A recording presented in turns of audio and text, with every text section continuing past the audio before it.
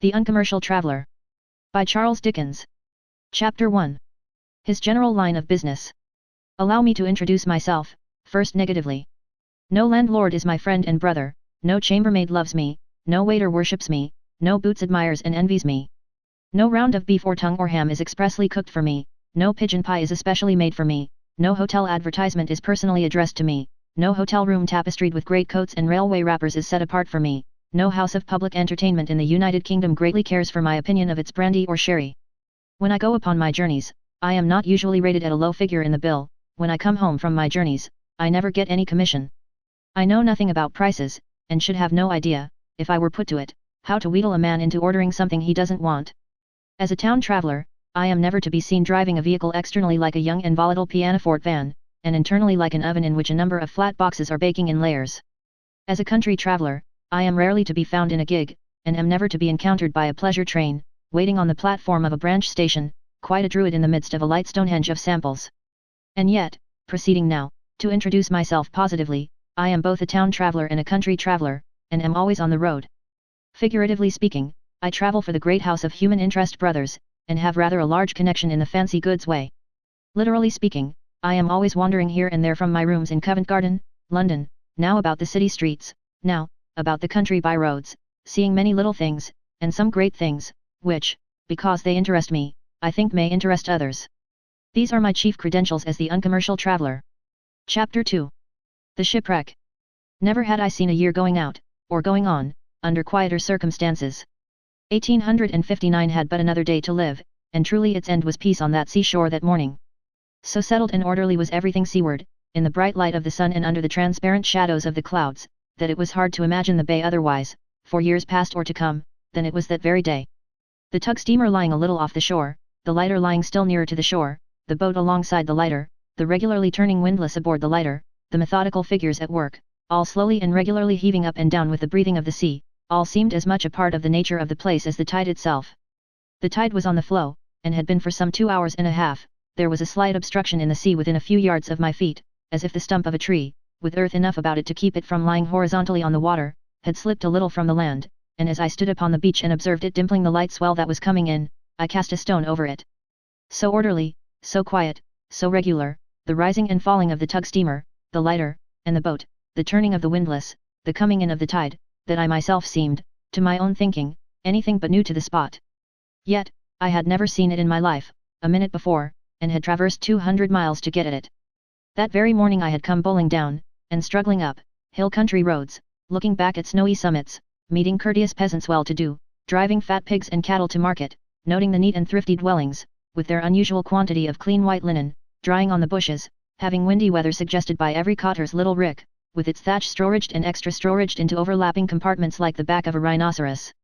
Had I not given a lift of 14 miles to the coast guardsman, kit and all, who was coming to his spell of duty there, and had we not just now parted company? So it was, but the journey seemed to glide down into the placid sea, with other chafe and trouble, and for the moment nothing was so calmly and monotonously real under the sunlight as the gentle rising and falling of the water with its freight, the regular turning of the windlass aboard the lighter, and the slight obstruction so very near my feet. O reader, haply turning this page by the fireside at home, and hearing the night wind rumble in the chimney, that slight obstruction was the uppermost fragment of the wreck of the Royal Charter, Australian trader and passenger ship, homeward bound, that struck here on the terrible morning of the 26th of this October, broke into 3 parts, went down with her treasure of at least 500 human lives, and has never stirred since. From which point, or from which, she drove ashore, stern foremost, on which side, or on which, she passed the little island in the bay, for ages henceforth to be aground certain yards outside her, these are rendered bootless questions by the darkness of that night and the darkness of death. Here she went down. Even as I stood on the beach with the words "here she went down," in my ears, a diver in his grotesque dress, dipped heavily over the side of the boat alongside the lighter, and dropped to the bottom. On the shore by the water's edge, was a rough tent, made of fragments of wreck, where other divers and workmen sheltered themselves, and where they had kept Christmas Day with rum and roast beef, to the destruction of their frail chimney. Cast up among the stones and boulders of the beach, were great spars of the lost vessel, and masses of iron twisted by the fury of the sea into the strangest forms. The timber was already bleached and iron rusted, and even these objects did no violence to the prevailing air the whole scene wore, of having been exactly the same for years and years. Yet, only 2 short months had gone, since a man, living on the nearest hilltop overlooking the sea, being blown out of bed at about daybreak by the wind that had begun to strip his roof off, and getting upon a ladder with his nearest neighbor to construct some temporary device for keeping his house over his head, saw from the ladder's elevation as he looked down by chance towards the shore, some dark troubled object close in with the land. And he and the other, descending to the beach, and finding the sea mercilessly beating over a great broken ship, had clambered up the stony ways, like staircases without stairs, on which the wild village hangs in little clusters, as fruit hangs on boughs, and had given the alarm. And so, over the hill slopes, and past the waterfall, and down the gullies where the land drains off into the ocean, the scattered quarrymen and fishermen inhabiting that part of Wales had come running to the dismal sight, their clergyman among them. And as they stood in the leaden morning, stricken with pity, leaning hard against the wind, their breath and vision often failing as the sleet and spray rushed at them from the ever-forming and dissolving mountains of sea, and as the wool which was a part of the vessel's cargo blew in with the salt foam and remained upon the land when the foam melted, they saw the ship's lifeboat put off from one of the heaps of wreck, and first, there were 3 men in her, and in a moment she capsized, and there were but 2, and again, she was struck by a vast mass of water, and there was but 1, and again, she was thrown bottom upward, and that one, with his arm struck through the broken planks and waving as if for the help that could never reach him, went down into the deep. It was the clergyman himself from whom I heard this, while I stood on the shore, looking in his kind wholesome face as it turned to the spot where the boat had been. The divers were down then, and busy. They were lifting today the gold found yesterday, some 25,000 pounds. Of 350,000 pounds worth of gold, 300,000 pounds worth, in round numbers, was at that time recovered. The great bulk of the remainder was surely and steadily coming up. Some loss of sovereigns there would be, of course, indeed, at first sovereigns had drifted in with the sand, and been scattered far and wide over the beach, like seashells, but most other golden treasure would be found. As it was brought up, it went aboard the tug steamer, where good account was taken of it. So tremendous had the force of the sea been when it broke the ship, that it had beaten one great ingot of gold, deep into a strong and heavy piece of her solid iron work, in which, also, several loose sovereigns that the ingot had swept in before it, had been found, as firmly embedded as though the iron had been liquid when they were forced there. It had been remarked of such bodies come ashore, too, as had been seen by scientific men, that they had been stunned to death, and not suffocated. Observation, both of the internal change that had been wrought in them, and of their external expression, showed death to have been thus merciful and easy. The report was brought, while I was holding such discourse on the beach, that no more bodies had come ashore since last night. It began to be very doubtful whether many more would be thrown up, until the northeast winds of the early spring set in. Moreover, a great number of the passengers, and particularly the second-class women passengers, were known to have been in the middle of the ship when she parted, and thus the collapsing wreck would have fallen upon them after yawning open, and would keep them down. A diver made known, even then, that he had come upon the body of a man, and had sought to release it from a great superincumbent weight, but that, finding he could not do so without mutilating the remains, he had left it where it was. It was the kind and wholesome face I have made mention of as being then beside me, that I had purposed to myself to see, when I left home for Wales. I had heard of that clergyman, as having buried many scores of the shipwrecked people, of his having opened his house and heart to their agonized friends, of his having used a most sweet and patient diligence for weeks and weeks, in the performance of the forlornest offices that man can render to his kind, of his having most tenderly and thoroughly devoted himself to the dead, and to those who were sorrowing for the dead. I had said to myself, in the Christmas season of the year, I should like to see that man. And he had swung the gate of his little garden in coming out to meet me, not half an hour ago. So cheerful of spirit and guiltless of affectation, as true practical Christianity ever is.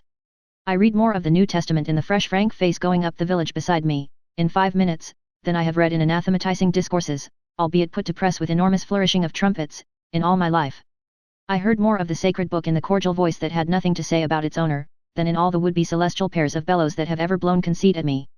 We climbed towards the little church, at a cheery pace, among the loose stones, the deep mud, the wet coarse grass, the outlying water, and other obstructions from which frost and snow had lately thawed. It was a mistake, my friend was glad to tell me, on the way, to suppose that the peasantry had shown any superstitious avoidance of the drowned. On the whole, they had done very well, and had assisted readily. 10 shillings had been paid for the bringing of each body up to the church, but the way was steep, and a horse and cart, in which it was wrapped in a sheet, were necessary, and 3 or 4 men, and, all things considered, it was not a great price. The people were none the richer for the wreck, for it was the season of the herring shoal, and who could cast nets for fish, and find dead men and women in the draught? He had the church keys in his hand, and opened the churchyard gate, and opened the church door, and we went in. It is a little church of great antiquity. There is reason to believe that some church has occupied the spot, these 1,000 years or more. The pulpit was gone, and other things usually belonging to the church were gone, owing to its living congregation having deserted it for the neighboring schoolroom, and yielded it up to the dead. The very commandments had been shouldered out of their places, in the bringing in of the dead, the black wooden tables on which they were painted, were askew, and on the stone pavement below them, and on the stone pavement all over the church, were the marks and stains where the drowned had been laid down. The eye, with little or no aid from the imagination, could yet see how the bodies had been turned, and where the head had been and where the feet. Some faded traces of the wreck of the Australian ship may be discernible on the stone pavement of this little church, hundreds of years hence, when the digging for gold in Australia shall have long ceased out of the land. 44 shipwrecked men and women lay here at one time, awaiting burial. Here, with weeping and wailing in every room of his house, my companion worked alone for hours, solemnly surrounded by eyes that could not see him, and by lips that could not speak to him, patiently examining the tattered clothing, cutting off buttons, hair, marks from linen, anything that might lead to subsequent identification, studying faces, looking for a scar, a bent finger, a crooked toe, comparing letters sent to him with the ruin about him. My dearest brother had bright grey eyes and a pleasant smile, one sister wrote. Oh poor sister! Well for you to be far from here, and keep that as your last remembrance of him. The ladies of the clergyman's family, his wife and 2 sisters-in-law, came in among the bodies often. It grew to be the business of their lives to do so. Any new arrival of a bereaved woman would stimulate their pity to compare the description brought, with the dread realities. Sometimes, they would go back able to say, I have found him, or, I think she lies there. Perhaps, the mourner, unable to bear the sight of all that lay in the church, would be led in blindfold.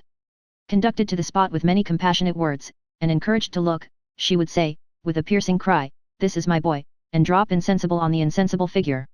He soon observed that in some cases of women, the identification of persons, though complete, was quite at variance with the marks upon the linen. This led him to notice that even the marks upon the linen were sometimes inconsistent with one another, and thus he came to understand that they had dressed in great haste and agitation, and that their clothes had become mixed together. The identification of men by their dress was rendered extremely difficult, in consequence of a large proportion of them being dressed alike, in clothes of one kind, that is to say, supplied by slop sellers and outfitters, and not made by single garments but by hundreds. Many of the men were bringing over parrots, and had receipts upon them for the price of the birds, others had bills of exchange in their pockets, or in belts. Some of these documents, carefully unwrinkled and dried, were little less fresh in appearance that day, than the present page will be under ordinary circumstances, after having been opened 3 or 4 times. In that lonely place, it had not been easy to obtain even such common commodities in towns, as ordinary disinfectants. Pitch had been burnt in the church, as the readiest thing at hand, and the frying pan in which it had bubbled over a brazier of coals was still there, with its ashes. Hard by the communion table, were some boots that had been taken off the drowned and preserved, a gold digger's boot, cut down the leg for its removal, a trodden-down man's ankle boot with a buff cloth top, and others, soaked and sandy, weedy and salt. From the church, we passed out into the churchyard. Here, there lay, at that time, 145 bodies, that had come ashore from the wreck. He had buried them, when not identified, in graves containing 4 each. He had numbered each body in a register describing it, and had placed a corresponding number on each coffin, and over each grave. Identified bodies he had buried singly, in private graves, in another part of the churchyard. Several bodies had been exhumed from the graves of 4, as relatives had come from a distance and seen his register, and, when recognized, these have been reburied in private graves, so that the mourners might erect separate headstones over the remains. In all such cases he had performed the funeral service a second time, and the ladies of his house had attended. There had been no offence in the poor ashes when they were brought again to the light of day, the beneficent earth had already absorbed it. The drowned were buried in their clothes. To supply the great sudden demand for coffins, he had got all the neighbouring people handy at tools, to work the livelong day, and Sunday likewise. The coffins were neatly formed, I had seen 2, waiting for occupants, under the lee of the ruined walls of a stone hut on the beach, within call of the tent where the Christmas feast was held. Similarly, one of the graves for 4 was lying open and ready, here, in the churchyard. So much of the scanty space was already devoted to the wrecked people, that the villagers had begun to express uneasy doubts whether they themselves could lie in their own ground, with their forefathers and descendants, by and by. The churchyard being but a step from the clergyman's dwelling house, we crossed to the latter. The white surplice was hanging up near the door ready to be put on at any time, for a funeral service. The cheerful earnestness of this good Christian minister was as consolatory, as the circumstances out of which it shone were sad. I never have seen anything more delightfully genuine than the calm dismissal by himself and his household of all they had undergone, as a simple duty that was quietly done and ended. In speaking of it, they spoke of it with great compassion for the bereaved, but laid no stress upon their own hard share in those weary weeks, except as it had attached many people to them as friends, and elicited many touching expressions of gratitude. This clergyman's brother, himself the clergyman of 2 adjoining parishes, who had buried 34 of the bodies in his own churchyard, and who had done to them all that his brother had done as to the larger number, must be understood as included in the family. He was there, with his neatly arranged papers, and made no more account of his trouble than anybody else did. Down to yesterday's post outward, my clergyman alone had written 1075 letters to relatives and friends of the lost people. In the absence of self-assertion, it was only through my now and then delicately putting a question as the occasion arose, that I became informed of these things. It was only when I had remarked again and again, in the church, on the awful nature of the scene of death he had been required so closely to familiarize himself with for the soothing of the living, that he had casually said, without the least abatement of his cheerfulness, indeed, it had rendered him unable for a time to eat or drink more than a little coffee now and then, and a piece of bread. In this noble modesty, in this beautiful simplicity, in this serene avoidance of the least attempt to improve an occasion which might be supposed to have sunk of its own weight into my heart, I seemed to have happily come, in a few steps, from the churchyard with its open grave, which was the type of death, to the Christian dwelling side by side with it, which was the type of resurrection. I never shall think of the former, without the latter. The two will always rest side by side in my memory. If I had lost any one dear to me in this unfortunate ship, if I had made a voyage from Australia to look at the grave in the churchyard, I should go away, thankful to God that that house was so close to it, and that its shadow by day and its domestic lights by night fell upon the earth in which its master had so tenderly laid my dear one's head. The references that naturally arose out of our conversation, to the descriptions sent down of shipwrecked persons, and to the gratitude of relations and friends, made me very anxious to see some of those letters. I was presently seated before a shipwreck of papers, all bordered with black, and from them I made the following few extracts. A mother writes. Reverend Sir. Amongst the many who perished on your shore was numbered my beloved son. I was only just recovering from a severe illness, and this fearful affliction has caused a relapse, so that I am unable at present to go to identify the remains of the loved and lost. My darling son would have been 16 on Christmas Day next. He was a most amiable and obedient child, early taught the way of salvation. We fondly hoped that as a British seaman he might be an ornament to his profession, but, it is well, I feel assured my dear boy is now with the redeemed. Oh, he did not wish to go this last voyage. On the 15th of October, I received a letter from him from Melbourne, date August 12th, he wrote in high spirits, and in conclusion he says, pray for a fair breeze, dear mamma, and I'll not forget to whistle for it, and, God permitting, I shall see you and all my little pets again. Goodbye, dear mother, goodbye, dearest parents. Goodbye, dear brother. Oh, it was indeed an eternal farewell. I do not apologize for thus writing you, for oh, my heart is so very sorrowful. A husband writes. My dear kind sir. Will you kindly inform me whether there are any initials upon the ring and guard you have in possession, found, as the Standard says, last Tuesday? Believe me, my dear sir, when I say that I cannot express my deep gratitude in words sufficiently for your kindness to me on that fearful and appalling day. Will you tell me what I can do for you, and will you write me a consoling letter to prevent my mind from going astray? A widow writes. Left in such a state as I am, my friends and I thought it best that my dear husband should be buried where he lies, and, much as I should have liked to have had it otherwise, I must submit. I feel, from all I have heard of you, that you will see it done decently and in order. Little does it signify to us, when the soul has departed, where this poor body lies, but we who are left behind would do all we can to show how we loved them. This is denied me, but it is God's hand that afflicts us, and I try to submit. Some day I may be able to visit the spot, and see where he lies, and erect a simple stone to his memory. Oh! It will be long, long before I forget that dreadful night.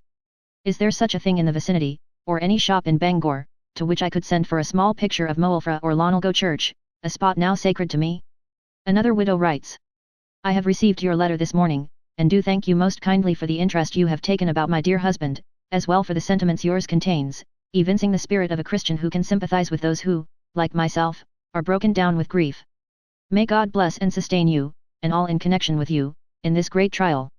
Time may roll on and bear all its sons away, but your name as a disinterested person will stand in history, and, as successive years pass, many a widow will think of your noble conduct, and the tears of gratitude flow down many a cheek, the tribute of a thankful heart, when other things are forgotten forever.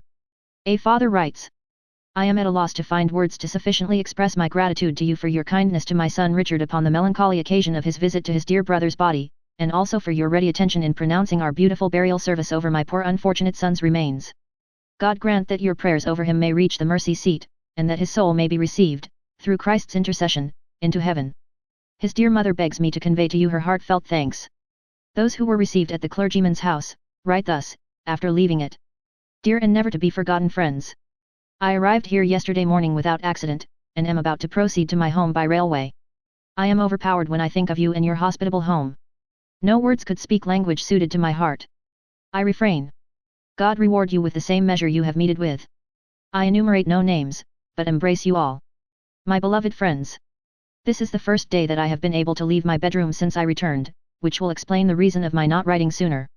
If I could only have had my last melancholy hope realized in recovering the body of my beloved and lamented son, I should have returned home somewhat comforted, and I think I could then have been comparatively resigned. I fear now there is but little prospect, and I mourn as one without hope. The only consolation to my distressed mind is in having been so feelingly allowed by you to leave the matter in your hands, by whom I well know that everything will be done that can be, according to arrangements made before I left the scene of the awful catastrophe, both as to the identification of my dear son, and also his interment. I feel most anxious to hear whether anything fresh has transpired since I left you. Will you add another to the many deep obligations I am under to you by writing to me? And should the body of my dear and unfortunate son be identified, let me hear from you immediately, and I will come again. Words cannot express the gratitude I feel I owe to you all for your benevolent aid, your kindness, and your sympathy. My dearly beloved friends. I arrived in safety at my house yesterday, and a night's rest has restored and tranquilized me. I must again repeat, that language has no words by which I can express my sense of obligation to you. You are enshrined in my heart of hearts. I have seen him, and can now realize my misfortune more than I have hitherto been able to do. Oh, the bitterness of the cup I drink! But I bow submissive. God must have done right. I do not want to feel less, but to acquiesce more simply. There were some Jewish passengers on board the Royal Charter, and the gratitude of the Jewish people is feelingly expressed in the following letter bearing date from the office of the Chief Rabbi. Reverend Sir, I cannot refrain from expressing to you my heartfelt thanks on behalf of those of my flock whose relatives have unfortunately been among those who perished at the late wreck of the Royal Charter. You have, indeed, like Boaz, not left off your kindness to the living and the dead. You have not alone acted kindly towards the living by receiving them hospitably at your house, and energetically assisting them in their mournful duty, but also towards the dead, by exerting yourself to have our co-religionists buried in our ground, and according to our rites. May our Heavenly Father reward you for your acts of humanity and true philanthropy. The Old Hebrew Congregation of Liverpool thus express themselves through their secretary.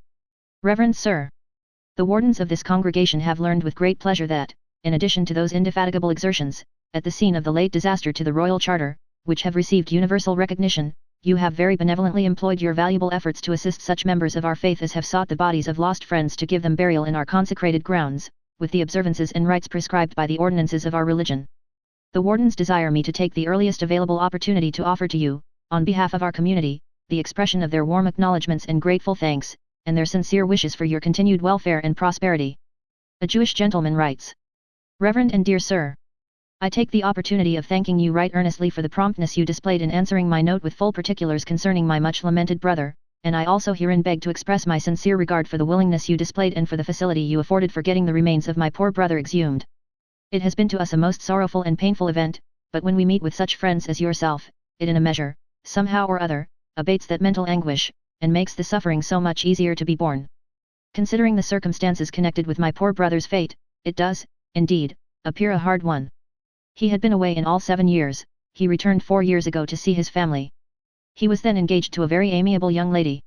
He had been very successful abroad, and was now returning to fulfill his sacred vow. He brought all his property with him in gold uninjured. We heard from him when the ship stopped at Queenstown, when he was in the highest of hope, and in a few short hours afterwards all was washed away. Mournful in the deepest degree, but too sacred for quotation here, were the numerous references to those miniatures of women worn round the necks of rough men, and found there after death, those locks of hair, those scraps of letters, those many slight memorials of hidden tenderness. One man cast up by the sea bore about him, printed on a perforated lace card, the following singular, and unavailing, charm. A blessing. May the blessing of God await thee. May the sun of glory shine around thy bed, and may the gates of plenty, honor, and happiness be ever open to thee.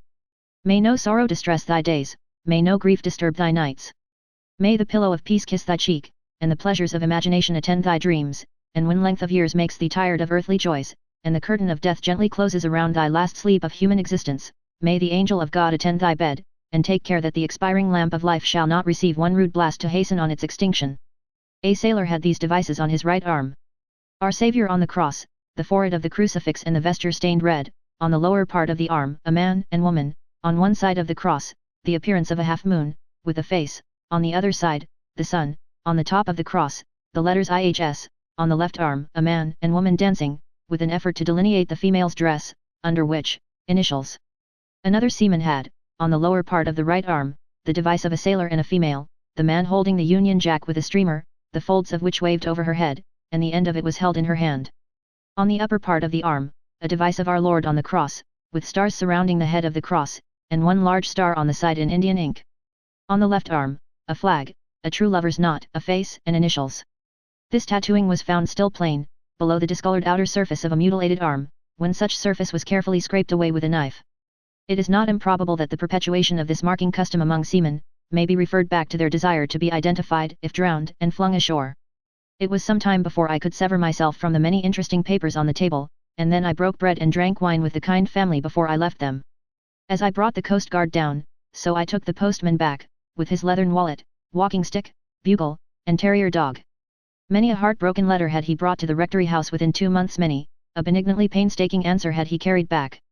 As I rode along, I thought of the many people, inhabitants of this mother country, who would make pilgrimages to the little churchyard in the years to come. I thought of the many people in Australia, who would have an interest in such a shipwreck, and would find their way here when they visit the old world. I thought of the writers of all the wreck of letters I had left upon the table, and I resolved to place this little record where it stands.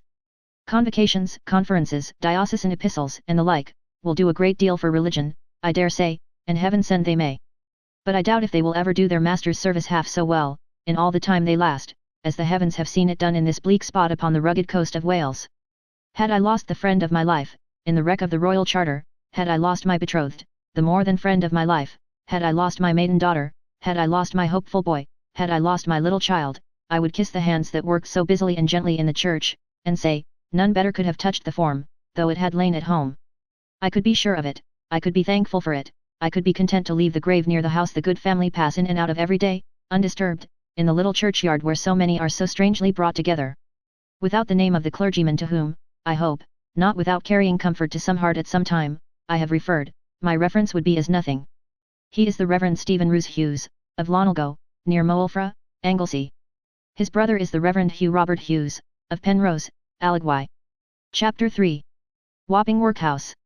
My days no business beckoning me to the East End of London, I had turned my face to that point of the metropolitan compass on leaving Covent Garden, and had got past the India House, thinking in my idle manner of Tippoo Sahib and Charles Lamb, and had got past my little wooden midshipman, after affectionately patting him on one leg of his knee shorts for old acquaintance sake, and had got past Aldgate Pump, and had got past the Saracen's Head, with an ignominious rash of posting bills disfiguring his swarthy countenance, and had strolled up the empty yard of his ancient neighbour the Black or Blue Boar, or Bull, who departed this life I don't know when, and whose coaches are all gone I don't know where, and I had come out again into the age of railways, and I had got past Whitechapel Church, and was, rather inappropriately for an uncommercial traveller, in the commercial road.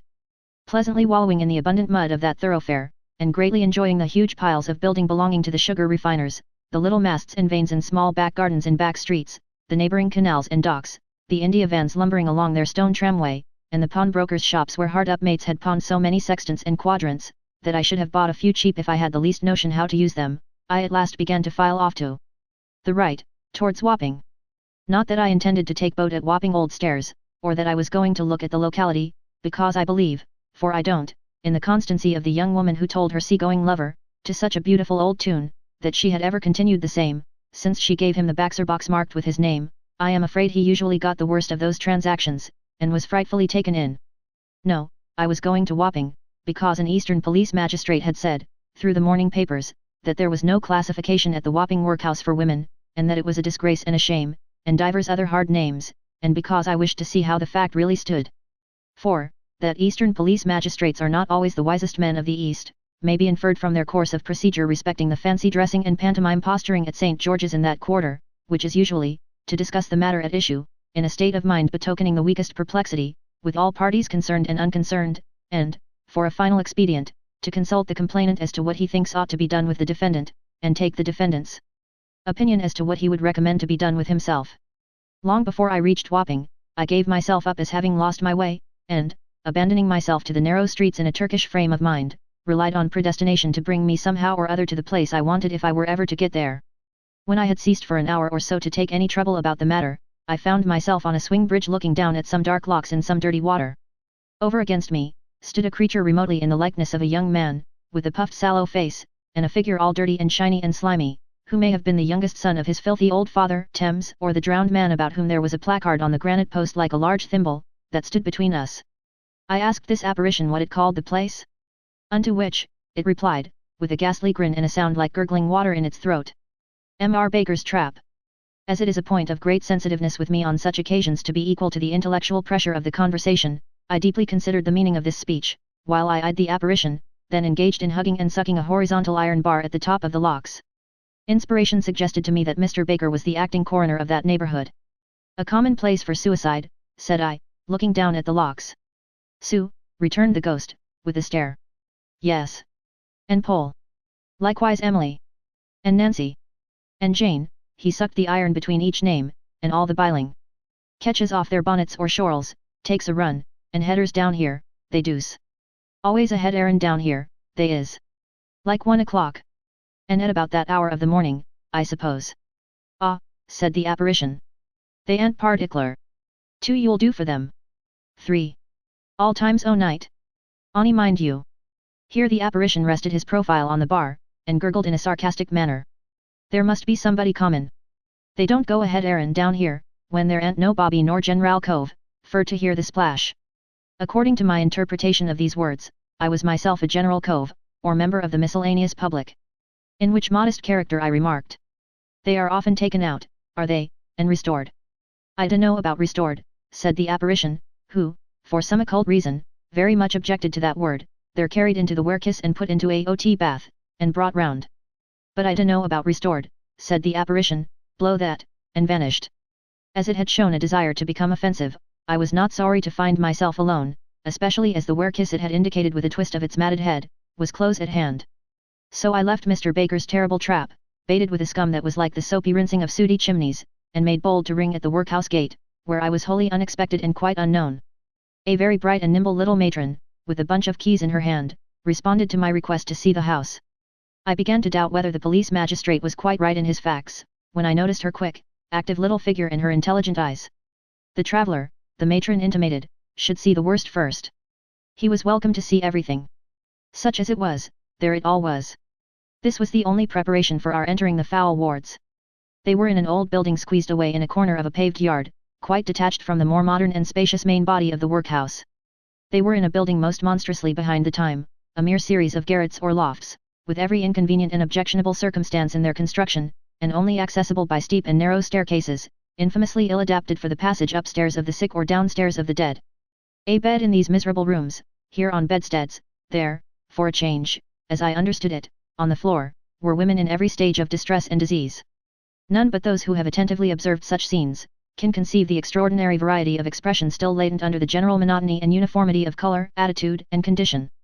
The form a little coiled up and turned away, as though it had turned its back on this world forever, the uninterested face at once lead-colored and yellow, looking passively upward from the pillow, the haggard mouth a little dropped, the hand outside the coverlet, so dull and indifferent, so light, and yet so heavy, these were on every pallet, but when I stopped beside a bed, and said ever so slight a word to the figure lying there, the ghost of the old character came into the face, and made the foul ward as various as the fair world. No one appeared to care to live, but no one complained. All who could speak, said that as much was done for them as could be done there, that the attendance was kind and patient, that their suffering was very heavy, but they had nothing to ask for. The wretched rooms were as clean and sweet as it is possible for such rooms to be. They would become a pest house in a single week, if they were ill kept. I accompanied the brisk matron up another barbarous staircase, into a better kind of loft devoted to the idiotic and imbecile. There was at least light in it, whereas the windows in the former wards had been like sides of schoolboys' bird cages. There was a strong grating over the fire here, and, holding a kind of state on either side of the hearth, separated by the breadth of this grating, were 2 old ladies in a condition of feeble dignity, which was surely the very last and lowest reduction of self-complacency to be found in this wonderful humanity of ours. They were evidently jealous of each other, and passed their whole time, as some people do, whose fires are not grated, in mentally disparaging each other, and contemptuously watching their neighbors.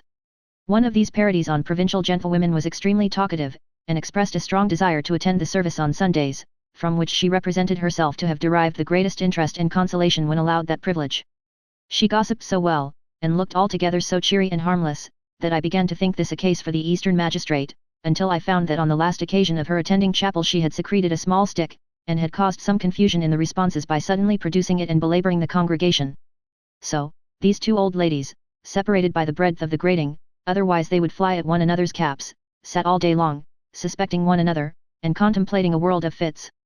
For everybody else in the room had fits, except the wardswoman, an elderly, able-bodied pauperess, with a large upper lip, and an air of repressing and saving her strength, as she stood with her hands folded before her, and her eyes slowly rolling, biding her time for catching or holding somebody.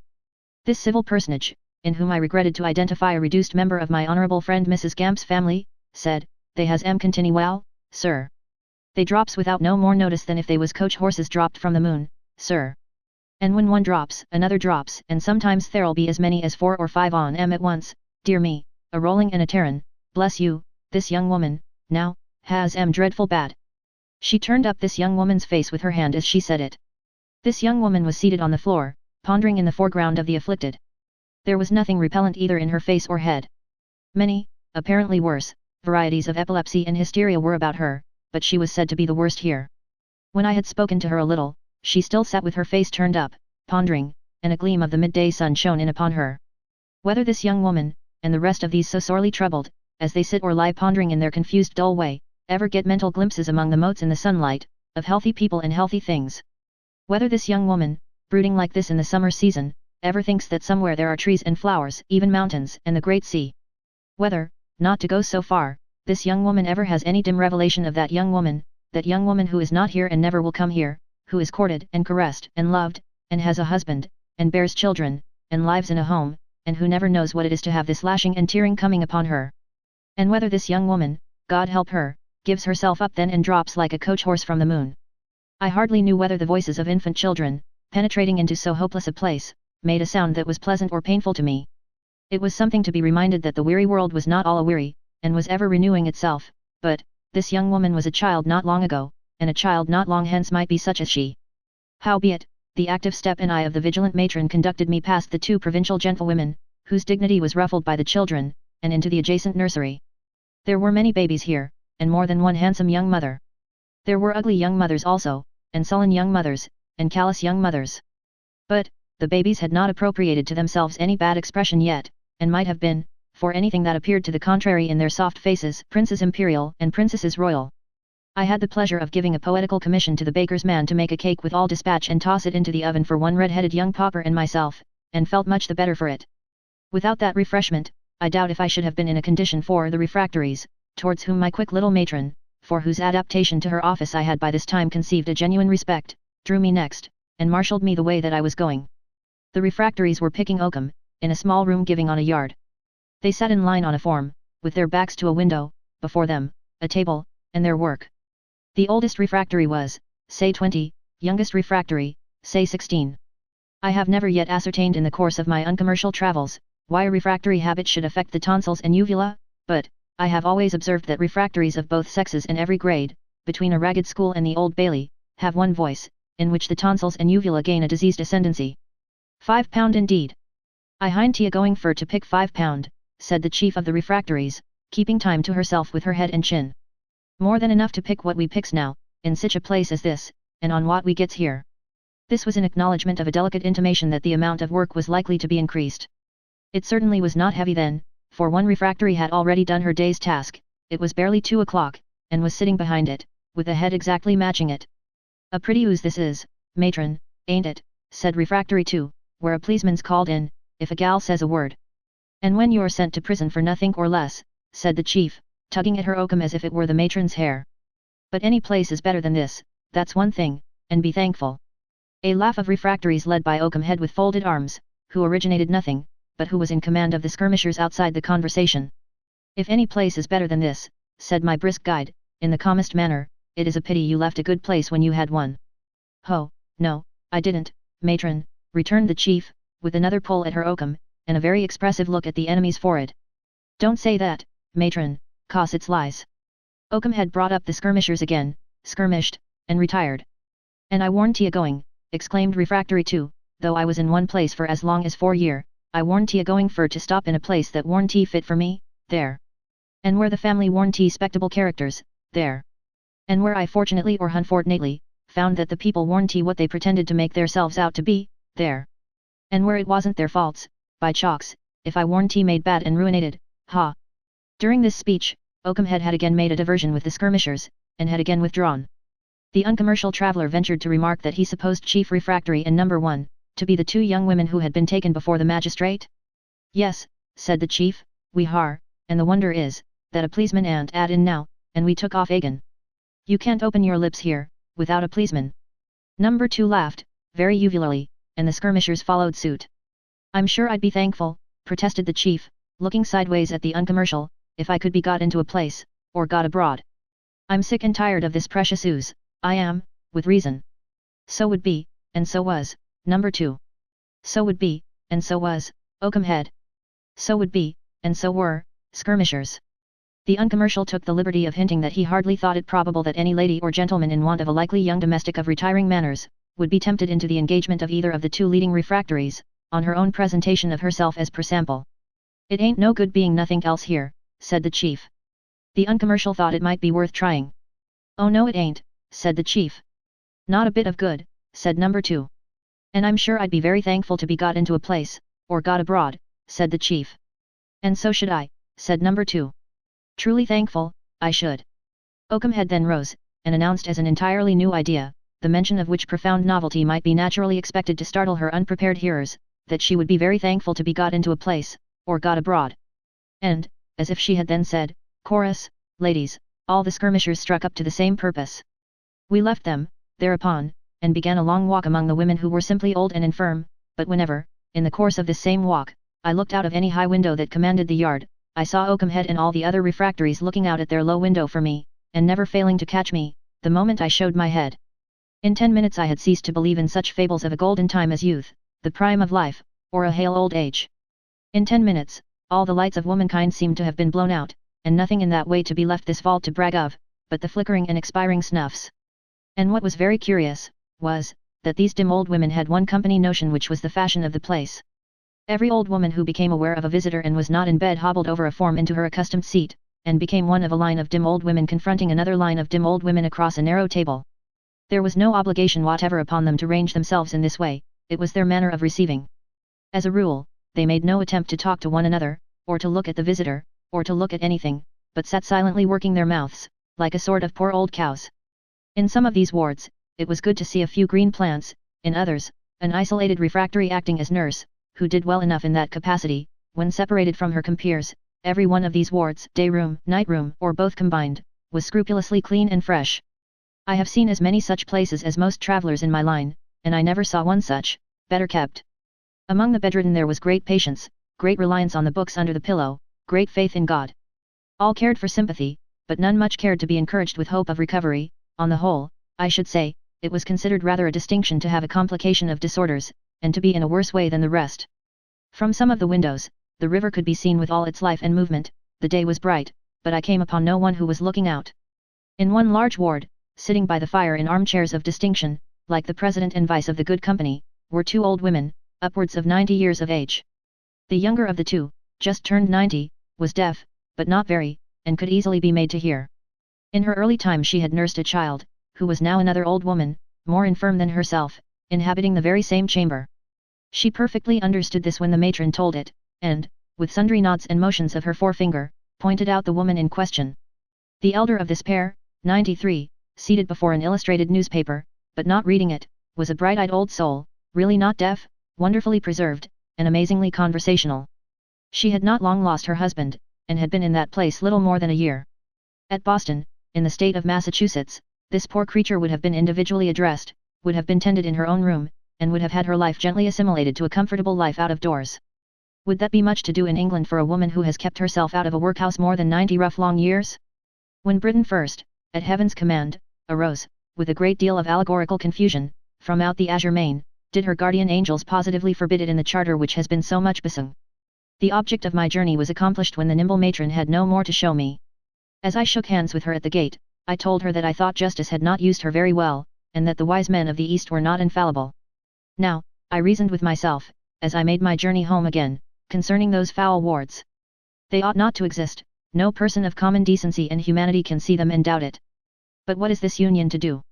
The necessary alteration would cost several thousands of pounds, it has already to support 3 workhouses, its inhabitants work hard for their bare lives, and are already rated for the relief of the poor to the utmost extent of reasonable endurance. One poor parish in this very union is rated to the amount of 5 and 6pence in the pound, at the very same time when the rich parish of St. George's, Hanover Square, is rated at about 7 pence in the pound, Paddington at about 4 pence, St. James's, Westminster, at about 10d. It is only through the equalization of poor rates that what is left undone in this wise, can be done. Much more is left undone, or is ill done, than I have space to suggest in these notes of a single uncommercial journey, but, the wise men of the East, before they can reasonably hold forth about it, must look to the north and south and west. Let them also, any morning before taking the seat of Solomon, look into the shops and dwellings all around the temple, and first ask themselves how much more can these poor people, many of whom keep themselves with difficulty enough out of the workhouse, bear. I had yet other matter for reflection as I journeyed home, inasmuch as, before I altogether departed from the neighbourhood of Mr. Baker's trap, I had knocked at the gate of the workhouse of St. George's in the East, and had found it to be an establishment highly creditable to those parts, and thoroughly well administered by a most intelligent master. I remarked in it, an instance of the collateral harm that obstinate vanity and folly can do. This was the hall where those old paupers, male and female, whom I had just seen, met for the church service. Was it? Yes. Did they sing the psalms to any instrument? They would like to, very much. They would have an extraordinary interest in doing so, and could none be got? Well, a piano could even have been got for nothing, but these unfortunate dissensions, ah! Better, far better, my Christian friend in the beautiful garment, to have let the singing boys alone, and left the multitude to sing for themselves. You should know better than I, but I think I have read that they did so, once upon a time, and that when they had sung in hymn, some one, not in a beautiful garment, went up into the Mount of Olives. It made my heart ache to think of this miserable trifling, in the streets of a city where every stone seemed to call to me, as I walked along, turn this way, man, and see what waits to be done. So I decoyed myself into another train of thought to ease my heart.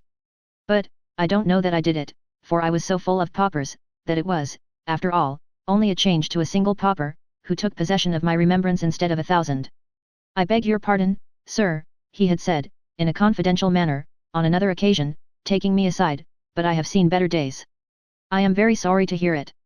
Sir, I have a complaint to make against the master. I have no power here, I assure you. And if I had. But, allow me, sir, to mention it, as between yourself and a man who has seen better days, sir. The master and myself are both Masons, sir, and I make him the sign continually, but, because I am in this unfortunate position, sir, he won't give me the countersign. Chapter 4. 2 Views of a Cheap Theatre. As I shut the door of my lodging behind me, and came out into the streets at 6 on a drizzling Saturday evening in the last past month of January, all that neighbourhood of Covent Garden looked very desolate. It is so essentially a neighbourhood which has seen better days, that bad weather affects it sooner than another place which has not come down in the world. In its present reduced condition it bears a thaw almost worse than any place I know. It gets so dreadfully low-spirited when damp breaks forth.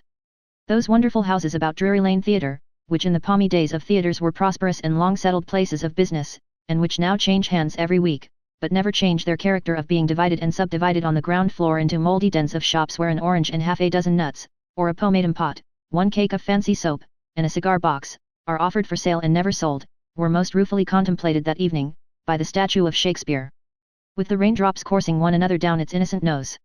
Those inscrutable pigeon-hole offices, with nothing in them, not so much as an inkstand, but a model of a theatre before the curtain, where, in the Italian opera season, tickets at reduced prices are kept on sale by nomadic gentlemen in smeary hats too tall for them, whom one occasionally seems to have seen on race courses, not wholly unconnected with strips of cloth of various colours in a rolling ball, those Bedouin establishments, deserted by the tribe, and tenantless, except when sheltering in one corner an irregular row of ginger beer bottles, which would have made one shudder on such a night, but for its being plain that they had nothing in them, shrunk from the shrill cries of the newsboys at their exchange in the kennel of Catherine Street, like guilty things upon a fearful summons.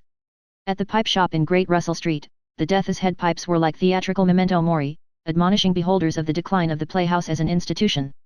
I walked up Bow Street, disposed to be angry with the shops there, that were letting out theatrical secrets by exhibiting to work-a-day humanity the stuff of which diadems and robes of kings are made. I noticed that some shops which had once been in the dramatic line, and had struggled out of it, were not getting on prosperously, like some actors I have known, who took to business and failed to make it answer. In a word, those streets looked so dull, and, considered as theatrical streets, so broken and bankrupt, that the found dead on the blackboard at the police station might have announced the decease of the drama, and the pools of water outside the fire engine maker's at the corner of Long Acre might have been occasioned by his having brought out the whole of his stock to play upon its last smouldering ashes. And yet, on such a night in so degenerate a time, the object of my journey was theatrical. And yet within half an hour I was in an immense theatre, capable of holding nearly 5,000 people. What theatre? Her Majesty's? Far better. Royal Italian Opera? Far better. Infinitely superior to the latter for hearing in, infinitely superior to both, for seeing in. To every part of this theatre, spacious fire-proof ways of ingress and egress. For every part of it, convenient places of refreshment and retiring rooms. Everything to eat and drink carefully supervised as to quality, and sold at an appointed price, respectable female attendants ready for the commonest women in the audience, a general air of consideration, decorum, and supervision, most commendable, an unquestionably humanizing influence in all the social arrangements of the place. Surely a dear theatre, then? Because there were in London, not very long ago, theatres with entrance prices up to half a guinea a head, whose arrangements were not half so civilized. Surely, therefore, a dear theatre? Not very dear. A gallery at 3d, another gallery at 4d, a pit at 6d, boxes and pit stalls at a shilling, and a few private boxes at half a crown. My uncommercial curiosity induced me to go into every nook of this great place, and among every class of the audience assembled in it, amounting that evening, as I calculated, to about 2,000 and odd hundreds. Magnificently lighted by a firmament of sparkling chandeliers, the building was ventilated to perfection. My sense of smell, without being particularly delicate, has been so offended in some of the commoner places of public resort, that I have often been obliged to leave them when I have made an uncommercial journey expressly to look on. The air of this theatre was fresh, cool, and wholesome. To help towards this end, very sensible precautions had been used, ingeniously combining the experience of hospitals and railway stations. Asphalt pavements substituted for wooden floors, honest bare walls of glazed brick and tile, even at the back of the boxes, for plaster and paper, no benches stuffed, and no carpeting or baize used, a cool material with a light glazed surface, being the covering of the seats. A cheap theatre. These various contrivances are as well considered in the place in question as if it were a fever hospital. The result is, that it is sweet and healthful. It has been constructed from the ground to the roof, with a careful reference to sight and sound in every corner. The result is, that its form is beautiful, and that the appearance of the audience, as seen from the proscenium, with every face in it commanding the stage, and the whole so admirably raked and turned to that centre, that a hand can scarcely move in the great assemblage without the movement being seen from thence, is highly remarkable in its union of vastness with compactness. The stage itself, and all its appurtenances of machinery, cellarage, height and breadth, are on a scale more like the Scala at Milan, or the San Carlo at Naples, or the Grand Opera at Paris, than any notion a stranger would be likely to form of the Britannia Theatre at Hoxton, a mile north of St. Luke's Hospital in the Old Street Road, London. The 40 Thieves might be played here, and every thief ride his real horse, and the disguised captain bring in his oil jars on a train of real camels, and nobody be put out of the way. This really extraordinary place is the achievement of one man's enterprise, and was erected on the ruins of an inconvenient old building in less than 5 months, at a round cost of £25,000. To dismiss this part of my subject, and still to render to the proprietor the credit that is strictly his due, I must add that his sense of the responsibility upon him to make the best of his audience, and to do his best for them, is a highly agreeable sign of these times. As the spectators at this theatre, for a reason I will presently show, were the object of my journey, I entered on the play of the night as one of the 2,000 and odd hundreds, by looking about me at my neighbours. We were a motley assemblage of people, and we had a good many boys and young men among us. We had also many girls and young women. To represent, however, that we did not include a very great number, and a very fair proportion of family groups, would be to make a gross misstatement. Such groups were to be seen in all parts of the house, in the boxes and stalls particularly. They were composed of persons of very decent appearance, who had many children with them. Among our dresses there were most kinds of shabby and greasy wear, and much fustian and corduroy that was neither sound nor fragrant. The caps of our young men were mostly of a limp character, and we who wore them, slouched, high-shouldered, into our places with our hands in our pockets, and occasionally twisted our cravats about our necks like eels, and occasionally tied them down our breasts like links of sausages, and occasionally had a screw in our hair over each cheekbone with a slight thief flavour in it. Besides prowlers and idlers, we were mechanics, dock labourers, costermongers, petty tradesmen, small clerks, milliners, staymakers, shoebinders, slop workers, poor workers in 100 highways and byways. Many of us, on the whole, the majority, were not at all clean, and not at all choice in our lives or conversation. But we had all come together in a place where our convenience was well consulted, and where we were well looked after, to enjoy an evening's entertainment in common. We were not going to lose any part of what we had paid for through anybody's caprice, and as a community we had a character to lose. So, we were closely attentive, and kept excellent order, and let the man or boy who did otherwise instantly get out from this place, or we would put him out with the greatest expedition.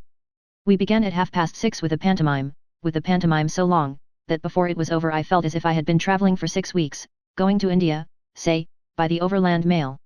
The spirit of liberty was the principal personage in the introduction, and the 4 quarters of the world came out of the globe, glittering, and discoursed with the spirit, who sang charmingly. We were delighted to understand that there was no liberty anywhere but among ourselves, and we highly applauded the agreeable fact. In an allegorical way, which did as well as any other way, we and the Spirit of Liberty got into a kingdom of needles and pins, and found them at war with a potentate who called into his aid their old arch-enemy Rust, and who would have got the better of them if the Spirit of Liberty had not in the nick of time transformed the leaders into Clown, Pantaloon, Harlequin, Columbine, Harlequina, and a whole family of sprites, consisting of a remarkably stout father and 3 spineless sons. We all knew what was coming when the Spirit of Liberty addressed the king with a big face, and his majesty backed to the side scenes and began untying himself behind, with his big face all on one side. Our excitement at that crisis was great, and our delight unbounded. After this era in our existence, we went through all the incidents of a pantomime. It was not by any means a savage pantomime, in the way of burning or boiling people, or throwing them out of window, or cutting them up, was often very droll, was always liberally got up, and cleverly presented. I noticed that the people who kept the shops, and who represented the passengers in the thoroughfares, and so forth, had no conventionality in them, but were unusually like the real thing, from which I infer that you may take that audience in, if you wish to, concerning knights and ladies, fairies, angels, or such like, but they are not to be done as to anything in the streets. I noticed, also, that when 2 young men, dressed in exact imitation of the eel and sausage cravat portion of the audience, were chased by policemen, and, finding themselves in danger of being caught, dropped so suddenly as to oblige the policemen to tumble over them, there was great rejoicing among the caps, as though it were a delicate reference to something they had heard of before. The pantomime was succeeded by a melodrama. Throughout the evening I was pleased to observe Virtue quite as triumphant as she usually is out of doors, and indeed I thought rather more so. We all agreed, for the time, that honesty was the best policy, and we were as hard as iron upon vice, and we wouldn't hear of villainy getting on in the world, no, not on any consideration whatever. Between the pieces, we almost all of us went out and refreshed. Many of us went the length of drinking beer at the bar of the neighbouring public house, some of us drank spirits, crowds of us had sandwiches and ginger beer at the refreshment bars established for us in the theatre. The sandwich, as substantial as was consistent with portability, and as cheap as possible, we hailed as one of our greatest institutions. It forced its way among us at all stages of the entertainment, and we were always delighted to see it. Its adaptability to the varying moods of our nature was surprising. We could never weep so comfortably as when our tears fell on our sandwich, we could never laugh so heartily as when we choked with sandwich, Virtue never looked so beautiful or vice so deformed as when we paused, sandwich in hand, to consider what would come of that resolution of wickedness in boots, to sever innocence in flowered chintz from honest industry in striped stockings. When the curtain fell for the night, we still fell back upon sandwich, to help us through the rain and mire, and home to bed. This, as I have mentioned, was Saturday night. Being Saturday night, I had accomplished but the half of my uncommercial journey, for, its object was to compare the play on Saturday evening with the preaching in the same theatre on Sunday evening. Therefore, at the same hour of 6:30 on the similarly damp and muddy Sunday evening, I returned to this theatre.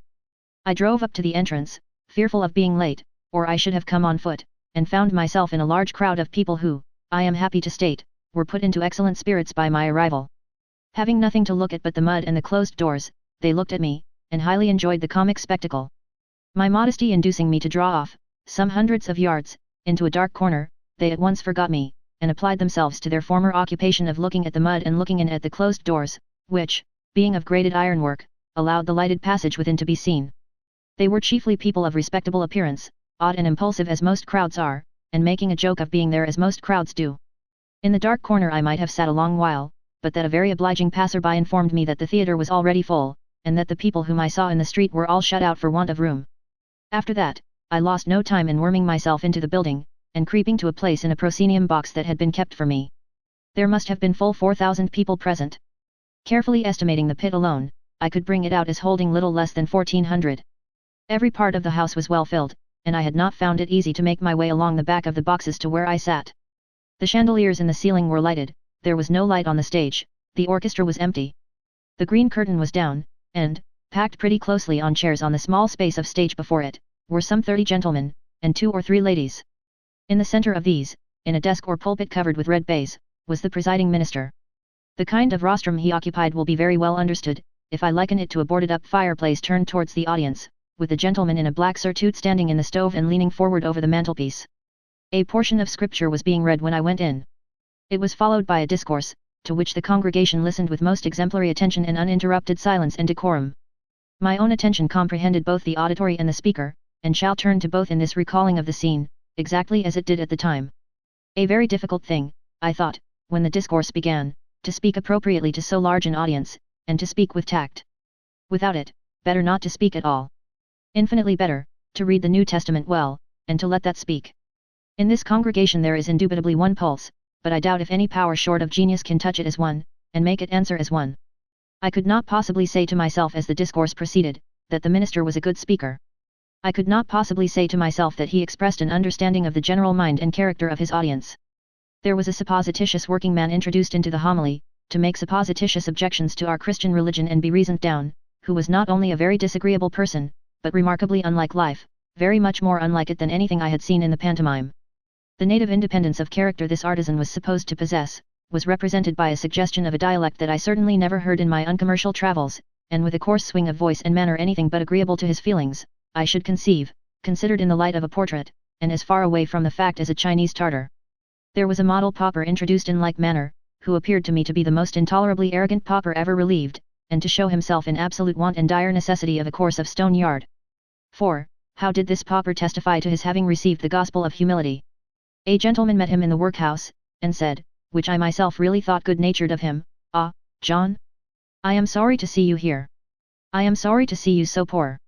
"Poor, sir," replied that man, drawing himself up, "I am the son of a prince. My father is the King of Kings. My father is the Lord of Lords. My father is the ruler of all the princes of the earth. N.C."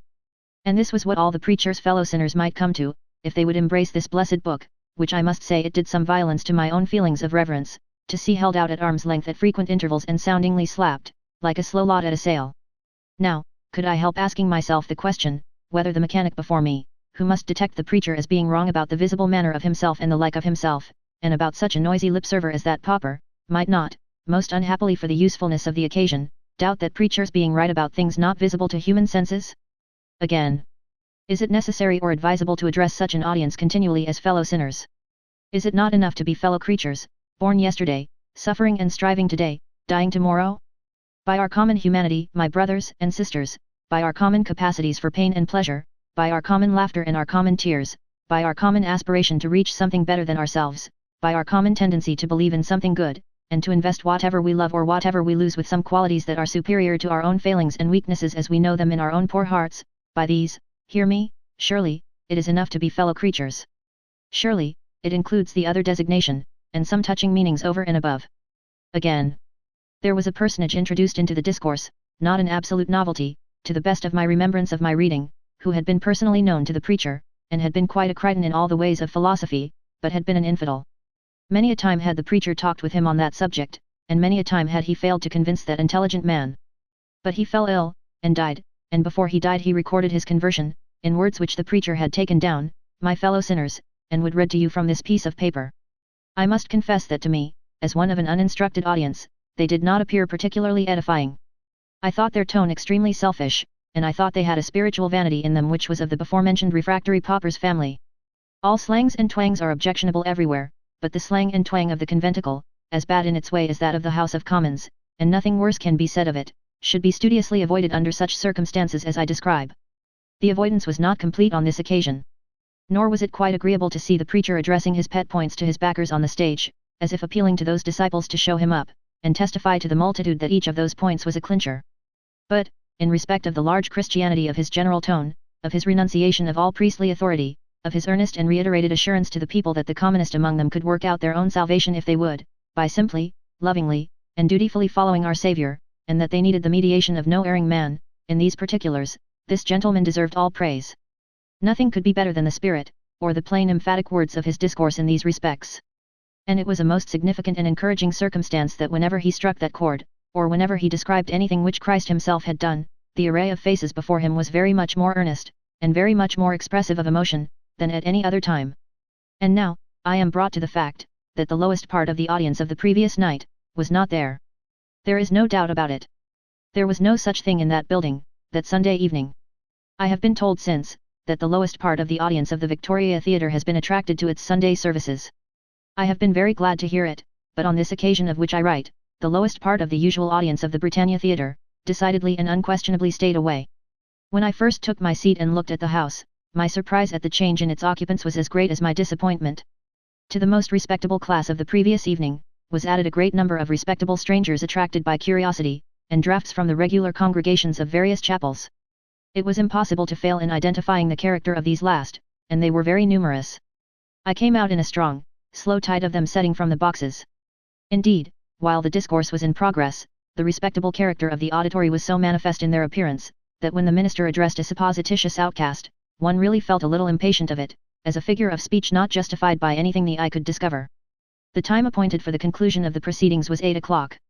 The address having lasted until full that time, and it being the custom to conclude with a hymn, the preacher intimated in a few sensible words that the clock had struck the hour, and that those who desired to go before the hymn was sung, could go now, without giving offence. No one stirred. The hymn was then sung, in good time and tune and unison, and its effect was very striking. A comprehensive benevolent prayer dismissed the throng, and in 7 or 8 minutes there was nothing left in the theatre but a light cloud of dust.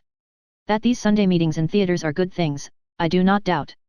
Nor do I doubt that they will work lower and lower down in the social scale, if those who preside over them will be very careful on two heads: firstly, not to disparage the places in which they speak, or the intelligence of their hearers; secondly, not to set themselves in antagonism to the natural and born desire of the mass of mankind to recreate themselves and to be amused. There is a third head, taking precedence of all others, to which my remarks on the discourse I heard, have tended. In the New Testament there is the most beautiful and affecting history conceivable by man, and there are the terse models for all prayer and for all preaching. As to the models, imitate them, Sunday preachers, else why are they there? Consider. As to the history, tell it. Some people cannot read, some people will not read, many people, this especially holds among the young and ignorant, find it hard to pursue the verse form in which the book is presented to them, and imagine that those breaks imply gaps and want of continuity. Help them over that first stumbling block, by setting forth the history in narrative, with no fear of exhausting it.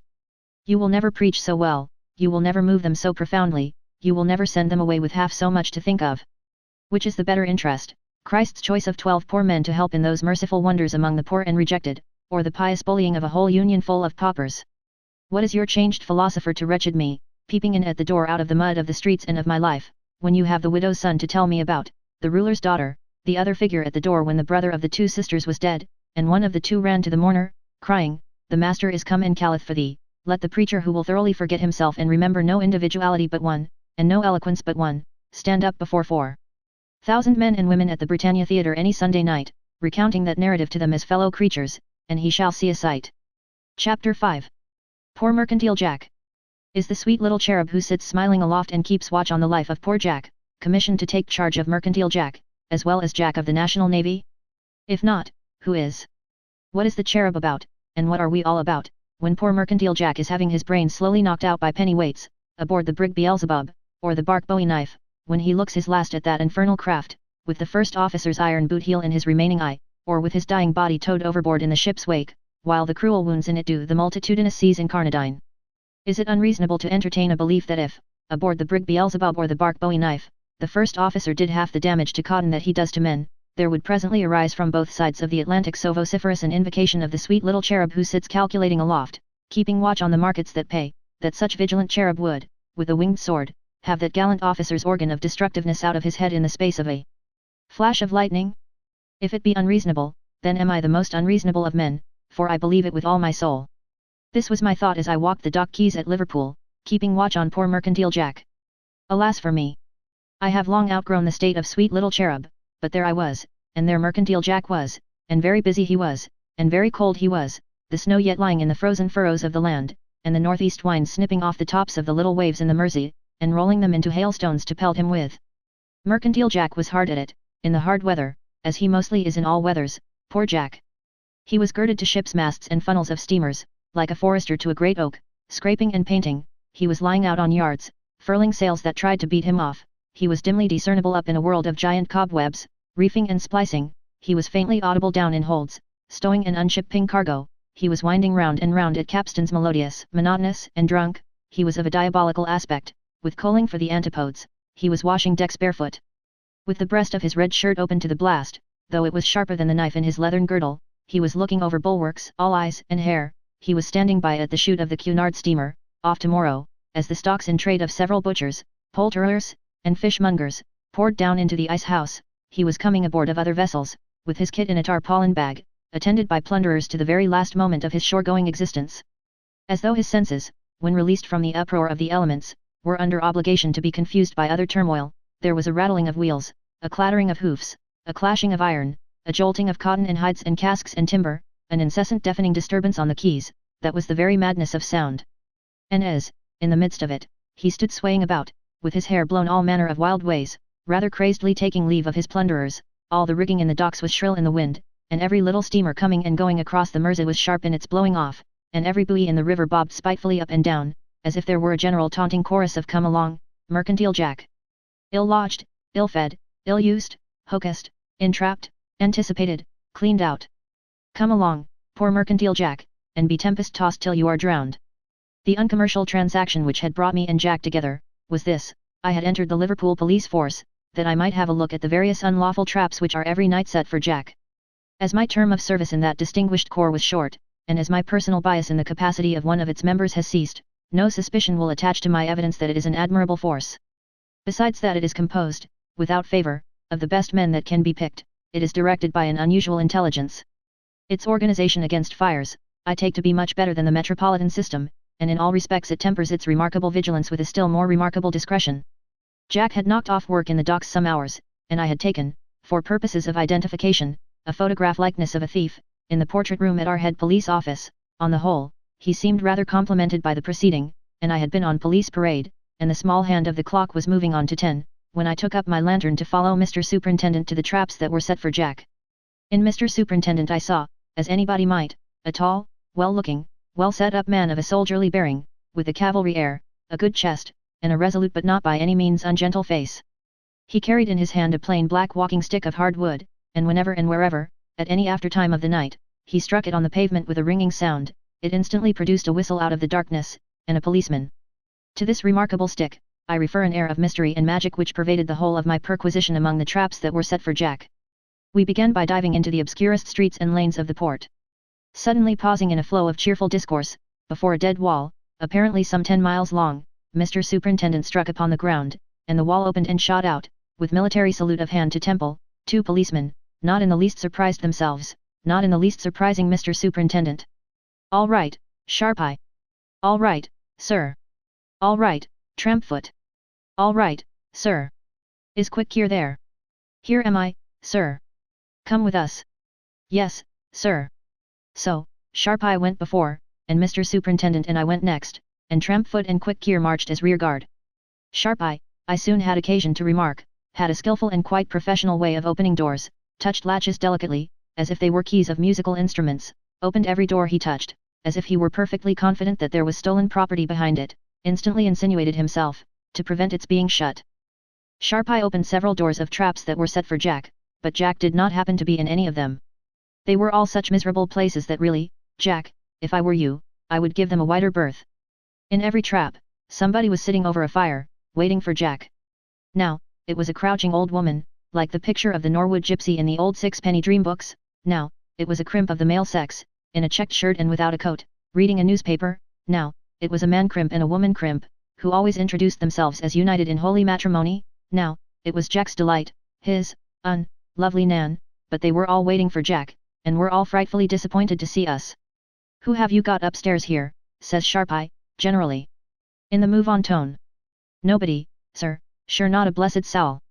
Irish feminine reply. "What do you mean by nobody? Didn't I hear a woman's step go upstairs when my hand was on the latch?"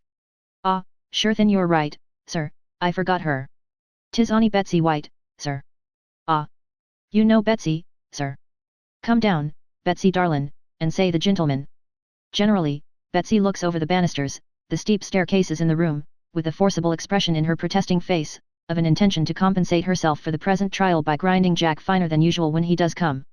Generally, Sharp Eye turns to Mr. Superintendent, and says, as if the subjects of his remarks were waxwork: "One of the worst, sir, this house is. This woman has been indicted 3 times. This man's a regular bad one likewise. His real name is Peg. Gives himself out as Waterhouse. Never had such a name as Peg near me back, thin, since I was in this house, be the good Lord," says the woman. Generally, the man says nothing at all, but becomes exceedingly round-shouldered, and pretends to read his paper with rapt attention. Generally, Sharp Eye directs our observation with a look, to the prints and pictures that are invariably numerous on the walls. Always, Trampfoot and Quick Gear are taking notice on the doorstep.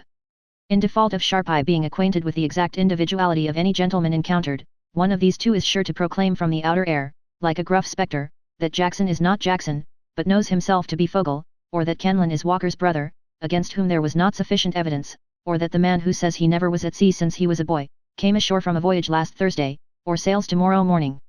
And that is a bad class of man, you see, says Mr. Superintendent, when he got out into the dark again, and very difficult to deal with, who, when he has made this place too hot to hold him, enters himself for a voyage as steward or cook, and is out of knowledge for months, and then turns up again worse than ever. When we had gone into many such houses, and had come out, always leaving everybody relapsing into waiting for Jack, we started off to a singing house where Jack was expected to muster strong. The vocalization was taking place in a long low room upstairs, at one end, an orchestra of 2 performers, and a small platform, across the room, a series of open pews for Jack, with an aisle down the middle, at the other end a larger pew than the rest, entitled Snug, and reserved for mates and similar good company. About the room, some amazing coffee-colored pictures varnished an inch deep, and some stuffed creatures in cases, dotted among the audience, in snug and out of snug, the professionals, among them, the celebrated comic favorite Mr. Banjo Bones, looking very hideous with his blackened face and limp sugar loaf hat, beside him, sipping rum and water, Mrs. Banjo Bones, in her natural colors, a little heightened. It was a Friday night, and Friday night was considered not a good night for Jack. At any rate, Jack did not show in very great force even here, though the house was one to which he much resorts, and where a good deal of money is taken. There was British Jack, a little maudlin and sleepy, lolling over his empty glass, as if he were trying to read his fortune at the bottom. There was Loafing Jack of the Stars and Stripes, rather an unpromising customer, with his long nose, lank cheek, high cheekbones, and nothing soft about him but his cabbage leaf hat. There was Spanish Jack, with curls of black hair, rings in his ears, and a knife not far from his hand. If you got into trouble with him, there were Maltese Jack, and Jack of Sweden, and Jack the Finn, looming through the smoke of their pipes, and turning faces that looked as if they were carved out of dark wood, towards the young lady dancing the hornpipe, who found the platform so exceedingly small for it, that I had a nervous expectation of seeing her, in the backward steps, disappear through the window. Still, if all hands had been got together, they would not have more than half filled the room. Observe, however, said Mr. Licensed Victualler, the host, that it was Friday night, and, besides, it was getting on for 12, and Jack had gone aboard. A sharp and watchful man, Mr. Licensed Victualler, the host, with tight lips and a complete edition of Cocker's arithmetic in each eye. Attended to his business himself, he said. Always on the spot. When he heard of talent, trusted nobody's account of it, but went off by rail to see it. If true talent, engaged it. Pounds a week for talent, £4, £5. Banjo Bones was undoubted talent. Hear this instrument that was going to play, it was real talent. In truth it was very good, a kind of piano accordion, played by a young girl of a delicate prettiness of face, figure, and dress, that made the audience look coarser. She sang to the instrument, too, first, a song about village bells, and how they chimed, then a song about how I went to sea, winding up with an imitation of the bagpipes, which Mercantile Jack seemed to understand much the best. A good girl, said Mr. Licensed Victualler. Kept herself select. Sat in snug, not listening to the blandishments of mates. Lived with mother. Father dead. Once a merchant well-to-do, but overspeculated himself. On delicate inquiry as to salary paid for item of talent under consideration, Mr. Victualler's pounds dropped suddenly to shillings. Still it was a very comfortable thing for a young person like that, you know. She only went on 6 times a night, and was only required to be there from 6 at night to 12. What was more conclusive was, Mr. Victualler's assurance that he never allowed any language, and never suffered any disturbance. Sharp Eye confirmed the statement, and the order that prevailed was the best proof of it that could have been cited. So, I came to the conclusion that poor Mercantile Jack might do, as I am afraid he does, much worse than trust himself to Mr. Victualler, and pass his evenings here. But we had not yet looked, Mr. Superintendent, said Trampfoot, receiving us in the street again with military salute, for Dark Jack. True, Trampfoot. Ring the wonderful stick, rub the wonderful lantern, and cause the spirits of the stick and lantern to convey us to the darkies. There was no disappointment in the matter of Dark Jack, he was producible. The genii set us down in the little first floor of a little public house, and there, in a stiflingly close atmosphere, were Dark Jack, and Dark Jack's delight, his white unlovely Nan, sitting against the wall all round the room. More than that, Dark Jack's delight was the least unlovely Nan, both morally and physically, that I saw that night. As a fiddle and tambourine band were sitting among the company, Quick Gear suggested why not strike up? Ah, lads, said a negro sitting by the door, give the jebiblum a dance.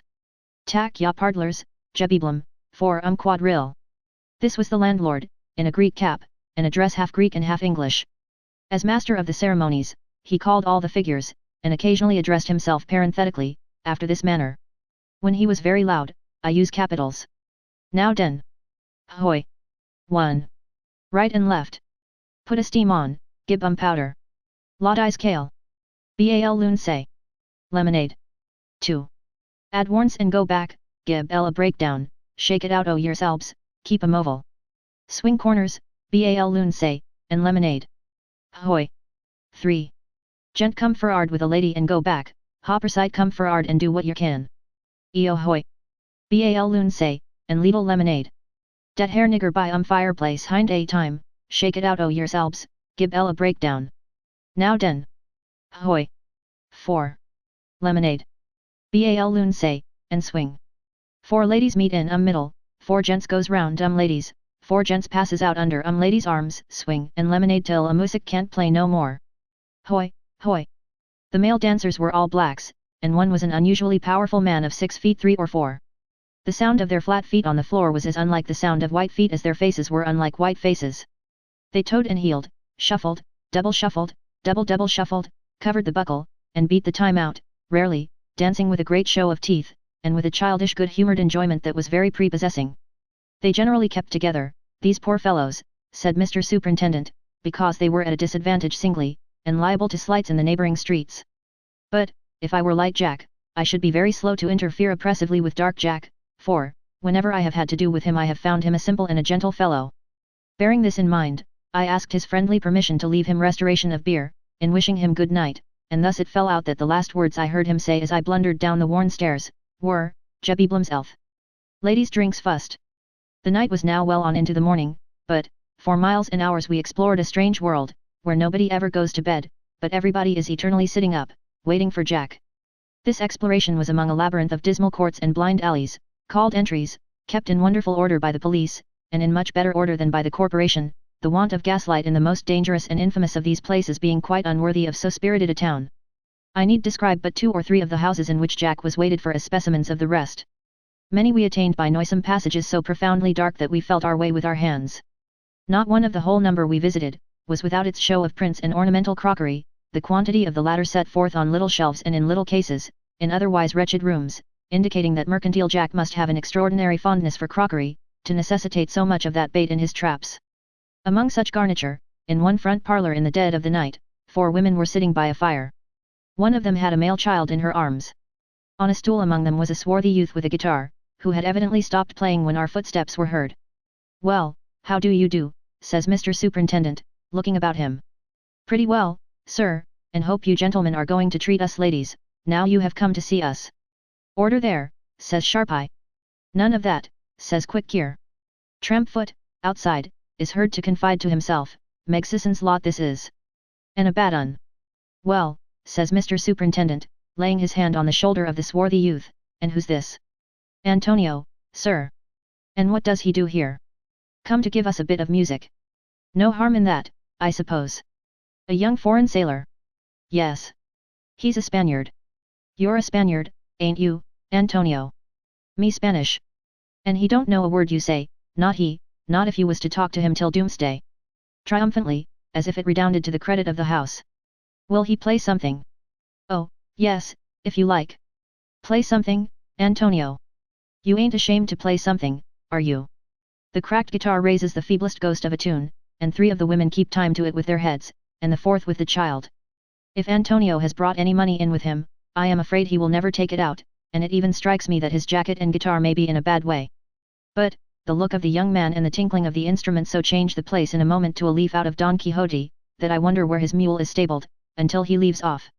I am bound to acknowledge, as it tends rather to my uncommercial confusion, that I occasioned a difficulty in this establishment, by having taken the child in my arms. For, on my offering to restore it to a ferocious joker not unstimulated by rum, who claimed to be its mother, that unnatural parent put her hands behind her, and declined to accept it, backing into the fireplace, and very shrilly declaring, regardless of remonstrance from her friends, that she knowed it to be law, that whoever took a child from its mother of his own will, was bound to stick to it. The uncommercial sense of being in a rather ridiculous position with the poor little child beginning to be frightened, was relieved by my worthy friend and fellow constable, Trampfoot, who, laying hands on the article as if it were a bottle, passed it on to the nearest woman, and bade her take hold of that. As we came out the bottle was passed to the ferocious joker, and they all sat down as before, including Antonio and the guitar. It was clear that there was no such thing as a nightcap to this baby's head, and that even he never went to bed, but was always kept up, and would grow up, kept up, waiting for Jack. Later still in the night, we came, by the court where the man was murdered, and by the other court across the street, into which his body was dragged, to another parlour in another entry, where several people were sitting round a fire in just the same way. It was a dirty and offensive place, with some ragged clothes drying in it, but there was a high shelf over the entrance door, to be out of the reach of marauding hands, possibly, with 2 large white loaves on it, and a great piece of Cheshire cheese. "Well," says Mr. Superintendent, with a comprehensive look all round. "How do you do?" "Not much to boast of, sir." From the curtsying woman of the house. "This is my good man, sir. You are not registered as a common lodging house?" "No, sir." Sharp-eye, in the move-on tone, puts in the pertinent inquiry, "Then why ain't you?" "Ain't got no one here, Mr. Sharp-eye," rejoin the woman and my good man together, "but our own family." "How many are you in family?" The woman takes time to count, under pretence of coughing, and adds, as one scant of breath, 7, sir. But she has missed one, so Sharp-eye, who knows all about it, says, "Here's a young man here makes 8, who ain't of your family." "No, Mr. Sharp-eye, he's a weekly lodger." "What does he do for a living?" The young man here, takes the reply upon himself, and shortly answers, "Ain't got nothing to do." The young man here, is modestly brooding behind a damp apron pendant from a clothesline. As I glance at him I become, but I don't know why, vaguely reminded of Woolwich, Chatham, Portsmouth and Dover. When we get out, my respected fellow constable Sharp-eye, addressing Mr. Superintendent, says, "You noticed that young man, sir, in at Darby's?" "Yes." "What is he?" "Deserter, sir." Mr. Sharp-eye further intimates that when we have done with his services, he will step back and take that young man. Which in course of time he does, feeling at perfect ease about finding him, and knowing for a moral certainty that nobody in that region will be gone to bed. Later still in the night, we came to another parlour up a step or 2 from the street, which was very cleanly, neatly, even tastefully, kept, and in which, set forth on a draped chest of drawers masking the staircase, was such a profusion of ornamental crockery, that it would have furnished forth a handsome sale booth at a fair. It backed up a stout old lady, Hogarth drew her exact likeness more than once, and a boy who was carefully writing a copy in a copybook. "Well, ma'am, how do you do?" "Sweetly," she can assure the dear gentleman, "sweetly." "Charmingly, charmingly." "And overjoyed to see us." "Why, this is a strange time for this boy to be writing his copy. In the middle of the night." "So it is, dear gentlemen, heaven bless your welcome faces and send ye prosperous, but he has been to the play with a young friend for his diversion, and he combinates his improvement with entertainment, by doing his school writing afterwards, God be good to ye." The copy admonished human nature to subjugate the fire of every fierce desire. One might have thought it recommended stirring the fire, the old lady so approved it. There she sat, rosily beaming at the copybook and the boy, and invoking showers of blessings on our heads, when we left her in the middle of the night, waiting for Jack.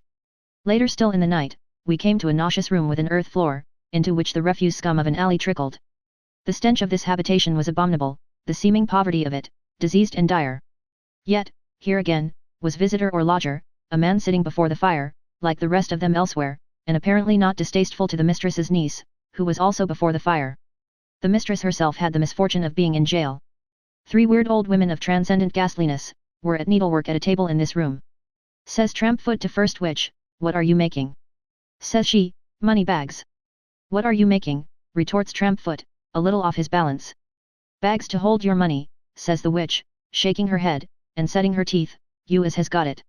She holds up a common cash bag, and on the table is a heap of such bags. Which 2 laughs at us? Which 3 scowls at us? Which sisterhood all, stitch, stitch? First which has a circle round each eye. I fancy it like the beginning of the development of a perverted diabolical halo, and that when it spreads all round her head, she will die in the odour of devilry. Trampfoot wishes to be informed what first which has got behind the table, down by the side of her, there? Witches 2 and 3 croak angrily, "Show him the child." She drags out a skinny little arm from a brown dust heap on the ground. Adjured not to disturb the child, she lets it drop again. Thus we find at last that there is one child in the world of entries who goes to bed, if this be bed. Mr. Superintendent asks how long are they going to work at those bags? How long? First which repeats. Going to have supper presently. See the cups and saucers, and the plates. Late. Aye. But we has to arn our supper afore we eats it. Both the other witches repeat this after first witch, and take the uncommercial measurement with their eyes, as for a charmed winding sheet. Some grim discourse ensues, referring to the mistress of the cave, who will be released from jail tomorrow. Witches pronounce Trampfoot right there, when he deems it a trying distance for the old lady to walk, she shall be fetched by niece in a spring cart. As I took a parting look at first, which in turning away, the red marks round her eyes seemed to have already grown larger, and she hungrily and thirstily looked out beyond me into the dark doorway, to see if Jack was there. For, Jack came even here, and the mistress had got into jail through deluding Jack. When I at last ended this night of travel and got to bed, I failed to keep my mind on comfortable thoughts of seamen's homes, not overdone with strictness, and improved dock regulations giving Jack greater benefit of fire and candle aboard ship, through my mind's wandering among the vermin I had seen. Afterwards the same vermin ran all over my sleep. Evermore, when on a breezy day I see poor mercantile Jack running into port with a fair wind under all sail, I shall think of the unsleeping host of devourers who never go to bed, and are always in their set traps waiting for him. Chapter 6. Refreshments for Travellers. In the late high winds I was blown to a great many places, and indeed, wind or no wind, I generally have extensive transactions on hand in the article of air, but I have not been blown to any English place lately, and I very seldom have blown to any English place in my life, where I could get anything good to eat and drink in 5 minutes, or where, if I sought it, I was received with a welcome. This is a curious thing to consider. But before, stimulated by my own experiences and the representations of many fellow travellers of every uncommercial and commercial degree, I consider it further, I must utter a passing word of wonder concerning high winds. I wonder why metropolitan gales always blow so hard at Walworth. I cannot imagine what Walworth has done, to bring such windy punishment upon itself, as I never fail to find recorded in the newspapers when the wind has blown at all hard. Brixton seems to have something on its conscience, Peckham suffers more than a virtuous Peckham might be supposed to deserve. The howling neighbourhood of Deptford figures largely in the accounts of the ingenious gentlemen who are out in every wind that blows, and to whom it is an ill high wind that blows no good, but, there can hardly be any Walworth left by this time. It must surely be blown away.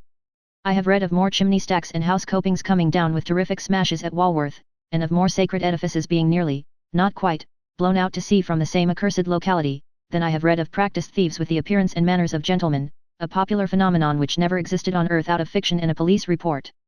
Again, I wonder why people are always blown into the Surrey Canal, and into no other piece of water. Why do people get up early and go out in groups, to be blown into the Surrey Canal? Do they say to one another, "Welcome death, so that we get into the newspapers"? Even that would be an insufficient explanation, because even then they might sometimes put themselves in the way of being blown into the Regent's Canal, instead of always saddling Surrey for the field. Some nameless policeman, too, is constantly, on the slightest provocation, getting himself blown into the same Surrey Canal. Will Sir Richard Mayne see to it, and restrain that weak-minded and feeble-bodied constable? To resume the consideration of the curious question of refreshment. I am a Briton, and, as such, I am aware that I never will be a slave, and yet I have latent suspicion that there must be some slavery of wrong custom in this matter. I travel by railroad. I start from home at 7 or 8 in the morning, after breakfasting hurriedly. What with scheming over the open landscape, what with mining in the damp bowels of the earth, what with banging, booming and shrieking the scores of miles away, I am hungry when I arrive at the refreshment station where I am expected. Please to observe, expected. I have said, I am hungry, perhaps I might say, with greater point and force, that I am to some extent exhausted, and that I need, in the expressive French sense of the word, to be restored. What is provided for my restoration? The apartment that is to restore me is a wind trap, cunningly set to inveigle all the draughts in that countryside, and to communicate a special intensity and velocity to them as they rotate in 2 hurricanes, 1, about my wretched head, 1, about my wretched legs. The training of the young ladies behind the counter who are to restore me, has been from their infancy directed to the assumption of a defiant dramatic show that I am not expected. It is in vain for me to represent to them by my humble and conciliatory manners, that I wish to be liberal. It is in vain for me to represent to myself, for the encouragement of my sinking soul, that the young ladies have a pecuniary interest in my arrival. Neither my reason nor my feelings can make head against the cold glazed glare of eye with which I am assured that I am not expected, and not wanted. The solitary man among the bottles would sometimes take pity on me, if he dared, but he is powerless against the rights and mights of woman. Of the page I make no account, for, he is a boy, and therefore the natural enemy of creation. Chilling fast, in the deadly tornadoes to which my upper and lower extremities are exposed, and subdued by the moral disadvantage at which I stand, I turn my disconsolate eyes on the refreshments that are to restore me. I find that I must either scald my throat by insanely ladling into it, against time and for no wager, brown hot water stiffened with flour, or I must make myself flaky and sick with banberry cake, or, I must stuff into my delicate organization, a currant pincushion which I know will swell into immeasurable dimensions when it has got there, or, I must extort from an iron-bound quarry, with a fork, as if I were farming in inhospitable soil, some glutinous lumps of gristle and grease, called pork pie. While thus forlornly occupied, I find that the depressing banquet on the table is, in every phase of its profoundly unsatisfactory character, so like the banquet at the meanest and shabbiest of evening parties, that I begin to think I must have brought down to supper, the old lady unknown, blue with cold, who is setting her teeth on edge with a cool orange at my elbow, that the pastry cook who has compounded for the company on the lowest terms per head, is a fraudulent bankrupt, redeeming his contract with the stale stock from his window, that, for some unexplained reason, the family giving the party have become my mortal foes, and have given it on purpose to affront me.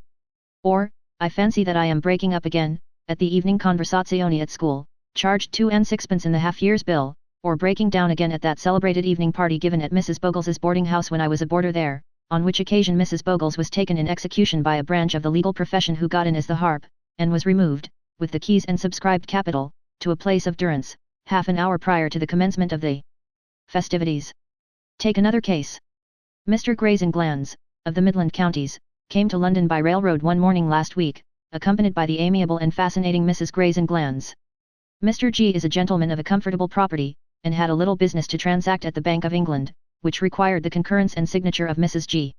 Their business disposed of, Mr. and Mrs. Greyes-and-Glanz viewed the Royal Exchange, and the exterior of St. Paul's Cathedral.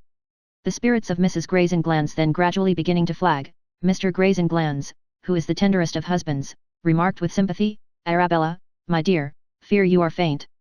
Mrs. Greyes-and-Glanz replied, "Alexander, I am rather faint, but don't mind me, I shall be better presently." Touched by the feminine meekness of this answer, Mr. Greyes-and-Glanz looked in at a pastry cook's window, hesitating as to the expediency of lunching at that establishment. He beheld nothing to eat, but butter in various forms, slightly charged with jam, and languidly frizzling over tepid water. 2 ancient turtle shells, on which was inscribed the legend, "Soups," decorated a glass partition within, enclosing a stuffy alcove, from which a ghastly mockery of a marriage breakfast spread on a rickety table, warned the terrified traveller. An oblong box of stale and broken pastry at reduced prices, mounted on a stool, ornamented the doorway, and 2 high chairs that looked as if they were performing on stilts, embellished the counter. Over the whole, a young lady presided, whose gloomy haughtiness as she surveyed the street, announced a deep-seated grievance against society, and an implacable determination to be avenged. From a beetle-haunted kitchen below this institution, fumes arose, suggestive of a class of soup which Mr. Greyes-and-Glanz knew, from painful experience, enfeebles the mind, distends the stomach, forces itself into the complexion, and tries to ooze out at the eyes. As he decided against entering, and turned away, Mrs. Greyes-and-Glanz, becoming perceptibly weaker, repeated, "I am rather faint, Alexander, but don't mind me."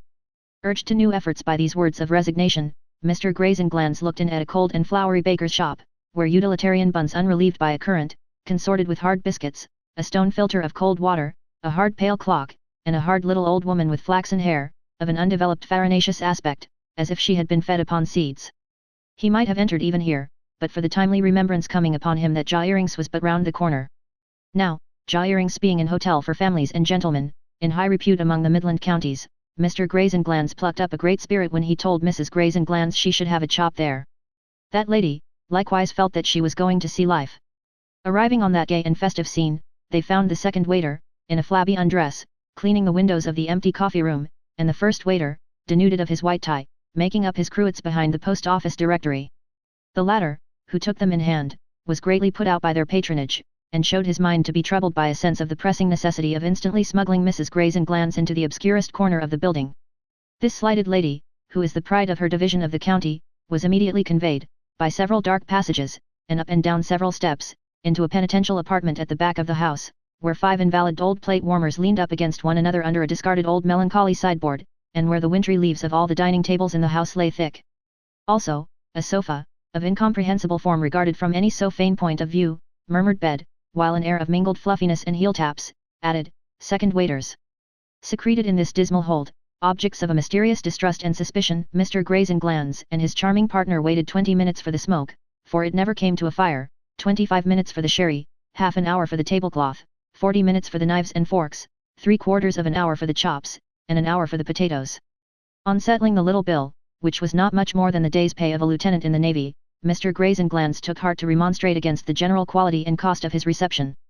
To whom the waiter replied, substantially, that Jaw-Earrings made it a merit to have accepted him on any terms, for, added the waiter, unmistakably coughing at Mrs. Greyes-and-Glanz, the pride of her division of the county, when individuals is not staying in the house, their favours is not as a rule looked upon as making it worth Mr. Jaw-Earrings' while, nor is it, indeed, a style of business Mr. Jaw-Earring wishes. Finally, Mr. and Mrs. Grazenglands passed out of Jaering's Hotel for Families and Gentlemen, in a state of the greatest depression, scorned by the bar, and did not recover their self-respect for several days. Or take another case. Take your own case. You are going off by railway, from any terminus. You have 20 minutes for dinner, before you go. You want your dinner, and like Dr. Johnson, sir, you like to dine. You present to your mind a picture of the refreshment table at that terminus. The conventional shabby evening party supper, accepted as the model for all termini and all refreshment stations, because it is the last repast known to this state of existence of which any human creature would partake, but in the direst extremity, sickens your contemplation, and your words are these: I cannot dine on stale sponge cakes that turn to sand in the mouth. I cannot dine on shining brown patties, composed of unknown animals within, and offering to my view the device of an indigestible starfish in leaden pie crust without. I cannot dine on a sandwich that has long been pining under an exhausted receiver. I cannot dine on barley sugar. I cannot dine on toffee. You repair to the nearest hotel, and arrive, agitated, in the coffee room.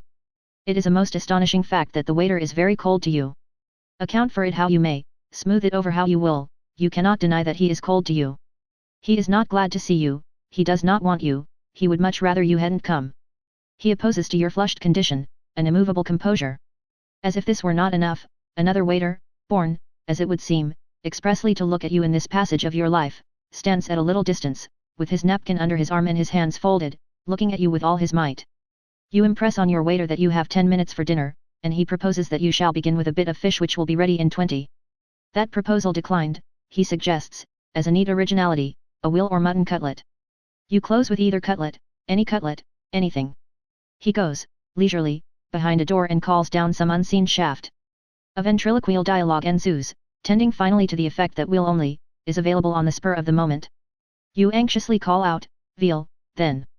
Your waiter, having settled that point, returns to array your tablecloth, with the table napkin folded cocked hat-wise, slowly, for something out of window engages his eye, a white wine glass, a green wine glass, a blue finger glass, a tumbler, and a powerful field battery of 14 castors with nothing in them, or at all events, which is enough for your purpose, with nothing in them that will come out.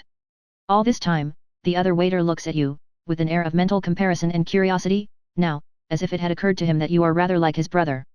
Half your time gone, and nothing come but the jug of ale and the bread, you implore your waiter to see after that cutlet. Waiter, pray do. He cannot go at once, for he is carrying in 17 pounds of American cheese for you to finish with, and a small landed estate of celery and watercresses. The other waiter changes his leg, and takes a new view of you, doubtfully, now, as if he had rejected the resemblance to his brother, and had begun to think you more like his aunt or his grandmother. Again you beseech your waiter with pathetic indignation, to see after that cutlet. He steps out to see after it, and by, when you are going away without it, comes back with it. Even then, he will not take the sham silver cover off, without a pause for a flourish, and a look at the musty cutlet as if he were surprised to see it, which cannot possibly be the case, he must have seen it so often before. A sort of fur has been produced upon its surface by the cook's art, and in a sham silver vessel staggering on 2 feet instead of 3, is a cutaneous kind of sauce of brown pimples and pickled cucumber. You order the bill, but your waiter cannot bring your bill yet, because he is bringing, instead, 3 flinty-hearted potatoes and 2 grim head of broccoli, like the occasional ornaments on area railings, badly boiled. You know that you will never come to this pass, any more than to the cheese and celery, and you imperatively demand your bill, but, it takes time to get, even when gone for, because your waiter has to communicate with a lady who lives behind a sash window in a corner, and who appears to have to refer to several ledgers before she can make it out, as if you had been staying there a year. You become distracted to get away, and the other waiter, once more changing his leg, still looks at you, but suspiciously, now, as if you had begun to remind him of the party who took the great coats last winter. Your bill at last brought and paid, at the rate of 6pence a mouthful, your waiter reproachfully reminds you that attendance is not charged for a single meal, and you have to search in all your pockets for 6pence more. He has a worse opinion of you than ever, when you have given it to him, and lets you out into the street with the air of one saying to himself, as you cannot again doubt he is, I hope we shall never see you here again. Or, take any other of the numerous travelling instances in which, with more time at your disposal, you are, have been, or may be, equally ill-served. Take the old established bull's head with its old established knife boxes on its old established sideboards, its old established flue under its old established four-post bedsteads in its old established airless rooms, its old established frowsiness upstairs and downstairs, its old established cookery, and its old established principles of plunder. Count up your injuries, in its side dishes of ailing sweetbreads and white poultices, of apothecaries' powders and rice for curry, of pale stewed bits of calf ineffectually relying for an adventitious interest on force meat balls. You have had experience of the old established bull's head stringy fowls, with lower extremities like wooden legs, sticking up out of the dish, of its cannibalic boiled mutton, gushing horribly among its capers, when carved, of its little dishes of pastry, roofs of spermaceti ointment, erected over half an apple or 4 gooseberries. Well for you if you have yet forgotten the old established bull's head fruity port, whose reputation was gained solely by the old established price the bull's head put upon it, and by the old established air with which the bull's head set the glasses and d'oilies on, and held that liquid gout to the 3 and 6 penny wax candle, as if its old established colour hadn't come from the dyers. Or lastly, take to finish with, 2 cases that we all know, every day. We all know the new hotel near the station, where it is always gusty, going up the lane which is always muddy, where we are sure to arrive at night, and where we make the gas start awfully when we open the front door. We all know the flooring of the passages and staircases that is too new, and the walls that are too new, and the house that is haunted by the ghost of mortar.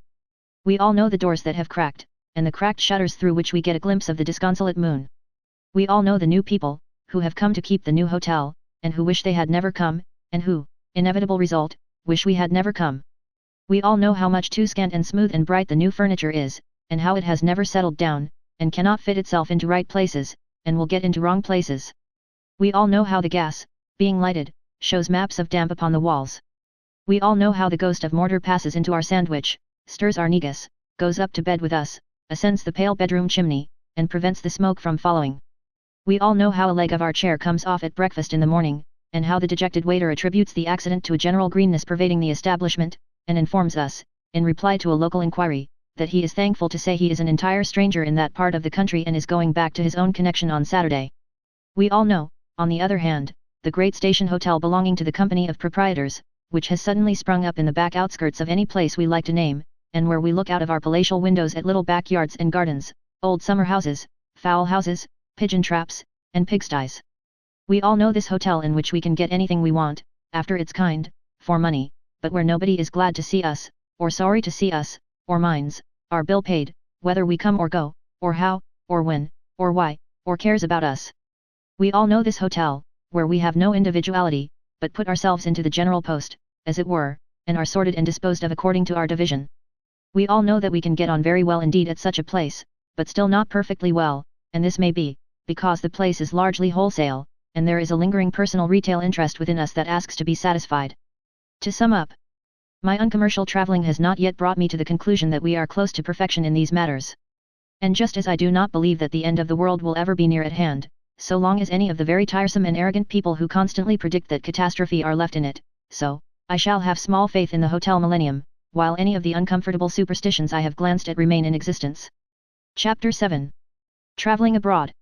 I got into the traveling chariot. It was of German make, roomy, heavy, and unvarnished. I got into the traveling chariot, pulled up the steps after me, shut myself in with a smart bang of the door, and gave the word, "Go on." Immediately, all that W&SW division of London began to slide away at a pace so lively, that I was over the river, and past the Old Kent Road, and out on Blackheath, and even ascending Shooter's Hill, before I had had time to look about me in the carriage, like a collected traveller. I had 2 ample imperials on the roof, other fitted storage for luggage in front, and other up behind. I had a net for books overhead, great pockets to all the windows, a leathern pouch or 2 hung up for odds and ends, and a reading lamp fixed in the back of the chariot, in case I should be benighted. I was amply provided in all respects, and had no idea where I was going, which was delightful, except that I was going abroad. So smooth was the old high road, and so fresh were the horses, and so fast went I, that it was midway between Gravesend and Rochester, and the widening river was bearing the ships, white-sailed or black-smoked, out to sea, when I noticed by the wayside a very queer small boy.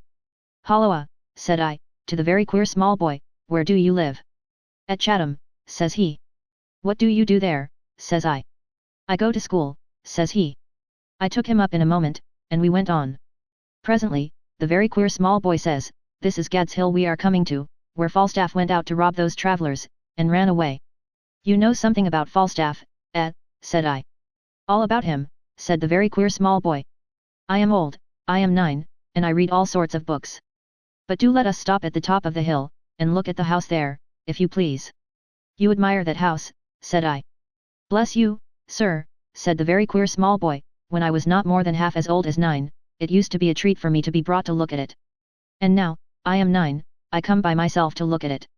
And ever since I can recollect, my father, seeing me so fond of it, has often said to me, if you were to be very persevering and were to work hard, you might some day come to live in it." Though that's impossible, said the very queer small boy, drawing a low breath, and now staring at the house out of window with all his might. I was rather amazed to be told this by the very queer small boy, for that house happens to be my house, and I have reason to believe that what he said was true. Well, I made no halt there, and I soon dropped the very queer small boy and went on. Over the road where the old Romans used to march, over the road where the old Canterbury pilgrims used to go, over the road where the travelling trains of the old imperious priests and princes used to jingle on horseback between the continent and this island through the mud and water, over the road where Shakespeare hummed to himself, "Blow, blow, thou winter wind," as he sat in the saddle at the gate of the inn-yard noticing the carriers, all among the cherry orchards, apple orchards, corn fields, and hop gardens, so went I, by Canterbury to Dover. There, the sea was tumbling in, with deep sounds, after dark, and the revolving French light on Cape Grisnez was seen regularly bursting out and becoming obscured, as if the head of a gigantic light-keeper in an anxious state of mind were interposed every half-minute, to look how it was burning. Early in the morning I was on the deck of the steam packet, and we were aiming at the bar in the usual intolerable manner, and the bar was aiming at us in the usual intolerable manner, and the bar got by far the best of it, and we got by far the worst, all in the usual intolerable manner. But, when I was clear of the custom house on the other side, and when I began to make the dust fly on the thirsty French roads, and when the twigsome trees by the wayside, which, I suppose, never will grow leafy, for they never did, guarded here and there a dusty soldier, or field labourer, baking on a heap of broken stones, sound asleep in a fiction of shade, I began to recover my travelling spirits.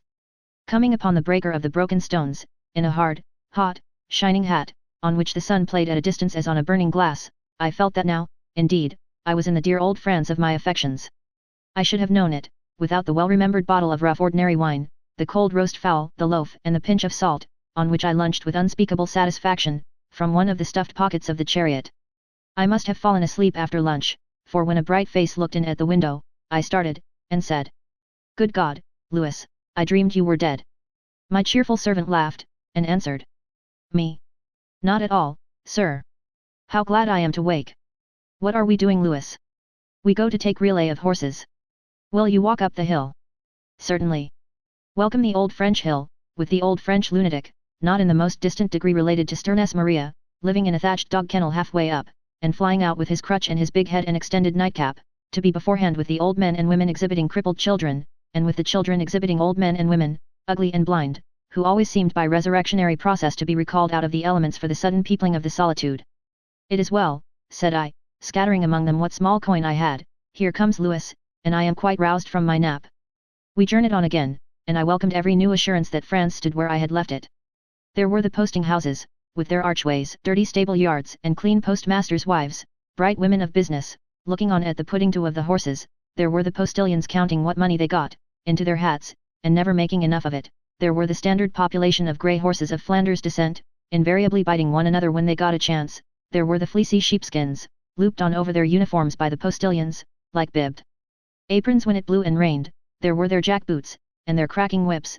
There were the cathedrals that I got out to see, as under some cruel bondage, in no wise desiring to see them. There were the little towns that appeared to have no reason for being towns, since most of their houses were to let and nobody could be induced to look at them, except the people who couldn't let them and had nothing else to do but look at them all day. I lay a night upon the road and enjoyed delectable cookery of potatoes, and some other sensible things, adoption of which at home would inevitably be shown to be fraught with ruin, somehow or other, to that rickety national blessing, the British farmer, and at last I was rattled, like a single pill in a box, over leagues of stones, until, madly cracking, plunging, and flourishing two grey tails about, I made my triumphal entry into Paris.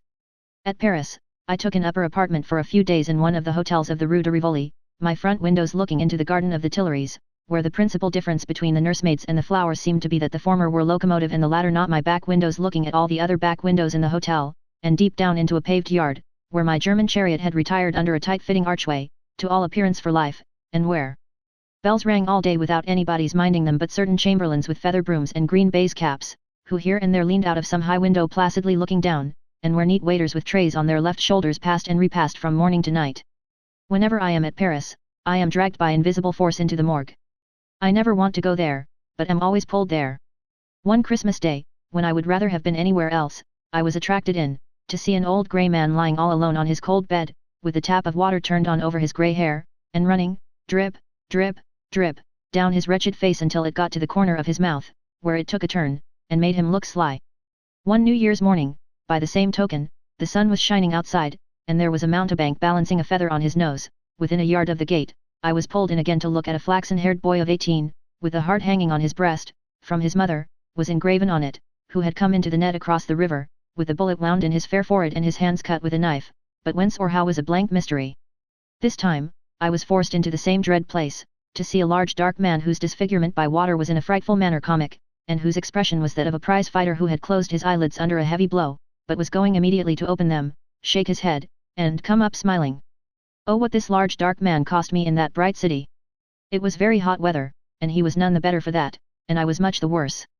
Indeed, a very neat and pleasant little woman with the key of her lodging on her forefinger, who had been showing him to her little girl while she and the child ate sweetmeats, observed Monsieur looking poorly as we came out together, and asked Monsieur, with her wondering little eyebrows prettily raised, if there were anything the matter? Faintly replying in the negative, Monsieur crossed the road to a wine shop, got some brandy, and resolved to freshen himself with a dip in the great floating bath on the river. The bath was crowded in the usual airy manner, by a male population in striped drawers of various gay colors, who walked up and down arm in arm, drank coffee, smoked cigars, sat at little tables, conversed politely with the damsels who dispensed the towels, and every now and then pitched themselves into the river head foremost, and came out again to repeat this social routine. I made haste to participate in the water part of the entertainments, and was in the full enjoyment of a delightful bath, when all in a moment I was seized with an unreasonable idea that the large dark body was floating straight at me. I was out of the river, and dressing instantly. In the shock I had taken some water into my mouth, and it turned me sick, for I fancied that the contamination of the creature was in it.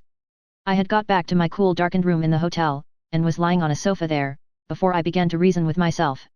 Of course, I knew perfectly well that the large dark creature was stone dead, and that I should no more come upon him out of the place where I had seen him dead, than I should come upon the Cathedral of Notre Dame in an entirely new situation.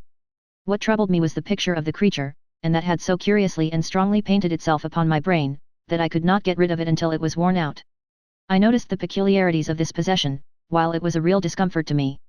That very day, at dinner, some morsel on my plate looked like a piece of him, and I was glad to get up and go out. Later in the evening, I was walking along the Rue Saint-Honore, when I saw a bill at a public room there, announcing small sword exercise, broadsword exercise, wrestling, and other such feats. I went in, and some of the sword play being very skillful, remained. A specimen of our own national sport, the British boxe, was announced to be given at the close of the evening. In an evil hour, I determined to wait for this boxe, as became a Briton. It was a clumsy specimen, executed by 2 English grooms out of place, but one of the combatants, receiving a straight right-hander with the glove between his eyes, did exactly what the large dark creature in the morgue had seemed going to do, and finished me for that night. There was rather a sickly smell, not at all an unusual fragrance in Paris, in the little anteroom of my apartment at the hotel. The large dark creature in the morgue was by no direct experience associated with my sense of smell, because, when I came to the knowledge of him, he lay behind a wall of thick plate glass as good as a wall of steel or marble for that matter.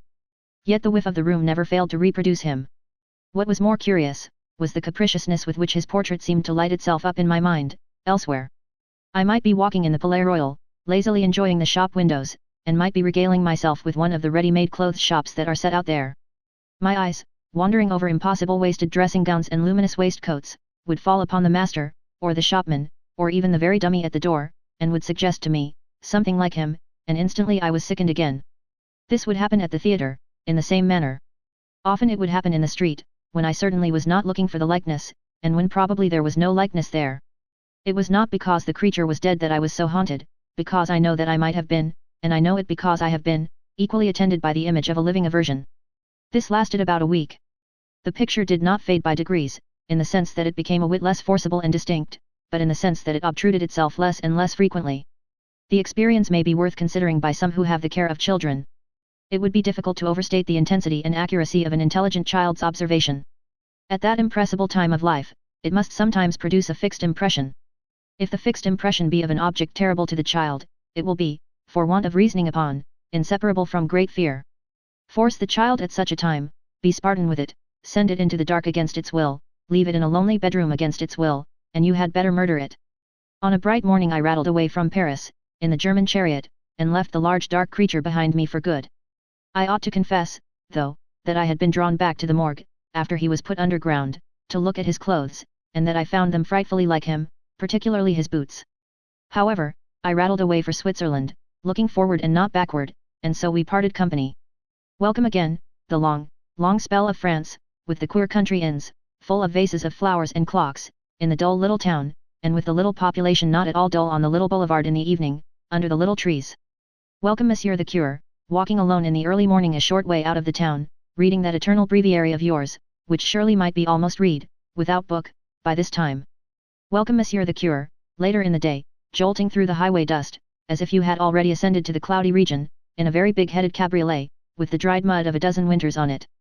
Welcome again Monsieur the Cure, as we exchange salutations, you, straightening your back to look at the German chariot, while picking in your little village garden a vegetable or two for the day's soup, I, looking out of the German chariot window in that delicious traveller's trance which knows no cares, no yesterdays, no tomorrows, nothing but the passing objects and the passing scents and sounds.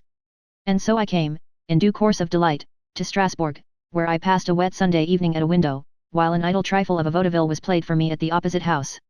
How such a large house came to have only 3 people living in it, was its own affair. There were at least a score of windows in its high roof alone, how many in its grotesque front, I soon gave up counting.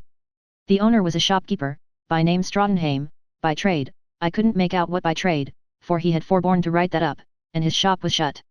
At first, as I looked at Straudenheim's, through the steadily falling rain, I set him up in business in the goose liver line. But, inspection of Straudenheim, who became visible at a window on the 2nd floor, convinced me that there was something more precious than liver in the case. He wore a black velvet skullcap, and looked usurious and rich. A large-lipped, pear-nosed old man, with white hair, and keen eyes, though nearsighted. He was writing at a desk, was Straudenheim, and ever and again left off writing, put his pen in his mouth, and went through actions with his right hand, like a man steadying piles of cash. 5-franc pieces, Straudenheim, or golden Napoleons. A jeweler, Straudenheim, a dealer in money, a diamond merchant, or what? Below Straudenheim, at a window on the 1st floor, sat his housekeeper, far from young, but of a comely presence, suggestive of a well-matured foot and ankle. She was cheerily dressed, had a fan in her hand, and wore large gold earrings and a large gold cross. She would have been out holiday-making, as I settled it, but for the pestilent rain. Strasbourg had given up holiday-making for that once, as a bad job, because the rain was jerking in gushes out of the old roof spouts, and running in a brook down the middle of the street. The housekeeper, her arms folded on her bosom and her fan tapping her chin, was bright and smiling at her open window, but otherwise Straudenheim's house front was very dreary. The housekeeper's was the only open window in it. Straudenheim kept himself close, though it was a sultry evening when air is pleasant, and though the rain had brought into the town that vague refreshing smell of grass which rain does bring in the summer-time. The dim appearance of a man at Straudenheim's shoulder, inspired me with a misgiving that somebody had come to murder that flourishing merchant for the wealth with which I had handsomely endowed him, the rather, as it was an excited man, lean and long of figure, and evidently stealthy of foot. But, he conferred with Straudenheim instead of doing him a mortal injury, and then they both softly opened the other window of that room, which was immediately over the housekeeper's, and tried to see her by looking down. And my opinion of Straudenheim was much lowered when I saw that eminent citizen spit out of window, clearly with the hope of spitting on the housekeeper. The unconscious housekeeper fanned herself, tossed her head, and laughed. Though unconscious of Straudenheim, she was conscious of somebody else, of me. There was nobody else. After leaning so far out of the window, that I confidently expected to see their heels tilt up, Straudenheim and the lean man drew their heads in and shut the window. Presently, the house door secretly opened, and they slowly and spitefully crept forth into the pouring rain.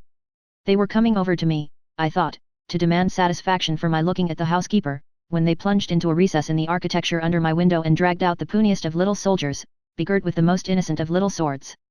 The tall glazed headdress of this warrior, Straudenheim instantly knocked off, and out of it fell 2 sugar sticks, and 3 or 4 large lumps of sugar.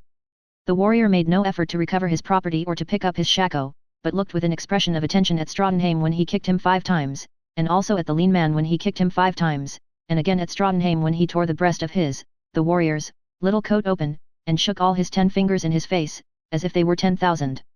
When these outrages had been committed, Straudenheim and his man went into the house again and barred the door. A wonderful circumstance was, that the housekeeper who saw it all, and who could have taken 6 such warriors to her buxom bosom at once, only fanned herself and laughed as she had laughed before, and seemed to have no opinion about it, one way or other. But, the chief effect of the drama was the remarkable vengeance taken by the little warrior. Left alone in the rain, he picked up his shako, put it on, all wet and dirty as it was, retired into a court, of which Straudenheim's house formed the corner, wheeled about, and bringing his 2 forefingers close to the top of his nose, rubbed them over one another, crosswise, in derision, defiance, and contempt of Straudenheim. Although Straudenheim could not possibly be supposed to be conscious of this strange proceeding, it so inflated and comforted the little warrior's soul, that twice he went away, and twice came back into the court to repeat it, as though it must goad his enemy to madness. Not only that, but he afterwards came back with 2 other small warriors, and they all 3 did it together.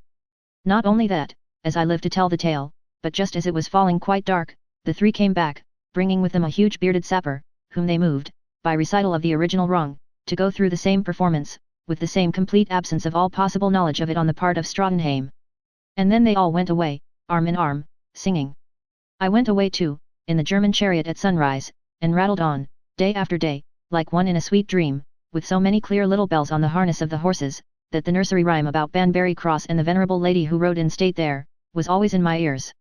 And now I came to the land of wooden houses, innocent cakes, thin butter soup, and spotless little inn bedrooms with a family likeness to dairies. And now the Swiss marksmen were forever rifle shooting at marks across gorges, so exceedingly near my ear, that I felt like a new Gessler in a canton of Tels, and went in highly deserved danger of my tyrannical life. The prizes at these shootings were watches, smart handkerchiefs, hats, spoons, and, above all, tea trays, and at these contests I came upon a more than usually accomplished and amiable countryman of my own, who had shot himself deaf in whole years of competition, and had won so many tea trays that he went about the country with his carriage full of them, like a glorified cheapjack. In the mountain country into which I had now travelled, a yoke of oxen were sometimes hooked on before the post horses, and I went lumbering up, through mist and rain, with the roar of falling water for change of music. Of a sudden, mist and rain would clear away, and I would come down into picturesque little towns with gleaming spires and odd towers, and would stroll afoot into market places and steep winding streets, where 100 women in bodices, sold eggs and honey, butter and fruit, and suckled their children as they sat by their clean baskets, and had such enormous goiters, or glandular swellings in the throat, that it became a science to know where the nurse ended and the child began. About this time, I deserted my German chariot for the back of a mule, in colour and consistency so very like a dusty old hair trunk I once had at school, that I half expected to see my initials in brass-headed nails on his backbone, and went up 1,000 rugged ways, and looked down at 1,000 woods of fir and pine, and would on the whole have preferred my mule's keeping a little nearer to the inside, and not usually travelling with a hoof or 2 over the precipice, though much consoled by explanation that this was to be attributed to his great sagacity, by reason of his carrying broad loads of wood at other times, and not being clear but that I myself belonged to that station of life, and required as much room as they. He brought me safely, in his own wise way, among the passes of the Alps, and here I enjoyed a dozen climates a day, being now, like Don Quixote on the back of the wooden horse, in the region of wind, now in the region of fire, now in the region of unmelting ice and snow. Here, I passed over trembling domes of ice, beneath which the cataract was roaring, and here was received under arches of icicles, of unspeakable beauty, and here the sweet air was so bracing and so light, that at halting times I rolled in the snow when I saw my mule do it, thinking that he must know best. At this part of the journey we would come, at midday, into half an hour's thaw, when the rough mountain inn would be found on an island of deep mud in a sea of snow, while the baiting strings of mules, and the carts full of casks and bales, which had been in an arctic condition a mile off, would steam again. By such ways and means, I would come to the cluster of chalets where I had to turn out of the track to see the waterfall, and then, uttering a howl like a young giant, on espying a traveller, in other words, something to eat, coming up the steep, the idiot lying on the woodpile who sunned himself and nursed his goiter, would rouse the woman guide within the hut, who would stream out hastily, throwing her child over one of her shoulders and her goiter over the other, as she came along.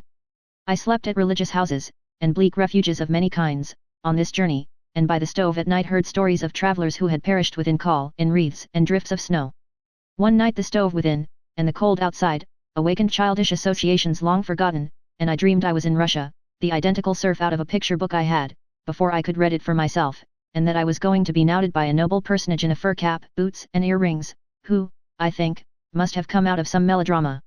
Commend me to the beautiful waters among these mountains. Though I was not of their mind, they, being inveterately bent on getting down into the level country, and I ardently desiring to linger where I was. What desperate leaps they took, what dark abysses they plunged into, what rocks they wore away, what echoes they invoked. In one part where I went, they were pressed into the service of carrying wood down, to be burnt next winter, as costly fuel, in Italy. But, their fierce savage nature was not to be easily constrained, and they fought with every limb of the wood, whirling it round and round, stripping its bark away, dashing it against pointed corners, driving it out of the course, and roaring and flying at the peasants who steered it back again from the bank with long stout poles. Alas! Concurrent streams of time and water carried me down fast, and I came, on an exquisitely clear day, to the Lausanne shore of the Lake of Geneva, where I stood looking at the bright blue water, the flushed white mountains opposite, and the boats at my feet with their furled Mediterranean sails, showing like enormous magnifications of this goose quill pen that is now in my hand. The sky became overcast without any notice, a wind very like the March east wind of England, blew across me, and a voice said, "How do you like it? Will it do?" I had merely shut myself, for half a minute, in a German travelling chariot that stood for sale in the carriage department of the London Pantechnicon. I had a commission to buy it, for a friend who was going abroad, and the look and manner of the chariot, as I tried the cushions and the springs, brought all these hints of travelling remembrance before me. "It will do very well," said I, rather sorrowfully, as I got out at the other door, and shut the carriage up. Chapter 8. The Great Tasmania's Cargo. I travel constantly, up and down a certain line of railway that has a terminus in London. It is the railway for a large military depot, and for other large barracks. To the best of my serious belief, I have never been on that railway by daylight, without seeing some handcuffed deserters in the train. It is in the nature of things that such an institution as our English army should have many bad and troublesome characters in it. But, this is a reason for, and not against, its being made as acceptable as possible to well-disposed men of decent behaviour. Such men are assuredly not tempted into the ranks, by the beastly inversion of natural laws, and the compulsion to live in worse than swinish foulness. Accordingly, when any such circumlocutional embellishments of the soldier's condition have of late been brought to notice, we civilians, seated in outer darkness cheerfully meditating on an income tax, have considered the matter as being our business, and have shown a tendency to declare that we would rather not have it misregulated, if such declaration may, without violence to the Church Catechism, be hinted to those who are put in authority over us. Any animated description of a modern battle, any private soldier's letter published in the newspapers, any page of the records of the Victoria Cross, will show that in the ranks of the army, there exists under all disadvantages as fine a sense of duty as is to be found in any station on earth. Who doubts that if we all did our duty as faithfully as the soldier does his, this world would be a better place? There may be greater difficulties in our way than in the soldier's. Not disputed. But, let us at least do our duty towards him. I had got back again to that rich and beautiful port where I had looked after Mercantile Jack, and I was walking up a hill there, on a wild March morning. My conversation with my official friend Pangloss, by whom I was accidentally accompanied, took this direction as we took the uphill direction, because the object of my uncommercial journey was to see some discharged soldiers who had recently come home from India. There were men of Havelocks among them, there were men who had been in many of the great battles of the Great Indian Campaign, among them, and I was curious to note what our discharged soldiers looked like, when they were done with. I was not the less interested, as I mentioned to my official friend Pangloss, because these men had claimed to be discharged, when their right to be discharged was not admitted. They had behaved with unblemished fidelity and bravery, but, a change of circumstances had arisen, which, as they considered, put an end to their compact and entitled them to enter on a new one. Their demand had been blunderingly resisted by the authorities in India, but, it is to be presumed that the men were not far wrong, inasmuch as the bungle had ended in their being sent home discharged, in pursuance of orders from home. There was an immense waste of money, of course. Under these circumstances, thought I, as I walked up the hill, on which I accidentally encountered my official friend, under these circumstances of the men having successfully opposed themselves to the pagoda department of that great circumlocution office on which the sun never sets and the light of reason never rises, the pagoda department will have been particularly careful of the national honor. It will have shown these men, in the scrupulous good faith, not to say the generosity, of its dealing with them, that great national authorities can have no small retaliations and revenges. It will have made every provision for their health on the passage home, and will have landed them, restored from their campaigning fatigues by a sea voyage, pure air, sound food, and good medicines. And I pleased myself with dwelling beforehand, on the great accounts of their personal treatment which these men would carry into their various towns and villages, and on the increasing popularity of the service that would insensibly follow. I almost began to hope that the hitherto never failing deserters on my railroad would by and by become a phenomenon. In this agreeable frame of mind I entered the workhouse of Liverpool, for, the cultivation of laurels in a sandy soil, had brought the soldiers in question to that abode of glory. Before going into their wards to visit them, I inquired how they had made their triumphant entry there. They had been brought through the rain in carts it seemed, from the landing place to the gate, and had then been carried upstairs on the backs of paupers.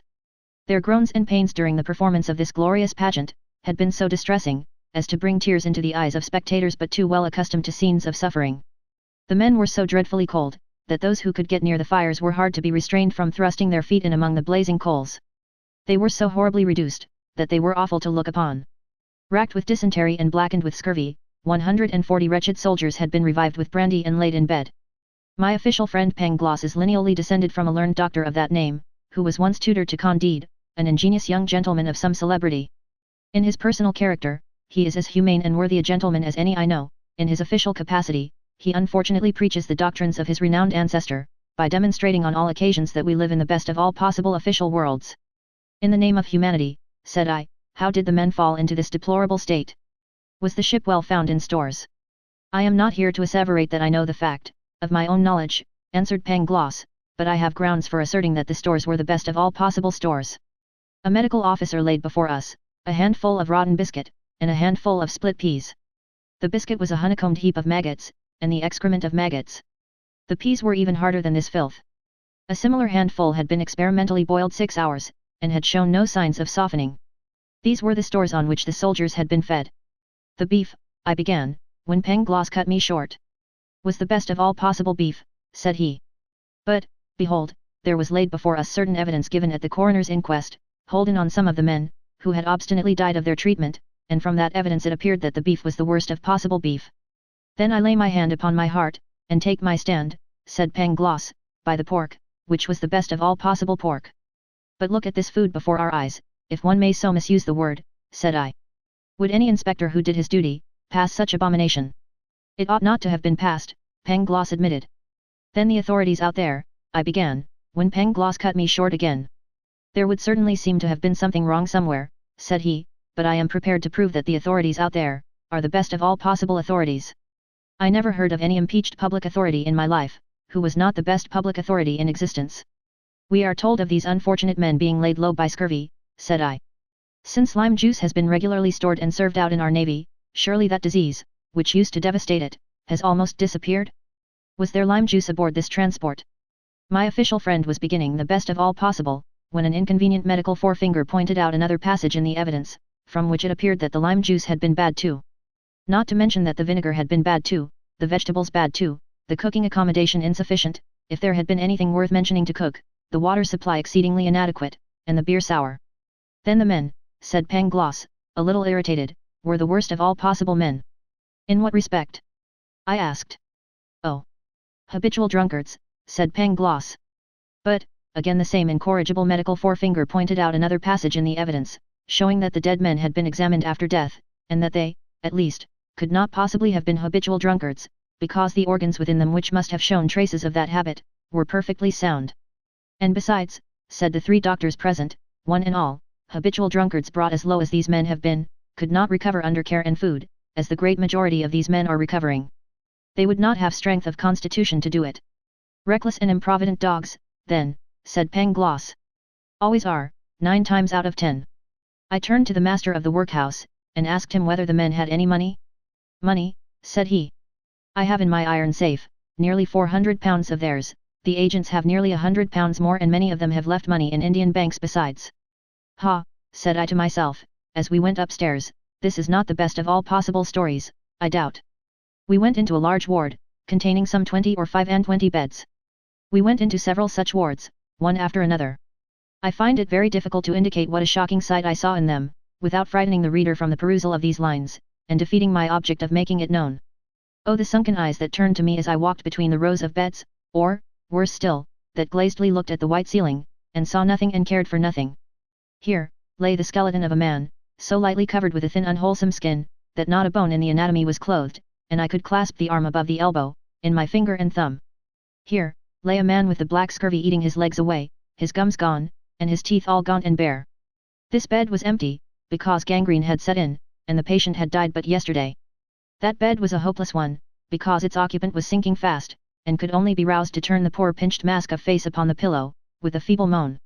The awful thinness of the fallen cheeks, the awful brightness of the deep-set eyes, the lips of lead, the hands of ivory, the recumbent human images lying in the shadow of death with a kind of solemn twilight on them, like the 60 who had died aboard the ship and were lying at the bottom of the sea. O Pangloss, God forgive you. In one bed, lay a man whose life had been saved, as it was hoped, by deep incisions in the feet and legs. While I was speaking to him, a nurse came up to change the poultices which this operation had rendered necessary, and I had an instinctive feeling that it was not well to turn away, merely to spare myself. He was sorely wasted and keenly susceptible, but the efforts he made to subdue any expression of impatience or suffering, were quite heroic.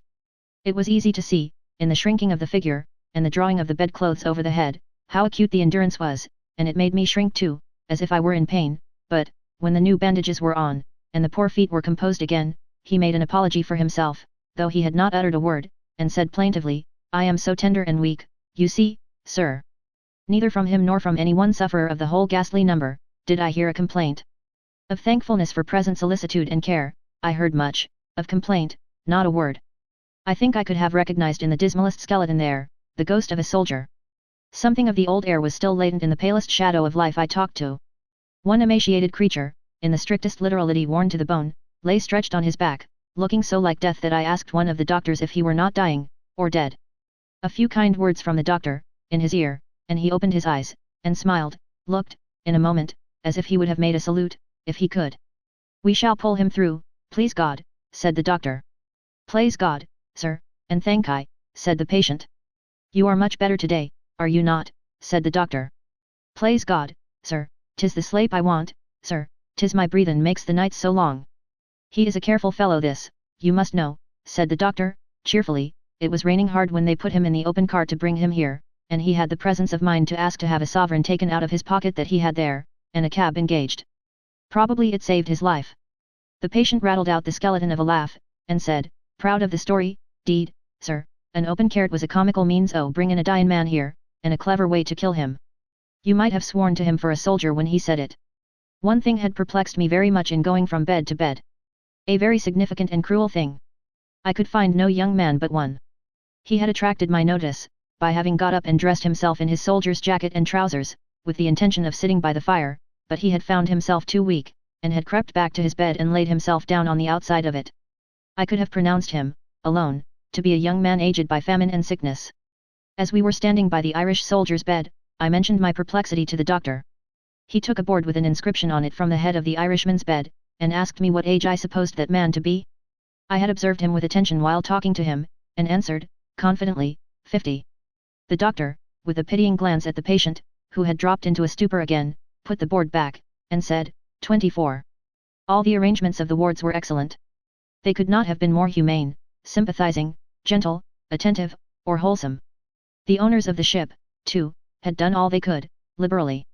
There were bright fires in every room, and the convalescent men were sitting round them, reading various papers and periodicals.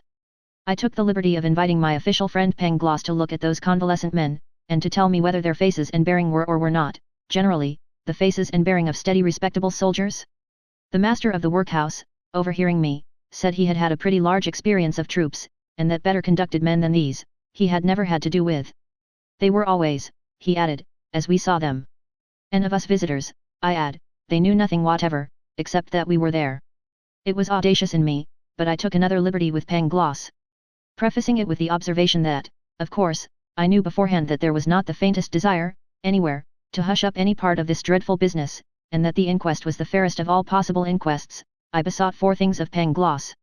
Firstly, to observe that the inquest was not held in that place, but at some distance off. Secondly, to look round upon those helpless spectres in their beds. Thirdly, to remember that the witnesses produced from among them before that inquest, could not have been selected because they were the men who had the most to tell it, but because they happened to be in a state admitting of their safe removal. Fourthly, to say whether the coroner and jury could have come there, to those pillows, and taken a little evidence. My official friend declined to commit himself to a reply. There was a sergeant, reading, in one of the fireside groups. As he was a man of very intelligent countenance, and as I have a great respect for non-commissioned officers as a class, I sat down on the nearest bed, to have some talk with him. It was the bed of one of the grisliest of the poor skeletons, and he died soon afterwards. I was glad to see, in the evidence of an officer at the inquest, sergeant, that he never saw men behave better on board ship than these men. They did behave very well, sir. I was glad to see, too, that every man had a hammock. The sergeant gravely shook his head. There must be some mistake, sir. The men of my own mess had no hammocks. There were not hammocks enough on board, and the men of the 2 next messes laid hold of hammocks for themselves as soon as they got on board, and squeezed my men out, as I may say. Had the squeezed out men none then? None, sir. As men died, their hammocks were used by other men, who wanted hammocks, but many men had none at all. Then you don't agree with the evidence on that point? Certainly not, sir. A man can't, when he knows to the contrary. Did any of the men sell their bedding for drink? There is some mistake on that point too, sir. Men were under the impression, I knew it for a fact at the time, that it was not allowed to take blankets or bedding on board, and so men who had things of that sort came to sell them purposely. Did any of the men sell their clothes for drink? They did, sir. I believe there never was a more truthful witness than the sergeant. He had no inclination to make out a case. Many. Some, sir, considering the question. Soldier-like. They had been long marching in the rainy season, by bad roads, no roads at all, in short, and when they got to Calcutta, men turned to and drank, before taking a last look at it. Soldier-like. Do you see any men in this ward, for example, who sold clothes for drink at that time? The sergeant's one eye, happily just beginning to rekindle with health, travelled round the place and came back to me.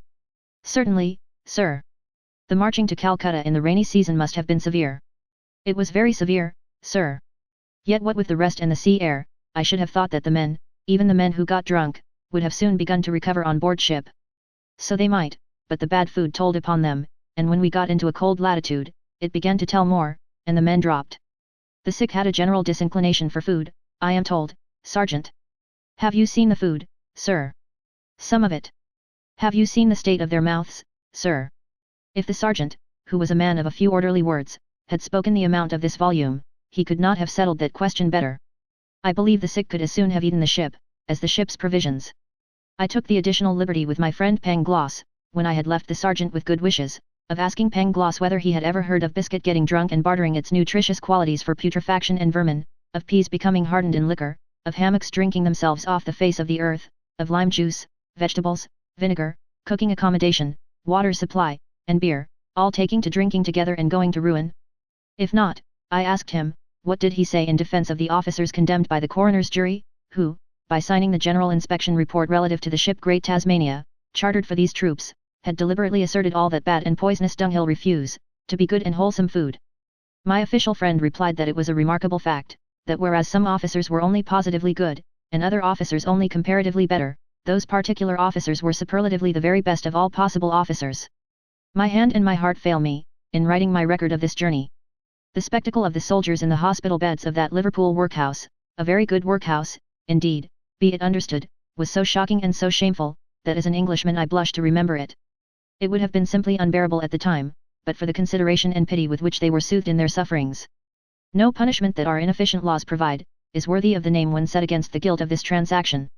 But, if the memory of it die out unavenged, and if it do not result in the inexorable dismissal and disgrace of those who are responsible for it, their escape will be infamous to the government, no matter of what party, that so neglects its duty, and infamous to the nation that tamely suffers such intolerable wrong to be done in its name. Chapter 9. City of London Churches. If the confession that I have often travelled from this Covent Garden lodging of mine on Sundays, should give offence to those who never travel on Sundays, they will be satisfied, I hope, by my adding that the journeys in question were made to churches. Not that I have any curiosity to hear powerful preachers. Time was, when I was dragged by the hair of my head, as one may say, to hear too many. On summer evenings, when every flower and tree and bird might have better addressed my soft young heart, I have in my day been caught in the palm of a female hand by the crown, have been violently scrubbed from the neck to the roots of the hair as a purification for the temple, and have then been carried off highly charged with saponaceous electricity, to be steamed like a potato in the unventilated breath of the powerful Boanerges boiler and his congregation, until what small mind I had was quite steamed out of me.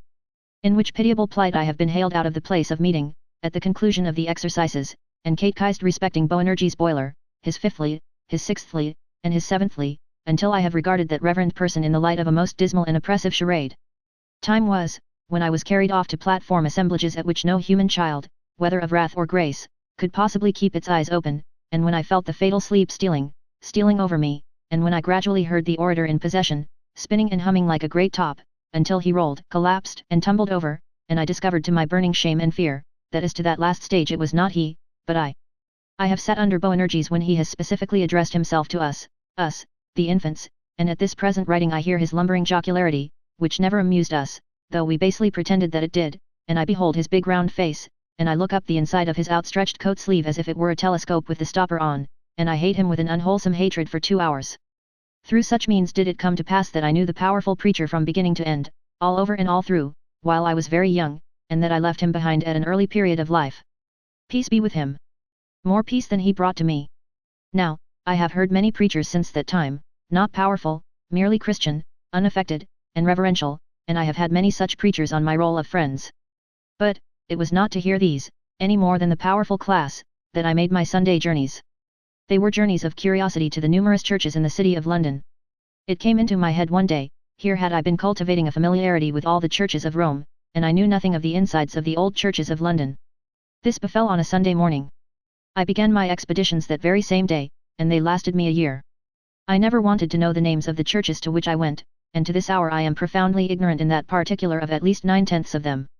Indeed, saying that I know the church of Old Gower's tomb, he lies in effigy with his head upon his books, to be the church of St. Saviour's, Southwark, and the church of Milton's tomb to be the church of Cripplegate, and the church on Cornhill with the great golden keys to be the church of St. Peter, I doubt if I could pass a competitive examination in any of the names.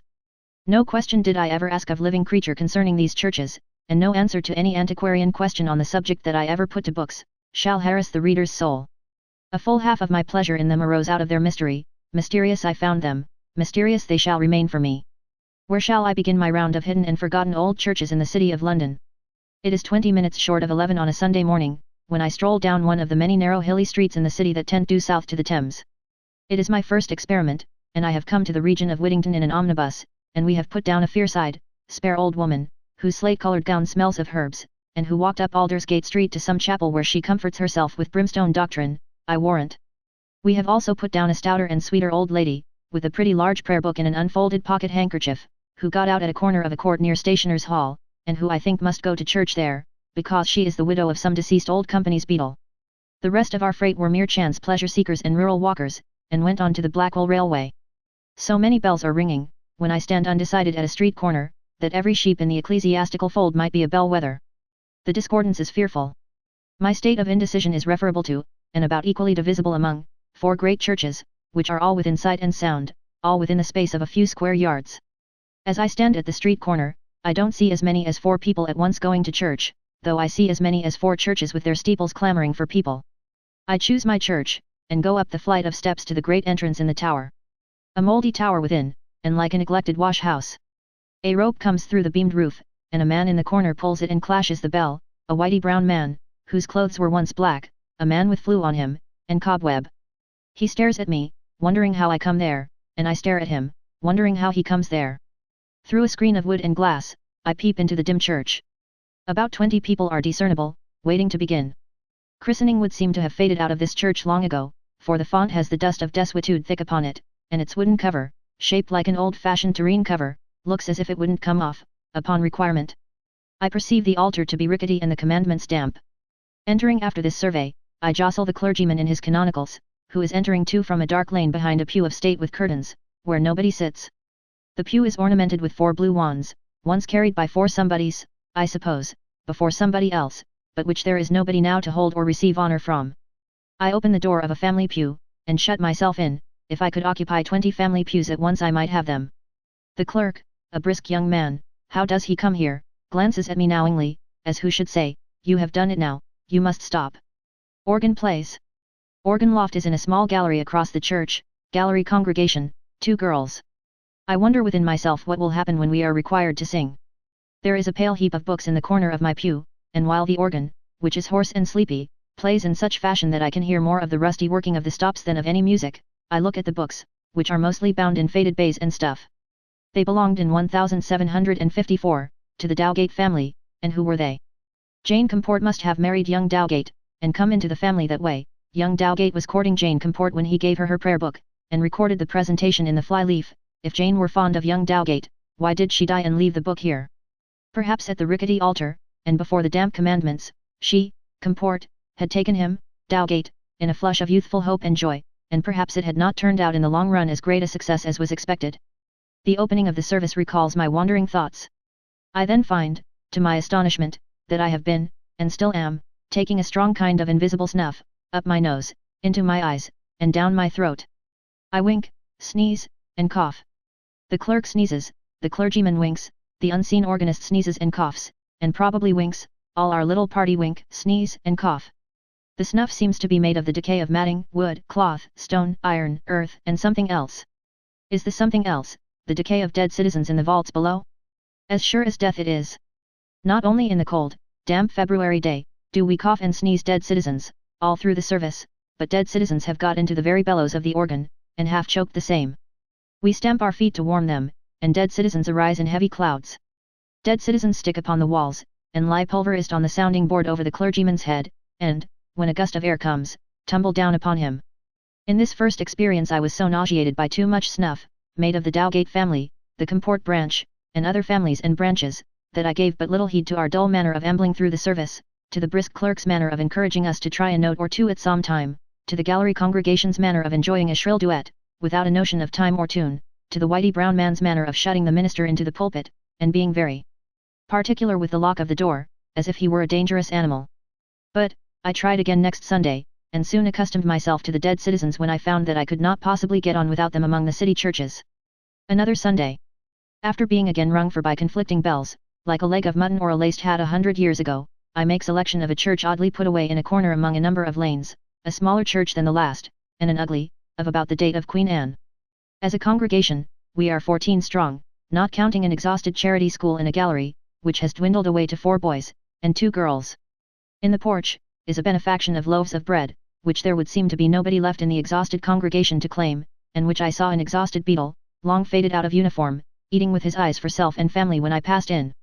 There is also an exhausted clerk in a brown wig, and 2 or 3 exhausted doors and windows have been bricked up, and the service books are musty, and the pulpit cushions are threadbare, and the whole of the church furniture is in a very advanced stage of exhaustion. We are 3 old women, habitual, 2 young lovers, accidental, 2 tradesmen, 1 with a wife and 1 alone, an aunt and nephew, again 2 girls, these 2 girls dressed out for church with everything about them limp that should be stiff, and vice versa, are an invariable experience, and 3 sniggering boys.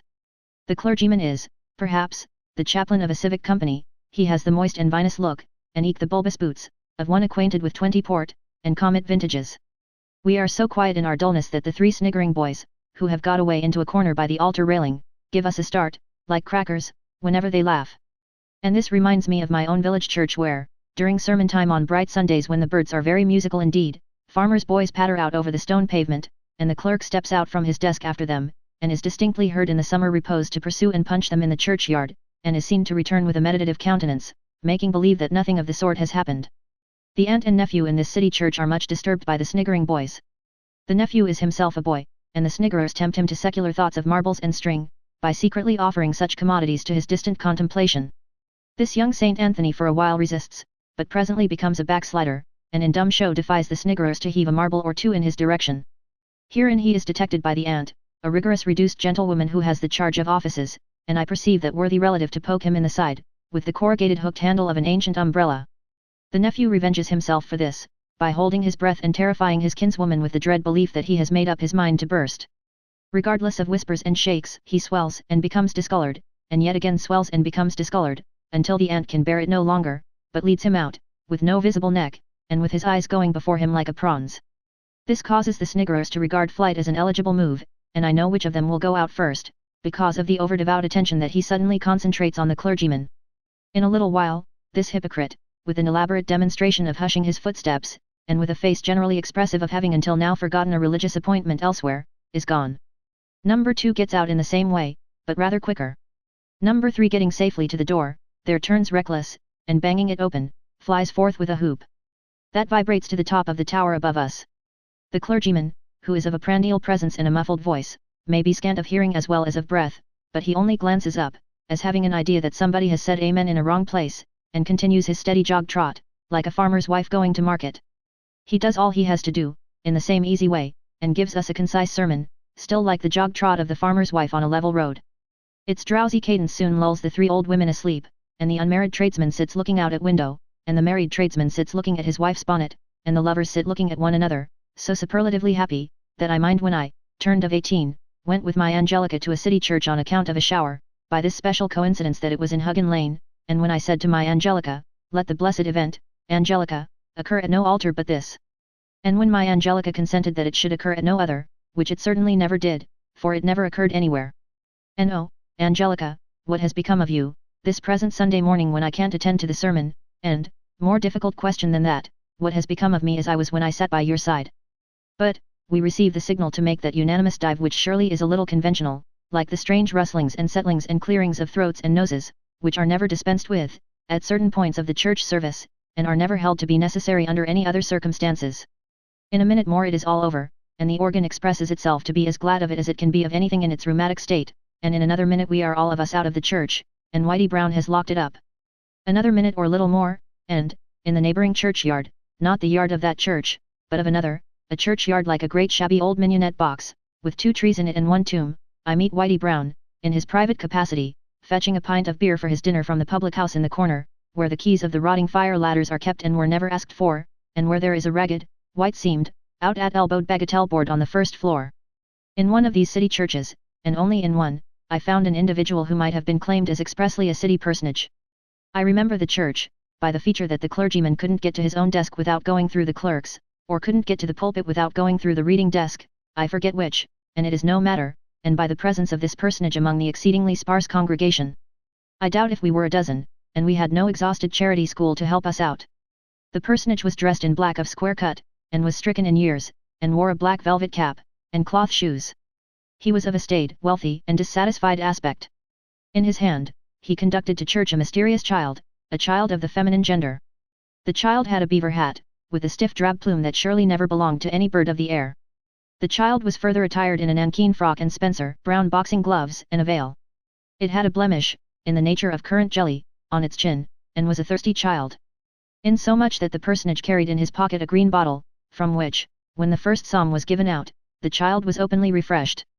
At all other times throughout the service it was motionless, and stood on the seat of the large pew, closely fitted into the corner, like a rainwater pipe. The city personage. The personage never opened his book, and never looked at the clergyman. He never sat down either, but stood with his arms leaning on the top of the pew, and his forehead sometimes shaded with his right hand, always looking at the church door. It was a long church for a church of its size, and he was at the upper end, but he always looked at the door. That he was an old bookkeeper, or an old trader who had kept his own books, and that he might be seen at the Bank of England about dividend times, no doubt.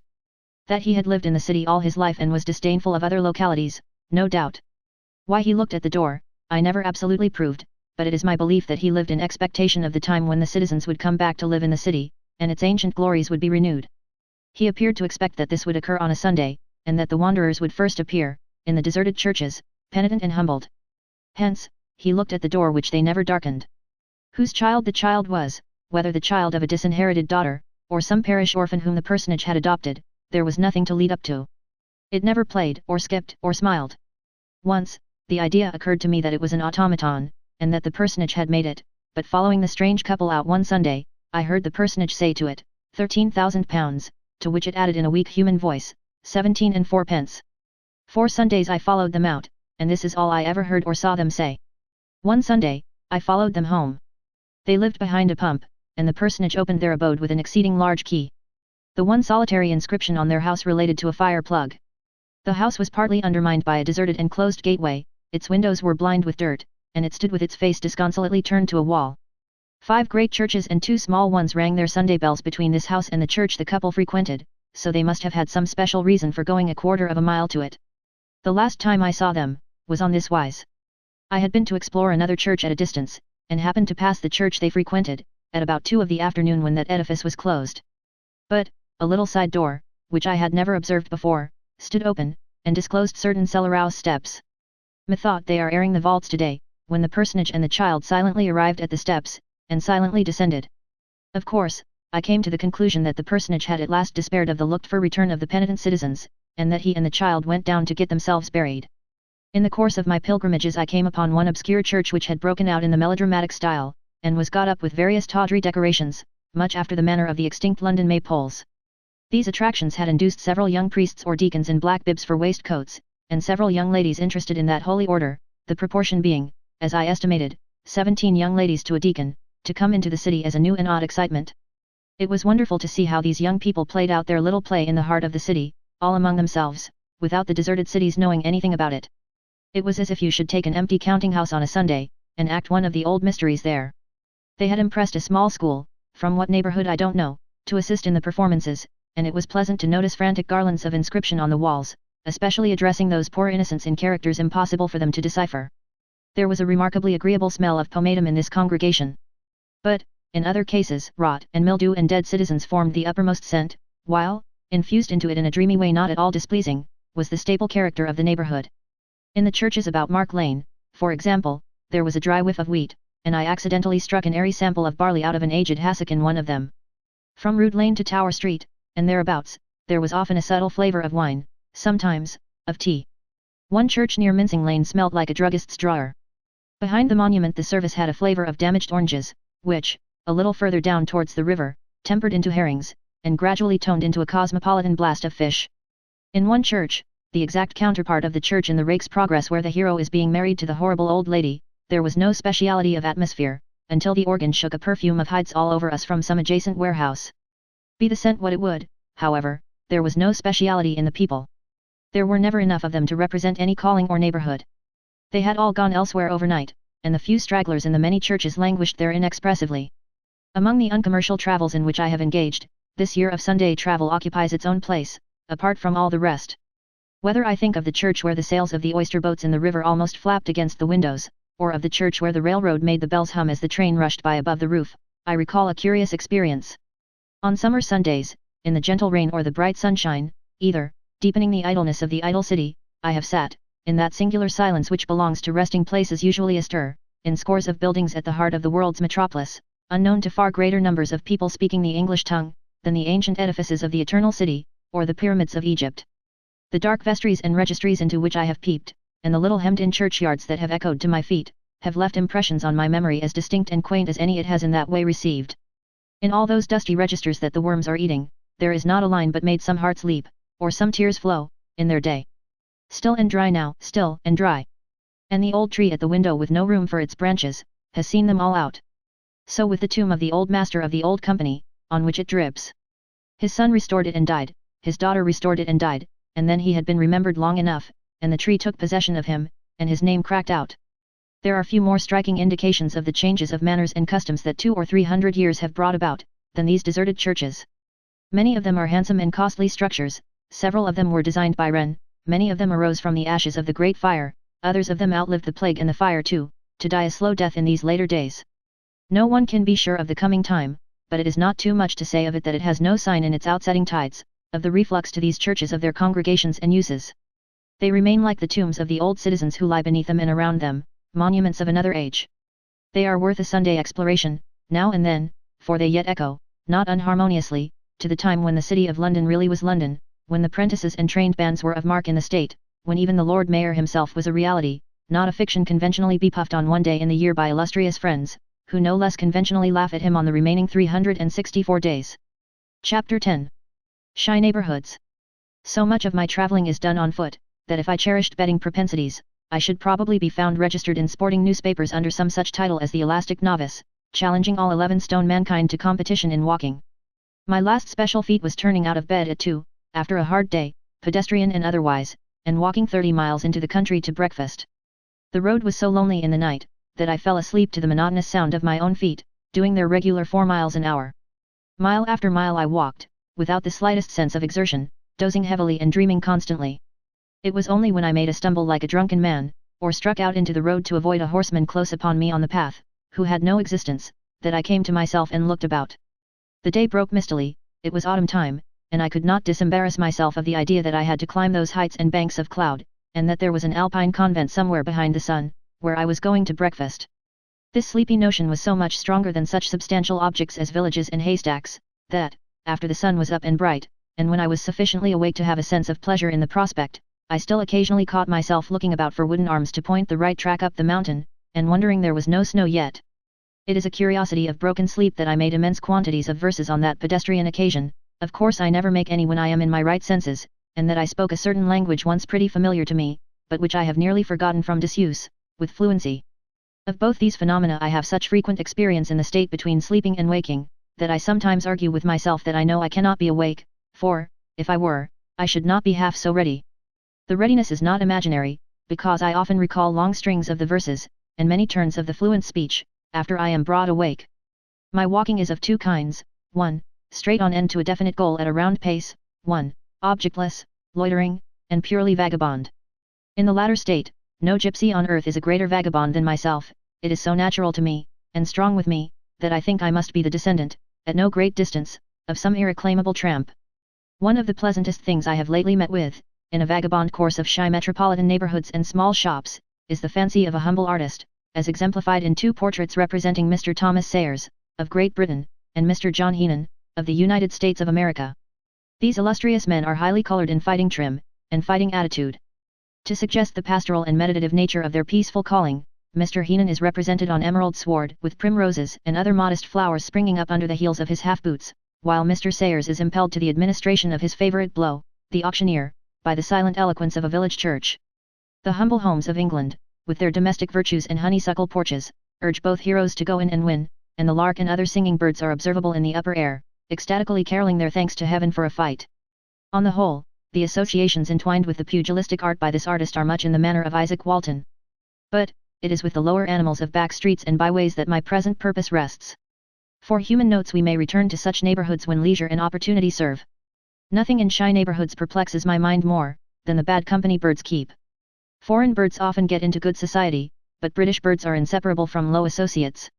There is a whole street of them in St. Giles's, and I always find them in poor and immoral neighborhoods, convenient to the public house and the pawnbrokers. They seem to lead people into drinking, and even the man who makes their cages usually gets into a chronic state of black eye. Why is this? Also, they will do things for people in short-skirted velveteen coats with bone buttons, or in sleeved waistcoats and fur caps, which they cannot be persuaded by the respectable orders of society to undertake. In a dirty court in Spitalfields, once, I found a goldfinch drawing his own water, and drawing as much of it as if he were in a consuming fever. That goldfinch lived at a bird shop, and offered, in writing, to barter himself against old clothes, empty bottles, or even kitchen stuff. Surely a low thing and a depraved taste in any finch. I bought that goldfinch for money. He was sent home, and hung upon a nail over against my table. He lived outside a counterfeit dwelling house, supposed, as I argued, to be a dyer's, otherwise it would have been impossible to account for his perch sticking out of the garret window. From the time of his appearance in my room, either he left off being thirsty, which was not in the bond, or he could not make up his mind to hear his little bucket drop back into his well when he let it go, a shock which in the best of times had made him tremble. He drew no water but by stealth and under the cloak of night. After an interval of futile and at length hopeless expectation, the merchant who had educated him was appealed to. The merchant was a bow-legged character, with a flat and cushiony nose, like the last new strawberry. He wore a fur cap and shorts and was of the velveteen race, velvetini. He sent word that he would look round. He looked round, appeared in the doorway of the room, and slightly cocked up his evil eye at the goldfinch.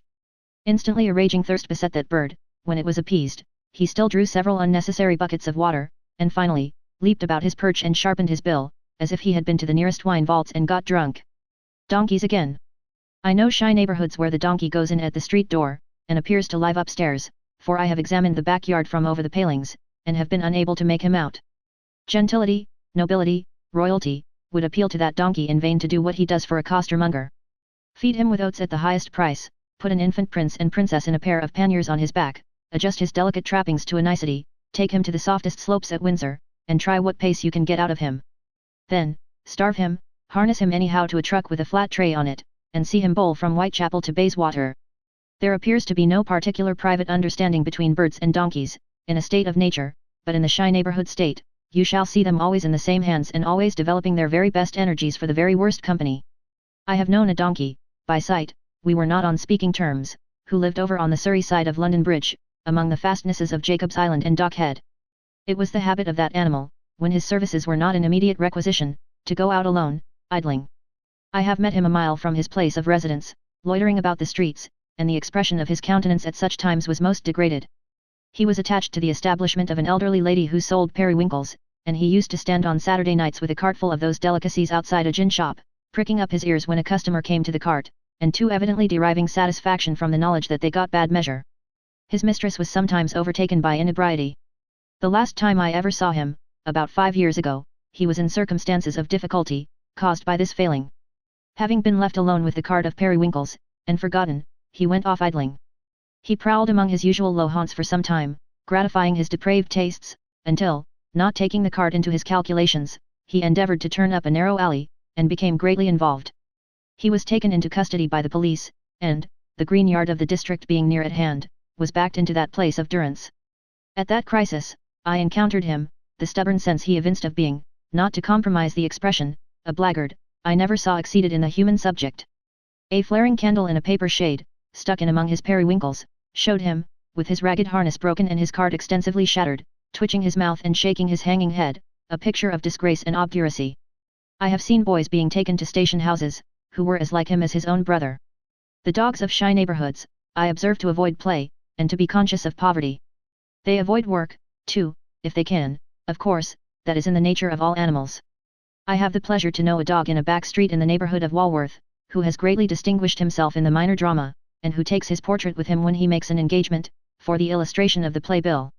His portrait, which is not at all like him, represents him in the act of dragging to the earth a recreant Indian, who is supposed to have tomahawked, or essayed to tomahawk, a British officer.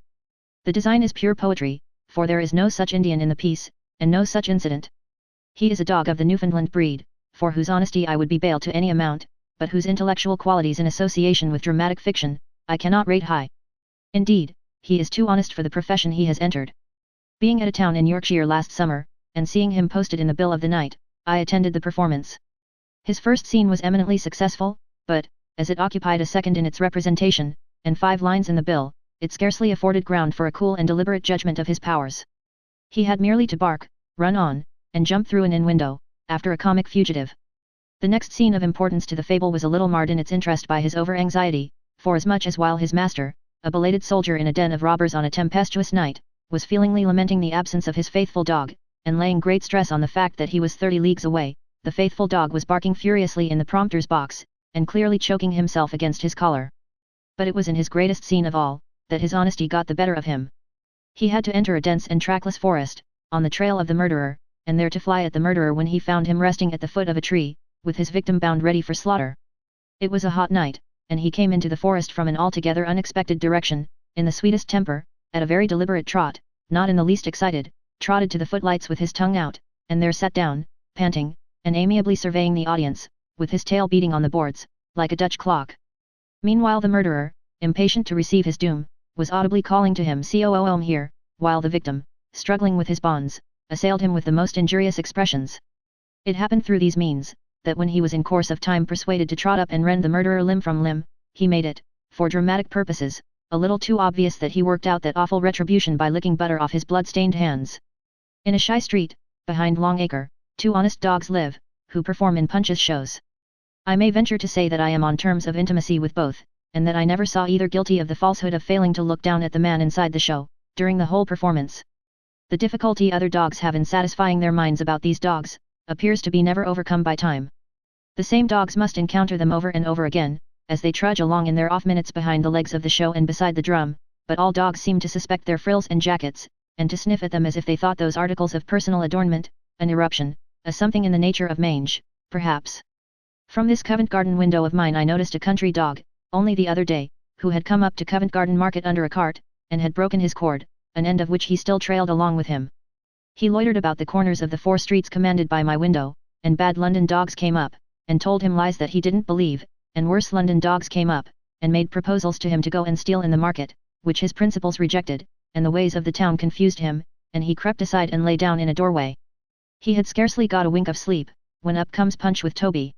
He was darting to Toby for consolation and advice, when he saw the frill, and stopped, in the middle of the street, appalled. The show was pitched, Toby retired behind the drapery, the audience formed, the drum and pipes struck up.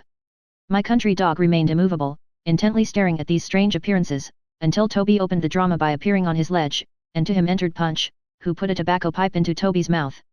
At this spectacle, the country dog threw up his head, gave one terrible howl, and fled due west. We talk of men keeping dogs, but we might often talk more expressively of dogs keeping men.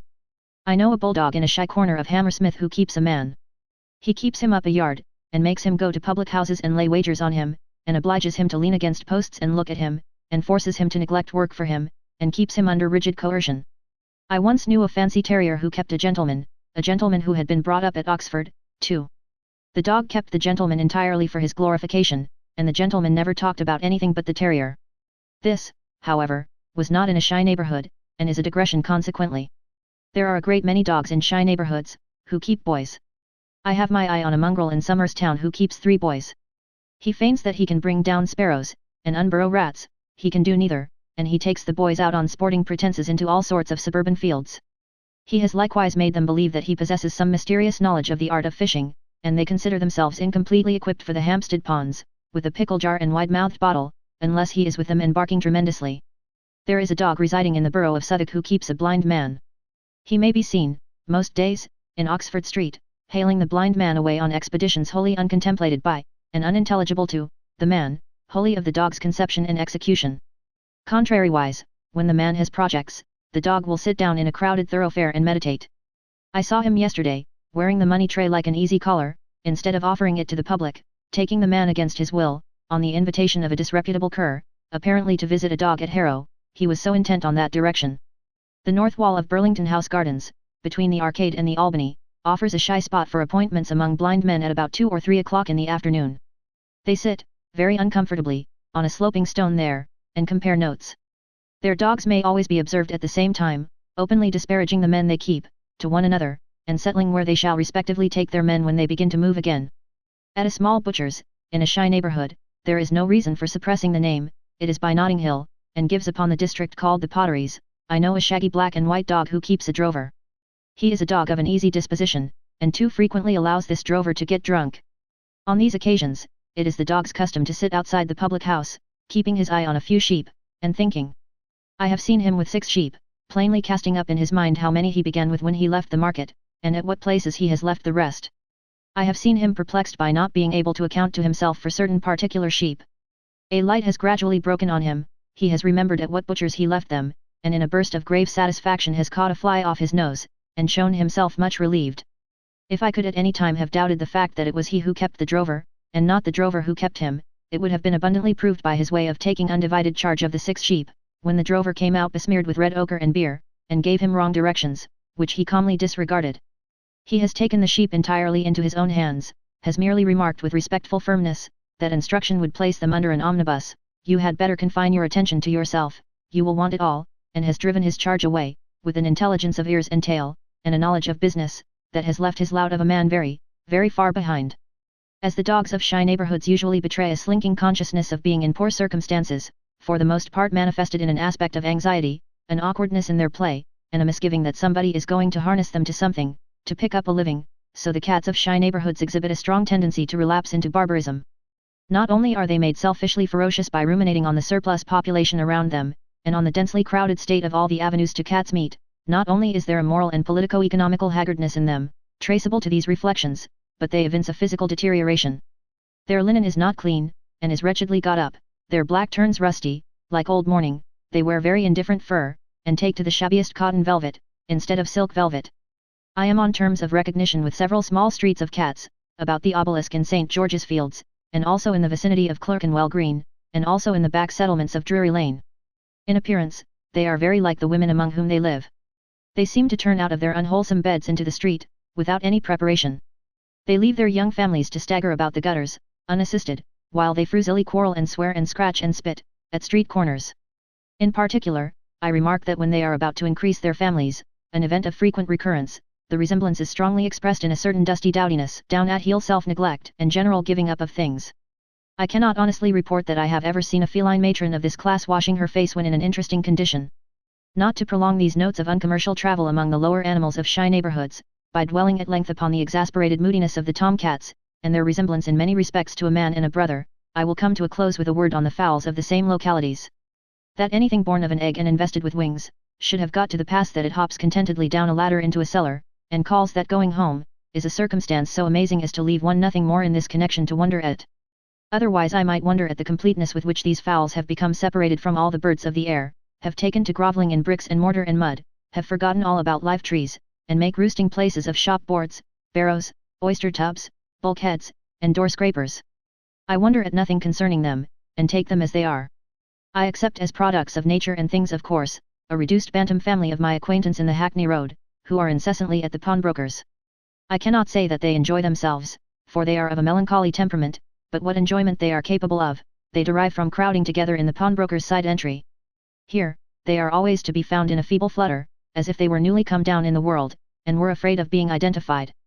I know a low fellow, originally of a good family from Dorking, who takes his whole establishment of wives, in single file, in at the door of the jug department of a disorderly tavern near the Haymarket, manoeuvres them among the company's legs, emerges with them at the bottle entrance, and so passes his life, seldom, in the season, going to bed before 2 in the morning. Over Waterloo Bridge, there is a shabby old speckled couple, they belong to the wooden French bedstead, washing stand, and towel horse-making trade, who are always trying to get in at the door of a chapel. Whether the old lady, under a delusion reminding one of Mrs. Southcott, has an idea of entrusting an egg to that particular denomination, or merely understands that she has no business in the building and is consequently frantic to enter it, I cannot determine, but she is constantly endeavouring to undermine the principal door, while her partner, who is infirm upon his legs, walks up and down, encouraging her and defying the universe. But, the family I have been best acquainted with, since the removal from this trying sphere of a Chinese circle at Brentford, reside in the densest part of Bethnal Green. Their abstraction from the objects among which they live, or rather their conviction that those objects have all come into existence in express subservience to fowls, has so enchanted me, that I have made them the subject of many journeys at divers hours. After careful observation of the 2 lords and the 10 ladies of whom this family consists, I have come to the conclusion that their opinions are represented by the leading lord and leading lady, the latter, as I judge, an aged personage, afflicted with a paucity of feather and visibility of quill, that gives her the appearance of a bundle of office pens. When a railway goods van that would crush an elephant comes round the corner, tearing over these fowls, they emerge unharmed from under the horses, perfectly satisfied that the whole rush was a passing property in the air, which may have left something to eat behind it. They look upon old shoes, wrecks of kettles and saucepans, and fragments of bonnets, as a kind of meteoric discharge, for fowls to peck at. Peg tops and hoops they account, I think, as a sort of hail, shuttlecocks as rain or dew. Gaslight comes quite as natural to them as any other light, and I have more than a suspicion that, in the minds of the 2 lords, the early public house at the corner has superseded the sun. I have established it as a certain fact, that they always begin to crow when the public house shutters begin to be taken down, and that they salute the potboy, the instant he appears to perform that duty, as if he were Phoebus in person. Chapter 11. Tramps. The chance use of the word tramp in my last paper, brought that numerous fraternity so vividly before my mind's eye, that I had no sooner laid down my pen than a compulsion was upon me to take it up again, and make notes of the tramps whom I perceived on all the summer roads in all directions. Whenever a tramp sits down to rest by the wayside, he sits with his legs in a dry ditch, and whenever he goes to sleep, which is very often indeed, he goes to sleep on his back. Yonder, by the high road, glaring white in the bright sunshine, lies, on the dusty bit of turf under the bramble bush that fences the coppice from the highway, the tramp of the order Savage, fast asleep. He lies on the broad of his back, with his face turned up to the sky, and one of his ragged arms loosely thrown across his face. His bundle, what can be the contents of that mysterious bundle, to make it worth his while to carry it about, is thrown down beside him, and the waking woman with him sits with her legs in the ditch, and her back to the road. She wears her bonnet rakishly perched on the front of her head, to shade her face from the sun in walking, and she ties her skirts round her in conventionally tight tramp fashion with a sort of apron. You can seldom catch sight of her, resting thus, without seeing her in a despondently defiant manner doing something to her hair or her bonnet, and glancing at you between her fingers. She does not often go to sleep herself in the daytime, but will sit for any length of time beside the man. And his slumberous propensities would not seem to be referable to the fatigue of carrying the bundle, for she carries it much oftener and further than he. When they are afoot, you will mostly find him slouching on ahead, in a gruff temper, while she lags heavily behind with the burden. He is given to personally correcting her, too, which phase of his character develops itself oftenest, on benches outside alehouse doors, and she appears to become strongly attached to him for these reasons. It may usually be noticed that when the poor creature has a bruised face, she is the most affectionate. He has no occupation whatever, this order of tramp, and has no object whatever in going anywhere. He will sometimes call himself a brickmaker, or a sawyer, but only when he takes an imaginary flight. He generally represents himself, in a vague way, as looking out for a job of work, but he never did work, he never does, and he never will. It is a favorite fiction with him, however, as if he were the most industrious character on earth, that you never work, and as he goes past your garden and sees you looking at your flowers, you will overhear him growl with a strong sense of contrast, "You are a lucky hiddle devil, you are." The slinking tramp is of the same hopeless order, and has the same injured conviction on him that you were born to whatever you possess, and never did anything to get it, but he is of a less audacious disposition. He will stop before your gate, and say to his female companion with an air of constitutional humility and propitiation, to edify anyone who may be within hearing behind a blind or a bush, "This is a sweet spot, ain't it? A lovely spot. And I wonder if they'd give 2 poor footsore travellers like me and you, a drop of fresh water out of such a pretty genteel crib? We'd take it wary coined on 'em, wouldn't us? Wary coined, upon my word, us would." He has a quick sense of a dog in the vicinity, and will extend his modestly injured propitiation to the dog chained up in your yard, remarking, as he slinks at the yard gate, "Ah! You are a fine breed o' dog, too, and you ain't kept for nothink. I'd take it wary coined o' your master if he'd help a traveller and his wife as envies no gentlefolk their good fortune, wi a bit o' your broken wittles. He'd never know the want of it, nor more would you. Don't bark like that, at poor persons as never done you no harm, the poor is downtrodden and broke enough without that, oh don't." He generally heaves a prodigious sigh in moving away, and always looks up the lane and down the lane, and up the road and down the road, before going on. Both of these orders of tramp are of a very robust habit. Let the hard-working labourer at whose cottage door they prowl and beg, have the ague never so badly, these tramps are sure to be in good health.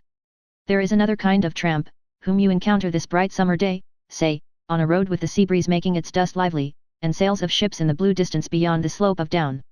As you walk enjoyingly on, you descry in the perspective at the bottom of a steep hill up which your way lies, a figure that appears to be sitting airily on a gate, whistling in a cheerful and disengaged manner. As you approach nearer to it, you observe the figure to slide down from the gate, to desist from whistling, to uncock its hat, to become tender of foot, to depress its head and elevate its shoulders, and to present all the characteristics of profound despondency. Arriving at the bottom of the hill and coming close to the figure, you observe it to be the figure of a shabby young man. He is moving painfully forward, in the direction in which you are going, and his mind is so preoccupied with his misfortunes that he is not aware of your approach until you are close upon him at the hill foot. When he is aware of you, you discover him to be a remarkably well-behaved young man, and a remarkably well-spoken young man. You know him to be well-behaved, by his respectful manner of touching his hat, you know him to be well-spoken, by his smooth manner of expressing himself. He says in a flowing confidential voice, and without punctuation, "I ask your pardon, sir, but if you would excuse the liberty of being so addressed upon the public way by one who is almost reduced to rags, though it has not always been so and by no fault of his own but through ill health in his family and many unmerited sufferings, it would be a great obligation, sir, to know the time." You give the well-spoken young man the time. The well-spoken young man, keeping well up with you, resumes, "I am aware, sir, that it is a liberty to intrude a further question on a gentleman walking for his entertainment, but might I make so bold as ask the favour of the way to Dover, sir, and about the distance?" You inform the well-spoken young man that the way to Dover is straight on, and the distance some 18 miles. The well-spoken young man becomes greatly agitated.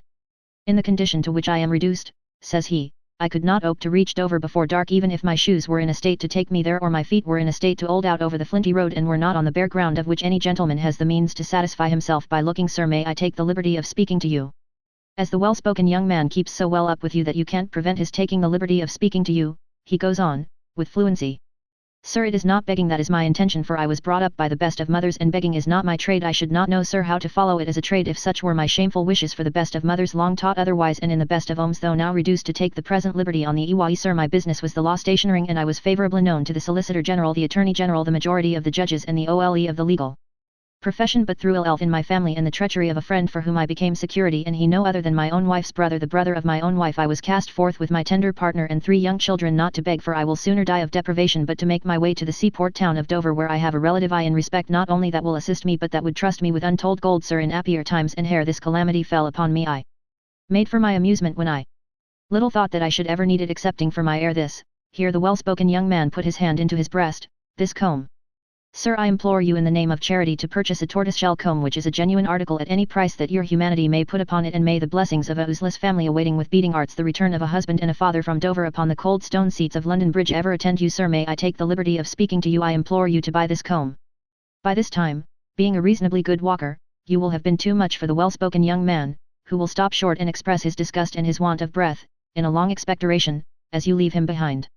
Towards the end of the same walk, on the same bright summer day, at the corner of the next little town or village, you may find another kind of tramp, embodied in the persons of a most exemplary couple whose only improvidence appears to have been, that they spent the last of their little all on soap. They are a man and woman, spotless to behold, John Anderson, with the frost on his short smock frock instead of his pow, attended by Mrs. Anderson. John is over ostentatious of the frost upon his raiment, and wears a curious and, you would say, an almost unnecessary demonstration of girdle of white linen wound about his waist, a girdle, snowy as Mrs. Anderson's apron. This cleanliness was the expiring effort of the respectable couple, and nothing then remained to Mr. Anderson but to get chalked upon his spade in snow-white copybook characters, "Hungry." And to sit down here. Yes, one thing more remained to Mr. Anderson, his character. Monarchs could not deprive him of his hard-earned character. Accordingly, as you come up with this spectacle of virtue in distress, Mrs. Anderson rises, and with a decent curtsy presents for your consideration a certificate from a Doctor of Divinity, the Reverend the Vicar of Upper Dodgington, who informs his Christian friends and all whom it may concern that the bearers, John Anderson and lawful wife, are persons to whom you cannot be too liberal. This benevolent pastor omitted no work of his hands to fit the good couple out, for with half an eye you can recognize his autograph on the spade.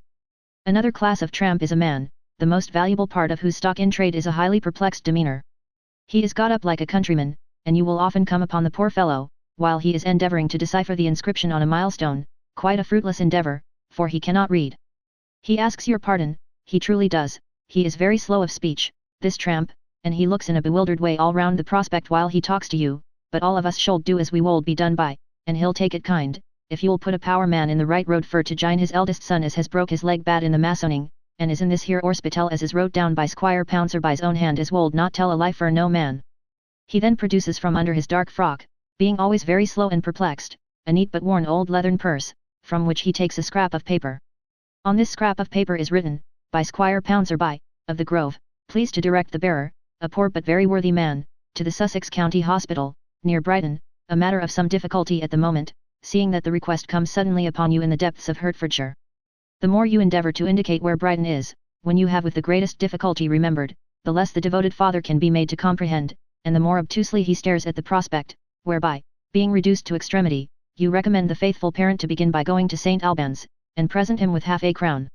It does him good, no doubt, but scarcely helps him forward, since you find him lying drunk that same evening in the wheelwright's soppit under the shed where the felled trees are, opposite the sign of the Three Jolly Hedgers. But, the most vicious, by far, of all the idle tramps, is the tramp who pretends to have been a gentleman. Educated, he writes, from the village beer shop in pale ink of a ferruginous complexion, educated at Trin. Call. Cam, nursed in the lap of affluence, once in my small way the patron of the muses, N.C. N.C. N.C. Surely a sympathetic mind will not withhold a trifle, to help him on to the market town where he thinks of giving a lecture to the fruges consumere naughty, on things in general. This shameful creature lolling about hedge taprooms in his ragged clothes, now so far from being black that they look as if they never can have been black, is more selfish and insolent than even the savage tramp. He would sponge on the poorest boy for a farthing, and spurn him when he had got it. He would interpose, if he could get anything by it, between the baby and the mother's breast. So much lower than the company he keeps, for his maudlin assumption of being higher, this pitiless rascal blights the summer road as he wanders on between the luxuriant hedges, where, to my thinking, even the wild convolvulus and rose and sweet briar, are the worse for his going by, and need time to recover from the taint of him in the air. The young fellows who trudge along barefoot, 5 or 6 together, their boots slung over their shoulders, their shabby bundles under their arms, their sticks newly cut from some roadside wood, are not eminently prepossessing, but are much less objectionable. There is a tramp fellowship among them. They pick one another up at resting stations, and go on in companies. They always go at a fast swing, though they generally limp too, and there is invariably one of the company who has much ado to keep up with the rest. They generally talk about horses, and any other means of locomotion than walking, or, one of the company relates some recent experiences of the road, which are always disputes and difficulties. As for example, so as I'm a-standing at the pump in the market, blessed if there don't come up a beetle, and he ses, mustn't stand here, he ses. Why not? I ses. No beggars allowed in this town, he ses. Who's a beggar? I ses. You are, he ses. Who ever see me beg? Did you? I ses. Then you're a tramp, he ses. I'd rather be that than a beetle, I ses. The company express great approval. Would you, he ses to me? Yes, I would, I ses to him. Well, he ses, anyhow, get out of this town. Why, blow your little town. I ses, who wants to be in it? What does your dirty little town mean by common and stickin' itself in the road to anywhere? Why don't you get a shovel and a barrer, and clear your town out o' people's way? The company expressing the highest approval and laughing aloud, they all go down the hill. Then, there are the tramp handicraft men. Are they not all over England, in this midsummer time? Where does the lark sing, the corn grow, the mill turn, the river run, and they are not among the lights and shadows, tinkering, chair mending, umbrella mending, clock mending, knife grinding? Surely, a pleasant thing, if we were in that condition of life, to grind our way through Kent, Sussex, and Surrey. For the worst 6 weeks or so, we should see the sparks we ground off, fiery bright against a background of green wheat and green leaves. A little later, and the ripe harvest would pale our sparks from red to yellow, until we got the dark newly turned land for a background again, and they were red once more. By that time, we should have ground our way to the sea cliffs, and the whir of our wheel would be lost in the breaking of the waves. Our next variety in sparks would be derived from contrast with the gorgeous medley of colours in the autumn woods, and, by the time we had ground our way round to the heathlands between Reigate and Croydon, doing a prosperous stroke of business all along, we should show like a little firework in the light frosty air, and be the next best thing to the blacksmith's forge. Very agreeable, too, to go on a chair-mending tour. What judges we should be of rushes, and how knowingly, with a sheaf and a bottomless chair at our back, we should lounge on bridges, looking over at osier beds. Among all the innumerable occupations that cannot possibly be transacted without the assistance of lookers-on, chair-mending may take a station in the first rank. When we sat down with our backs against the barn or the public house, and began to mend, what a sense of popularity would grow upon us. When all the children came to look at us, and the tailor, and the general dealer, and the farmer who had been giving a small order at the little saddler's, and the groom from the great house, and the publican, and even the 2 skittle players, and here note that, howsoever busy all the rest of village humankind may be, there will always be 2 people with leisure to play at skittles, wherever village skittles are. What encouragement would be on us to plait and weave? No one looks at us while we plait and weave these words. Clock mending again. Except for the slight inconvenience of carrying a clock under our arm, and the monotony of making the bell go, whenever we came to a human habitation, what a pleasant privilege to give a voice to the dumb cottage clock, and set it talking to the cottage family again.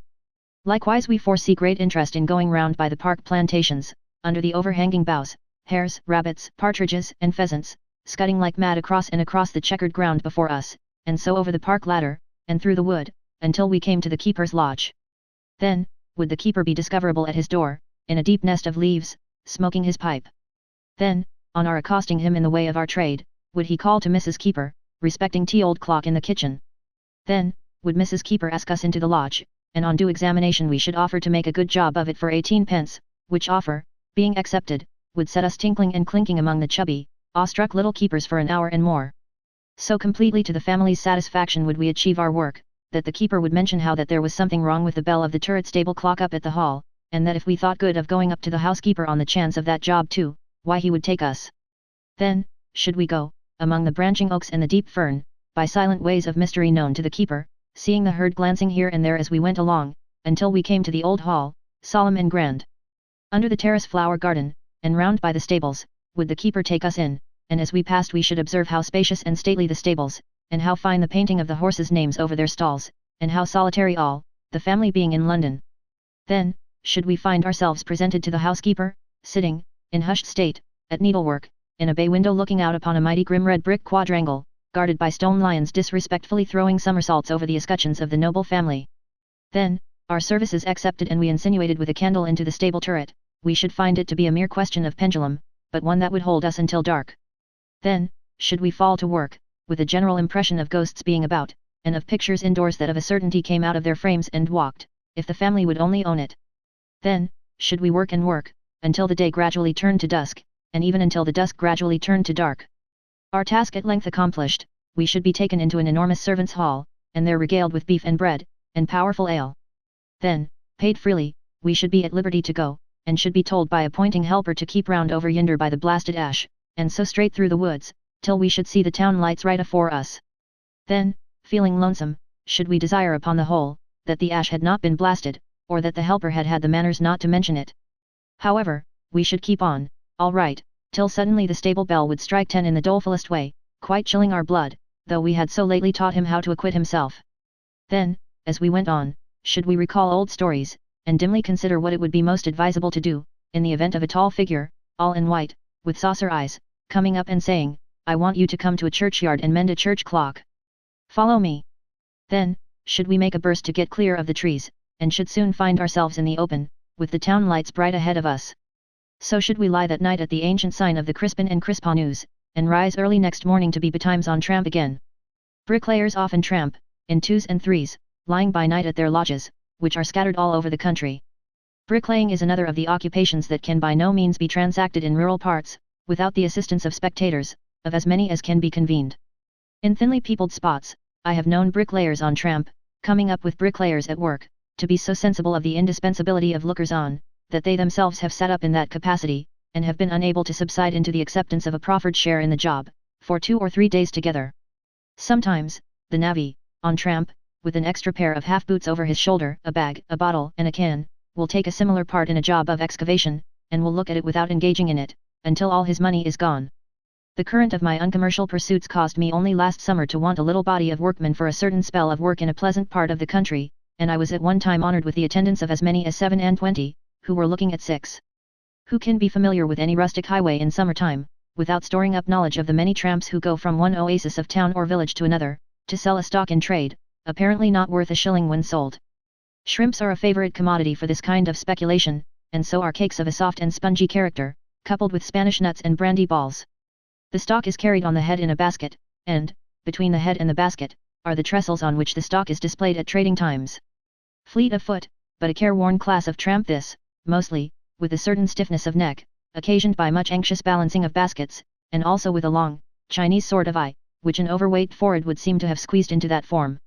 On the hot dusty roads near seaport towns and great rivers, behold the tramping soldier. And if you should happen never to have asked yourself whether his uniform is suited to his work, perhaps the poor fellow's appearance as he comes distressfully towards you, with his absurdly tight jacket unbuttoned, his neckgear in his hand, and his legs well chafed by his trousers of baize, may suggest the personal inquiry, how you think you would like it? Much better the tramping sailor, although his cloth is somewhat too thick for land service. But, why the tramping merchant mate should put on a black velvet waistcoat, for a chalky country in the dog days, is one of the great secrets of nature that will never be discovered. I have my eye upon a piece of Kentish road, bordered on either side by a wood, and having on one hand, between the road dust and the trees, a skirting patch of grass.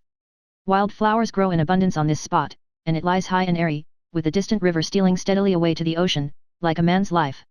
To gain the milestone here, which the moss, primroses, violets, bluebells, and wild roses, would soon render illegible but for peering travellers pushing them aside with their sticks, you must come up a steep hill, come which way you may. So, all the tramps with carts or caravans, the gypsy tramp, the show tramp, the cheap jack, find it impossible to resist the temptations of the place, and all turn the horse loose when they come to it, and boil the pot. Bless the place, I love the ashes of the vagabond fires that have scorched its grass. What tramp children do I see here, attired in a handful of rags, making a gymnasium of the shafts of the cart, making a feather bed of the flints and brambles, making a toy of the hobbled old horse who is not much more like a horse than any cheap toy would be. Here, do I encounter the cart of mats and brooms and baskets, with all thoughts of business given to the evening wind, with the stew made and being served out, with Cheap Jack and Dear Jill striking soft music out of the plates that are rattled like warlike cymbals when put up for auction at fairs and markets, their minds so influenced, no doubt, by the melody of the nightingales as they begin to sing in the woods behind them, that if I were to propose to deal, they would sell me anything at cost price. On this hallowed ground has it been my happy privilege, let me whisper it, to behold the white-haired lady with the pink eyes, eating meat pie with the giant, while, by the hedge side, on the box of blankets which I knew contained the snakes, were set forth the cups and saucers and the teapot. It was on an evening in August, that I chanced upon this ravishing spectacle, and I noticed that, whereas the giant reclined half concealed beneath the overhanging boughs and seemed indifferent to nature, the white hair of the gracious lady streamed free in the breath of evening, and her pink eyes found pleasure in the landscape. I heard only a single sentence of her uttering, yet it bespoke a talent for modest repartee. The ill-mannered giant, accursed be his evil race, had interrupted the lady in some remark, and, as I passed that enchanted corner of the wood, she gently reproved him, with the words, "Now, Cobby, Cobby. So short a name, ain't one fool enough to talk at a time." Within appropriate distance of this magic ground, though not so near it as that the song trolled from tap or bench at door, can invade its woodland silence, is a little hostelry which no man possessed of a penny was ever known to pass in warm weather. Before its entrance, are certain pleasant, trimmed limes, likewise, a cool well, with so musical a bucket handle that its fall upon the bucket rim will make a horse prick up his ears and neigh, upon the draughty road half a mile off. This is a house of great resort for haymaking tramps and harvest tramps, insomuch that as they sit within, drinking their mugs of beer, their relinquished scythes and reaping hooks glare out of the open windows, as if the whole establishment were a family war coach of ancient Britons. Later in the season, the whole countryside, for miles and miles, will swarm with hopping tramps. They come in families, men, women, and children, every family provided with a bundle of bedding, an iron pot, a number of babies, and too often with some poor sick creature quite unfit for the rough life, for whom they suppose the smell of the fresh hop to be a sovereign remedy. Many of these hoppers are Irish, but many come from London. They crowd all the roads, and camp under all the hedges and on all the scraps of common land, and live among and upon the hops until they are all picked, and the hop gardens, so beautiful through the summer, look as if they had been laid waste by an invading army. Then, there is a vast exodus of tramps out of the country, and if you ride or drive round any turn of any road, at more than a foot pace, you will be bewildered to find that you have charged into the bosom of 50 families, and that there are splashing up all around you, in the utmost prodigality of confusion, bundles of bedding, babies, iron pots, and a good-humoured multitude of both sexes and all ages, equally divided between perspiration and intoxication. Chapter 12. Dullborough Town. It lately happened that I found myself rambling about the scenes among which my earliest days were passed, scenes from which I departed when I was a child, and which I did not revisit until I was a man. This is no uncommon chance, but one that befalls some of us any day. Perhaps it may not be quite uninteresting to compare notes with the reader respecting an experience so familiar and a journey so uncommercial. I call my boyhood's home, and I feel like a tenor in an English opera when I mention it, Dullborough. Most of us come from Dullborough who come from a country town. As I left Dullborough in the days when there were no railroads in the land, I left it in a stagecoach. Through all the years that have since passed, have I ever lost the smell of the damp straw in which I was packed, like game, and forwarded, carriage paid, to the Cross Keys, Wood Street, Cheapside, London. There was no other inside passenger, and I consumed my sandwiches in solitude and dreariness, and it rained hard all the way, and I thought life sloppier than I had expected to find it. With this tender remembrance upon me, I was cavalierly shunted back into Dullborough the other day, by train. My ticket had been previously collected, like my taxes, and my shining new portmanteau had had a great plaster stuck upon it, and I had been defied by Act of Parliament to offer an objection to anything that was done to it, or me, under a penalty of not less than 40 shillings or more than £5, compoundable for a term of imprisonment. When I had sent my disfigured property on to the hotel, I began to look about me, and the first discovery I made, was, that the station had swallowed up the playing field. It was gone. The 2 beautiful hawthorn trees, the hedge, the turf, and all those buttercups and daisies, had given place to the stoniest of jolting roads, while, beyond the station, an ugly dark monster of a tunnel kept its jaws open, as if it had swallowed them and were ravenous for more destruction. The coach that had carried me away, was melodiously called Timpson's Blue-Eyed Maid, and belonged to Timpson. At the coach office up street, the locomotive engine that had brought me back, was called severely No. 97, and belonged to SER, and was spitting ashes and hot water over the blighted ground. When I had been let out at the platform door, like a prisoner whom his turnkey grudgingly released, I looked in again over the low wall, at the scene of departed glories.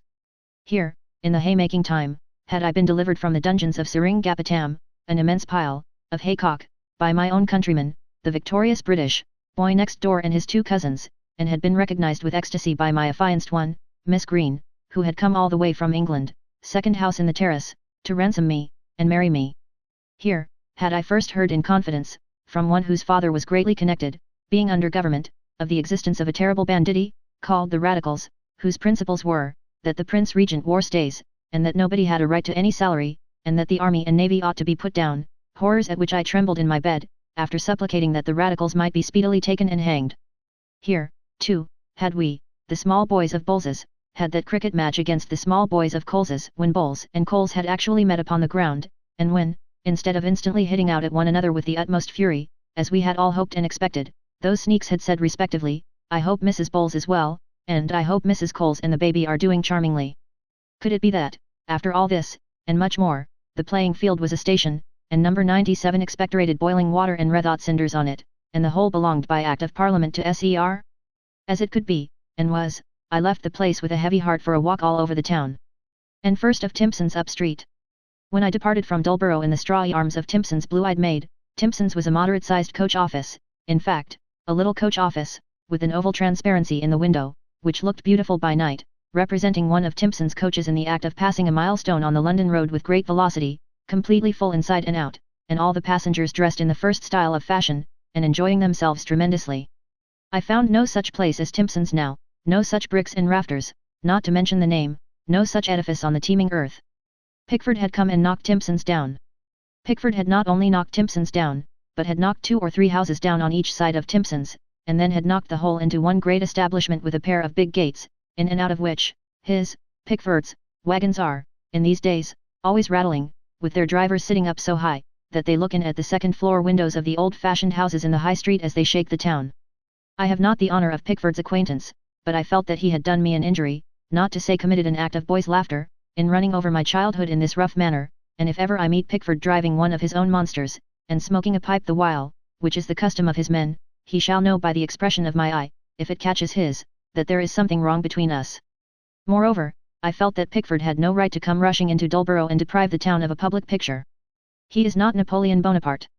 When he took down the transparent stage coach, he ought to have given the town a transparent van. With a gloomy conviction that Pickford is wholly utilitarian and unimaginative, I proceeded on my way. It is a mercy I have not a red and green lamp and a night bell at my door, for in my very young days I was taken to so many lyings in that I wonder I escaped becoming a professional martyr to them in after life. I suppose I had a very sympathetic nurse, with a large circle of married acquaintance. However that was, as I continued my walk through Dullborough, I found many houses to be solely associated in my mind with this particular interest. At one little greengrocer's shop, down certain steps from the street, I remember to have waited on a lady who had had 4 children, I am afraid to write 5, though I fully believe it was 5, at a birth. This meritorious woman held quite a reception in her room on the morning when I was introduced there, and the sight of the house brought vividly to my mind how the 5 deceased young people lay, side by side, on a clean cloth on a chest of drawers, reminding me by a homely association, which I suspect their complexion to have assisted, of pigs' feet as they are usually displayed at a neat tripe shop. Hot candle was handed round on the occasion, and I further remembered as I stood contemplating the greengrocers, that a subscription was entered into among the company, which became extremely alarming to my consciousness of having pocket money on my person.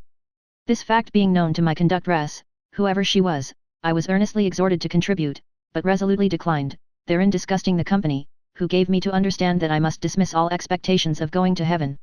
How does it happen that when all else is changed wherever one goes, there yet seem, in every place, to be some few people who never alter?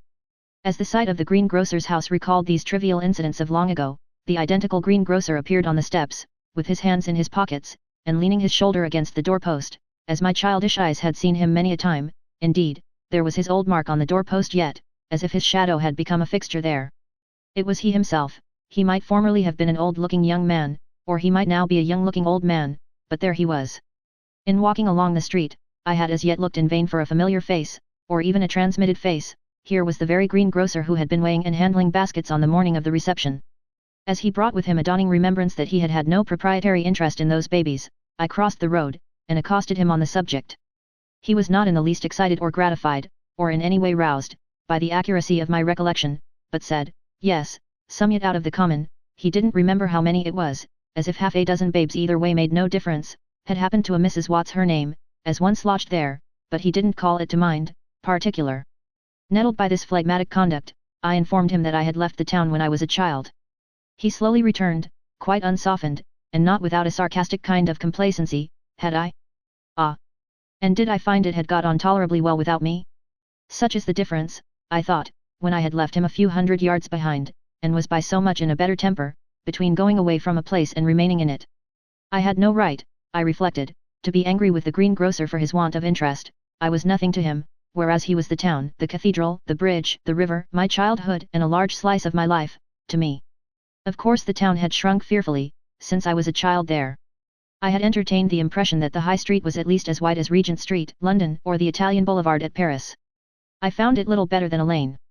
There was a public clock in it, which I had supposed to be the finest clock in the world, whereas it now turned out to be as inexpressive, moon-faced, and weak a clock as ever I saw.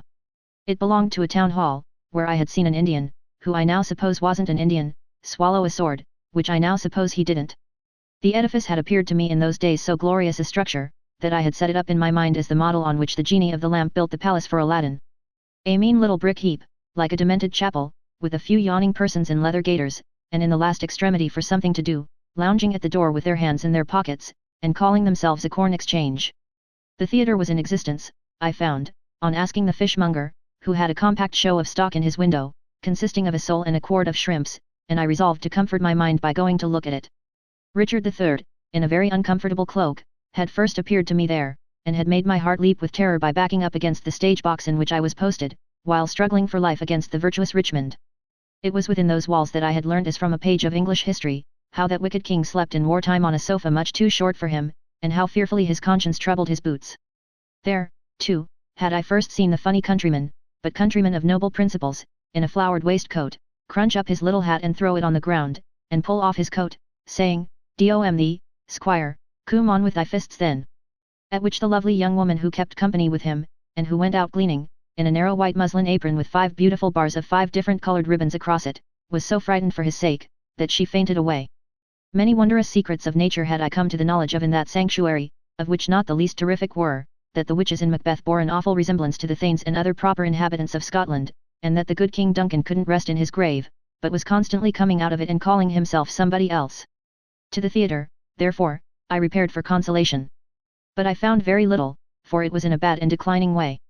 A dealer in wine and bottled beer had already squeezed his trade into the box office, and the theatrical money was taken, when it came, in a kind of meat safe in the passage. The dealer in wine and bottled beer must have insinuated himself under the stage too, for he announced that he had various descriptions of alcoholic drinks in the wood, and there was no possible stowage for the wood anywhere else. Evidently, he was by degrees eating the establishment away to the core, and would soon have sole possession of it. It was to let, and hopelessly so, for its old purposes, and there had been no entertainment within its walls for a long time except a panorama, and even that had been announced as pleasingly instructive, and I know too well the fatal meaning and the leaden import of those terrible expressions. No, there was no comfort in the theatre. It was mysteriously gone, like my own youth. Unlike my own youth, it might be coming back some day, but there was little promise of it. As the town was placarded with references to the Dullborough Mechanics' Institution, I thought I would go and look at that establishment next. There had been no such thing in the town, in my young day, and it occurred to me that its extreme prosperity might have brought adversity upon the drama. I found the institution with some difficulty, and should scarcely have known that I had found it if I had judged from its external appearance only, but this was attributable to its never having been finished, and having no front. Consequently, it led a modest and retired existence up a stable yard. It was, as I learnt, on inquiry, a most flourishing institution, and of the highest benefit to the town, two triumphs which I was glad to understand were not at all impaired by the seeming drawbacks that no mechanics belonged to it, and that it was steeped in debt to the chimney pots. It had a large room, which was approached by an infirm step-ladder, the builder having declined to construct the intended staircase, without a present payment in cash, which Dullborough, though profoundly appreciative of the institution, seemed unaccountably bashful about subscribing. The large room had cost, or would, when paid for, £500, and it had more mortar in it and more echoes, than one might have expected to get for the money. It was fitted up with a platform, and the usual lecturing tools, including a large blackboard of a menacing appearance. On referring to lists of the courses of lectures that had been given in this thriving hall, I fancied I detected a shyness in admitting that human nature when at leisure has any desire whatever to be relieved and diverted, and a furtive sliding in of any poor make-weight piece of amusement, shamefacedly and edgewise. Thus, I observed that it was necessary for the members to be knocked on the head with gas, air, water, food, the solar system, the geological periods, criticism on Milton, the steam engine, John Bunyan, and arrow-headed inscriptions, before they might be tickled by those unaccountable choristers, the Negro singers in the court costume of the reign of George II. Likewise, that they must be stunned by a weighty inquiry whether there was internal evidence in Shakespeare's works, to prove that his uncle by the mother's side lived for some years at Stoke Newington, before they were brought to buy a miscellaneous concert. But, indeed, the masking of entertainment, and pretending it was something else, as people mask bedsteads when they are obliged to have them in sitting rooms, and make believe that they are bookcases, sofas, chests of drawers, anything rather than bedsteads, was manifest even in the pretence of dreariness that the unfortunate entertainers themselves felt obliged in decency to put forth when they came here. One very agreeable professional singer, who travelled with two professional ladies, knew better than to introduce either of those ladies to sing the ballad Common Through the Rye without prefacing it himself, with some general remarks on wheat and clover, and even then, he dared not for his life call the song a song, but disguised it in the bill as an illustration. In the library, also, fitted with shelves for 3,000 books, and containing upwards of 170, presented copies mostly, seething their edges in damp plaster, there was such a painfully apologetic return of 62 offenders who had read travels, popular biography, and mere fiction descriptive of the aspirations of the hearts and souls of mere human creatures like themselves, and such an elaborate parade of 2 bright examples who had had down Euclid after the day's occupation and confinement, and 3 who had had down metaphysics after ditto, and I who had had down theology after ditto, and 4 who had worried grammar, political economy, botany, and logarithms all at once after ditto, that I suspected the boasted class to be one man, who had been hired to do it. Emerging from the mechanics institution and continuing my walk about the town, I still noticed everywhere the prevalence, to an extraordinary degree, of this custom of putting the natural demand for amusement out of sight, as some untidy housekeepers put dust, and pretending that it was swept away. And yet it was ministered to, in a dull and abortive manner, by all who made this feint. Looking in at what is called in Dullborough the serious booksellers, where, in my childhood, I had studied the faces of numbers of gentlemen depicted in rostrums with a gaslight on each side of them, and casting my eyes over the open pages of certain printed discourses there, I found a vast deal of aiming at jocosity and dramatic effect, even in them, yes, verily, even on the part of one very wrathful expounder who bitterly anathematized a poor little circus. Similarly, in the reading provided for the young people enrolled in the lasso of love, and other excellent unions, I found the writers generally under a distressing sense that they must start, at all events, like storytellers, and delude the young persons into the belief that they were going to be interesting. As I looked in at this window for 20 minutes by the clock, I am in a position to offer a friendly remonstrance, not bearing on this particular point, to the designers and engravers of the pictures in those publications. Have they considered the awful consequences likely to flow from their representations of virtue? Have they asked themselves the question, whether the terrific prospect of acquiring that fearful chubbiness of head, unwieldiness of arm, feeble dislocation of leg, crispiness of hair, and enormity of shirt collar, which they represent as inseparable from goodness, may not tend to confirm sensitive waverers in evil? A most impressive example, if I had believed it, of what a dustman and a sailor may come to, when they mend their ways, was presented to me in this same shop window. When they were leaning, they were intimate friends, against a post, drunk and reckless, with surpassingly bad hats on, and their hair over their foreheads, they were rather picturesque, and looked as if they might be agreeable men, if they would not be beasts. But, when they had got over their bad propensities, and when, as a consequence, their heads had swelled alarmingly, their hair had got so curly that it lifted their blown-out cheeks up, their coat cuffs were so long that they never could do any work, and their eyes were so wide open that they never could do any sleep. They presented a spectacle calculated to plunge a timid nature into the depths of infamy. But, the clock that had so degenerated since I saw it last, admonished me that I had stayed here long enough, and I resumed my walk. I had not gone 50 paces along the street when I was suddenly brought up by the sight of a man who got out of a little phaeton at the doctor's door, and went into the doctor's house. Immediately, the air was filled with the scent of trodden grass, and the perspective of years opened, and at the end of it was a little likeness of this man keeping a wicket, and I said, God bless my soul. Joe Specs. Through many changes and much work, I had preserved a tenderness for the memory of Joe, forasmuch as we had made the acquaintance of Roderick Random together, and had believed him to be no ruffian, but an ingenious and engaging hero. Scorning to ask the boy left in the phaeton whether it was really Joe, and scorning even to read the brass plate on the door, so sure was I rang the bell and informed the servant maid that a stranger sought audience of Mr. Specs. Into a room, half surgery, half study, I was shown to await his coming, and I found it, by a series of elaborate accidents, bestrewn with testimonies to Joe. Portrait of Mr. Specs, bust of Mr. Specs, silver cup from grateful patient to Mr. Specs, presentation sermon from local clergyman, dedication poem from local poet, dinner card from local nobleman, tract on balance of power from local refugee, inscribed homage to l'auteur aux Specs. When my old schoolfellow came in, and I informed him with a smile that I was not a patient, he seemed rather at a loss to perceive any reason for smiling in connection with that fact, and inquired to what was he to attribute the honor. I asked him with another smile, could he remember me at all? He had not, he said, that pleasure. I was beginning to have but a poor opinion of Mr. Specs, when he said reflectively, and yet there's a something too. Upon that, I saw a boyish light in his eyes that looked well, and I asked him if he could inform me, as a stranger who desired to know and had not the means of reference at hand, what the name of the young lady was, who married Mr. Random. Upon that, he said Narcissa, and, after staring for a moment, called me by my name, shook me by the hand, and melted into a roar of laughter. Why, of course, you'll remember Lucy Green, he said, after we had talked a little. Of course, said I. Whom do you think she married, said he. You. I hazarded. Me, said Specs, and you shall see her. So I saw her, and she was fat, and if all the hay in the world had been heaped upon her, it could scarcely have altered her face more than time had altered it from my remembrance of the face that had once looked down upon me into the fragrant dungeons of Seringapatam.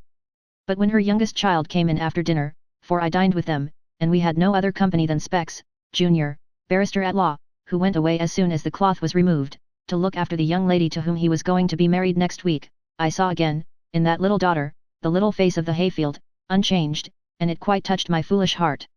We talked immensely, Specs and Mrs. Specs, and I, and we spoke of our old selves as though our old selves were dead and gone, and indeed they were, dead and gone as the playing field that had become a wilderness of rusty iron, and the property of Ser. Specs, however, illuminated Dullborough with the rays of interest that I wanted and should otherwise have missed in it, and linked its present to its past, with a highly agreeable chain. And in Specs' society I had new occasion to observe what I had before noticed in similar communications among other men. All the schoolfellows and others of old, whom I inquired about, had either done superlatively well or superlatively ill, had either become uncertificated bankrupts, or been felonious and got themselves transported, or had made great hits in life, and done wonders. And this is so commonly the case, that I never can imagine what becomes of all the mediocre people of people's youth, especially considering that we find no lack of the species in our maturity. But, I did not propound this difficulty to Specs, for no pause in the conversation gave me an occasion. Nor, could I discover one single flaw in the good doctor. When he reads this, he will receive in a friendly spirit the pleasantly meant record, except that he had forgotten his Roderick Random, and that he confounded Strap with Lieutenant Hatchway, who never knew Random, howsoever intimate with Pickle. When I went alone to the railway to catch my train at night, Specs had meant to go with me, but was inopportunely called out. I was in a more charitable mood with Dullborough than I had been all day, and yet in my heart I had loved it all day too. Ah! Who was I that I should quarrel with the town for being changed to me, when I myself had come back, so changed, to it? All my early readings and early imaginations dated from this place, and I took them away so full of innocent construction and guileless belief, and I brought them back so worn and torn, so much the wiser and so much the worse. Chapter 13. Night Walks. Some years ago, a temporary inability to sleep, referable to a distressing impression, caused me to walk about the streets all night, for a series of several nights. The disorder might have taken a long time to conquer, if it had been faintly experimented on in bed, but, it was soon defeated by the brisk treatment of getting up directly after lying down, and going out, and coming home tired at sunrise. In the course of those nights, I finished my education in a fair amateur experience of houselessness. My principal object being to get through the night, the pursuit of it brought me into sympathetic relations with people who have no other object every night in the year. The month was March, and the weather damp, cloudy, and cold. The sun not rising before 5:30, the night perspective looked sufficiently long at 12:30, which was about my time for confronting it. The restlessness of a great city, and the way in which it tumbles and tosses before it can get to sleep, formed one of the first entertainments offered to the contemplation of us houseless people. It lasted about 2 hours. We lost a great deal of companionship when the late public houses turned their lamps out, and when the potmen thrust the last brawling drunkards into the street, but stray vehicles and stray people were left us, after that. If we were very lucky, a policeman's rattle sprang and a fray turned up, but, in general, surprisingly little of this diversion was provided. Except in the Haymarket, which is the worst kept part of London, and about Kent Street in the Borough, and along a portion of the line of the Old Kent Road, the peace was seldom violently broken. But, it was always the case that London, as if in imitation of individual citizens belonging to it, had expiring fits and starts of restlessness. After all seemed quiet, if one cab rattled by, half a dozen would surely follow, and houselessness even observed that intoxicated people appeared to be magnetically attracted towards each other, so that we knew when we saw one drunken object staggering against the shutters of a shop, that another drunken object would stagger up before 5 minutes were out, to fraternize or fight with it. When we made a divergence from the regular species of drunkard, the thin-armed, puff-faced, leaden-lipped gin drinker, and encountered a rarer specimen of a more decent appearance, 50 to 1, but that specimen was dressed in soiled mourning. As the street experience in the night, so the street experience in the day, the common folk who come unexpectedly into a little property, come unexpectedly into a deal of liquor. At length these flickering sparks would die away, worn out, the last veritable sparks of waking life trailed from some late pieman or hot potato man, and London would sink to rest. And then the yearning of the houseless mind would be for any sign of company, any lighted place, any movement, anything suggestive of any one being up, nay, even so much as awake, for the houseless eye looked out for lights and windows. Walking the streets under the pattering rain, houselessness would walk and walk and walk, seeing nothing but the interminable tangle of streets, save at a corner, here and there, 2 policemen in conversation, or the sergeant or inspector looking after his men. Now and then in the night, but rarely, houselessness would become aware of a furtive head peering out of a doorway a few yards before him, and, coming up with the head, would find a man standing bolt upright to keep within the doorway's shadow, and evidently intent upon no particular service to society. Under a kind of fascination, and in a ghostly silence suitable to the time, houselessness and this gentleman would eye one another from head to foot, and so, without exchange of speech, part, mutually suspicious.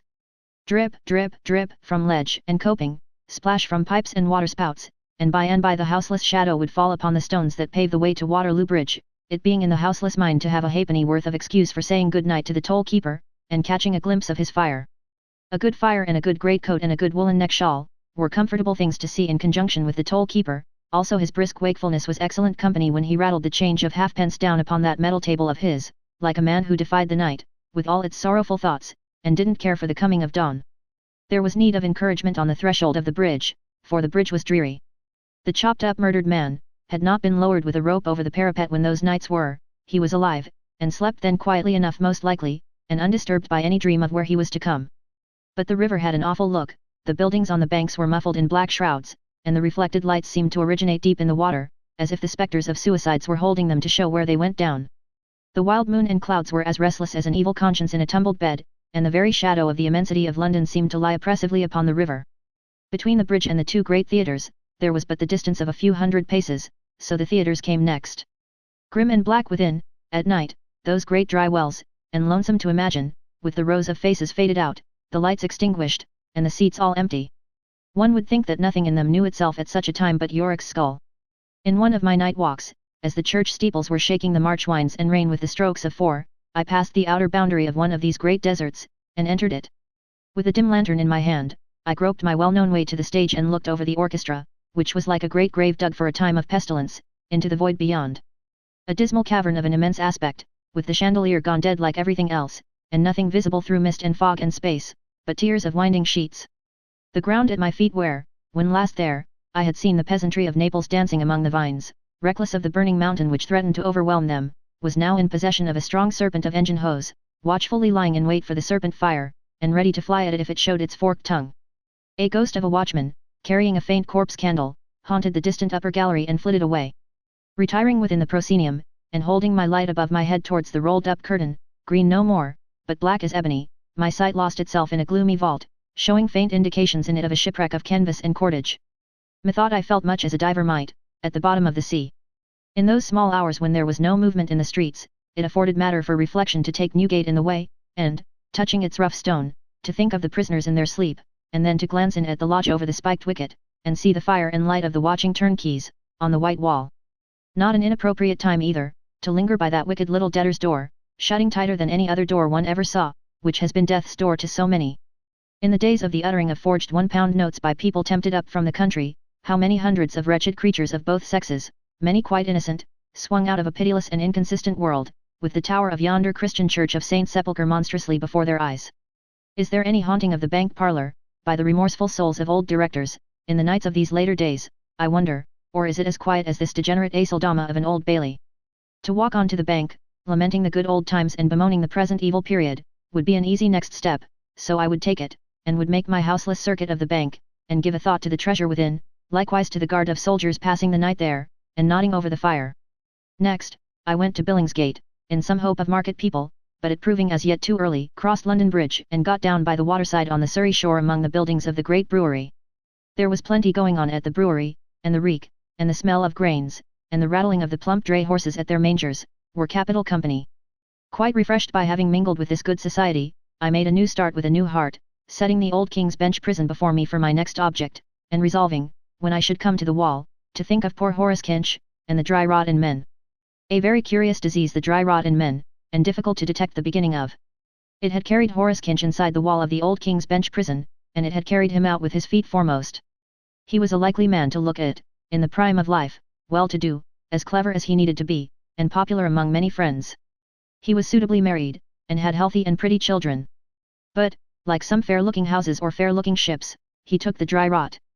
The first strong external revelation of the dry rot in men, is a tendency to lurk and lounge, to be at street corners without intelligible reason, to be going anywhere when met, to be about many places rather than at any, to do nothing tangible, but to have an intention of performing a variety of intangible duties tomorrow or the day after.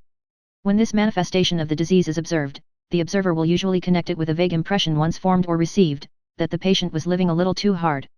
He will scarcely have had leisure to turn it over in his mind and form the terrible suspicion dry rot, when he will notice a change for the worse in the patient's appearance, a certain slovenliness and deterioration, which is not poverty, nor dirt, nor intoxication, nor ill health, but simply dry rot. To this, succeeds a smell as of strong waters, in the morning, to that, a looseness respecting money, to that, a stronger smell as of strong waters, at all times, to that, a looseness respecting everything, to that, a trembling of the limbs, somnolency, misery, and crumbling to pieces. As it is in wood, so it is in men. Dry rot advances at a compound usury quite incalculable. A plank is found infected with it, and the whole structure is devoted. Thus it had been with the unhappy Horace Kinch, lately buried by a small subscription. Those who knew him had not nigh done saying, so well off, so comfortably established, with such hope before him, and yet, it is feared, with a slight touch of dry rot, when lo! The man was all dry rot and dust. From the dead wall associated on those houseless nights with this too common story, I chose next to wander by Bethlehem Hospital, partly, because it lay on my road round to Westminster, partly, because I had a night fancy in my head which could be best pursued within sight of its walls and dome. And the fancy was this: are not the sane and the insane equal at night as the sane lie a-dreaming?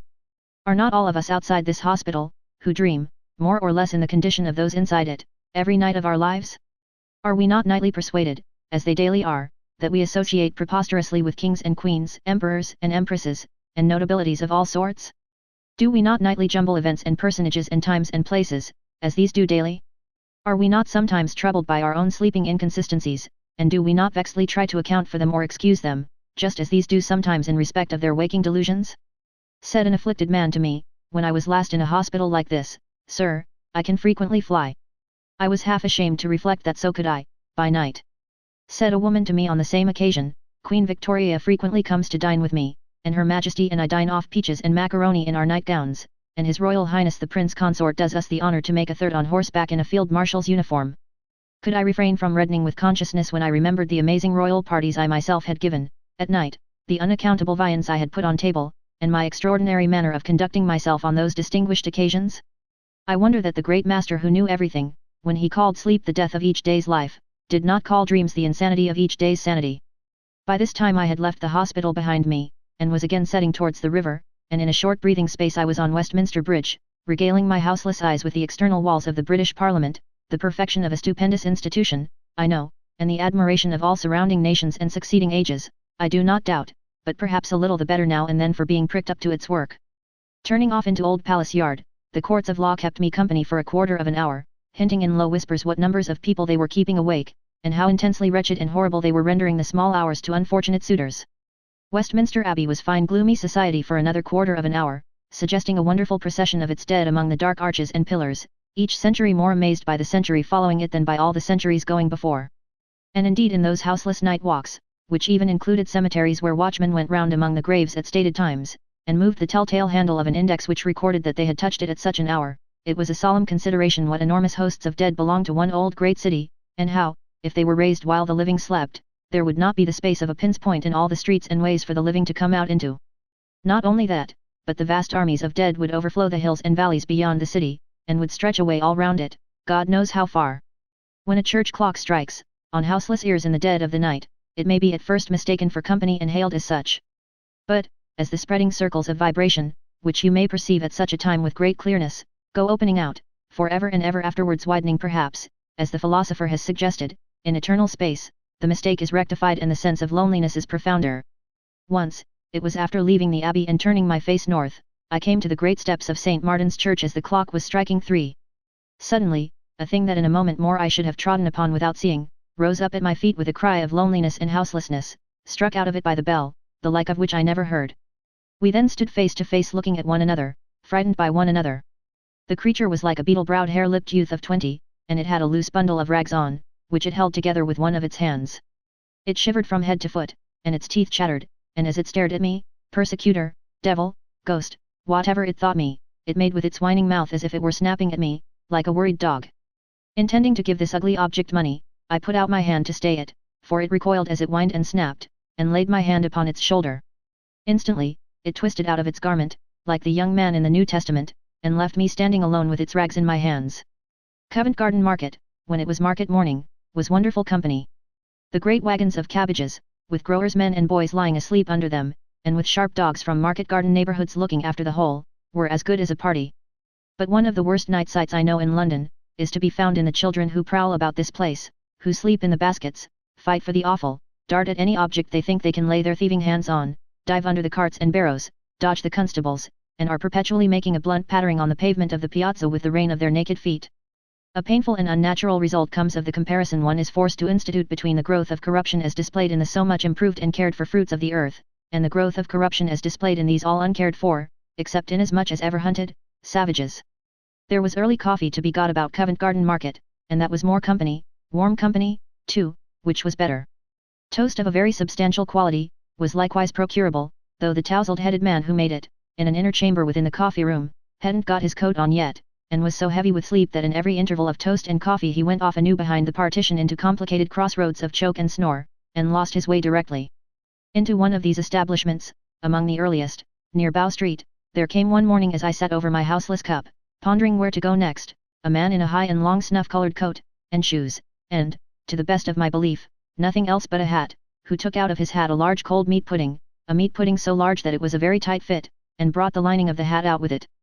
This mysterious man was known by his pudding, for on his entering, the man of sleep brought him a pint of hot tea, a small loaf, and a large knife and fork and plate.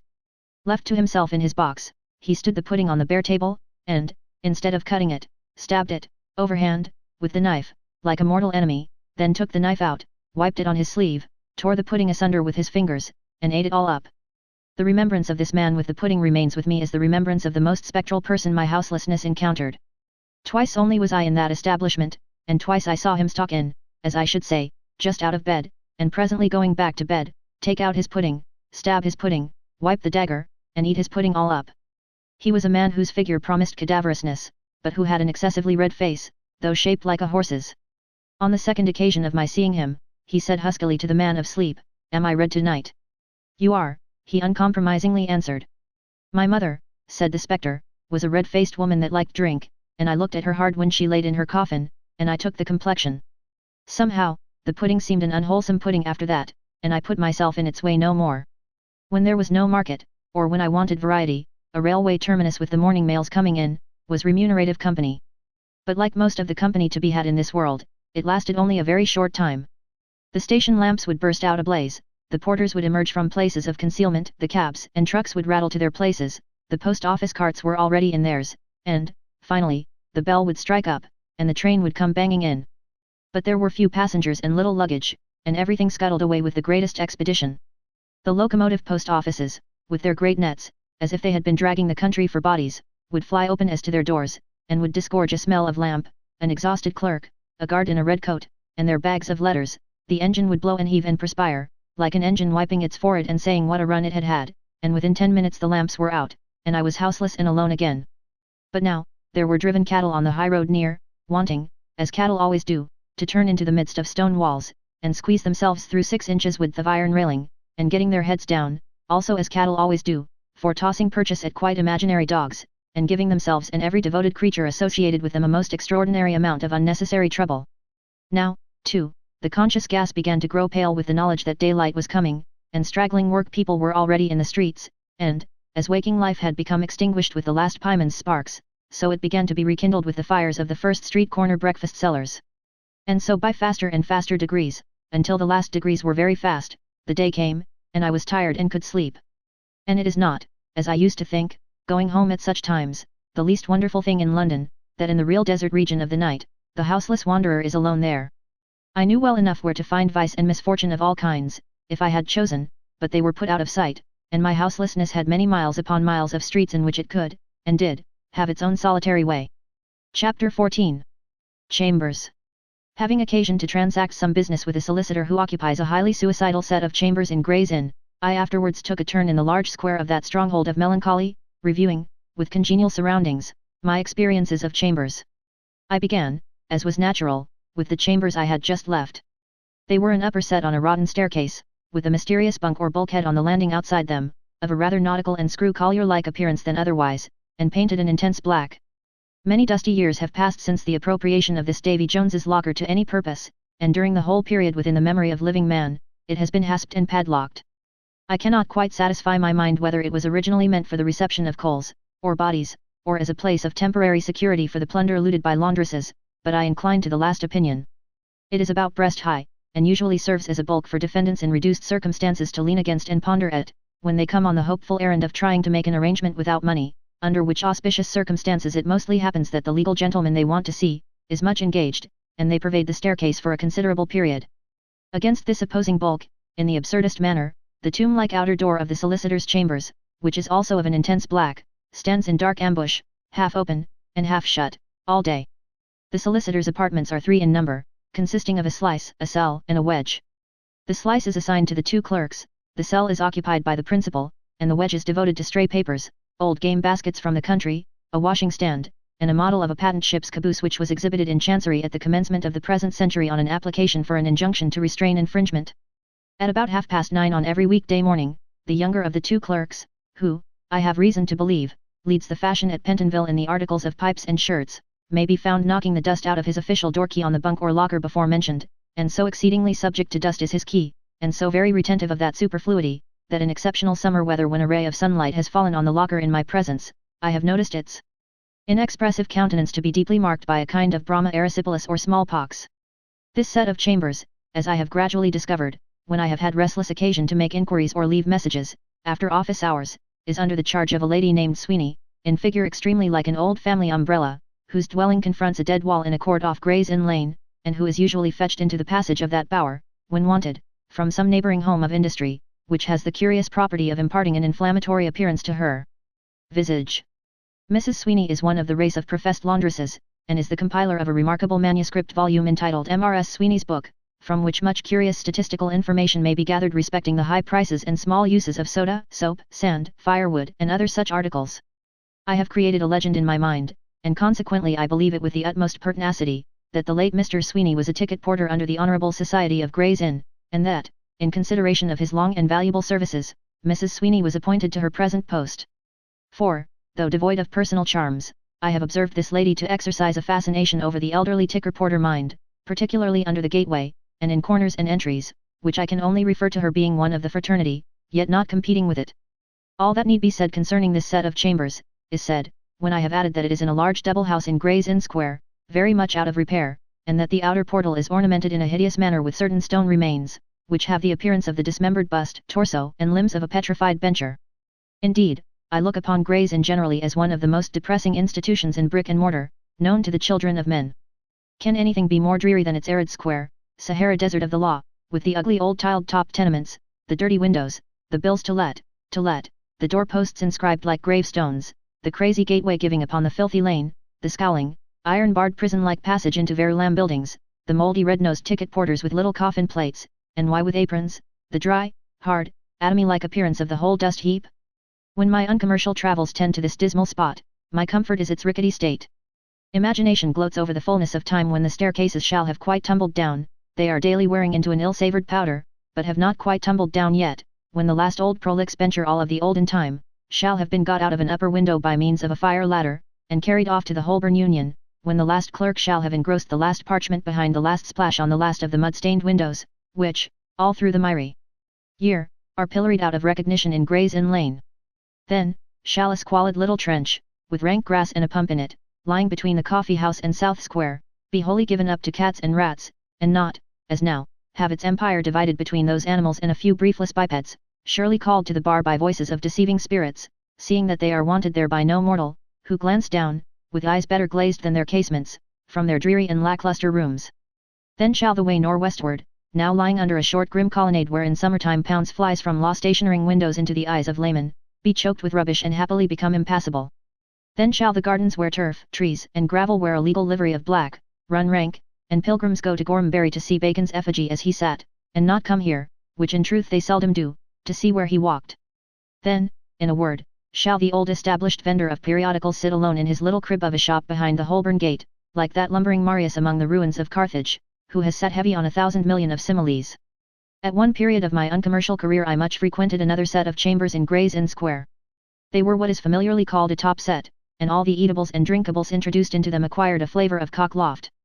I have known an unopened Strasbourg pate fresh from Fortnum and Mason's, to draw in this cockloft tone through its crockery dish, and become penetrated with cockloft to the core of its inmost truffle in 3/4 of an hour. This, however, was not the most curious feature of those chambers, that, consisted in the profound conviction entertained by my esteemed friend Parkle, their tenant, that they were clean. Whether it was an inborn hallucination, or whether it was imparted to him by Mrs. Miggot the laundress, I never could ascertain. But, I believe he would have gone to the stake upon the question. Now, they were so dirty that I could take off the distinctest impression of my figure on any article of furniture by merely lounging upon it for a few moments, and it used to be a private amusement of mine to print myself off, if I may use the expression, all over the rooms. It was the first large circulation I had. At other times I have accidentally shaken a window curtain while in animated conversation with Parkle, and struggling insects which were certainly red, and were certainly not ladybirds, have dropped on the back of my hand. Yet Parkle lived in that top-set years, bound body and soul to the superstition that they were clean. He used to say, when congratulated upon them, well, they are not like chambers in one respect, you know, they are clean. Concurrently, he had an idea which he could never explain, that Mrs. Miggot was in some way connected with the church. When he was in particularly good spirits, he used to believe that a deceased uncle of hers had been a dean, when he was poorly and low, he believed that her brother had been a curate. I and Mrs. Miggot, she was a genteel woman, were on confidential terms, but I never knew her to commit herself to any distinct assertion on the subject. She merely claimed a proprietorship in the church, by looking when it was mentioned, as if the reference awakened the slumbering past, and were personal. It may have been his amiable confidence in Mrs. Miggot's better days that inspired my friend with his delusion respecting the chambers, but he never wavered in his fidelity to it for a moment, though he wallowed in dirt 7 years. 2 of the windows of these chambers looked down into the garden, and we have sat up there together many a summer evening, saying how pleasant it was, and talking of many things.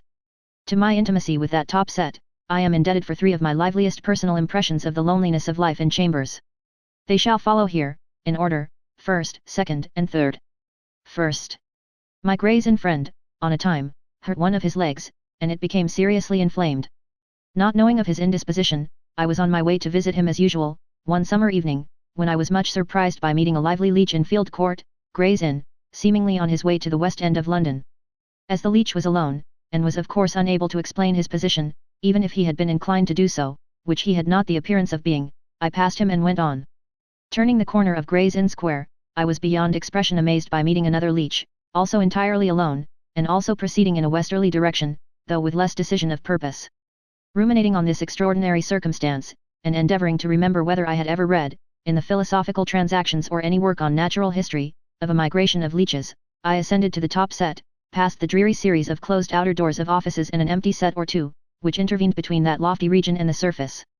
Entering my friend's rooms, I found him stretched upon his back, like Prometheus bound, with a perfectly demented ticket porter in attendance on him instead of the vulture, which helpless individual, who was feeble and frightened, and had, my friend explained to me, in great choler, been endeavouring for some hours to apply leeches to his leg, and as yet had only got on 2 out of 20.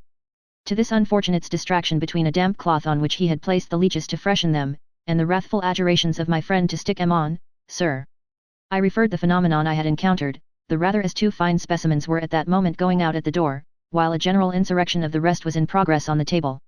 After a while our united efforts prevailed, and, when the leeches came off and had recovered their spirits, we carefully tied them up in a decanter. But I never heard more of them than that they were all gone next morning, and that the out-of-door young man of Bickle, Bush, and Bodger, on the ground floor, had been bitten and blooded by some creature not identified. They never took on Mrs. Miggot, the laundress, but, I have always preserved fresh, the belief that she unconsciously carried several about her, until they gradually found openings in life. 2nd. On the same staircase with my friend Parkle, and on the same floor, there lived a man of law who pursued his business elsewhere, and used those chambers as his place of residence. For 3 or 4 years, Parkle rather knew of him than knew him, but after that, for Englishmen, short pause of consideration, they began to speak. Parkle exchanged words with him in his private character only, and knew nothing of his business ways, or means. He was a man a good deal about town, but always alone. We used to remark to one another, that although we often encountered him in theatres, concert rooms, and similar public places, he was always alone. Yet he was not a gloomy man, and was of a decidedly conversational turn, in so much that he would sometimes of an evening lounge with a cigar in his mouth, half in and half out of Parkle's rooms, and discuss the topics of the day by the hour. He used to hint on these occasions that he had 4 faults to find with life: firstly, that it obliged a man to be always winding up his watch; secondly, that London was too small; thirdly, that it therefore wanted variety; fourthly, that there was too much dust in it. There was so much dust in his own faded chambers, certainly, that they reminded me of a sepulchre, furnished in prophetic anticipation of the present time, which had newly been brought to light, after having remained buried a few thousand years. One dry, hot autumn evening at twilight, this man, being then 5 years turned of 50, looked in upon Parkle in his usual lounging way, with his cigar in his mouth as usual, and said, "I am going out of town." As he never went out of town, Parkle said, "Oh indeed. At last." "Yes," says he, "at last. For what is a man to do? London is so small. If you go west, you come to Hounslow. If you go east, you come to Bow. If you go south, there's Brixton or Norwood. If you go north, you can't get rid of Barnet. Then, the monotony of all the streets, streets, streets, and of all the roads, roads, roads, and the dust, dust, dust." When he had said this, he wished Parkle a good evening, but came back again and said, with his watch in his hand, "Oh, I really cannot go on winding up this watch over and over again, I wish you would take care of it." So, Parkle laughed and consented, and the man went out of town. The man remained out of town so long, that his letter box became choked, and no more letters could be got into it, and they began to be left at the lodge and to accumulate there. At last the head porter decided, on conference with the steward, to use his master key and look into the chambers, and give them the benefit of a whiff of air. Then, it was found that he had hanged himself to his bedstead, and had left this written memorandum: "I should prefer to be cut down by my neighbour and friend, if he will allow me to call him so, H. Parkle, Esq." This was an end of Parkle's occupancy of chambers. He went into lodgings immediately. 3rd. While Parkle lived in Gray's Inn, and I myself was uncommercially preparing for the bar, which is done, as everybody knows, by having a frayed old gown put on in a pantry by an old woman in a chronic state of St. Anthony's fire and dropsy, and, so decorated, bolting a bad dinner in a party of 4, whereof each individual mistrusts the other 3, I say, while these things were, there was a certain elderly gentleman who lived in a court of the Temple, and was a great judge and lover of port wine. Every day he dined at his club and drank his bottle or 2 of port wine, and every night came home to the Temple and went to bed in his lonely chambers. This had gone on many years without variation, when one night he had a fit on coming home, and fell and cut his head deep, but partly recovered and groped about in the dark to find the door. When he was afterwards discovered, dead, it was clearly established by the marks of his hands about the room that he must have done so. Now, this chanced on the night of Christmas Eve, and over him lived a young fellow who had sisters and young country friends, and who gave them a little party that night, in the course of which they played at blind man's buff. They played that game, for their greater sport, by the light of the fire only, and once, when they were all quietly rustling and stealing about, and the blind man was trying to pick out the prettiest sister, for which I am far from blaming him, somebody cried, "Hark! The man below must be playing blind man's buff by himself tonight." They listened, and they heard sounds of someone falling about and stumbling against furniture, and they all laughed at the conceit, and went on with their play, more light-hearted and merry than ever. Thus, those two so different games of life and death were played out together, blindfolded, in the two sets of chambers. Such are the occurrences, which, coming to my knowledge, imbued me long ago with a strong sense of the loneliness of chambers. There was a fantastic illustration to much the same purpose implicitly believed by a strange sort of man now dead, whom I knew when I had not quite arrived at legal years of discretion, though I was already in the uncommercial line. This was a man who, though not more than 30, had seen the world in divers irreconcilable capacities, had been an officer in a South American regiment among other odd things, but had not achieved much in any way of life, and was in debt, and in hiding. He occupied chambers of the dreariest nature in Lyon's Inn. His name, however, was not up on the door, or doorpost, but in lieu of it stood the name of a friend who had died in the chambers, and had given him the furniture.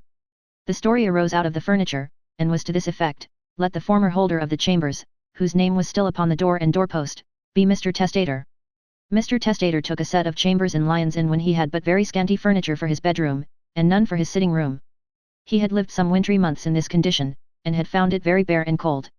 One night, past midnight, when he sat writing and still had writing to do that must be done before he went to bed, he found himself out of coals. He had coals downstairs, but had never been to his cellar. However, the cellar key was on his mantelshelf, and if he went down and opened the cellar it fitted, he might fairly assume the coals in that cellar to be his.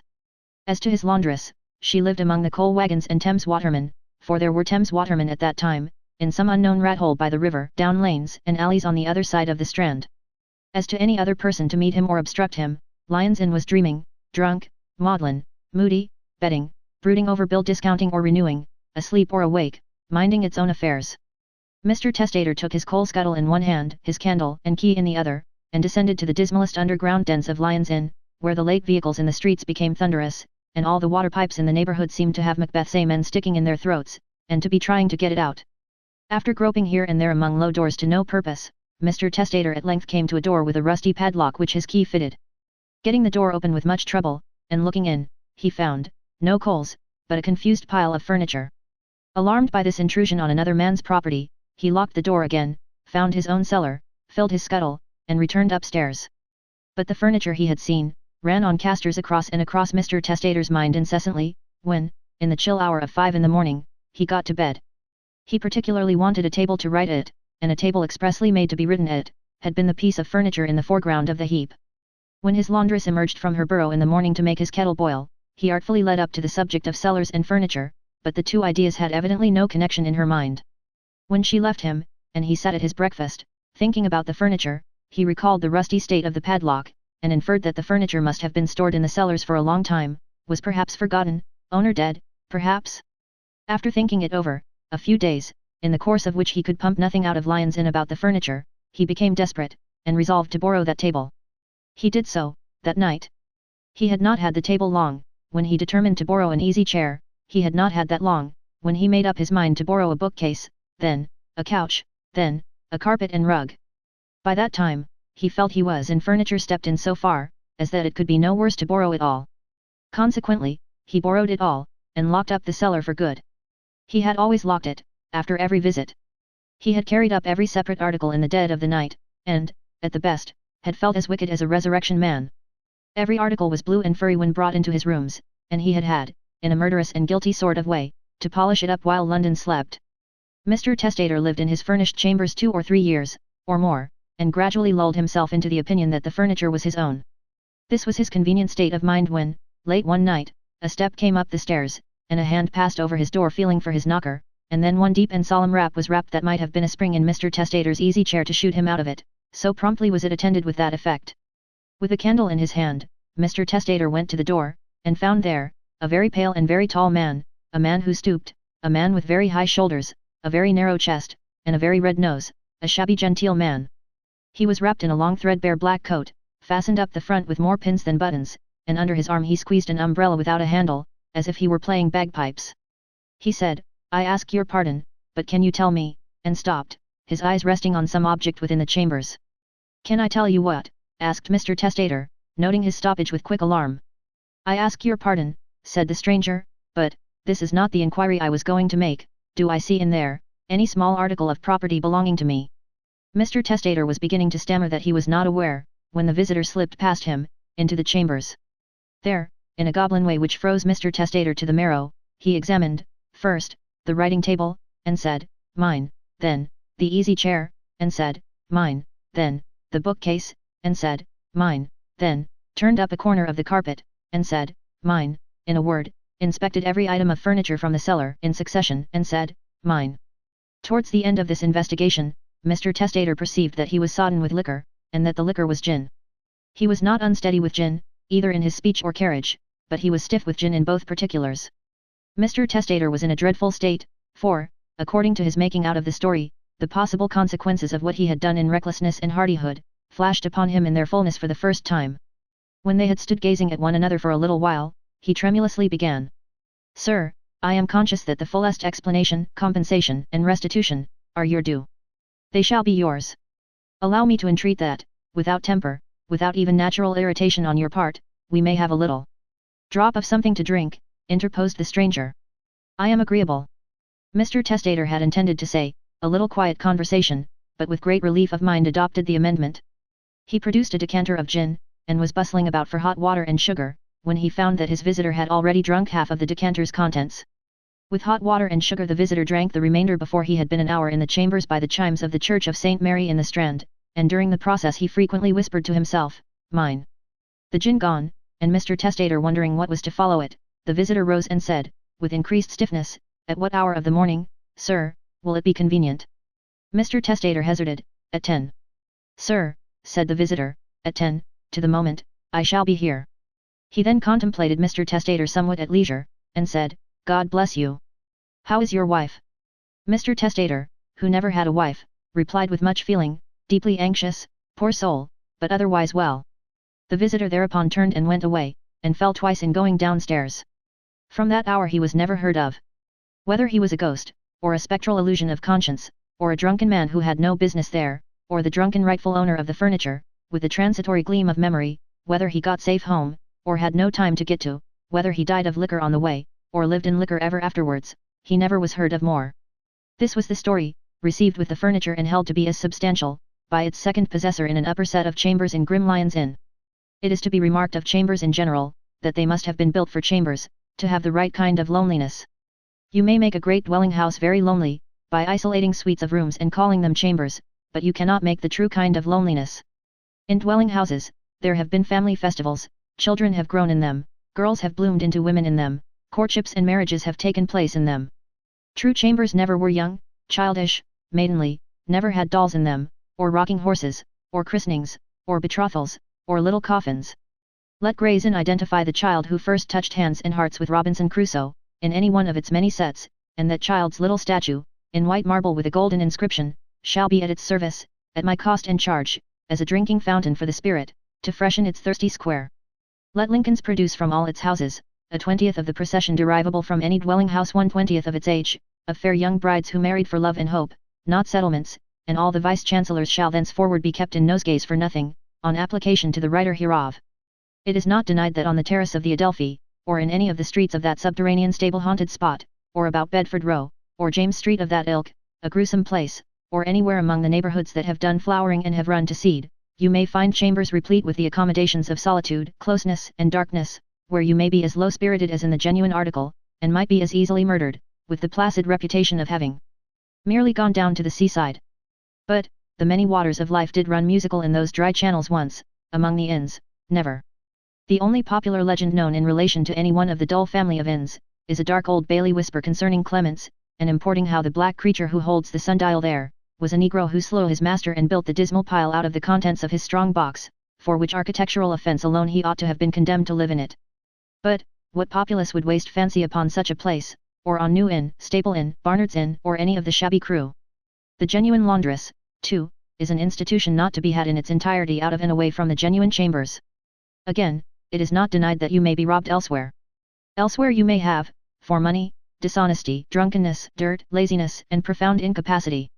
But the veritable shining red-faced shameless laundress, the true Mrs. Sweeney, in figure, color, texture, and smell, like the old damp family umbrella, the tip-top complicated abomination of stockings, spirits, bonnet, limpness, looseness, and larceny, is only to be drawn at the fountainhead. Mrs. Sweeney is beyond the reach of individual art. It requires the united efforts of several men to ensure that great result, and it is only developed in perfection under an honorable society and in an inn of court. Chapter 15. Nurses' Stories. There are not many places that I find it more agreeable to revisit when I am in an idle mood, than some places to which I have never been.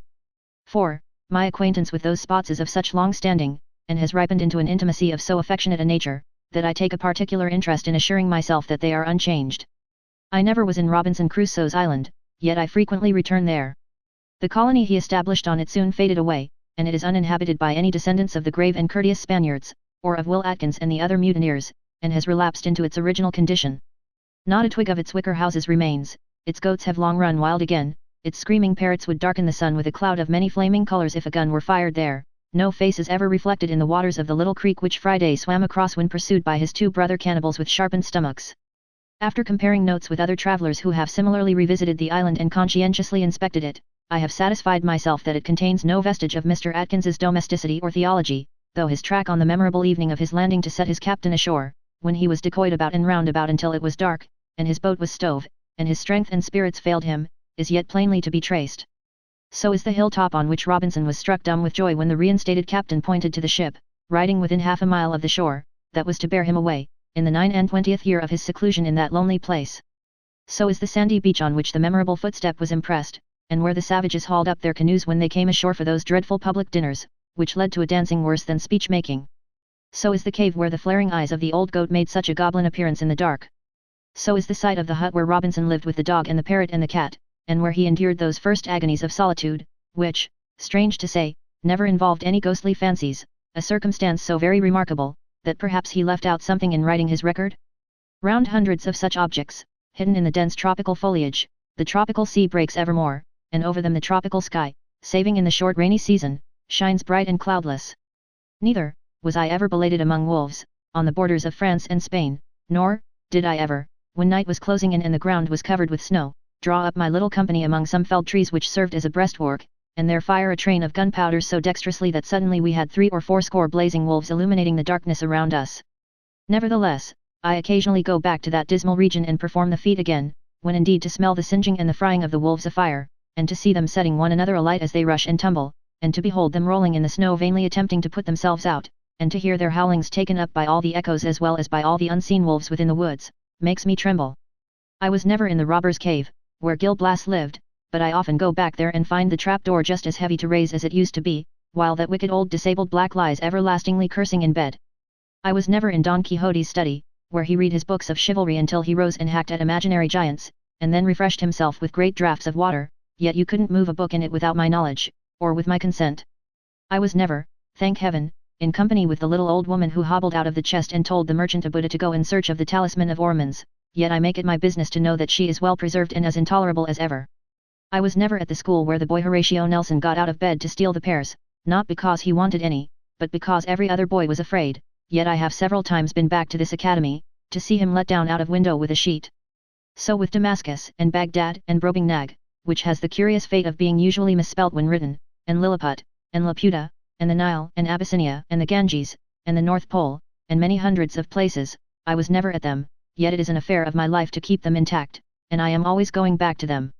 But, when I was in Dullborough one day, revisiting the associations of my childhood as recorded in previous pages of these notes, my experience in this wise was made quite inconsiderable and of no account, by the quantity of places and people, utterly impossible places and people, but none the less alarmingly real, that I found I had been introduced to by my nurse before I was 6 years old, and used to be forced to go back to at night without at all wanting to go. If we all knew our own minds, in a more enlarged sense than the popular acceptation of that phrase, I suspect we should find our nurses responsible for most of the dark corners we are forced to go back to, against our wills. The first diabolical character who intruded himself on my peaceful youth, as I called to mind that day at Dullborough, was a certain Captain Murderer. This wretch must have been an offshoot of the Blue-Beard family, but I had no suspicion of the consanguinity in those times. His warning name would seem to have awakened no general prejudice against him, for he was admitted into the best society and possessed immense wealth. Captain Murderer's mission was matrimony, and the gratification of a cannibal appetite with tender brides. On his marriage morning, he always caused both sides of the way to church to be planted with curious flowers, and when his bride said, "Dear Captain Murderer, I ever saw flowers like these before, what are they called?" he answered, "They are called garnish for house lamb, and laughed at his ferocious practical joke in a horrid manner, disquieting the minds of the noble bridal company, with a very sharp show of teeth, then displayed for the first time. He made love in a coach and 6, and married in a coach and 12, and all his horses were milk-white horses with one red spot on the back which he caused to be hidden by the harness. 4. The spot would come there, though every horse was milk-white when Captain Murderer bought him. And the spot was young bride's blood. To this terrific point I am indebted for my first personal experience of a shudder and cold beads on the forehead.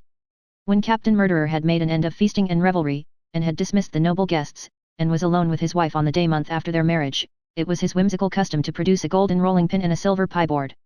Now, there was this special feature in the captain's courtships, that he always asked if the young lady could make pie crust, and if she couldn't by nature or education, she was taught. Well, when the bride saw Captain Murderer produce the golden rolling pin and silver pie board, she remembered this, and turned up her laced silk sleeves to make a pie. The captain brought out a silver pie dish of immense capacity, and the captain brought out flour and butter and eggs and all things needful, except the inside of the pie. Of materials for the staple of the pie itself, the captain brought out none. Then said the lovely bride, "Dear Captain Murderer, what pie is this to be?" He replied, "A meat pie." Then said the lovely bride, "Dear Captain Murderer, I see no meat." The captain humorously retorted, "Look in the glass." She looked in the glass, but still she saw no meat, and then the captain roared with laughter, and suddenly frowning and drawing his sword, bade her roll out the crust. So she rolled out the crust, dropping large tears upon it all the time because he was so cross, and when she had lined the dish with crust and had cut the crust all ready to fit the top, the captain called out, "I see the meat in the glass." And the bride looked up at the glass, just in time to see the captain cutting her head off, and he chopped her in pieces, and peppered her, and salted her, and put her in the pie, and sent it to the baker's, and ate it all, and picked the bones. Captain Murderer went on in this way, prospering exceedingly, until he came to choose a bride from 2 twin sisters, and at first didn't know which to choose. For, though one was fair and the other dark, they were both equally beautiful. But the fair twin loved him, and the dark twin hated him, so he chose the fair one.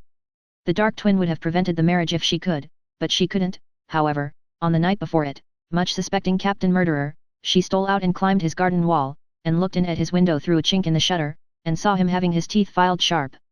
Next day she listened all day, and heard him make his joke about the house lamb. And that day month, he had the paste rolled out, and cut the fair twin's head off, and chopped her in pieces, and peppered her, and salted her, and put her in the pie, and sent it to the baker's, and ate it all, and picked the bones.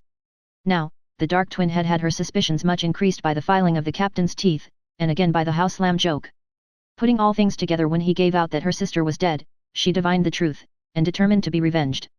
So, she went up to Captain Murderer's house, and knocked at the knocker and pulled at the bell, and when the captain came to the door, said, "Dear Captain Murderer, marry me next, for I always loved you and was jealous of my sister." The captain took it as a compliment, and made a polite answer, and the marriage was quickly arranged. On the night before it, the bride again climbed to his window, and again saw him having his teeth filed sharp. At this sight she laughed such a terrible laugh at the chink in the shutter, that the captain's blood curdled, and he said, "I hope nothing has disagreed with me." At that, she laughed again, a still more terrible laugh, and the shutter was opened and search made, but she was nimbly gone, and there was no one. Next day they went to church in a coach and 12, and were married. And that day month, she rolled the pie crust out, and Captain Murderer cut her head off, and chopped her in pieces, and peppered her, and salted her, and put her in the pie, and sent it to the baker's, and ate it all, and picked the bones. But before she began to roll out the paste she had taken a deadly poison of a most awful character, distilled from toad's eyes and spider's knees, and Captain Murderer had hardly picked her last bone, when he began to swell, and to turn blue, and to be all over spots, and to scream. And he went on swelling and turning bluer, and being more all over spots and screaming, until he reached from floor to ceiling and from wall to wall, and then, at 1 o'clock in the morning, he blew up with a loud explosion. At the sound of it, all the milk-white horses in the stables broke their halters and went mad, and then they galloped over everybody in Captain Murderer's house, beginning with the family blacksmith who had filed his teeth, until the whole were dead, and then they galloped away. Hundreds of times did I hear this legend of Captain Murderer, in my early youth, and added hundreds of times was there a mental compulsion upon me in bed, to peep in at his window as the dark twin peeped, and to revisit his horrible house, and look at him in his blue and spotty and screaming stage, as he reached from floor to ceiling and from wall to wall. The young woman who brought me acquainted with Captain Murderer had a fiendish enjoyment of my terrors, and used to begin, I remember, as a sort of introductory overture, by clawing the air with both hands, and uttering a long low hollow groan. So acutely did I suffer from this ceremony in combination with this infernal captain, that I sometimes used to plead I thought I was hardly strong enough and old enough to hear the story again just yet. But, she never spared me one word of it, and indeed commanded the awful chalice to my lips as the only preservative known to science against the black cat, a weird and glaring-eyed supernatural Tom, who was reputed to prowl about the world by night, sucking the breath of infancy, and who was endowed with a special thirst, as I was given to understand, for mine. This female bard, may she have been repaid my debt of obligation to her in the matter of nightmares and perspirations, reappears in my memory as the daughter of a shipwright. Her name was Mercy, though she had none on me. There was something of a shipbuilding flavor in the following story. As it always recurs to me in a vague association with calomel pills, I believe it to have been reserved for dull nights when I was low with medicine. There was once a shipwright, and he wrought in a government yard, and his name was Chips. And his father's name before him was Chips, and his father's name before him was Chips, and they were all Chipses.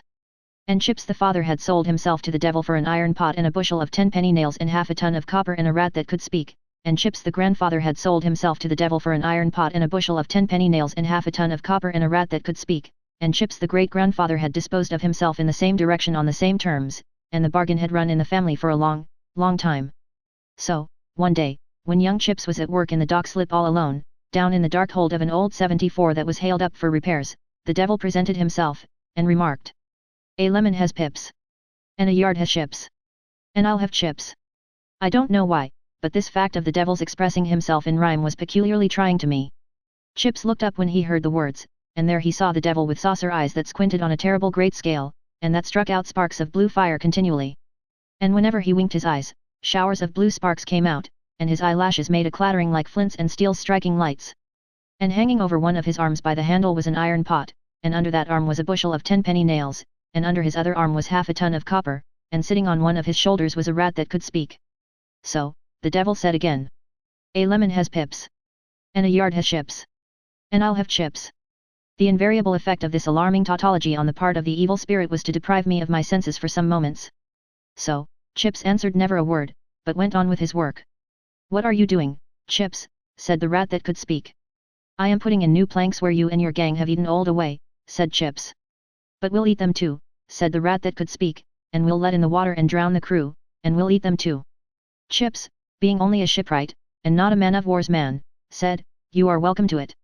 But he couldn't keep his eyes off the half a ton of copper or the bushel of 10 penny nails, for nails and copper are a shipwright's sweethearts, and shipwrights will run away with them whenever they can. So, the devil said, "I see what you are looking at, Chips. You had better strike the bargain. You know the terms.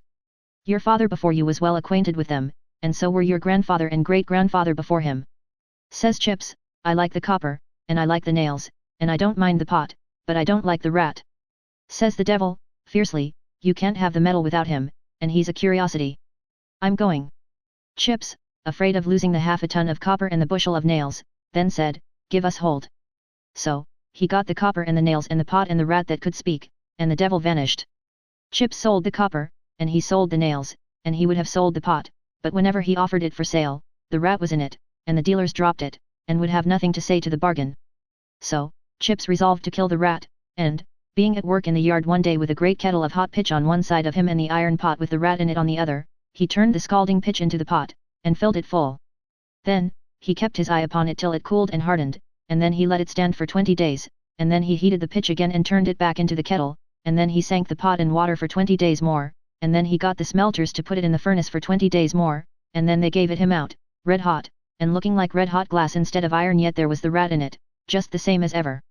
And the moment it caught his eye, it said with a jeer, "A lemon has pips. And a yard has ships. And I'll have chips." For this refrain I had waited since its last appearance, with inexpressible horror, which now culminated. Chips now felt certain in his own mind that the rat would stick to him. The rat, answering his thought, said, "I will, like pitch." Now, as the rat leaped out of the pot when it had spoken, and made off, Chips began to hope that it wouldn't keep its word. But, a terrible thing happened next day. For, when dinner time came, and the dock bell rang to strike work, he put his rule into the long pocket at the side of his trousers, and there he found a rat, not that rat, but another rat. And in his hat, he found another, and in his pocket handkerchief, another, and in the sleeves of his coat, when he pulled it on to go to dinner, 2 more. And from that time he found himself so frightfully intimate with all the rats in the yard, that they climbed up his legs when he was at work, and sat on his tools while he used them. And they could all speak to one another, and he understood what they said. And they got into his lodging, and into his bed, and into his teapot, and into his beer, and into his boots. And he was going to be married to a corn chandler's daughter, and when he gave her a workbox he had himself made for her, a rat jumped out of it, and when he put his arm round her waist, a rat clung about her, so the marriage was broken off, though the banns were already twice put up, which the parish clerk well remembers, for, as he handed the book to the clergyman for the second time of asking, a large fat rat ran over the leaf. By this time a special cascade of rats was rolling down my back, and the whole of my small listening person was overrun with them. At intervals ever since, I have been morbidly afraid of my own pocket, lest my exploring hand should find a specimen or two of those vermin in it. You may believe that all this was very terrible to Chips, but even all this was not the worst. He knew besides, what the rats were doing, wherever they were. So, sometimes he would cry aloud, when he was at his club at night, "Oh! Keep the rats out of the convicts' burying ground. Don't let them do that." Or, "There's one of them at the cheese downstairs." Or, "There's two of them smelling at the baby in the garret."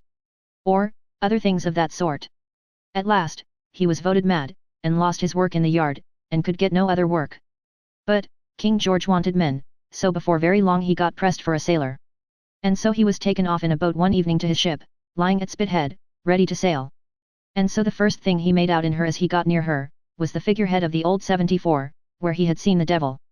She was called the Argonaut, and they rowed right under the bowsprit where the figurehead of the Argonaut, with a sheepskin in his hand and a blue gown on, was looking out to sea, and sitting staring on his forehead was the rat who could speak, and his exact words were these: "Chips ahoy! Old boy! We've pretty well eat them too, and we'll drown the crew, and we'll eat them too." Here I always became exceedingly faint, and would have asked for water, but that I was speechless. The ship was bound for the Indies, and if you don't know where that is, you ought to it, and angels will never love you. Here I felt myself an outcast from a future state. The ship set sail that very night, and she sailed and sailed and sailed. Chip's feelings were dreadful. Nothing ever equalled his terrors. No wonder. At last, one day he asked leave to speak to the Admiral. The Admiral give leave. Chips went down on his knees in the great state cabin. "Your Honour, unless your Honour, without a moment's loss of time, makes sail for the nearest shore, this is a doomed ship, and her name is the Coffin." "Young man, your words are a madman's words." "Your Honour, no, they are nibbling us away." "They? Your Honour, them dreadful rats. Dust and hollowness where solid oak ought to be. Rats nibbling a grave for every man on board." "Oh! Does your Honour love your lady and your pretty children?" "Yes, my man, to be sure." "Then, for God's sake, make for the nearest shore, for at this present moment the rats are all stopping in their work, and are all looking straight towards you with bare teeth, and are all saying to one another that you shall never, never, never, never, see your lady and your children more. My poor fellow, you are a case for the doctor. Sentry, take care of this man." So, he was bled and he was blistered, and he was this and that, for 6 whole days and nights. So, then he again asked leave to speak to the Admiral. The Admiral give leave. He went down on his knees in the great state cabin. "Now, Admiral, you must die. You took no warning, you must die. The rats are never wrong in their calculations, and they make out that they'll be through, at 12 tonight. So, you must die, with me and all the rest." And so at 12 o'clock there was a great leak reported in the ship, and a torrent of water rushed in and nothing could stop it, and they all went down, every living soul. And what the rats, being water rats, left of Chips, at last floated to shore, and sitting on him was an immense overgrown rat, laughing, that dived when the corpse touched the beach and never came up. And there was a deal of seaweed on the remains. And if you get 13 bits of seaweed, and dry them and burn them in the fire, they will go off like in these 13 words as plain can be. A lemon has pips. And a yard has ships. And I've got chips.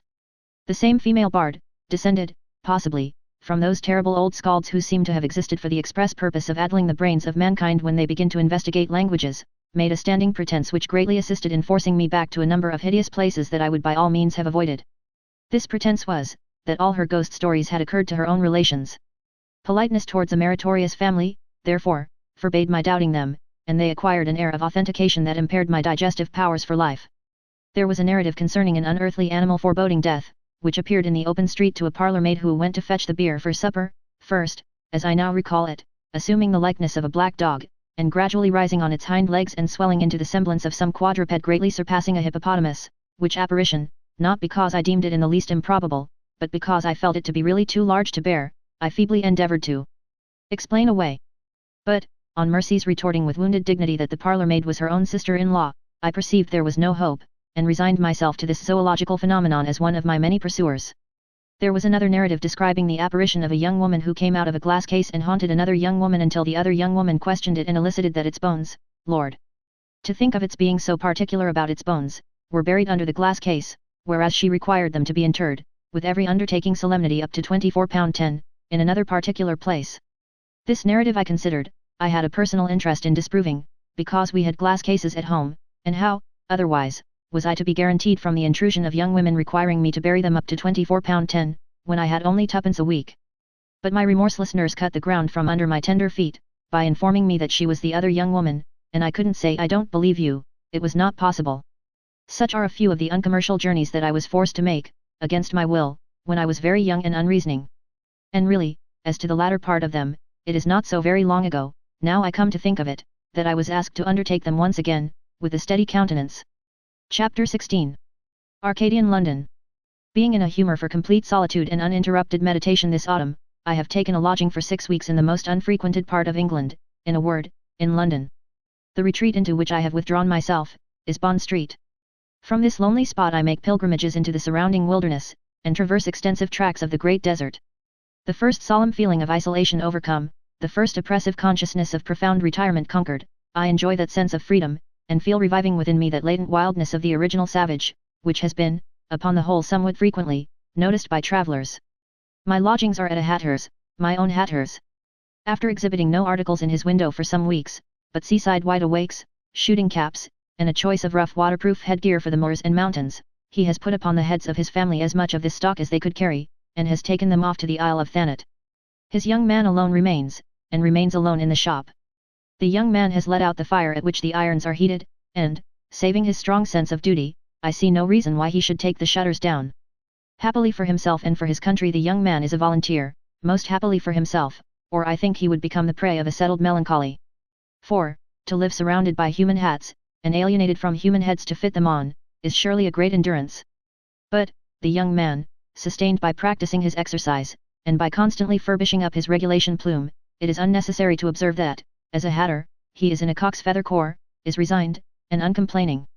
On a Saturday, when he closes early and gets his knickerbockers on, he is even cheerful.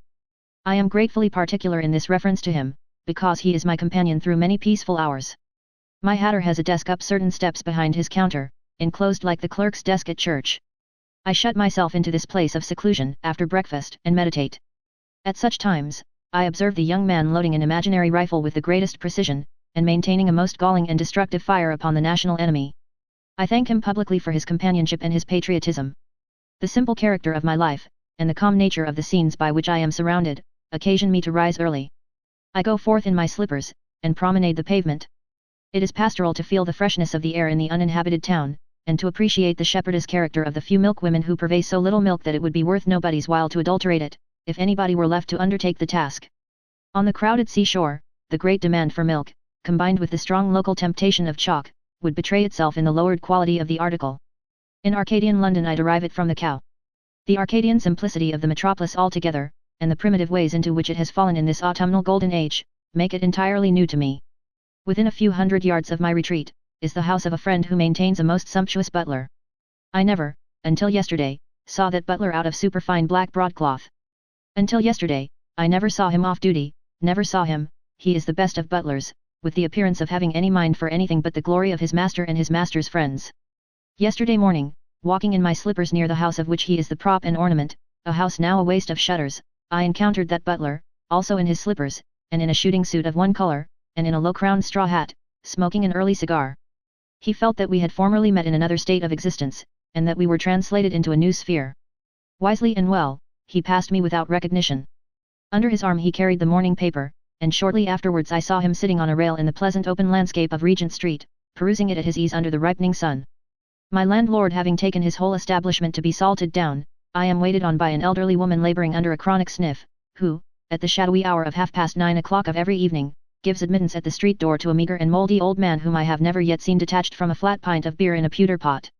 The meagre and mouldy old man is her husband, and the pair have a dejected consciousness that they are not justified in appearing on the surface of the earth. They come out of some hole when London empties itself, and go in again when it fills. I saw them arrive on the evening when I myself took possession, and they arrived with the flat pint of beer, and their bed in a bundle. The old man is a weak old man, and appeared to me to get the bed down the kitchen stairs by tumbling down within upon it.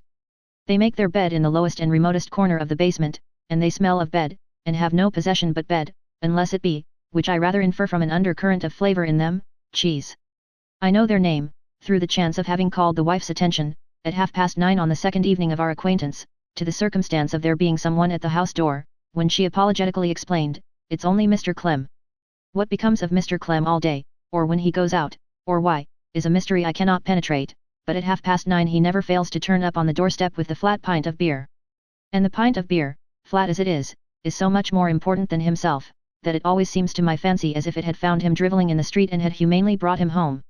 In making his way below, Mr. Clem never goes down the middle of the passage, like another Christian, but shuffles against the wall as if entreating me to take notice that he is occupying as little space as possible in the house, and whenever I come upon him face to face, he backs from me in fascinated confusion. The most extraordinary circumstance I have traced in connection with this aged couple, is, that there is a Miss Clem, their daughter, apparently 10 years older than either of them, who has also a bed and smells of it, and carries it about the earth at dusk and hides it in deserted houses. I came into this piece of knowledge through Mrs. Clem's beseeching me to sanction the sheltering of Miss Clem under that roof for a single night, between her taking care of the upper part in Pall Mall which the family of his back, and A's in Sir James's Street, which the family of Leaves Town Turmorer. I gave my gracious consent, having nothing that I know of to do with it, and in the shadowy hours Miss Clem became perceptible on the doorstep, wrestling with a bed in a bundle. Where she made it up for the night I cannot positively state, but, I think, in a sink. I know that with the instinct of a reptile or an insect, she stowed it in herself away in deep obscurity. In the Clem family, I have noticed another remarkable gift of nature, and that is a power they possess of converting everything into flue. Such broken victuals as they take by stealth, appear, whatever the nature of the viands, invariably to generate flue, and even the nightly pint of beer, instead of assimilating naturally, strikes me as breaking out in that form, equally on the shabby gown of Mrs. Clem, and the threadbare coat of her husband. Mrs. Clem has no idea of my name, as to Mr. Clem he has no idea of anything, and only knows me as her good gentleman. Thus, if doubtful whether I am in my room or no, Mrs. Clem taps at the door and says, "Is my good gentleman here?" Or, if a messenger desiring to see me were consistent with my solitude, she would show him in with, "Here is my good gentleman." I find this to be a generic custom. For, I meant to have observed before now, that in its Arcadian time all my part of London is indistinctly pervaded by the Clem species. They creep about with beds, and go to bed in miles of deserted houses. They hold no companionship except that sometimes, after dark, two of them will emerge from opposite houses, and meet in the middle of the road as on neutral ground, or will peep from adjoining houses over an interposing barrier of area railings, and compare a few reserved mistrustful notes respecting their good ladies or good gentlemen. This I have discovered in the course of various solitary rambles I have taken northward from my retirement, along the awful perspectives of Wimpole Street, Harley Street, and similar frowning regions. Their effect would be scarcely distinguishable from that of the primeval forests, but for the Clem stragglers, these may be dimly observed, when the heavy shadows fall, flitting to and fro, putting up the door chain, taking in the pint of beer, lowering like phantoms at the dark parlour windows, or secretly consorting underground with the dustbin and the water cistern.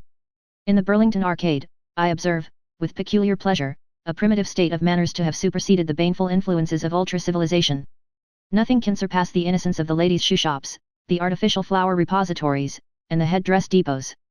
They are in strange hands at this time of year, hands of unaccustomed persons, who are imperfectly acquainted with the prices of the goods, and contemplate them with unsophisticated delight and wonder. The children of these virtuous people exchange familiarities in the arcade, and temper the asperity of the two tall beetles.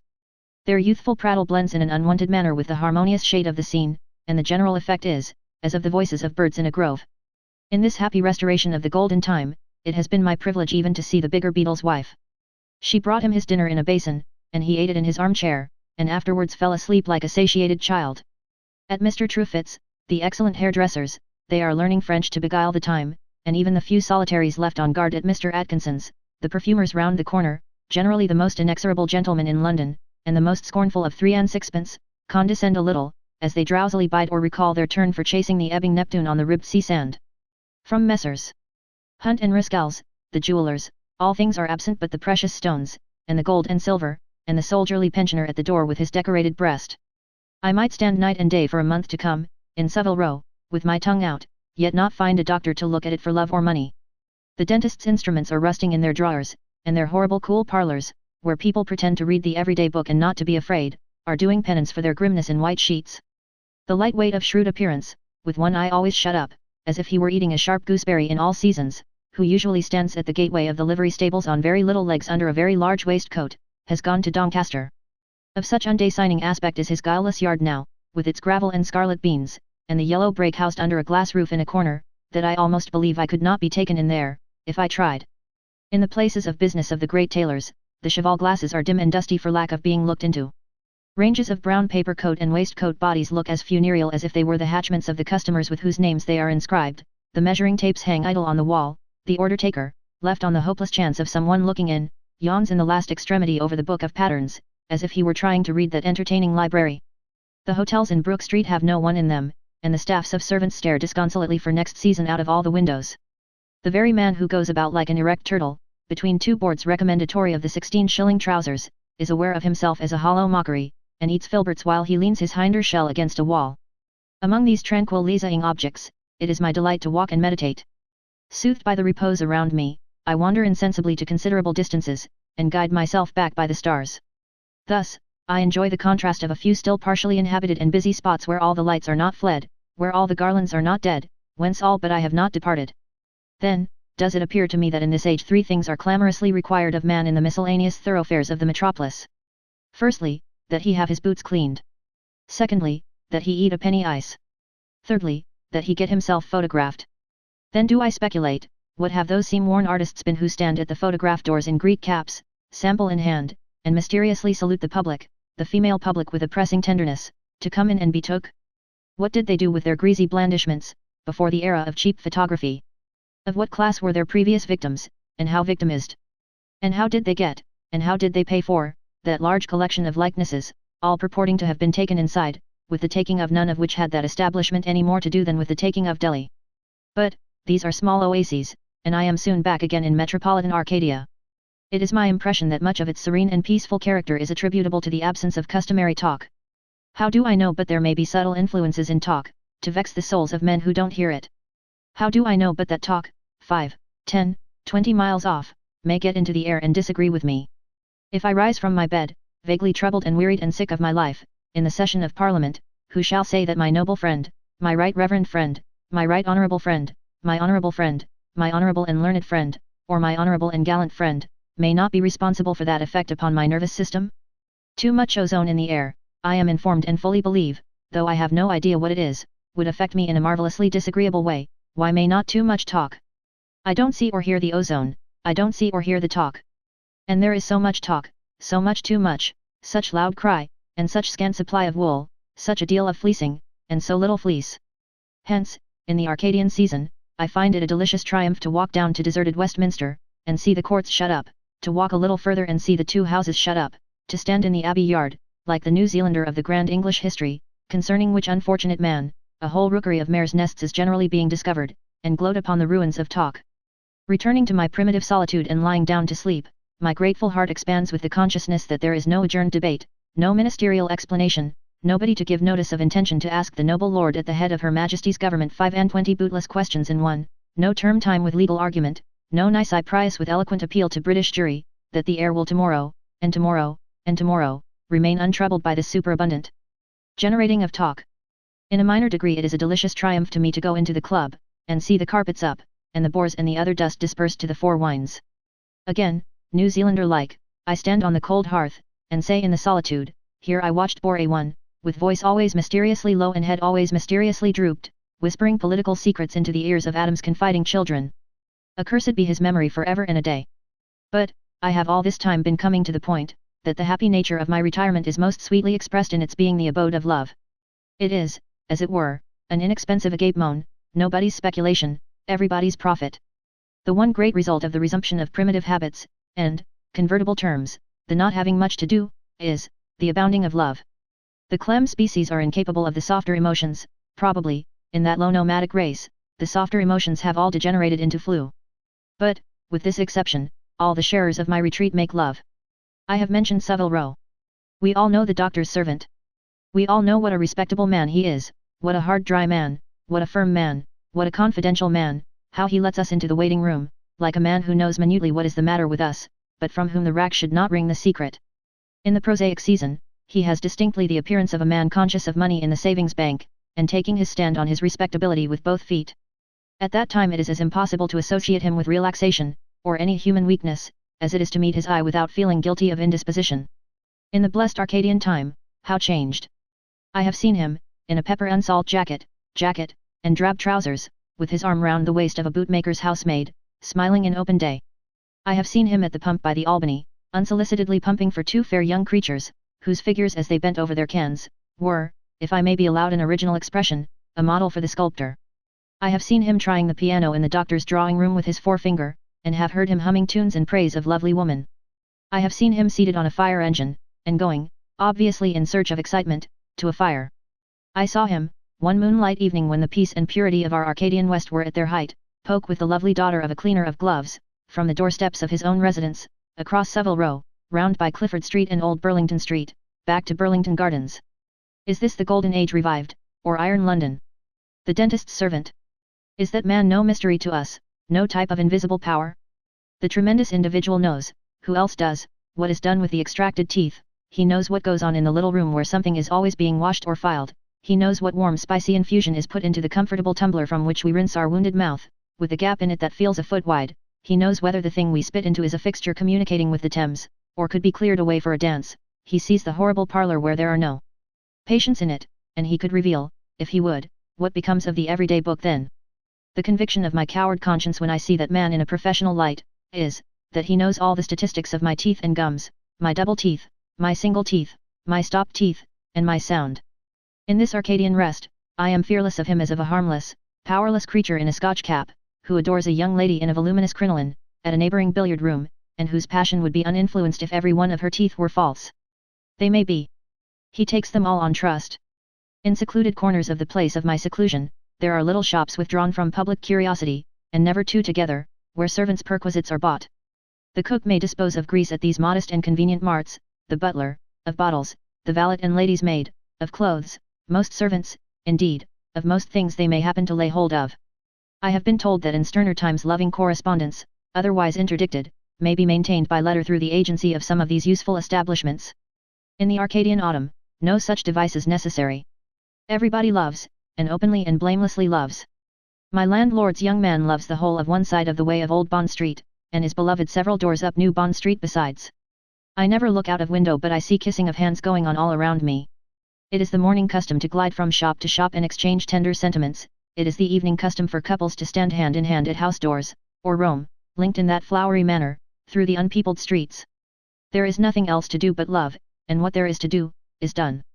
In unison with this pursuit, a chaste simplicity obtains in the domestic habits of Arcadia. Its few scattered people dine early, live moderately, sup socially, and sleep soundly. It is rumoured that the beadles of the arcade, from being the mortal enemies of boys, have signed with tears an address to Lord Shaftesbury, and subscribed to a ragged school. No wonder.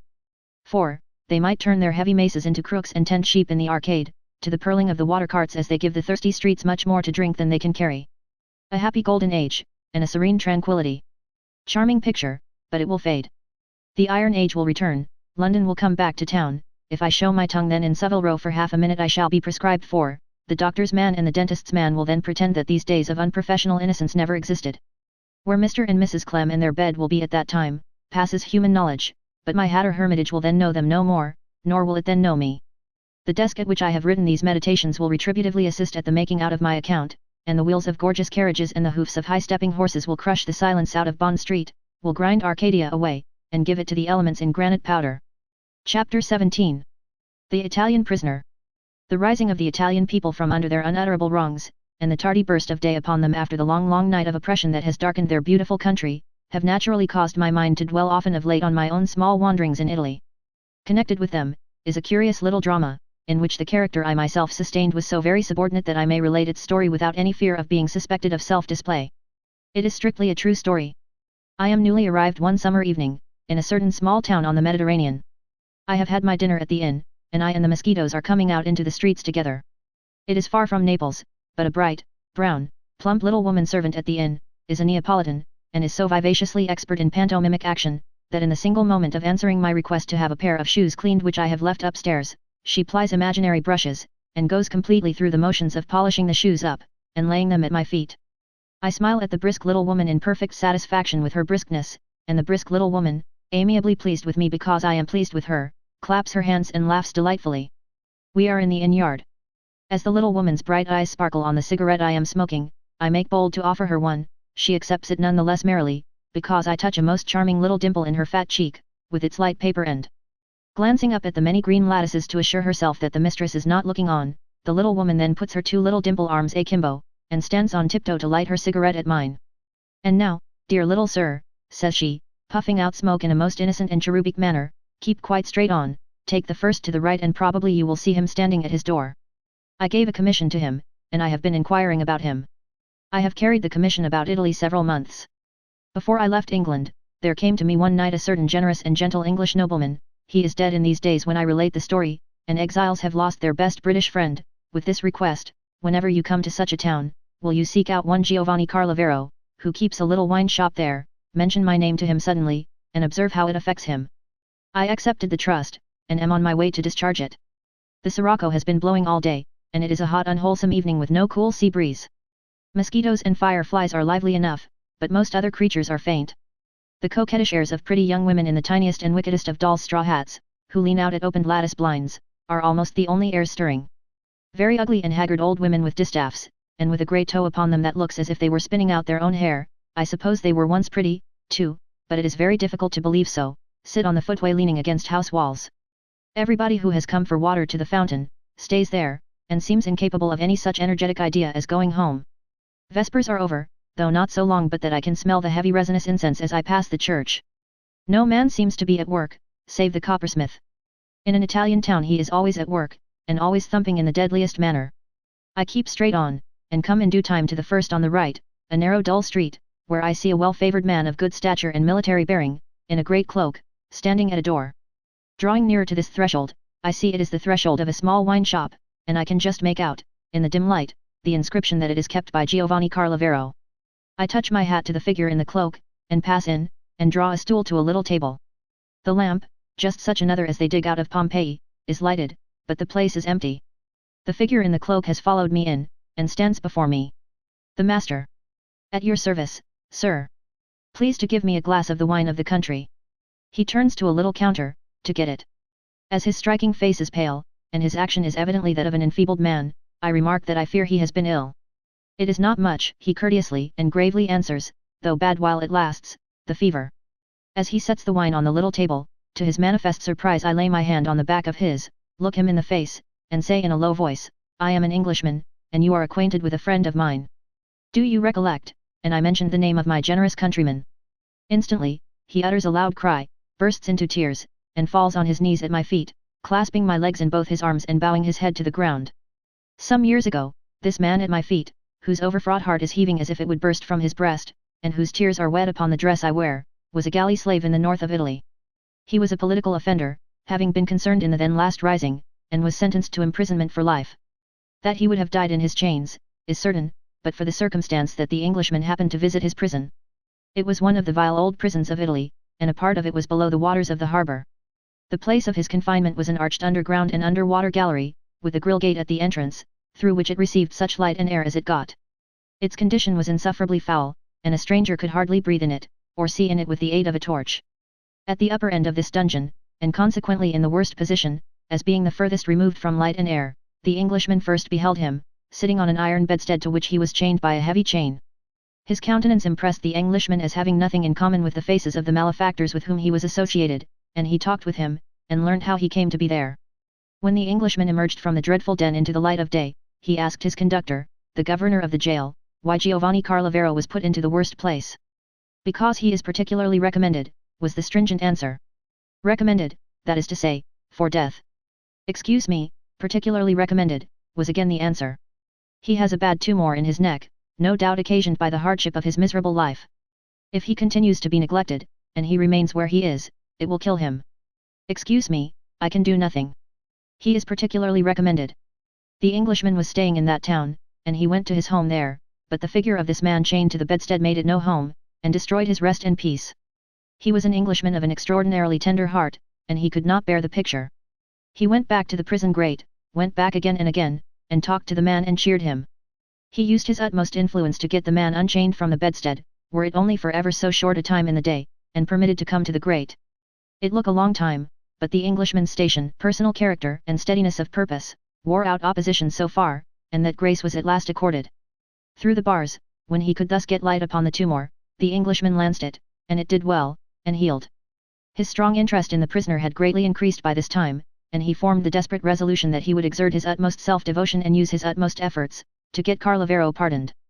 If the prisoner had been a brigand and a murderer, if he had committed every non-political crime in the Newgate calendar and out of it, nothing would have been easier than for a man of any court or priestly influence to obtain his release. As it was, nothing could have been more difficult. Italian authorities, and English authorities who had interest with them, alike assured the Englishman that his object was hopeless. He met with nothing but evasion, refusal, and ridicule. His political prisoner became a joke in the place. It was especially observable that English circumlocution, and English society on its travels, were as humorous on the subject as circumlocution and society may be on any subject without loss of caste. But, the Englishman possessed, and proved it well in his life, a courage very uncommon among us. He had not the least fear of being considered a bore, in a good humane cause. So he went on persistently trying, to get Giovanni Carlavero out. That prisoner had been rigorously rechained, after the 2 more operation, and it was not likely that his miserable life could last very long. One day, when all the town knew about the Englishman and his political prisoner, there came to the Englishman, a certain sprightly Italian advocate of whom he had some knowledge, and he made this strange proposal. "Give me £100 to obtain Carlavero's release. I think I can get him a pardon, with that money. But I cannot tell you what I am going to do with the money, nor must you ever ask me the question if I succeed, nor must you ever ask me for an account of the money if I fail." The Englishman decided to hazard the £100. He did so, and heard not another word of the matter. For half a year and more, the advocate made no sign, and never once took on in any way, to have the subject on his mind. The Englishman was then obliged to change his residence to another and more famous town in the north of Italy. He parted from the poor prisoner with a sorrowful heart, as from a doomed man for whom there was no release but death. The Englishman lived in his new place of abode another half year and more, and had no tidings of the wretched prisoner. At length, one day, he received from the advocate a cool, concise, mysterious note, to this effect: "If you still wish to bestow that benefit upon the man in whom you were once interested, send me £50 more, and I think it can be insured." Now, the Englishman had long settled in his mind that the advocate was a heartless sharper, who had preyed upon his credulity and his interest in an unfortunate sufferer. So, he sat down and wrote a dry answer, giving the advocate to understand that he was wiser now than he had been formerly, and that no more money was extractable from his pocket. He lived outside the city gates, some mile or 2 from the post office, and was accustomed to walk into the city with his letters and post them himself.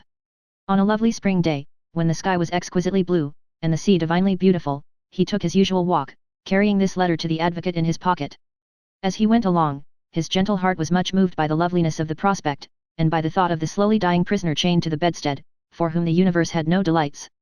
As he drew nearer and nearer to the city where he was to post the letter, he became very uneasy in his mind.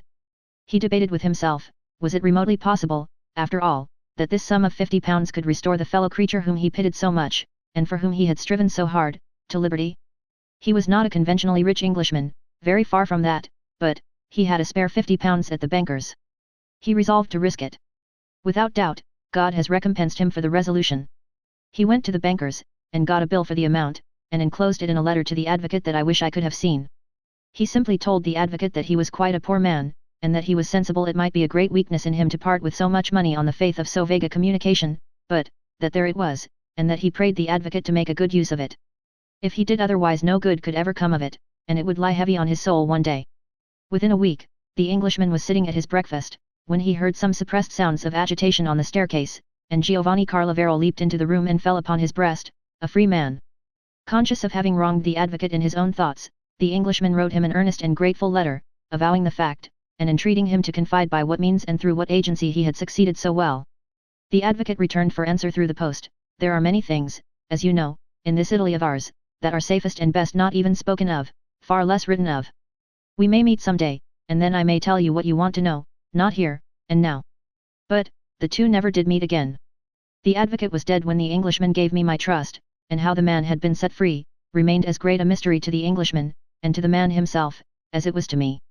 But, I knew this: here was the man, this sultry night, on his knees at my feet, because I was the Englishman's friend. Here were his tears upon my dress, here were his sobs choking his utterance, here were his kisses on my hands, because they had touched the hands that had worked out his release.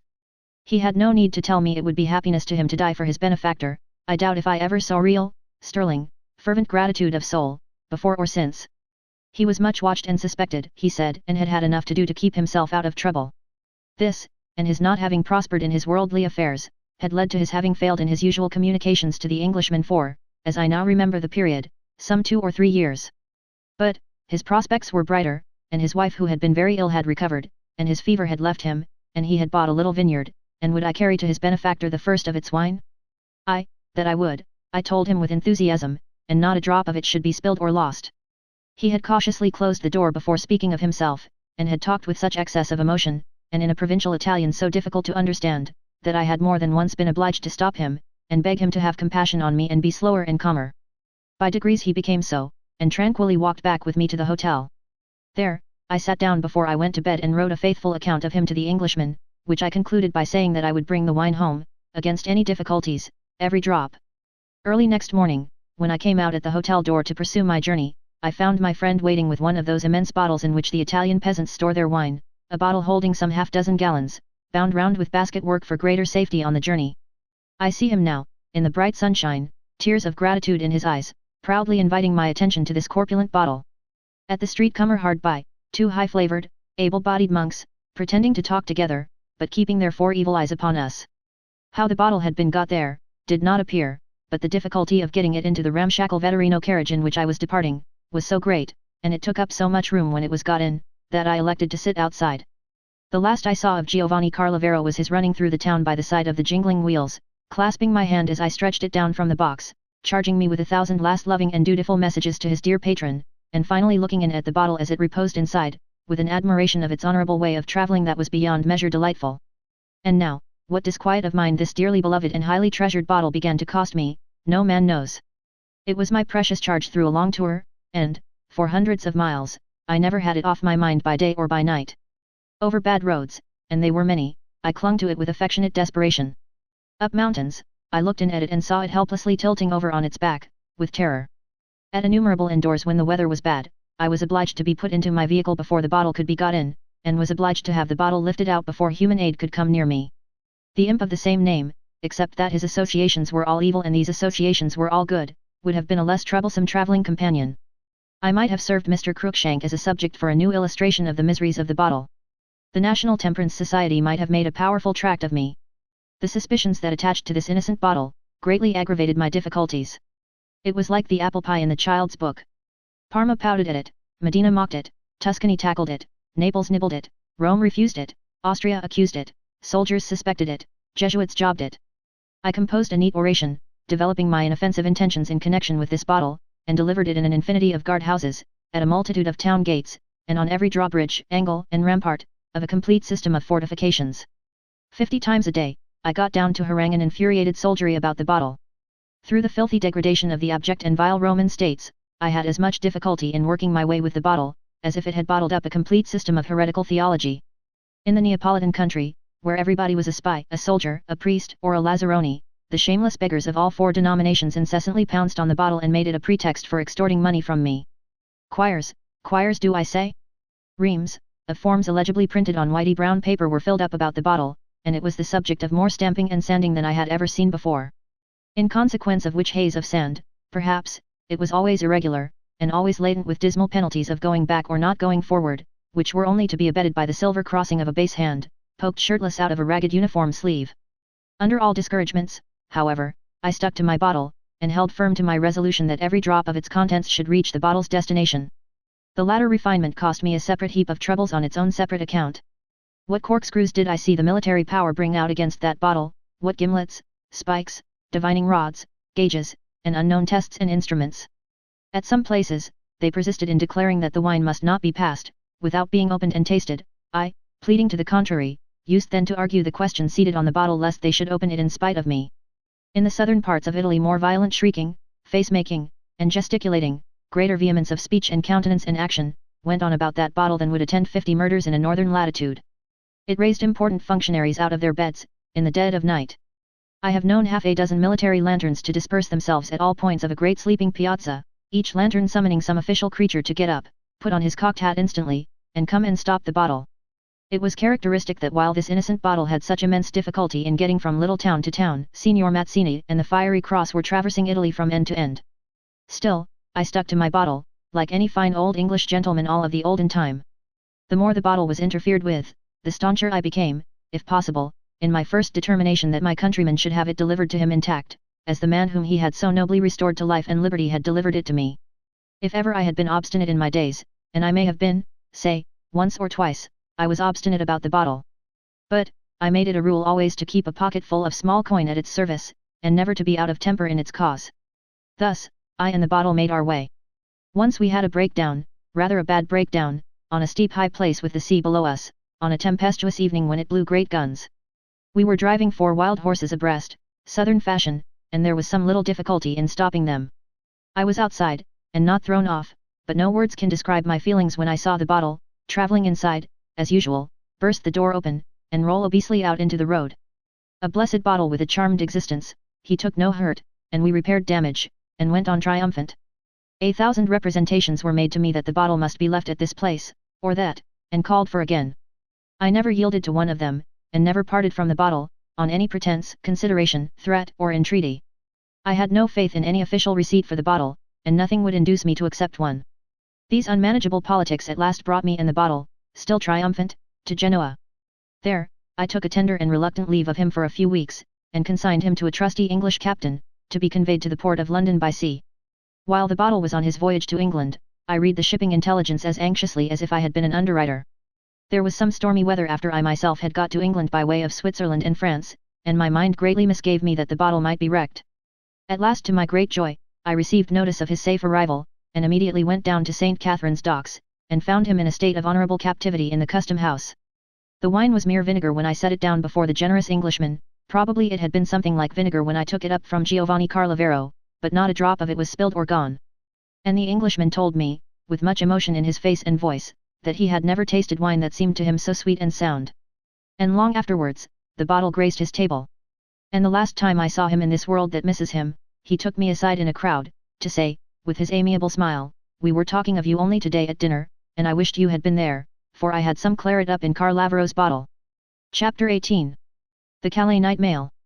It is an unsettled question with me whether I shall leave Calais something handsome in my will, or whether I shall leave it my malediction.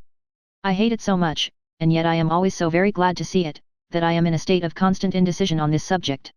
When I first made acquaintance with Calais, it was as a maundering young wretch in a clammy perspiration and dripping saline particles, who was conscious of no extremities but the one great extremity, seasickness, who was a mere bilious torso, with a mislaid headache somewhere in its stomach, who had been put into a horrible swing in Dover harbour, and had tumbled giddily out of it on the French coast, or the Isle of Man, or anywhere. Times have changed, and now I enter Calais self-reliant and rational. I know where it is beforehand, I keep a look out for it, I recognize its landmarks when I see any of them, I am acquainted with its ways, and I know, and I can bear, its worst behaviour. Malignant Calais. Low-lying alligator, evading the eyesight and discouraging hope. Dodging flat streak, now on this bow, now on that, now anywhere, now everywhere, now nowhere. In vain Cape Grisnez, coming frankly forth into the sea, exhorts the failing to be stout of heart and stomach. Sneaking Calais, prone behind its bar, invites emetically to despair. Even when it can no longer quite conceal itself in its muddy dock, it has an evil way of falling off, has Calais, which is more hopeless than its invisibility. The pier is all but on the bowsprit, and you think you are there, roll, roar, wash. Calais has retired miles inland, and Dover has burst out to look for it. It has a last dip and slide in its character, has Calais, to be especially commended to the infernal gods. Thrice accursed be that garrison town, when it dives under the boat's keel, and comes up a league or two to the right, with the packet shivering and spluttering and staring about for it. Not but what I have my animosities towards Dover. I particularly detest Dover for the self-complacency with which it goes to bed. It always goes to bed, when I am going to Calais, with a more brilliant display of lamp and candle than any other town. Mr. and Mrs. Birmingham, host and hostess of the Lord Warden Hotel, are my much esteemed friends, but they are too conceited about the comforts of that establishment when the night mail is starting. I know it is a good house to stay at, and I don't want the fact insisted upon in all its warm bright windows at such an hour. I know the Warden is a stationary edifice that never rolls or pitches, and I object to its big outline seeming to insist upon that circumstance, and, as it were, to come over me with it, when I am reeling on the deck of the boat. Beshrew the Warden likewise, for obstructing that corner, and making the wind so angry as it rushes round. Shall I not know that it blows quite soon enough, without the officious Warden's interference? As I wait here on board the night packet, for the south-eastern train to come down with the mail, Dover appears to me to be illuminated for some intensely aggravating festivity in my personal dishonour. All its noises smack of taunting praises of the land, and dispraises of the gloomy sea, and of me for going on it. The drums upon the heights have gone to bed, or I know they would rattle taunts against me for having my unsteady footing on this slippery deck. The many gas eyes of the marine parade twinkle in an offensive manner, as if with derision. The distant dogs of Dover bark at me in my misshapen wrappers, as if I were Richard III. A screech, a bell, and 2 red eyes come gliding down the Admiralty Pier with a smoothness of motion rendered more smooth by the heaving of the boat. The sea makes noises against the pier, as if several hippopotami were lapping at it, and were prevented by circumstances over which they had no control from drinking peaceably. We, the boat, become violently agitated, rumble, hum, scream, roar, and establish an immense family washing day at each paddle box. Bright patches break out in the train as the doors of the post office vans are opened, and instantly stooping figures with sacks upon their backs begin to be beheld among the piles, descending as it would seem in ghostly procession to Davy Jones's locker.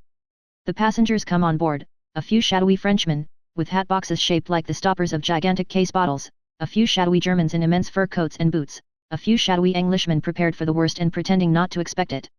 I cannot disguise from my uncommercial mind the miserable fact that we are a body of outcasts, that the attendants on us are as scant in number as may serve to get rid of us with the least possible delay, that there are no night loungers interested in us, that the unwilling lamps shiver and shudder at us, that the sole object is to commit us to the deep and abandon us. Lo, the 2 red eyes glaring in increasing distance, and then the very train itself has gone to bed before we are off. What is the moral support derived by some seagoing amateurs from an umbrella? Why do certain voyagers across the channel always put up that article, and hold it up with a grim and fierce tenacity? A fellow creature near me, whom I only know to be a fellow creature, because of his umbrella, without which he might be a dark bit of cliff, pier, or bulk bead, clutches that instrument with a desperate grasp, that will not relax until he lands at Calais. Is there any analogy, in certain constitutions, between keeping an umbrella up, and keeping the spirits up? A hawser thrown on board with a flop replies stand by. Stand by, below. Half a turn ahead. Half a turn ahead. Half speed. Half speed. Port. Port. Steady. Steady. Go on. Go on. A stout wooden wedge driven in at my right temple and out at my left, a floating deposit of lukewarm oil in my throat, and a compression of the bridge of my nose and a blunt pair of pincers, these are the personal sensations by which I know we are off, and by which I shall continue to know it until I am on the soil of France. My symptoms have scarcely established themselves comfortably, when 2 or 3 skating shadows that have been trying to walk or stand, get flung together, and other 2 or 3 shadows in tarpaulin slide with them into corners and cover them up. Then the South Foreland lights begin to hiccup at us in a way that bodes no good. It is at about this period that my detestation of Calais knows no bounds. Inwardly I resolve afresh that I never will forgive that hated town. I have done so before, many times, but that is past. Let me register a vow. Implacable animosity to Calais Everm, that was an awkward sea, and the funnel seems of my opinion, for it gives a complaining roar. The wind blows stiffly from the northeast, the sea runs high, we ship a deal of water, the night is dark and cold, and the shapeless passengers lie about in melancholy bundles, as if they were sorted out for the laundress, but for my own uncommercial part I cannot pretend that I am much inconvenienced by any of these things. A general howling, whistling, flopping, gurgling, and scooping, I am aware of, and a general knocking about of nature, but the impressions I receive are very vague. In a sweet faint temper, something like the smell of damaged oranges, I think I should feel languidly benevolent if I had time. I have not time, because I am under a curious compulsion to occupy myself with the Irish melodies. Rich and rare were the gems she wore, is the particular melody to which I find myself devoted. I sing it to myself in the most charming manner and with the greatest expression. Now and then, I raise my head, I am sitting on the hardest of wet seats, in the most uncomfortable of wet attitudes, but I don't mind it, and notice that I am a whirling shuttlecock between a fiery battledore of a lighthouse on the French coast and a fiery battledore of a lighthouse on the English coast, but I don't notice it particularly, except to feel envenomed in my hatred of Calais. Then I go on again, rich and rare were the gems she wore, and a bright gold ring on her and she bore, but oh her beauty was far beyond. I am particularly proud of my execution here, when I become aware of another awkward shock from the sea, and another protest from the funnel, and a fellow creature at the paddle box more audibly indisposed than I think he need be, her sparkling gems, or snow-white wand, but oh her beauty was far beyond, another awkward one here. And the fellow creature with the umbrella down and picked up, her sparkling gems, or her port, steady, snow-white fellow creature at the paddle box very selfishly audible, bump, roar, wash, white wand. As my execution of the Irish melodies partakes of my imperfect perceptions of what is going on around me, so what is going on around me becomes something else than what it is.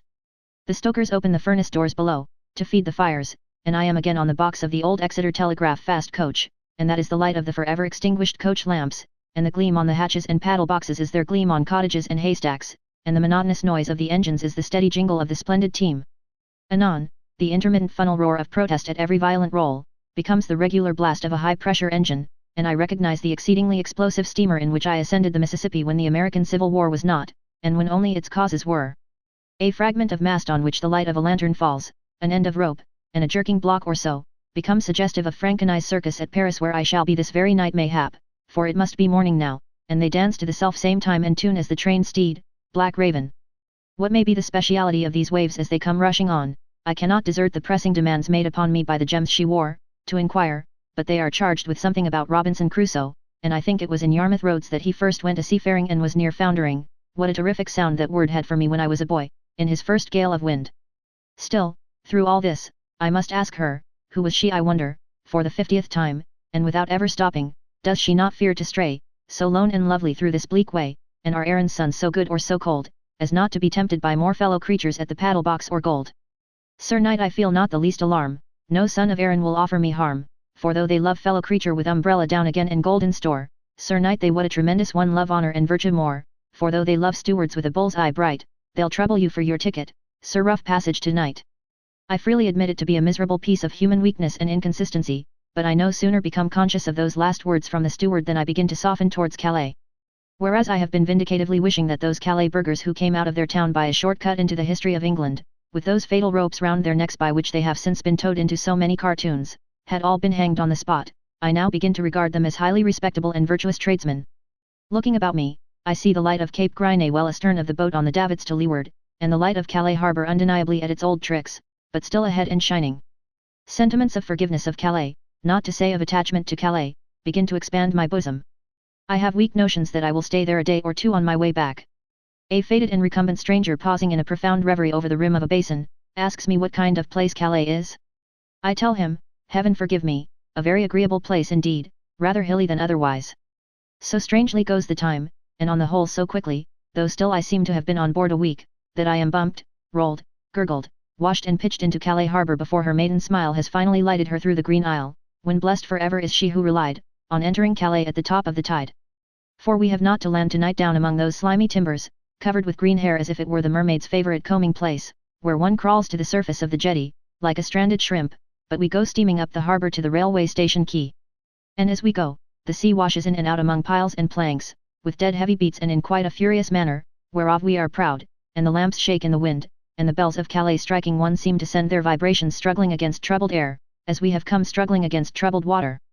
And now, in the sudden relief and wiping of faces, everybody on board seems to have had a prodigious double tooth out, and to be this very instant free of the dentist's hands. And now we all know for the first time how wet and cold we are, and how salt we are, and now I love Calais with my heart of hearts. Hotel Dessin. But in this one case it is not a vocal cry, it is but a bright lustre in the eyes of the cheery representative of that best of inns. Hotel Muris. Hotel de France. Hotel de Calais.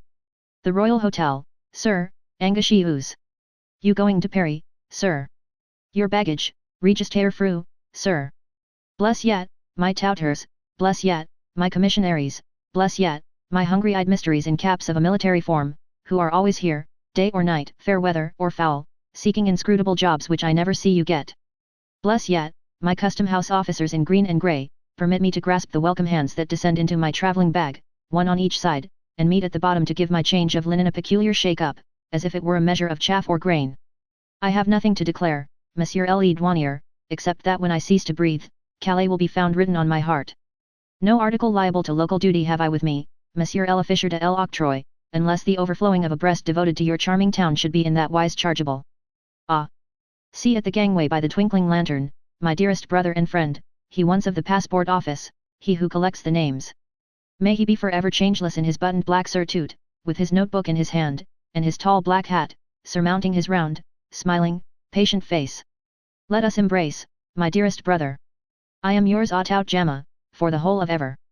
Calais up and doing at the railway station, and Calais down and dreaming in its bed, Calais with something of an ancient and fish-like smell about it, and Calais blown and sea-washed pure, Calais represented at the buffet by savoury roast fowls, hot coffee, cognac, and Bordeaux, and Calais represented everywhere by flitting persons with a monomania for changing money, though I never shall be able to understand in my present state of existence how they live by it, but I suppose I should, if I understood the currency question. Calais en gros, and Calais en detail, forgive one who has deeply wronged you, I was not fully aware of it on the other side, but I meant Dover. Ding, Ding! To the carriages, gentlemen the travellers. Ascend then, gentlemen the travellers, for Hazebrouck, Lille, Douai, Bruxelles, Arras, Amiens, and Paris. I, humble representative of the uncommercial interest, ascend with the rest. The train is light tonight, and I share my compartment with but two fellow travellers, one, a compatriot in an obsolete cravat, who thinks it a quite unaccountable thing that they don't keep London time on a French railway, and who is made angry by my modestly suggesting the possibility of Paris time being more in their way, the other, a young priest, with a very small bird in a very small cage, who feeds the small bird with a quill, and then puts him up in the network above his head, where he advances twittering, to his front wires, and seems to address me in an electioneering manner. The compatriot, who crossed in the boat, and whom I judge to be some person of distinction, as he was shut up, like a stately species of rabbit, in a private hutch on deck, and the young priest, who joined us at Calais, are soon asleep, and then the bird and I have it all to ourselves. A stormy night still, a night that sweeps the wires of the electric telegraph with a wild and fitful hand, a night so very stormy, with the added storm of the train progress through it, that when the guard comes clambering round to mark the tickets while we are at full speed, a really horrible performance in an express train, though he holds on to the open window by his elbows in the most deliberate manner, he stands in such a whirlwind that I grip him fast by the collar, and feel it next to manslaughter to let him go. Still, when he is gone, the small bird remains at his front wires feebly twittering to me, twittering and twittering, until, leaning back in my place and looking at him in drowsy fascination, I find that he seems to jog my memory as we rush along. Uncommercial travels, thus the small bird, have lain in their idle thriftless way through all this range of swamp and dike, as through many other odd places, and about here, as you very well know, are the queer old stone farmhouses, approached by drawbridges, and the windmills that you get at by boats. Here, are the lands where the women hoe and dig, paddling canoe-wise from field to field, and here are the cabarets and other peasant houses where the stone dovecotes in the littered yards are as strong as warders' towers in old castles. Here, are the long monotonous miles of canal, with the great Dutch-built barges garishly painted, and the towing girls, sometimes harnessed by the forehead, sometimes by the girdle and the shoulders, not a pleasant sight to see. Scattered through this country are mighty works of Vauban, whom you know about, and regiments of such corporals as you heard of once upon a time, and many a blue-eyed babel. Through these flat districts, in the shining summer days, walk those long, grotesque files of young novices in enormous shovel hats, whom you remember blackening the ground checkered by the avenues of leafy trees. And now that Hazebrouck slumbers certain kilometers ahead, recall the summer evening when your dusty feet strolling up from the station tended haphazard to a fair there, where the oldest inhabitants were circling round and round a barrel organ on hobby horses, with the greatest gravity, and where the principal show in the fair was a religious Richardson's, literally, on its own announcement in great letters, Theatre Religieux. In which improving temple, the dramatic representation was of all the interesting events in the life of our Lord, from the manger to the tomb, the principal female character, without any reservation or exception, being at the moment of your arrival, engaged in trimming the external moderators, as it was growing dusk, while the next principal female character took the money, and the young St. John disported himself upside down on the platform. Looking up at this point to confirm the small bird in every particular he has mentioned, I find he has ceased to twitter, and has put his head under his wing. Therefore, in my different way I follow the good example. Chapter 19. Some Recollections of Mortality. I had parted from the small bird at somewhere about 4 o'clock in the morning, when he had got out at Arras, and had been received by two shovel hats in waiting at the station, who presented an appropriately ornithological and crow-like appearance. My compatriot and I had gone on to Paris, my compatriot enlightening me occasionally with a long list of the enormous grievances of French railway travelling, every one of which, as I am a sinner, was perfectly new to me, though I have as much experience of French railways as most uncommercials. I had left him at the terminus, through his conviction, against all explanation and remonstrance, that his baggage ticket was his passenger ticket, insisting in a very high temper to the functionary on duty, that in his own personal identity he was 4 packages weighing so many kilograms, as if he had been Qasim Baba. I had bathed and breakfasted, and was strolling on the bright quays.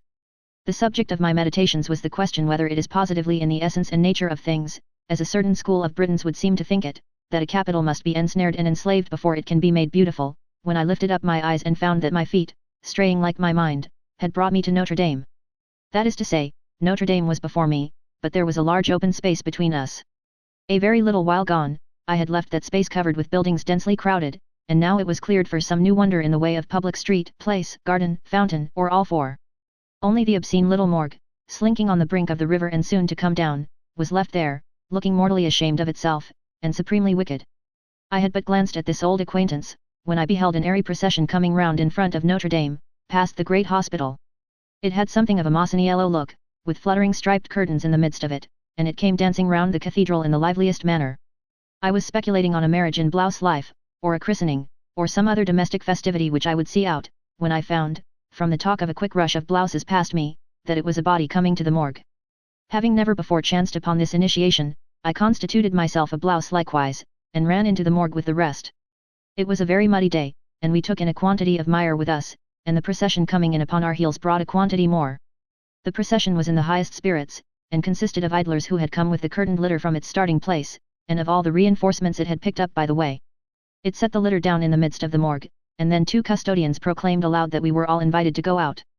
This invitation was rendered the more pressing, if not the more flattering, by our being shoved out, and the folding gates being barred upon us.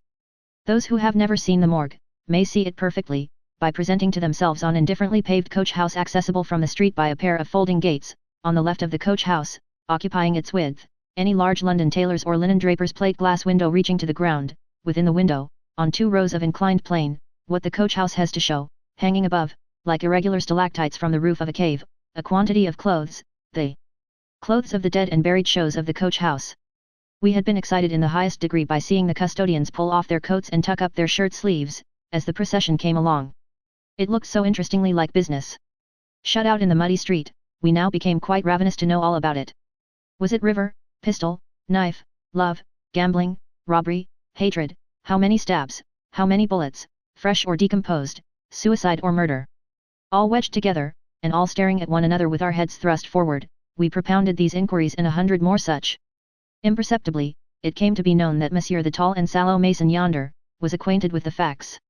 Would Monsieur the tall and sallow mason, searched at by a new wave of us, have the goodness to impart? It was but a poor old man, passing along the street under one of the new buildings, on whom a stone had fallen, and who had tumbled dead. His age? Another wave surged up against the tall and sallow mason, and our wave swept on and broke, and he was any age from 65 to 90. An old man was not much, moreover, we could have wished he had been killed by human agency, his own, or somebody else's, the latter, preferable, but our comfort was, that he had nothing about him to lead to his identification, and that his people must seek him here.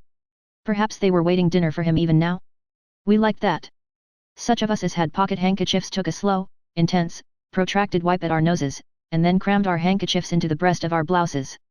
Others of us who had no handkerchiefs administered a similar relief to our overwrought minds, by means of prolonged smears or wipes of our mouths on our sleeves. One man with a gloomy malformation of brow, a homicidal worker in white lead, to judge from his blue tone of color, and a certain flavor of paralysis pervading him, got his coat collar between his teeth, and bit at it with an appetite. Several decent women arrived upon the outskirts of the crowd, and prepared to launch themselves into the dismal coach house when opportunity should come. Among them, a pretty young mother, pretending to bite the forefinger of her baby boy, kept it between her rosy lips that it might be handy for guiding to point at the show. Meantime, all faces were turned towards the building, and we men waited with a fixed and stern resolution, for the most part with folded arms. Surely, it was the only public French sight these uncommercial eyes had seen, at which the expectant people did not form en queue. But there was no such order of arrangement here, nothing but a general determination to make a rush for it, and a disposition to object to some boys who had mounted on the 2 stone posts by the hinges of the gates, with the design of swooping in when the hinges should turn. Now, they turned, and we rushed. Great pressure, and a scream or two from the front. Then a laugh or two, some expressions of disappointment, and a slackening of the pressure and subsidence of the struggle. Old man not there. But what would you have, the custodian reasonably argues, as he looks out at his little door. Patience, patience. We make his toilette, gentlemen. He will be exposed presently. It is necessary to proceed according to rule. His toilette is not made all at a blow. He will be exposed in good time, gentlemen, in good time. And so retires, smoking, with a wave of his sleeveless arm towards the window, importing, entertain yourselves in the meanwhile with the other curiosities. Fortunately the museum is not empty today.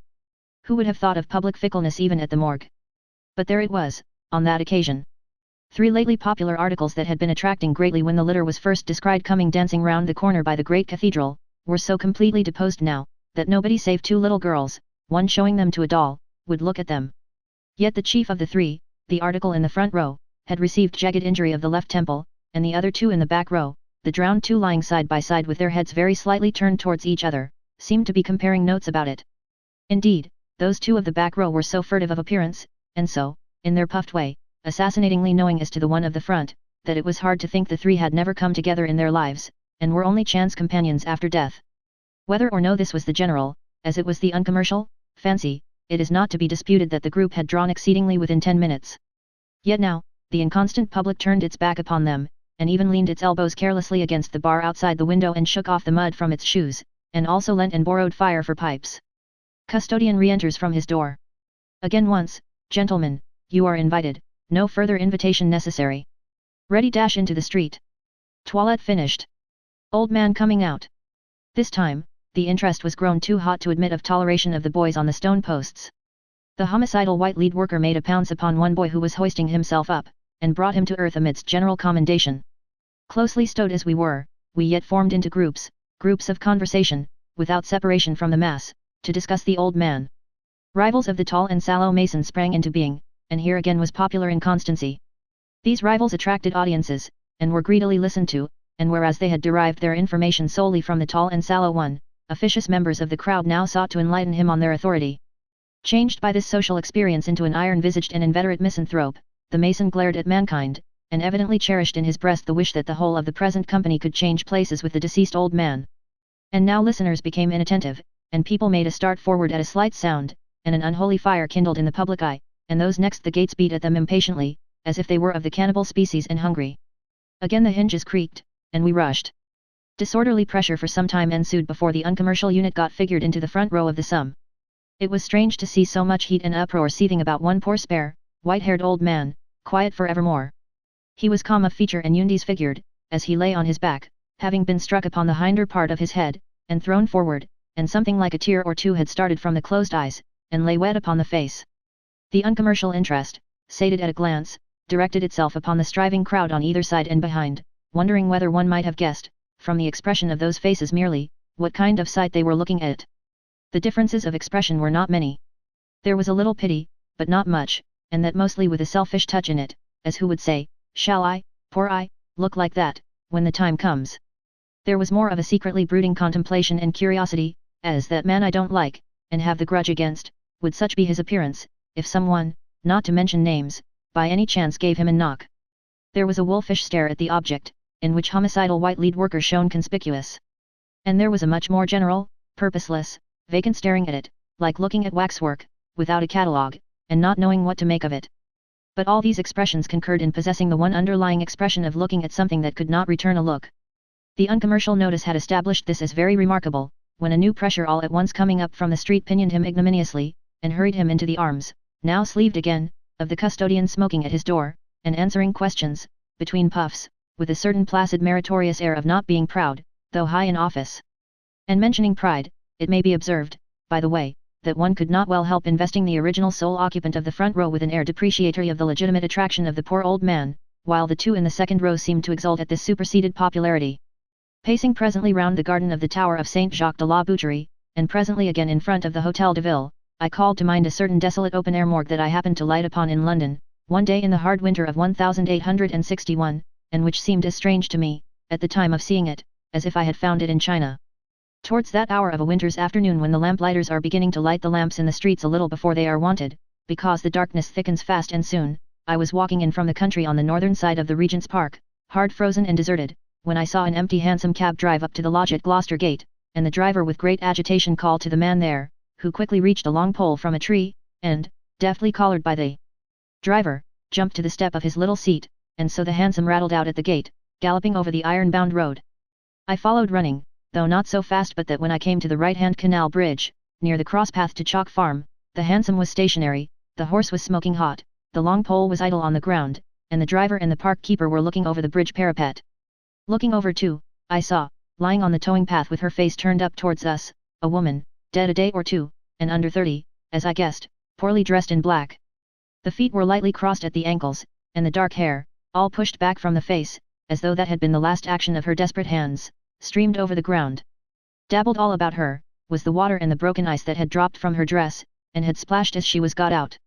The policeman who had just got her out, and the passing costermonger who had helped him, were standing near the body, the latter with that stare at it which I have likened to being at a waxwork exhibition without a catalogue, the former, looking over his stock, with professional stiffness and coolness, in the direction in which the bearers he had sent for were expected.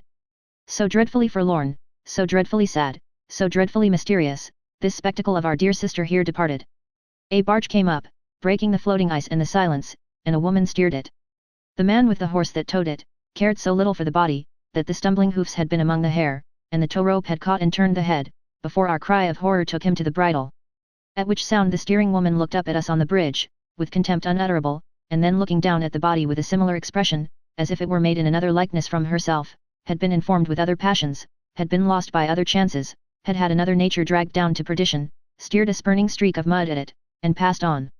A better experience, but also of the morgue kind, in which chance happily made me useful in a slight degree, arose to my remembrance as I took my way by the Boulevard de Sebastopol to the brighter scenes of Paris. The thing happened, say 25 years ago. I was a modest young uncommercial then, and timid and inexperienced. Many suns and wines have browned me in the line, but those were my pale days. Having newly taken the lease of a house in a certain distinguished metropolitan parish, a house which then appeared to me to be a frightfully first-class family mansion, involving awful responsibilities, I became the prey of a beetle. I think the beetle must have seen me going in or coming out, and must have observed that I tottered under the weight of my grandeur. Or he may have been in hiding under straw when I bought my first horse, in the desirable stable yard attached to the first-class family mansion, and when the vendor remarked to me, in an original manner, on bringing him for approval, taking his cloth off and smacking him, "There, sir. There's a horse." And when I said gallantly, "How much do you want for him?" and when the vendor said, "No more than 60 guineas, from you," and when I said smartly, "Why not more than 60 from me?" and when he said crushingly, "Because upon my soul and body he'd be considered cheap at 70, by one who understood the subject, but you don't," I say, the beetle may have been in hiding under straw, when this disgrace befell me, or he may have noted that I was too raw and young an atlas to carry the first-class family mansion in a knowing manner. Be this as it may, the beetle did what melancholy did to the youth in Gray's elegy, he marked me for his own. And the way in which the beetle did it, was this: he summoned me as a juryman on his coroner's inquests. In my first feverish alarm I repaired for safety and for succour, like those sagacious northern shepherds who, having had no previous reason whatever to believe in young Norval, very prudently did not originate the hazardous idea of believing in him, to a deep householder. This profound man informed me that the beetle counted on my buying him off, on my bribing him not to summon me, and that if I would attend an inquest with a cheerful countenance, and profess alacrity in that branch of my country's service, the beetle would be disheartened, and would give up the game. I roused my energies, and the next time the wily beetle summoned me, I went. The beetle was the blankest beetle I have ever looked on when I answered to my name, and his discomfiture gave me courage to go through with it. We were impaneled to inquire concerning the death of a very little mite of a child. It was the old miserable story. Whether the mother had committed the minor offence of concealing the birth, or whether she had committed the major offence of killing the child, was the question on which we were wanted. We must commit her on one of the two issues. The inquest came off in the parish workhouse, and I have yet a lively impression that I was unanimously received by my brother juryman as a brother of the utmost conceivable insignificance. Also, that before we began, a broker who had lately cheated me fearfully in the matter of a pair of card tables, was for the utmost rigour of the law. I remember that we sat in a sort of boardroom, on such very large square horsehair chairs that I wondered what race of Patagonians they were made for, and further, that an undertaker gave me his card when we were in the full moral freshness of having just been sworn, as an inhabitant that was newly come into the parish, and was likely to have a young family. The case was then stated to us by the coroner, and then we went downstairs, led by the plodding beetle, to view the body. From that day to this, the poor little figure, on which that sounding legal appellation was bestowed, has lain in the same place and with the same surroundings, to my thinking. In a kind of crypt devoted to the warehousing of the parochial coffins, and in the midst of a perfect panorama of coffins of all sizes, it was stretched on a box. The mother had put it in her box, this box, almost as soon as it was born, and it had been presently found there. It had been opened, and neatly sewn up, and regarded from that point of view, it looked like a stuffed creature. It rested on a clean white cloth, with a surgical instrument or so at hand, and regarded from that point of view, it looked as if the cloth were laid, and the giant were coming to dinner. There was nothing repellent about the poor piece of innocence, and it demanded a mere form of looking at it. So, we looked at an old pauper who was going about among the coffins with a foot rule, as if he were a case of self-measurement, and we looked at one another, and we said the place was well whitewashed anyhow, and then our conversational powers as a British jury flagged, and the foreman said, "All right, gentlemen. Back again, Mr. Beetle." The miserable young creature who had given birth to this child within a very few days, and who had cleaned the cold wet doorsteps immediately afterwards, was brought before us when we resumed our horsehair chairs, and was present during the proceedings. She had a horsehair chair herself, being very weak and ill, and I remember how she turned to the unsympathetic nurse who attended her, and who might have been the figurehead of a paupership, and how she hid her face and sobs and tears upon that wooden shoulder. I remember, too, how hard her mistress was upon her. She was a servant of all work, and with what a cruel pertinacity that piece of virtue spun her thread of evidence double, by intertwisting it with the sternest thread of construction. Smitten hard by the terrible low wail from the utterly friendless orphan girl, which never ceased during the whole inquiry, I took heart to ask this witness a question or two, which hopefully admitted of an answer that might give a favourable turn to the case. She made the turn as little favourable as it could be, but it did some good, and the coroner, who was nobly patient and humane, he was the late Mr. Wackley, cast a look of strong encouragement in my direction. Then, we had the doctor who had made the examination, and the usual tests as to whether the child was born alive, but he was a timid, muddle-headed doctor, and got confused and contradictory, and wouldn't say this, and couldn't answer for that, and the immaculate broker was too much for him, and our side slid back again. However, I tried again, and the coroner backed me again, for which I ever afterwards felt grateful to him as I do now to his memory, and we got another favourable turn, out of some other witness, some member of the family with a strong prepossession against the sinner, and I think we had the doctor back again, and I know that the coroner summed up for our side, and that I and my British brothers turned round to discuss our verdict, and get ourselves into great difficulties with our large chairs. And the broker. At that stage of the case I tried hard again, being convinced that I had cause for it, and at last we found for the minor offence of only concealing the birth, and the poor desolate creature, who had been taken out during our deliberation, being brought in again to be told of the verdict, then dropped upon her knees before us, with protestations that we were right, protestations among the most affecting that I have ever heard in my life, and was carried away insensible. In private conversation after this was all over, the coroner showed me his reasons as a trained surgeon, for perceiving it to be impossible that the child could, under the most favourable circumstances, have drawn many breaths, in the very doubtful case of its having ever breathed at all, this, owing to the discovery of some foreign matter in the windpipe, quite irreconcilable with many moments of life. When the agonized girl had made those final protestations, I had seen her face, and it was in unison with her distracted heartbroken voice, and it was very moving. It certainly did not impress me by any beauty that it had, and if I ever see it again in another world I shall only know it by the help of some new sense or intelligence. But it came to me in my sleep that night, and I selfishly dismissed it in the most efficient way I could think of. I caused some extra care to be taken of her in the prison, and counsel to be retained for her defence when she was tried at the Old Bailey, and her sentence was lenient, and her history and conduct proved that it was right. In doing the little I did for her, I remember to have had the kind help of some gentle-hearted functionary to whom I addressed myself, but what functionary I have long forgotten, who I suppose was officially present at the inquest. I regard this as a very notable uncommercial experience, because this good came of a beetle. And to the best of my knowledge, information, and belief, it is the only good that ever did come of a beetle since the first beetle put on his cocked hat. Chapter 20. Birthday Celebrations. It came into my mind that I would recall in these notes a few of the many hostelries I have rested at in the course of my journeys, and, indeed, I had taken up my pen for the purpose, when I was baffled by an accidental circumstance. It was the having to leave off, to wish the owner of a certain bright face that looked in at my door, many happy returns of the day. Thereupon a new thought came into my mind, driving its predecessor out, and I began to recall, instead of inns, the birthdays that I have put up it, on my way to this present sheet of paper. I can very well remember being taken out to visit some peach-faced creature in a blue sash, and shoes to correspond, whose life I supposed to consist entirely of birthdays. Upon seed cake, sweet wine, and shining presents, that glorified young person seemed to me to be exclusively reared. At so early a stage of my travels did I assist at the anniversary of her nativity, and become enamoured of her, that I had not yet acquired the recondite knowledge that a birthday is the common property of all who are born, but supposed it to be a special gift bestowed by the favouring heavens on that one distinguished infant. There was no other company, and we sat in a shady bower, under a table, as my better, or worse, knowledge leads me to believe, and were regaled with saccharine substances and liquids, until it was time to part. A bitter powder was administered to me next morning, and I was wretched. On the whole, a pretty accurate foreshadowing of my more mature experiences in such wise. Then came the time when, inseparable from one's own birthday, was a certain sense of merit, a consciousness of well-earned distinction. When I regarded my birthday as a graceful achievement of my own, a monument of my perseverance, independence, and good sense, redounding greatly to my honour. This was at about the period when Olympia Squires became involved in the anniversary.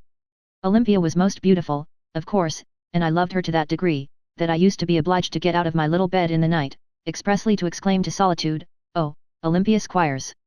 Visions of Olympia, clothed entirely in sage green, from which I infer a defectively educated taste on the part of her respected parents, who were necessarily unacquainted with the South Kensington Museum, still arise before me. Truth is sacred, and the visions are crowned by a shining white beaver bonnet, impossibly suggestive of a little feminine postboy. My memory presents a birthday when Olympia and I were taken by an unfeeling relative, some cruel uncle, or the like, to a slow torture called an orrery. The terrible instrument was set up at the local theatre, and I had expressed a profane wish in the morning that it was a play, for which a serious aunt had probed my conscience deep, and my pocket deeper, by reclaiming a bestowed half-crown. It was a venerable and a shabby orrery, at least 1,000 stars and 25 comets behind the age. Nevertheless, it was awful.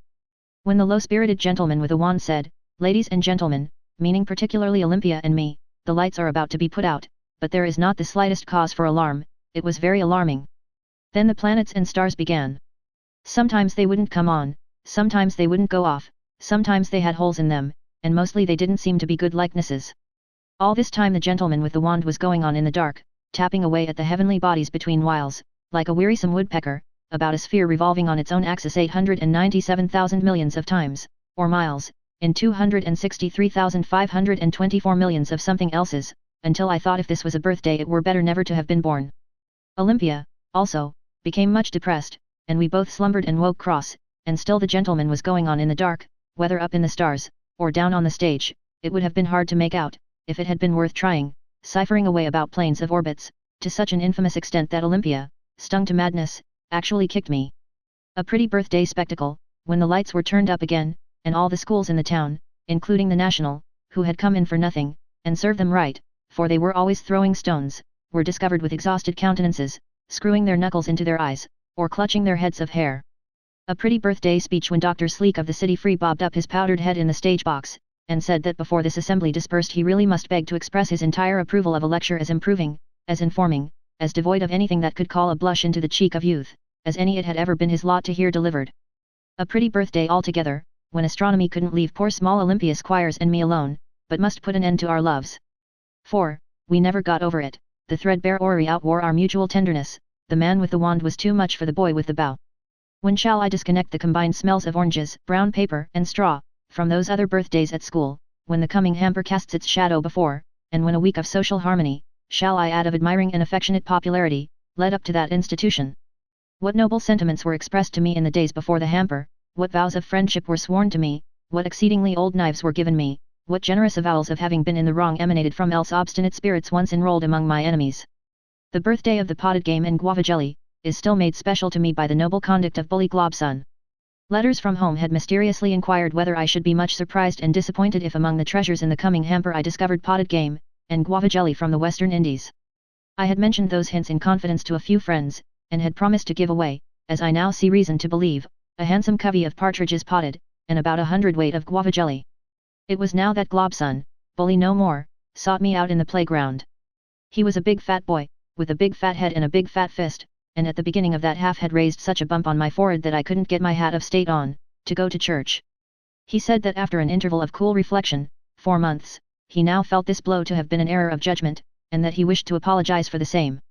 Not only that, but holding down his big head between his 2 big hands in order that I might reach it conveniently, he requested me, as an act of justice which would appease his awakened conscience, to raise a retributive bump upon it, in the presence of witnesses.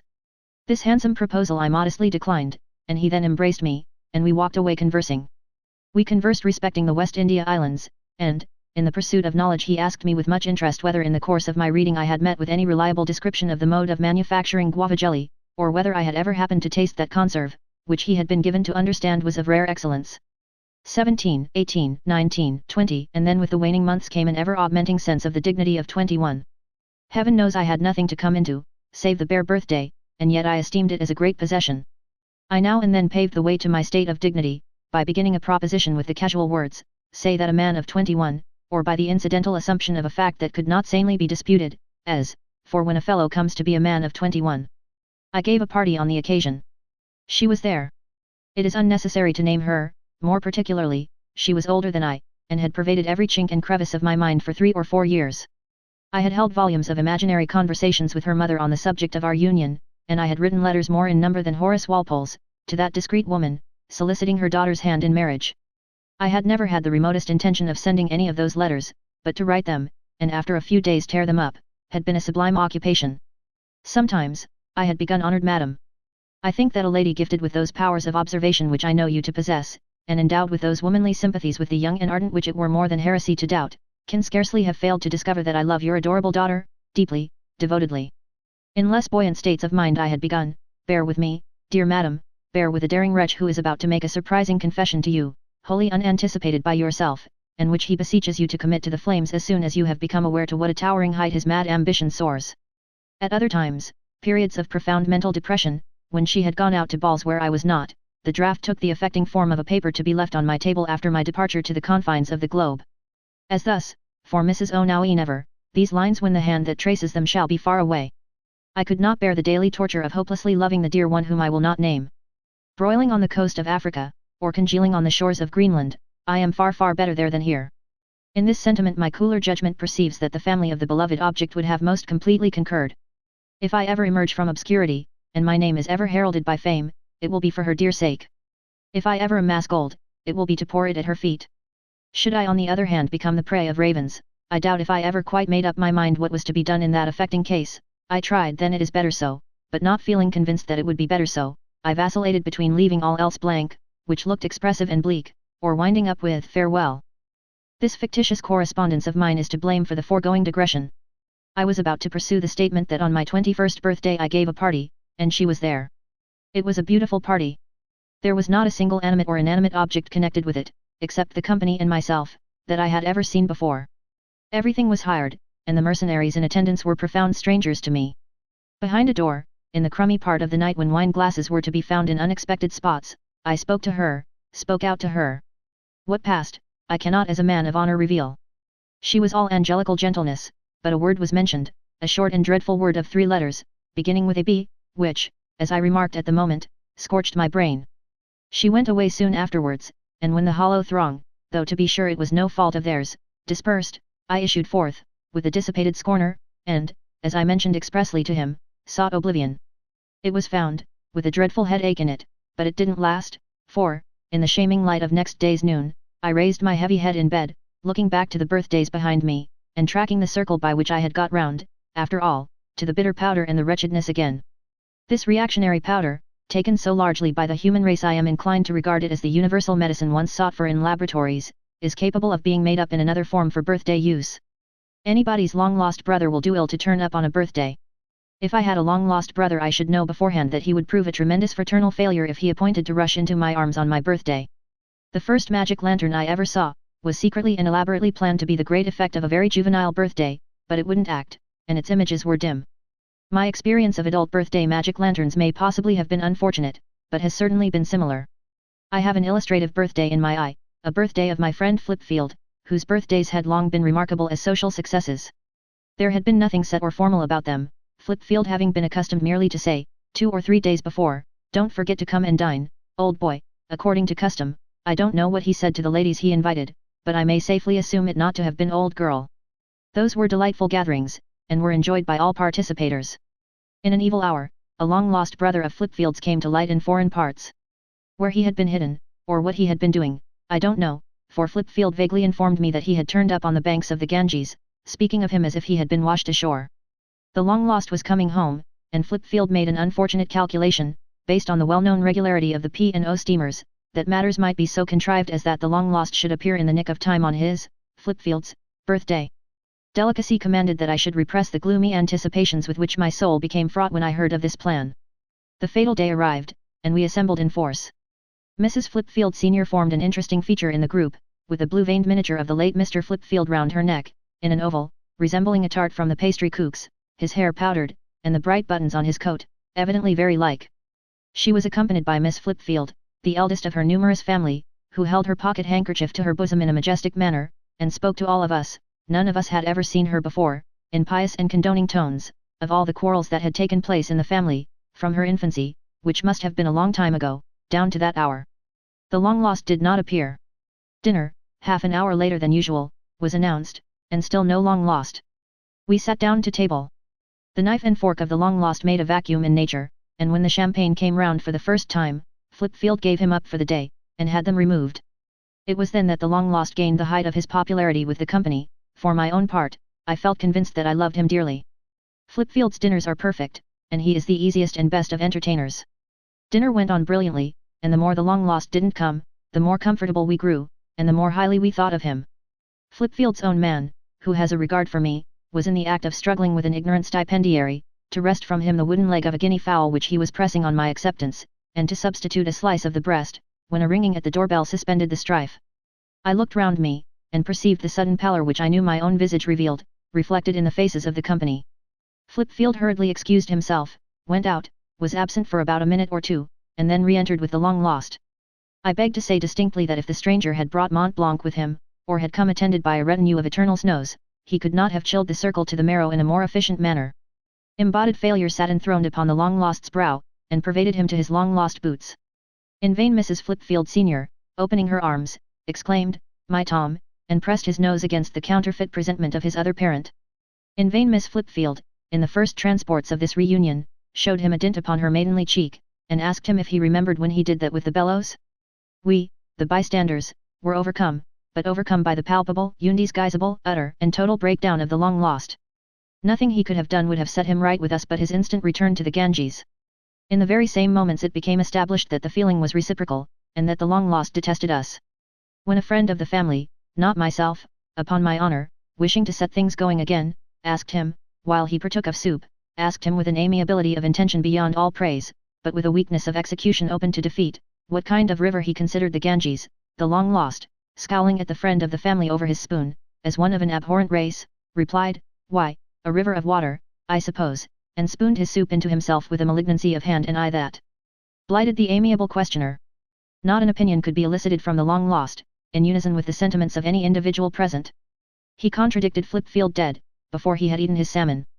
He had no idea, or affected to have no idea, that it was his brother's birthday, and on the communication of that interesting fact to him, merely wanted to make him out 4 years older than he was. He was an antithetical being, with the peculiar power and gift of treading on everybody's tenderest place. They talk in America of a man's platform. I should describe the platform of the long-lost as a platform composed of other people's corns, on which he had stumped his way, with all his might and main, to his present position. It is needless to add that Flipfield's great birthday went by the board, and that he was a wreck when I pretended at parting to wish him many happy returns of it. There is another class of birthdays at which I have so frequently assisted, that I may assume such birthdays to be pretty well known to the human race. My friend Mayday's birthday is an example. The guests have no knowledge of one another except on that one day in the year, and are annually terrified for a week by the prospect of meeting one another again. There is a fiction among us that we have uncommon reasons for being particularly lively and spirited on the occasion, whereas deep despondency is no phrase for the expression of our feelings. But the wonderful feature of the case is, that we are in tacit accordance to avoid the subject, to keep it as far off as possible, as long as possible, and to talk about anything else, rather than the joyful event. I may even go so far as to assert that there is a dumb compact among us that we will pretend that it is not Mayday's birthday. A mysterious and gloomy being, who is said to have gone to school with Mayday, and who is so lank and lean that he seriously impugns the dietary of the establishment at which they were jointly educated, always leads us, as I may say, to the block, by laying his grisly hand on a decanter and begging us to fill our glasses. The devices and pretenses that I have seen put in practice to defer the fatal moment, and to interpose between this man and his purpose, are innumerable. I have known desperate guests, when they saw the grisly hand approaching the decanter, wildly to begin, without any antecedent whatsoever, "That reminds me," and to plunge into long stories. When at last the hand and the decanter come together, a shudder, a palpable perceptible shudder, goes round the table. We receive the reminder that it is Mayday's birthday, as if it were the anniversary of some profound disgrace he had undergone, and we sought to comfort him. And when we have drunk Mayday's health, and wished him many happy returns, we are seized for some moments with a ghastly blitheness, an unnatural levity, as if we were in the first flushed reaction of having undergone a surgical operation. Birthdays of this species have a public as well as a private phase. My boyhood's home, Dullborough, presents a case in point. An immortal somebody was wanted in Dullborough, to dimple for a day the stagnant face of the waters. He was rather wanted by Dullborough generally, and much wanted by the principal hotel keeper. The county history was looked up for a locally immortal somebody, but the registered Dullborough worthies were all nobodies. In this state of things, it is hardly necessary to record that Dullborough did what every man does when he wants to write a book or deliver a lecture, and is provided with all the materials except a subject. It fell back upon Shakespeare. No sooner was it resolved to celebrate Shakespeare's birthday in Dullborough, than the popularity of the immortal bard became surprising. You might have supposed the first edition of his works to have been published last week, and enthusiastic Dullborough to have got half through them. I doubt, by the way, whether it had ever done half that, but that is a private opinion. A young gentleman with a sonnet, the retention of which for 2 years had enfeebled his mind and undermined his knees, got the sonnet into the Dullborough Warden, and gained flesh. Portraits of Shakespeare broke out in the bookshop windows, and our principal artist painted a large original portrait in oils for the decoration of the dining room. It was not in the least like any of the other portraits, and was exceedingly admired, the head being much swollen. At the institution, the debating society discussed the new question: was there sufficient ground for supposing that the immortal Shakespeare ever stole deer? This was indignantly decided by an overwhelming majority in the negative. Indeed, there was but one vote on the poaching side, and that was the vote of the orator who had undertaken to advocate it, and who became quite an obnoxious character, particularly to the Dullborough roughs, who were about as well informed on the matter as most other people. Distinguished speakers were invited down, and very nearly came, but not quite. Subscriptions were opened, and committees sat, and it would have been far from a popular measure in the height of the excitement, to have told Dullborough that it wasn't Stratford upon Avon. Yet, after all these preparations, when the great festivity took place, and the portrait, elevated aloft, surveyed the company as if it were in danger of springing a mine of intellect and blowing itself up, it did undoubtedly happen, according to the inscrutable mysteries of things, that nobody could be induced, not to say to touch upon Shakespeare, but to come within a mile of him, until the crack speaker of Dullborough rose to propose the immortal memory. Which he did with the perplexing and astonishing result that before he had repeated the great name half a dozen times, or had been upon his legs as many minutes, he was assailed with a general shout of question. Chapter 21. The Short-Timers.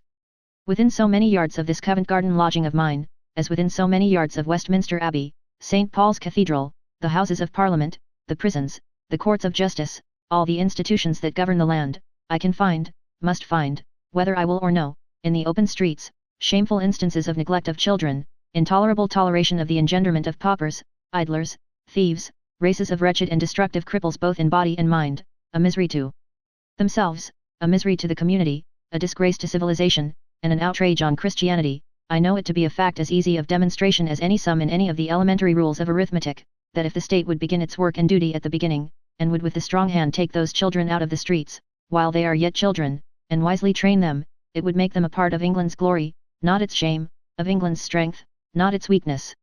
Would raise good soldiers and sailors, and good citizens, and many great men, out of the seeds of its criminal population. Yet I go on bearing with the enormity as if it were nothing, and I go on reading the parliamentary debates as if they were something, and I concern myself far more about one railway bridge across a public thoroughfare, than about a dozen generations of scrofula, ignorance, wickedness, prostitution, poverty, and felony. I can slip out at my door, in the small hours after any midnight, and, in one circuit of the purlieus of Covent Garden Market, can behold a state of infancy and youth, as vile as if a Bourbon sat upon the English throne, a great police force looking on with authority to do no more than worry and hunt the dreadful vermin into corners, and there leave them. Within the length of a few streets I can find a workhouse, mismanaged with that dull short-sighted obstinacy that its greatest opportunities as to the children it receives are lost, and yet not a farthing saved to any one. But the wheel goes round, and round, and round, and because it goes round, so I am told by the politest authorities, it goes well. Thus I reflected, one day in the Whitsun week last past, as I floated down the Thames among the bridges, looking, not inappropriately, at the drags that were hanging up at certain dirty stairs to hook the drowned out, and at the numerous conveniences provided to facilitate their tumbling in. My object in that uncommercial journey called up another train of thought, and it ran as follows. When I was at school, one of 70 boys, I wonder by what secret understanding our attention began to wander when we had pored over our books for some hours. I wonder by what ingenuity we brought on that confused state of mind when sense became nonsense, when figures wouldn't work, when dead languages wouldn't construe, when live languages wouldn't be spoken, when memory wouldn't come, when dullness and vacancy wouldn't go. I cannot remember that we ever conspired to be sleepy after dinner, or that we ever particularly wanted to be stupid, and to have flushed faces and hot beating heads, or to find blank hopelessness and obscurity this afternoon in what would become perfectly clear and bright in the freshness of tomorrow morning. We suffered for these things, and they made us miserable enough. Neither do I remember that we ever bound ourselves by any secret oath or other solemn obligation, to find the seats getting too hard to be sat upon after a certain time, or to have intolerable twitches in our legs, rendering us aggressive and malicious with those members, or to be troubled with a similar uneasiness in our elbows, attended with fistic consequences to our neighbors, or to carry 2 pounds of lead in the chest, 4 pounds in the head, and several active blue bottles in each ear. Yet, for certain, we suffered under those distresses, and were always charged at for laboring under them, as if we had brought them on, of our own deliberate act and deed. As to the mental portion of them being my own fault in my own case, I should like to ask any well-trained and experienced teacher, not to say psychologist. And as to the physical portion, I should like to ask Professor Owen. It happened that I had a small bundle of papers with me, on what is called the half-time system in schools. Referring to one of those papers I found that the indefatigable Mr. Chadwick had been beforehand with me, and had already asked Professor Owen, who had handsomely replied that I was not to blame, but that, being troubled with a skeleton, and having been constituted according to certain natural laws, I and my skeleton were unfortunately bound by those laws even in school, and had comported ourselves accordingly. Much comforted by the good professor's being on my side, I read on to discover whether the indefatigable Mr. Chadwick had taken up the mental part of my afflictions. I found that he had, and that he had gained on my behalf, Sir Benjamin Brodie, Sir David Wilkie, Sir Walter Scott, and the common sense of mankind. For which I beg Mr. Chadwick, if this should meet his eye, to accept my warm acknowledgments. Up to that time I had retained a misgiving that the 70 unfortunates of whom I was one, must have been, without knowing it, leagued together by the spirit of evil in a sort of perpetual Guy Fawkes plot, to grope about in vaults with dark lanterns after a certain period of continuous study. But now the misgiving vanished, and I floated on with a quieted mind to see the half-time system in action. For that was the purpose of my journey, both by steamboat on the Thames, and by very dirty railway on the shore. To which last institution, I beg to recommend the legal use of coke as engine fuel, rather than the illegal use of coal. The recommendation is quite disinterested, for I was most liberally supplied with small coal on the journey, for which no charge was made. I had not only my eyes, nose, and ears filled, but my hat, and all my pockets, and my pocket-book, and my watch. The VDSCRC, or Very Dirty and Small Coal Railway Company, delivered me close to my destination, and I soon found the half-time system established in spacious premises, and freely placed at my convenience and disposal. What would I see first of the half-time system? I chose military drill. Attention! Instantly 100 boys stood forth in the paved yard as one boy, bright, quick, eager, steady, watchful for the look of command, instant and ready for the word. Not only was there complete precision, complete accord to the eye and to the ear, but an alertness in the doing of the thing which deprived it, curiously, of its monotonous or mechanical character. There was perfect uniformity, and yet an individual spirit and emulation. No spectator could doubt that the boys liked it. With non-commissioned officers varying from a yard to a yard and a half high, the result could not possibly have been attained otherwise. They marched, and counter-marched, and formed in line and square, and company, and single file and double file, and performed a variety of evolutions, all most admirably. In respect of an air of enjoyable understanding of what they were about, which seems to be forbidden to English soldiers, the boys might have been small French troops. When they were dismissed and the broadsword exercise, limited to a much smaller number, succeeded, the boys who had no part in that new drill, either looked on attentively, or disported themselves in a gymnasium hard by. The steadiness of the broadsword boys on their short legs, and the firmness with which they sustained the different positions, was truly remarkable. The broadsword exercise over, suddenly there was great excitement and a rush. Naval drill. In the corner of the ground stood a decked mimic ship, with real masts, yards, and sails, mainmast 70 feet high. At the word of command from the skipper of this ship, a mahogany-faced old salt, with the indispensable quid in his cheek, the true nautical roll, and all wonderfully complete, the rigging was covered with a swarm of boys, one, the first to spring into the shrouds, outstripping all the others, and resting on the truck of the main topmast in no time. And now we stood out to sea, in a most amazing manner, the skipper himself, the whole crew, the Uncommercial, and all hands present, implicitly believing that there was not a moment to lose, that the wind had that instant chopped round and sprung up fair, and that we were away on a voyage round the world. Get all sail upon her. With a will, my lads. Lay out upon the main yard there. Look alive at the weather ear-ring. Cheery, my boys. Let go the sheet, now. Stand by at the braces, you. With a will, aloft there. Belay, starboard watch. Fifer. Come aft, Fifer, and give Em a tune. Forthwith, springs up Fifer, fife in hand, smallest boy ever seen, big lump on temple, having lately fallen down on a paving stone, gives Em a tune with all his might and main. Who roar, Fifer. With a will, my lads. Tip Em a livelier one, Fifer. Fifer tips Em a livelier one, and excitement increases. Shake Em out, my lads. Well done. There you have her. Pretty, pretty. Every rag upon her she can carry, wind right astern, and ship cutting through the water 15 knots an hour. At this favourable moment of her voyage, I gave the alarm a man overboard. On the gravel, but he was immediately recovered, none the worse. Presently, I observed the skipper overboard, but forbore to mention it, as he seemed in no wise disconcerted by the accident. Indeed, I soon came to regard the skipper as an amphibious creature, for he was so perpetually plunging overboard to look up at the hands aloft, that he was oftener in the bosom of the ocean than on deck. His pride in his crew on those occasions was delightful, and the conventional unintelligibility of his orders in the ears of uncommercial landlubbers and loblolly boys, though they were always intelligible to the crew, was hardly less pleasant. But we couldn't expect to go on in this way forever. Dirty weather came on, and then worse weather, and when we least expected it we got into tremendous difficulties. Screw loose in the chart perhaps, something certainly wrong somewhere, but here we were with breakers ahead, my lads, driving head on, slap on a lee shore. The skipper broached this terrific announcement in such great agitation, that the small Fifer, not fifing now, but standing looking on near the wheel with his fife under his arm, seemed for the moment quite unbuoyed, though he speedily recovered his presence of mind. In the trying circumstances that ensued, the skipper and the crew proved worthy of one another. The skipper got dreadfully hoarse, but otherwise was master of the situation. The man at the wheel did wonders. All hands, except the fifer, were turned up to wear ship, and I observed the fifer, when we were at our greatest extremity, to refer to some document in his waistcoat pocket, which I conceived to be his will. I think she struck. I was not myself conscious of any collision, but I saw the skipper so very often washed overboard and back again, that I could only impute it to the beating of the ship. I am not enough of a seaman to describe the maneuvers by which we were saved, but they made the skipper very hot, French polishing his mahogany face, and the crew very nimble, and succeeded to a marvel, for, within a few minutes of the first alarm, we had wore ship and got her off, and were all atato, which I felt very grateful for, not that I knew what it was, but that I perceived that we had not been all atato lately. Land now appeared on our weather bow, and we shaped our course for it, having the wind abeam, and frequently changing the man at the helm, in order that every man might have his spell. We worked into harbour under prosperous circumstances, and furled our sails, and squared our yards, and made all ship shape and handsome, and so our voyage ended.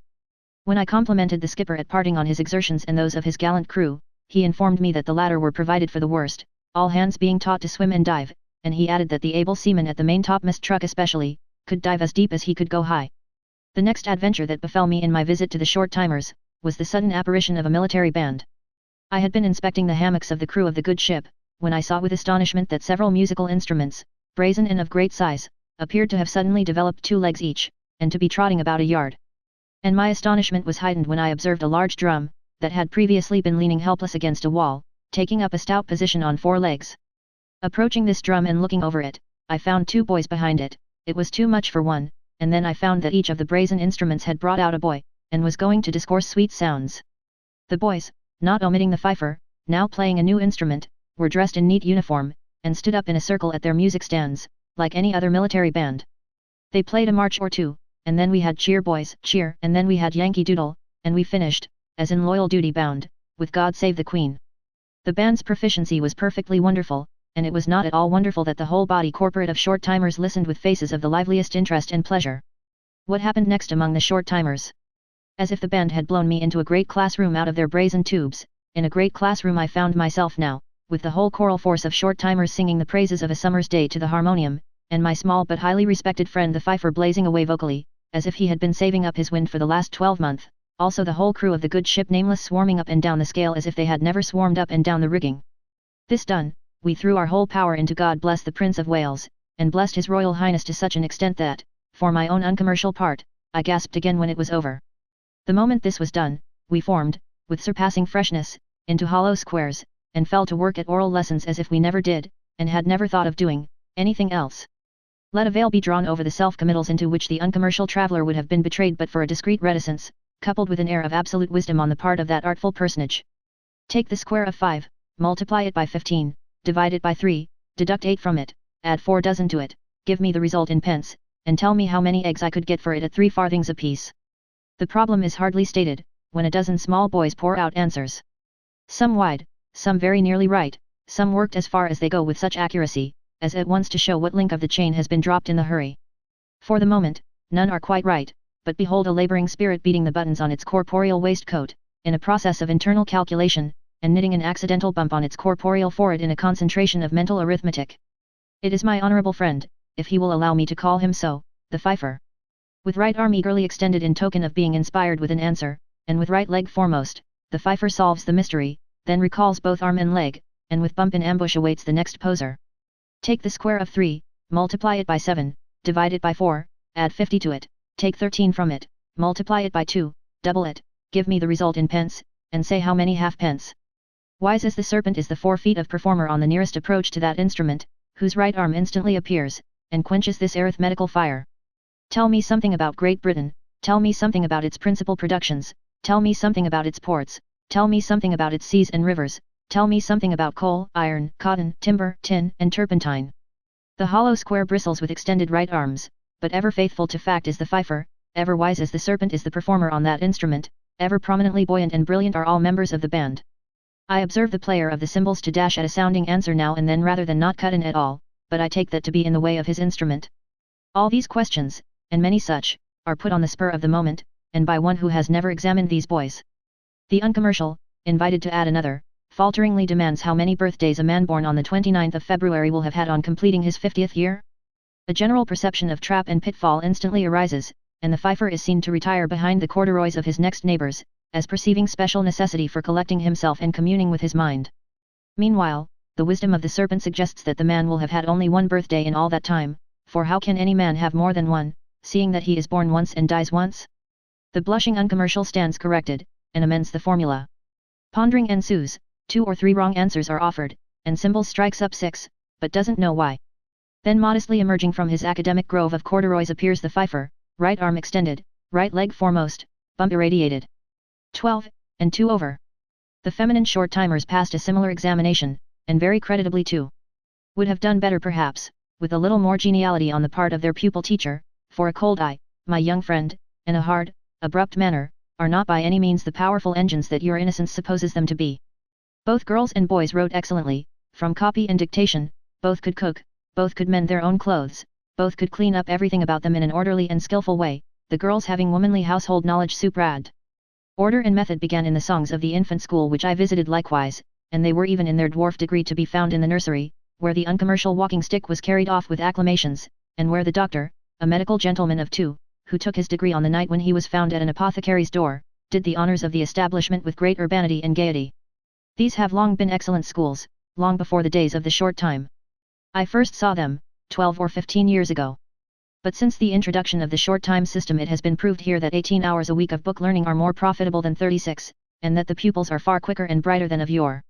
The good influences of music on the whole body of children have likewise been surprisingly proved. Obviously another of the immense advantages of the short time system to the cause of good education is the great diminution of its cost, and of the period of time over which it extends.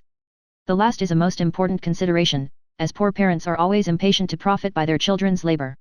It will be objected, firstly, that this is all very well, but special local advantages and special selection of children must be necessary to such success. Secondly, that this is all very well, but must be very expensive.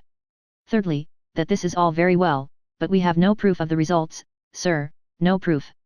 On the first head of local advantages and special selection. Would Limehouse Hole be picked out for the site of a children's paradise? Or would the legitimate and illegitimate pauper children of the longshore population of such a riverside district, be regarded as unusually favourable specimens to work with? Yet these schools are at Limehouse, and are the pauper schools of the Stepney Pauper Union. On the second head of expense. Would 6pence a week be considered a very large cost for the education of each pupil, including all salaries of teachers and rations of teachers? But supposing the cost were not 6pence a week, not 5pence? It is 4pence halfpenny. On the third head of no proof, sir, no proof. Is there any proof in the facts that pupil teachers more in number, and more highly qualified, have been produced here under the short time system than under the long time system? That the short timers, in a writing competition, beat the long timers of a first-class national school? That the sailor boys are in such demand for merchant ships, that whereas, before they were trained, 10 liters premium used to be given with each boy, too often to some greedy brute of a drunken skipper, who disappeared before the term of apprenticeship was out, if the ill-used boy didn't, captains of the best character now take these boys more than willingly, with no premium at all? That they are also much esteemed in the Royal Navy, which they prefer, because everything is so neat and clean and orderly? Or, is there any proof in naval captains writing your little fellows are all that I can desire? Or, is there any proof in such testimony as this, the owner of a vessel called at the school, and said that as his ship was going down channel on her last voyage, with one of the boys from the school on board, the pilot said, "It would be as well if the Royal were lowered, I wish it were down." Without waiting for any orders, and unobserved by the pilot, the lad, whom they had taken on board from the school, instantly mounted the mast and lowered the Royal, and at the next glance of the pilot to the masthead, he perceived that the sail had been let down. He exclaimed, "Who's done that job?" The owner, who was on board, said, "That was the little fellow whom I put on board 2 days ago." The pilot immediately said, "Why, where could he have been brought up?"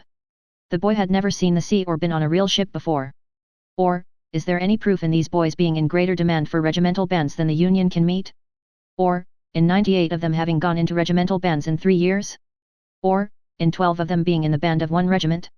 Or, in the colonel of that regiment writing, "We want 6 more boys, they are excellent lads"? Or, in one of the boys having risen to be band corporal in the same regiment? Or, in employers of all kinds chorusing, "Give us drilled boys, for they are prompt, obedient, and punctual"?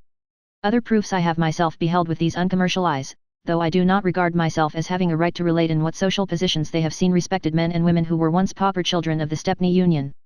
Into what admirable soldiers others of these boys have the capabilities for being turned, I need not point out. Many of them are always ambitious of military service, and once upon a time when an old boy came back to see the old place, a cavalry soldier all complete, with his spurs on, such a yearning broke out to get into cavalry regiments and wear those sublime appendages, that it was one of the greatest excitements ever known in the school.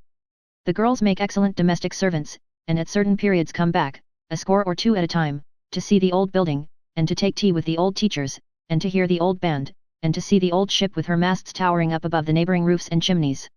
As to the physical health of these schools, it is so exceptionally remarkable, simply because the sanitary regulations are as good as the other educational arrangements, that when Mr. Tufnell, the inspector, first stated it in a report, he was supposed, in spite of his high character, to have been betrayed into some extraordinary mistake or exaggeration.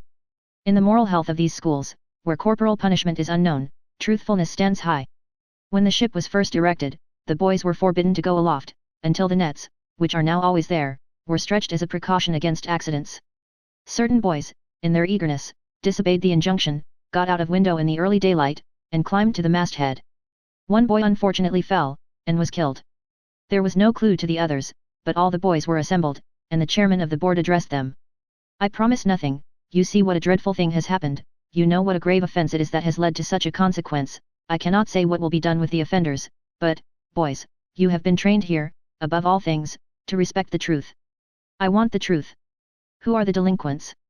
Instantly, the whole number of boys concerned, separated from the rest, and stood out.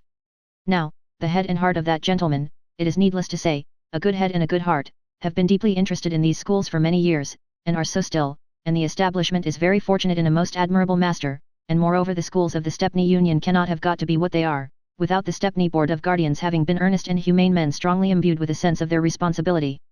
But what one set of men can do in this wise, another set of men can do, and this is a noble example to all other bodies and unions, and a noble example to the state.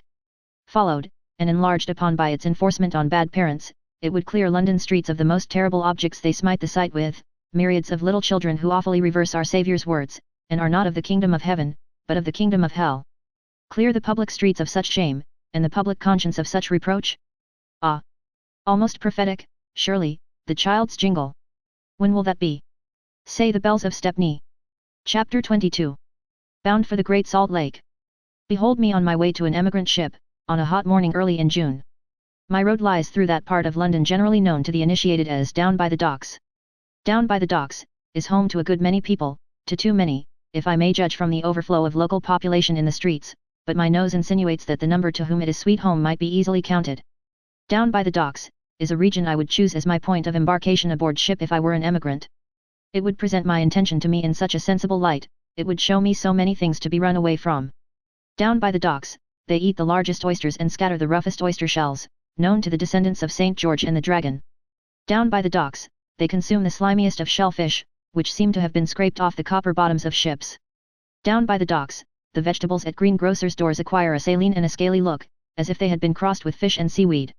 Down by the Docks, they board seamen at the eating houses, the public houses, the slop shops, the coffee shops, the tally shops, all kinds of shops mentionable and unmentionable, board them, as it were, in the piratical sense, making them bleed terribly, and giving no quarter.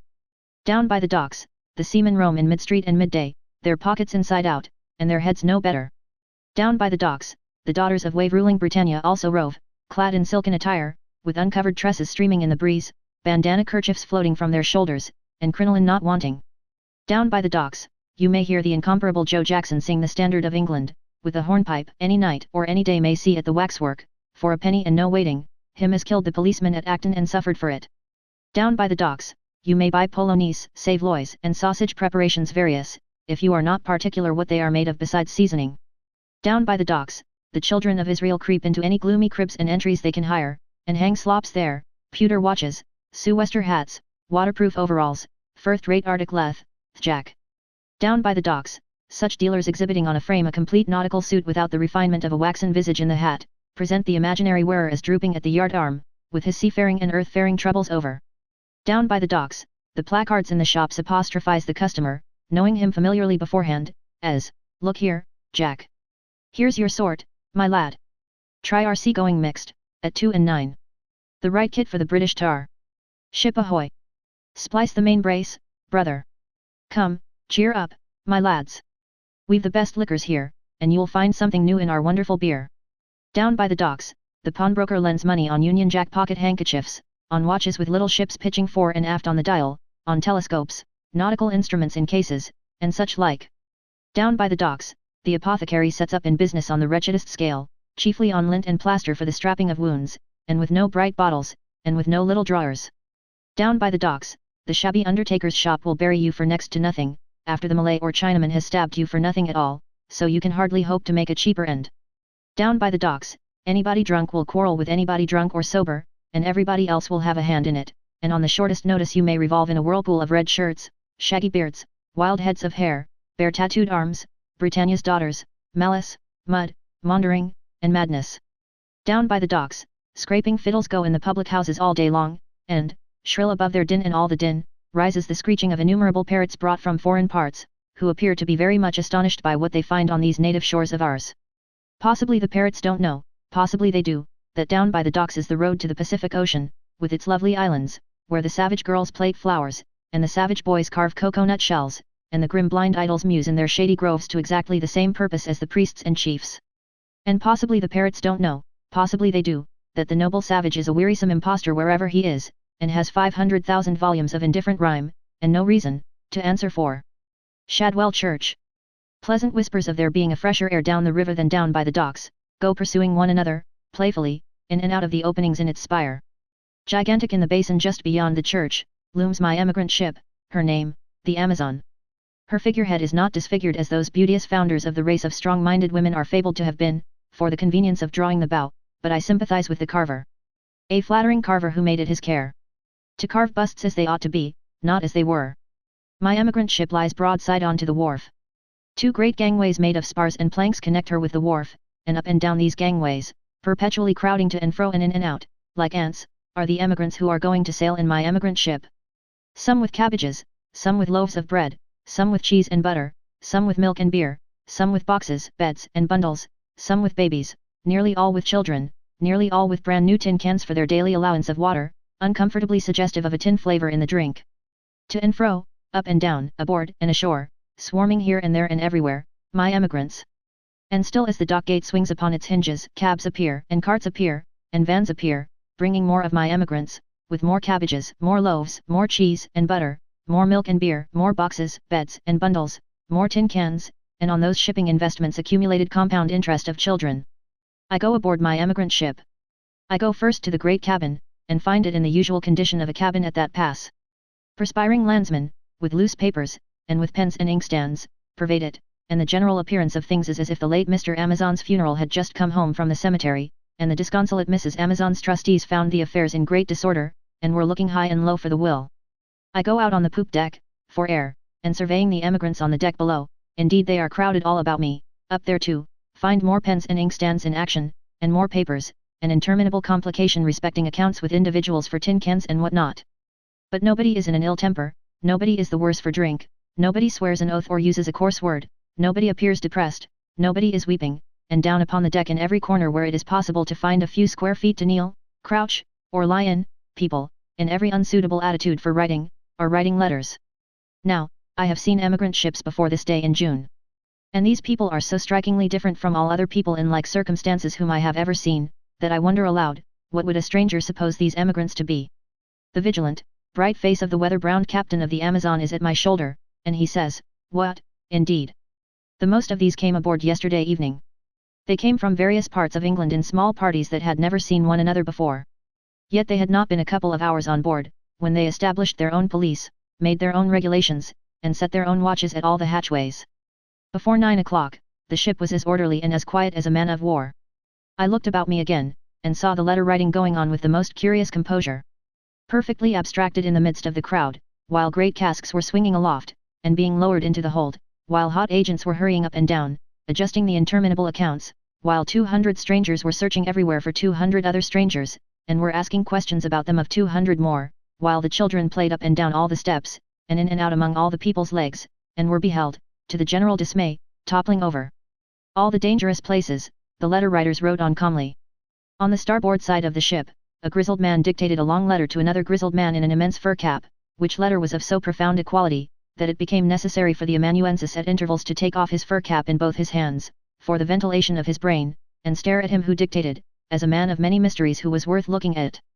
On the larboard side, a woman had covered a belaying pin with a white cloth to make a neat desk of it, and was sitting on a little box, writing with the deliberation of a bookkeeper. Down, upon her breast on the planks of the deck at this woman's feet, with her head diving in under a beam of the bulwarks on that side, as an eligible place of refuge for her sheet of paper, a neat and pretty girl wrote for a good hour. She fainted at last, only rising to the surface occasionally for a dip of ink. Alongside the boat, close to me on the poop deck, another girl, a fresh, well-grown country girl, was writing another letter on the bare deck. Later in the day, when this self-same boat was filled with a choir who sang glees and catches for a long time, one of the singers, a girl, sang her part mechanically all the while, and wrote a letter in the bottom of the boat while doing so. A stranger would be puzzled to guess the right name for these people, Mr. Uncommercial, says the captain. Indeed he would. If you hadn't known, could you ever have supposed? How could I? I should have said they were in their degree the pick and flower of England. So should I, says the captain. How many are they? 800 in round numbers. I went between decks, where the families with children swarmed in the dark, where unavoidable confusion had been caused by the last arrivals, and where the confusion was increased by the little preparations for dinner that were going on in each group. A few women here and there, had got lost, and were laughing at it, and asking their way to their own people, or out on deck again. A few of the poor children were crying, but otherwise the universal cheerfulness was amazing. We shall shake down by tomorrow. We shall come all right in a day or so. We shall have more light at sea. Such phrases I heard everywhere, as I groped my way among chests and barrels and beams and unstowed cargo and ring bolts and emigrants, down to the lower deck, and thence up to the light of day again, and to my former station. Surely, an extraordinary people in their power of self-abstraction. All the former letter-writers were still writing calmly, and many more letter-writers had broken out in my absence. A boy with a bag of books in his hand and a slate under his arm, emerged from below, concentrated himself in my neighborhood, espying a convenient skylight for his purpose, and went to work at a sum as if he were stone deaf. A father and mother and several young children, on the main deck below me, had formed a family circle close to the foot of the crowded restless gangway, where the children made a nest for themselves in a coil of rope, and the father and mother, she suckling the youngest, discussed family affairs as peaceably as if they were in perfect retirement. I think the most noticeable characteristic in the 800 as a mass, was their exemption from hurry. 800 what? Geese, villain. 800 Mormons.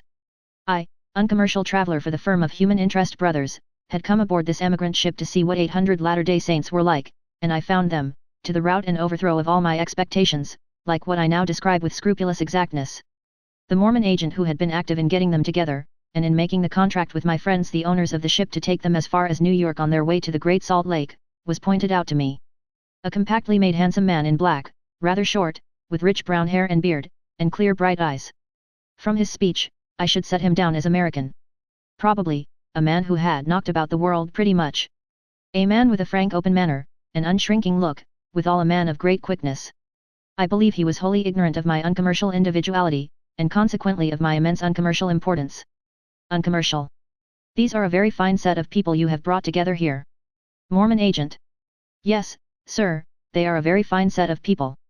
Uncommercial, looking about.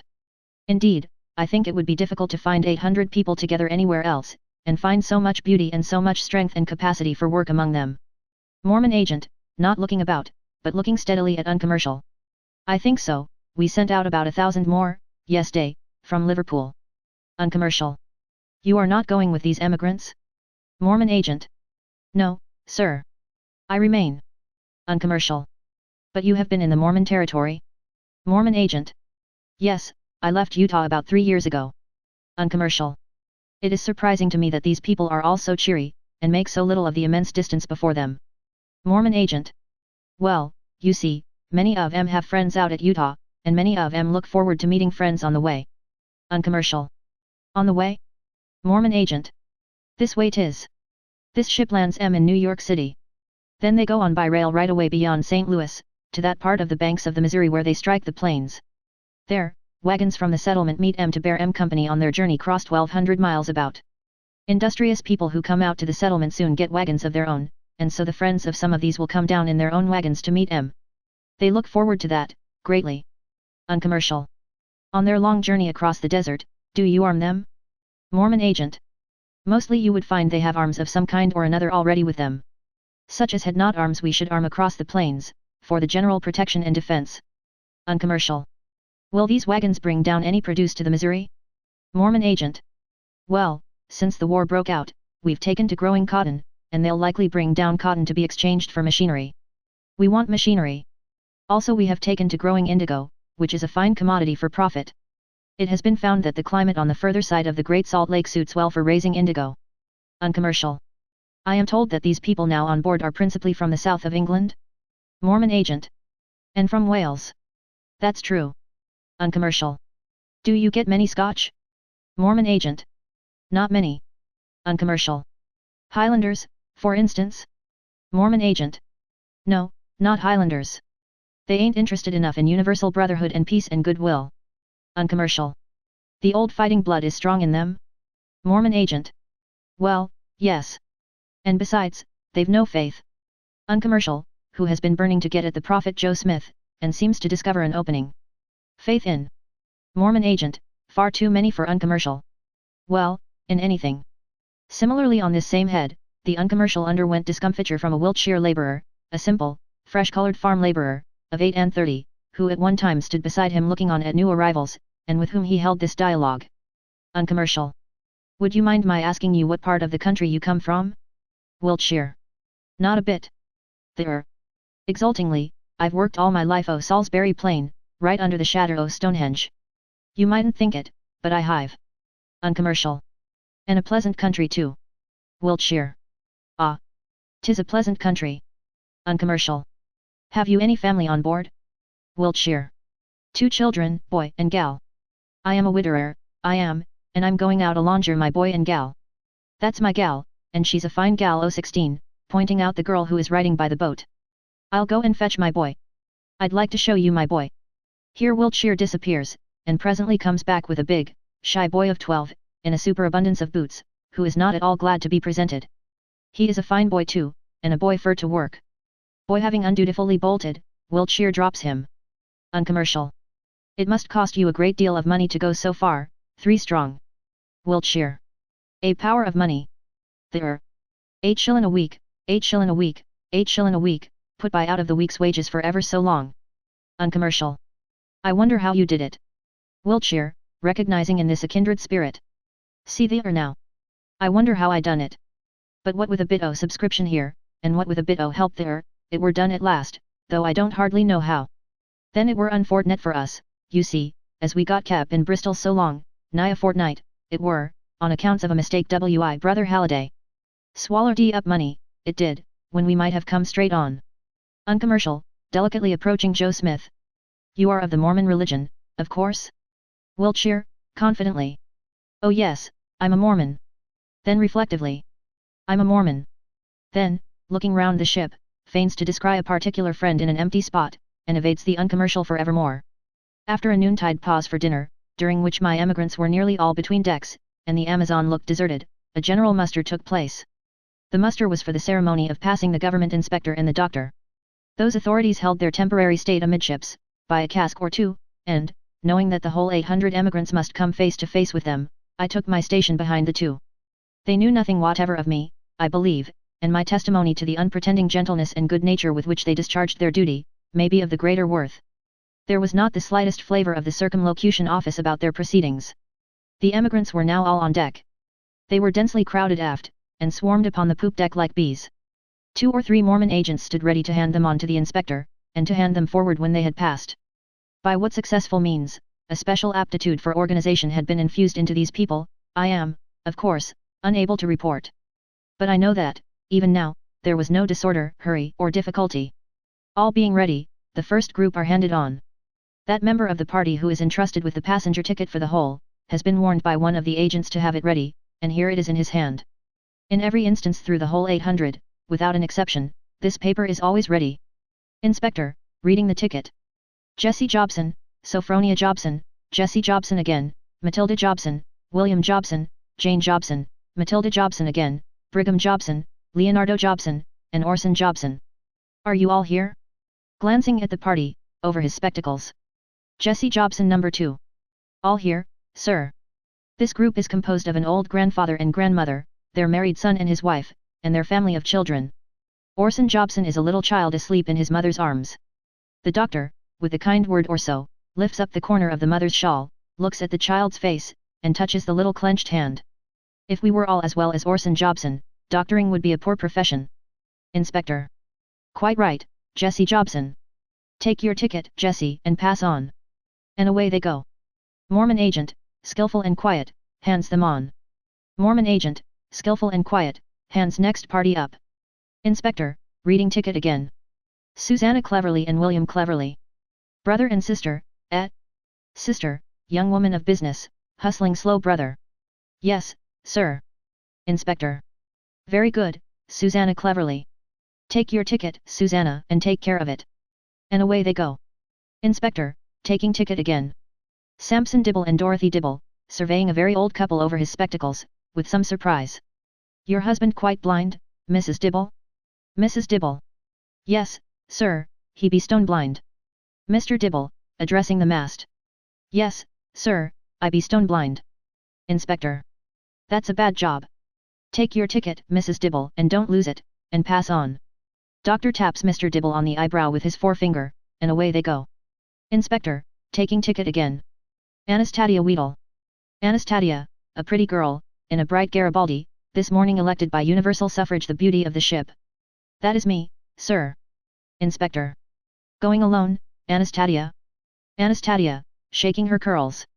I am with Mrs. Jobson, sir, but I've got separated for the moment. Inspector. Oh. You are with the Jobsons? Quite right. That'll do, Miss Weedle. Don't lose your ticket. Away she goes, and joins the Jobsons who are waiting for her, and stoops and kisses Brigham Jobson, who appears to be considered too young for the purpose, by several Mormons rising 20, who are looking on. Before her extensive skirts have departed from the casks, a decent widow stands there with 4 children, and so the roll goes. The faces of some of the Welsh people, among whom there were many old persons, were certainly the least intelligent. Some of these emigrants would have bungled sorely, but for the directing hand that was always ready. The intelligence here was unquestionably of a low order, and the heads were of a poor type. Generally the case was the reverse. There were many worn faces bearing traces of patient poverty and hard work, and there was great steadiness of purpose and much undemonstrative self-respect among this class.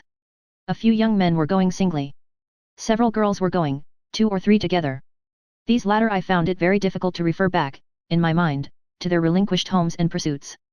Perhaps they were more like country milliners, and pupil teachers rather tawdrily dressed, than any other classes of young women.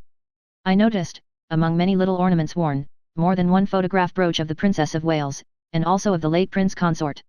Some single women of from 30 to 40, whom one might suppose to be embroiderers, or straw bonnet makers, were obviously going out in quest of husbands, as finer ladies go to India.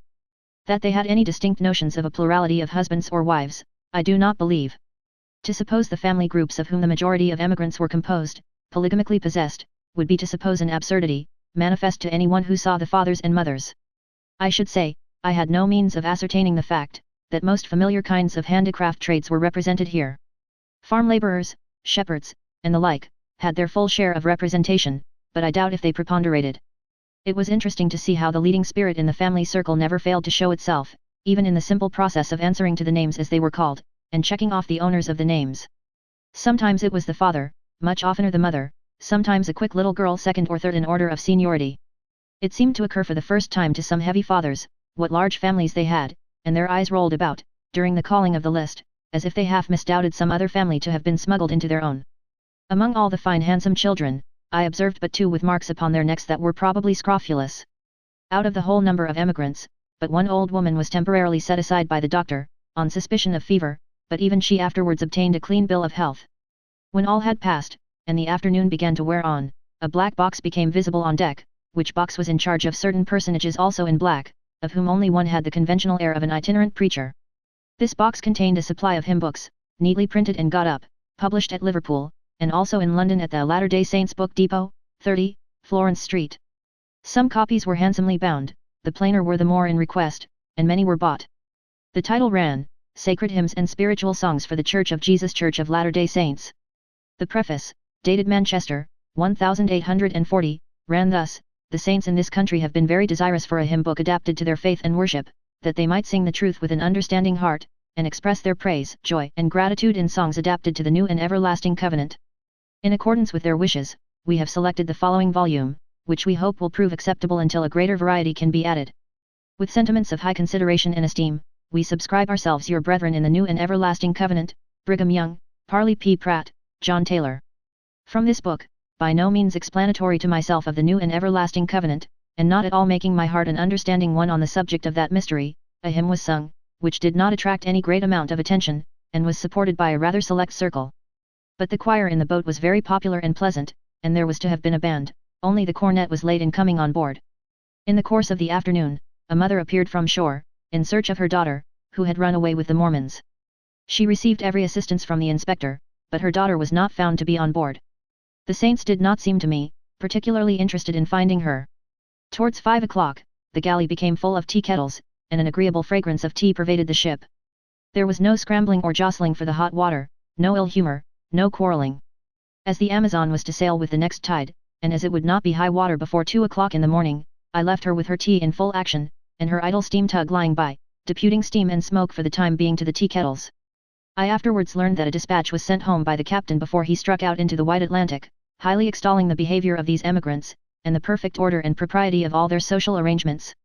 What is in store for the poor people on the shores of the Great Salt Lake, what happy delusions they are laboring under now, on what miserable blindness their eyes may be opened then, I do not pretend to say.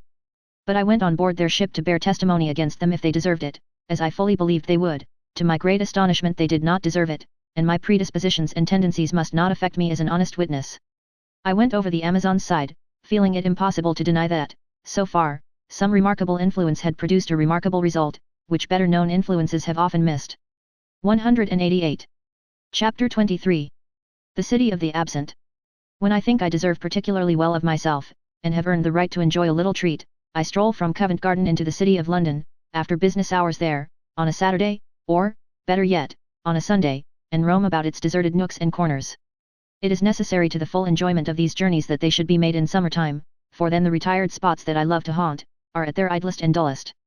A gentle fall of rain is not objectionable, and a warm mist sets off my favourite retreats to decided advantage. Among these, city churchyards hold a high place. Such strange churchyards hide in the City of London, churchyards sometimes so entirely detached from churches, always so pressed upon by houses, so small, so rank, so silent, so forgotten, except by the few people who ever look down into them from their smoky windows. As I stand peeping in through the iron gates and rails, I can peel the rusty metal off, like bark from an old tree.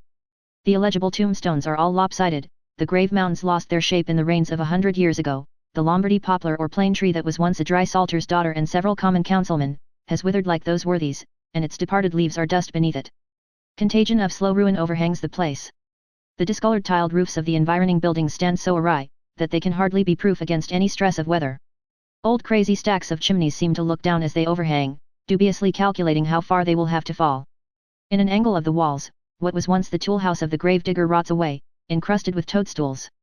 Pipes and spouts for carrying off the rain from the encompassing gables, broken or feloniously cut for old lead long ago, now let the rain drip and splash as it list, upon the weedy earth.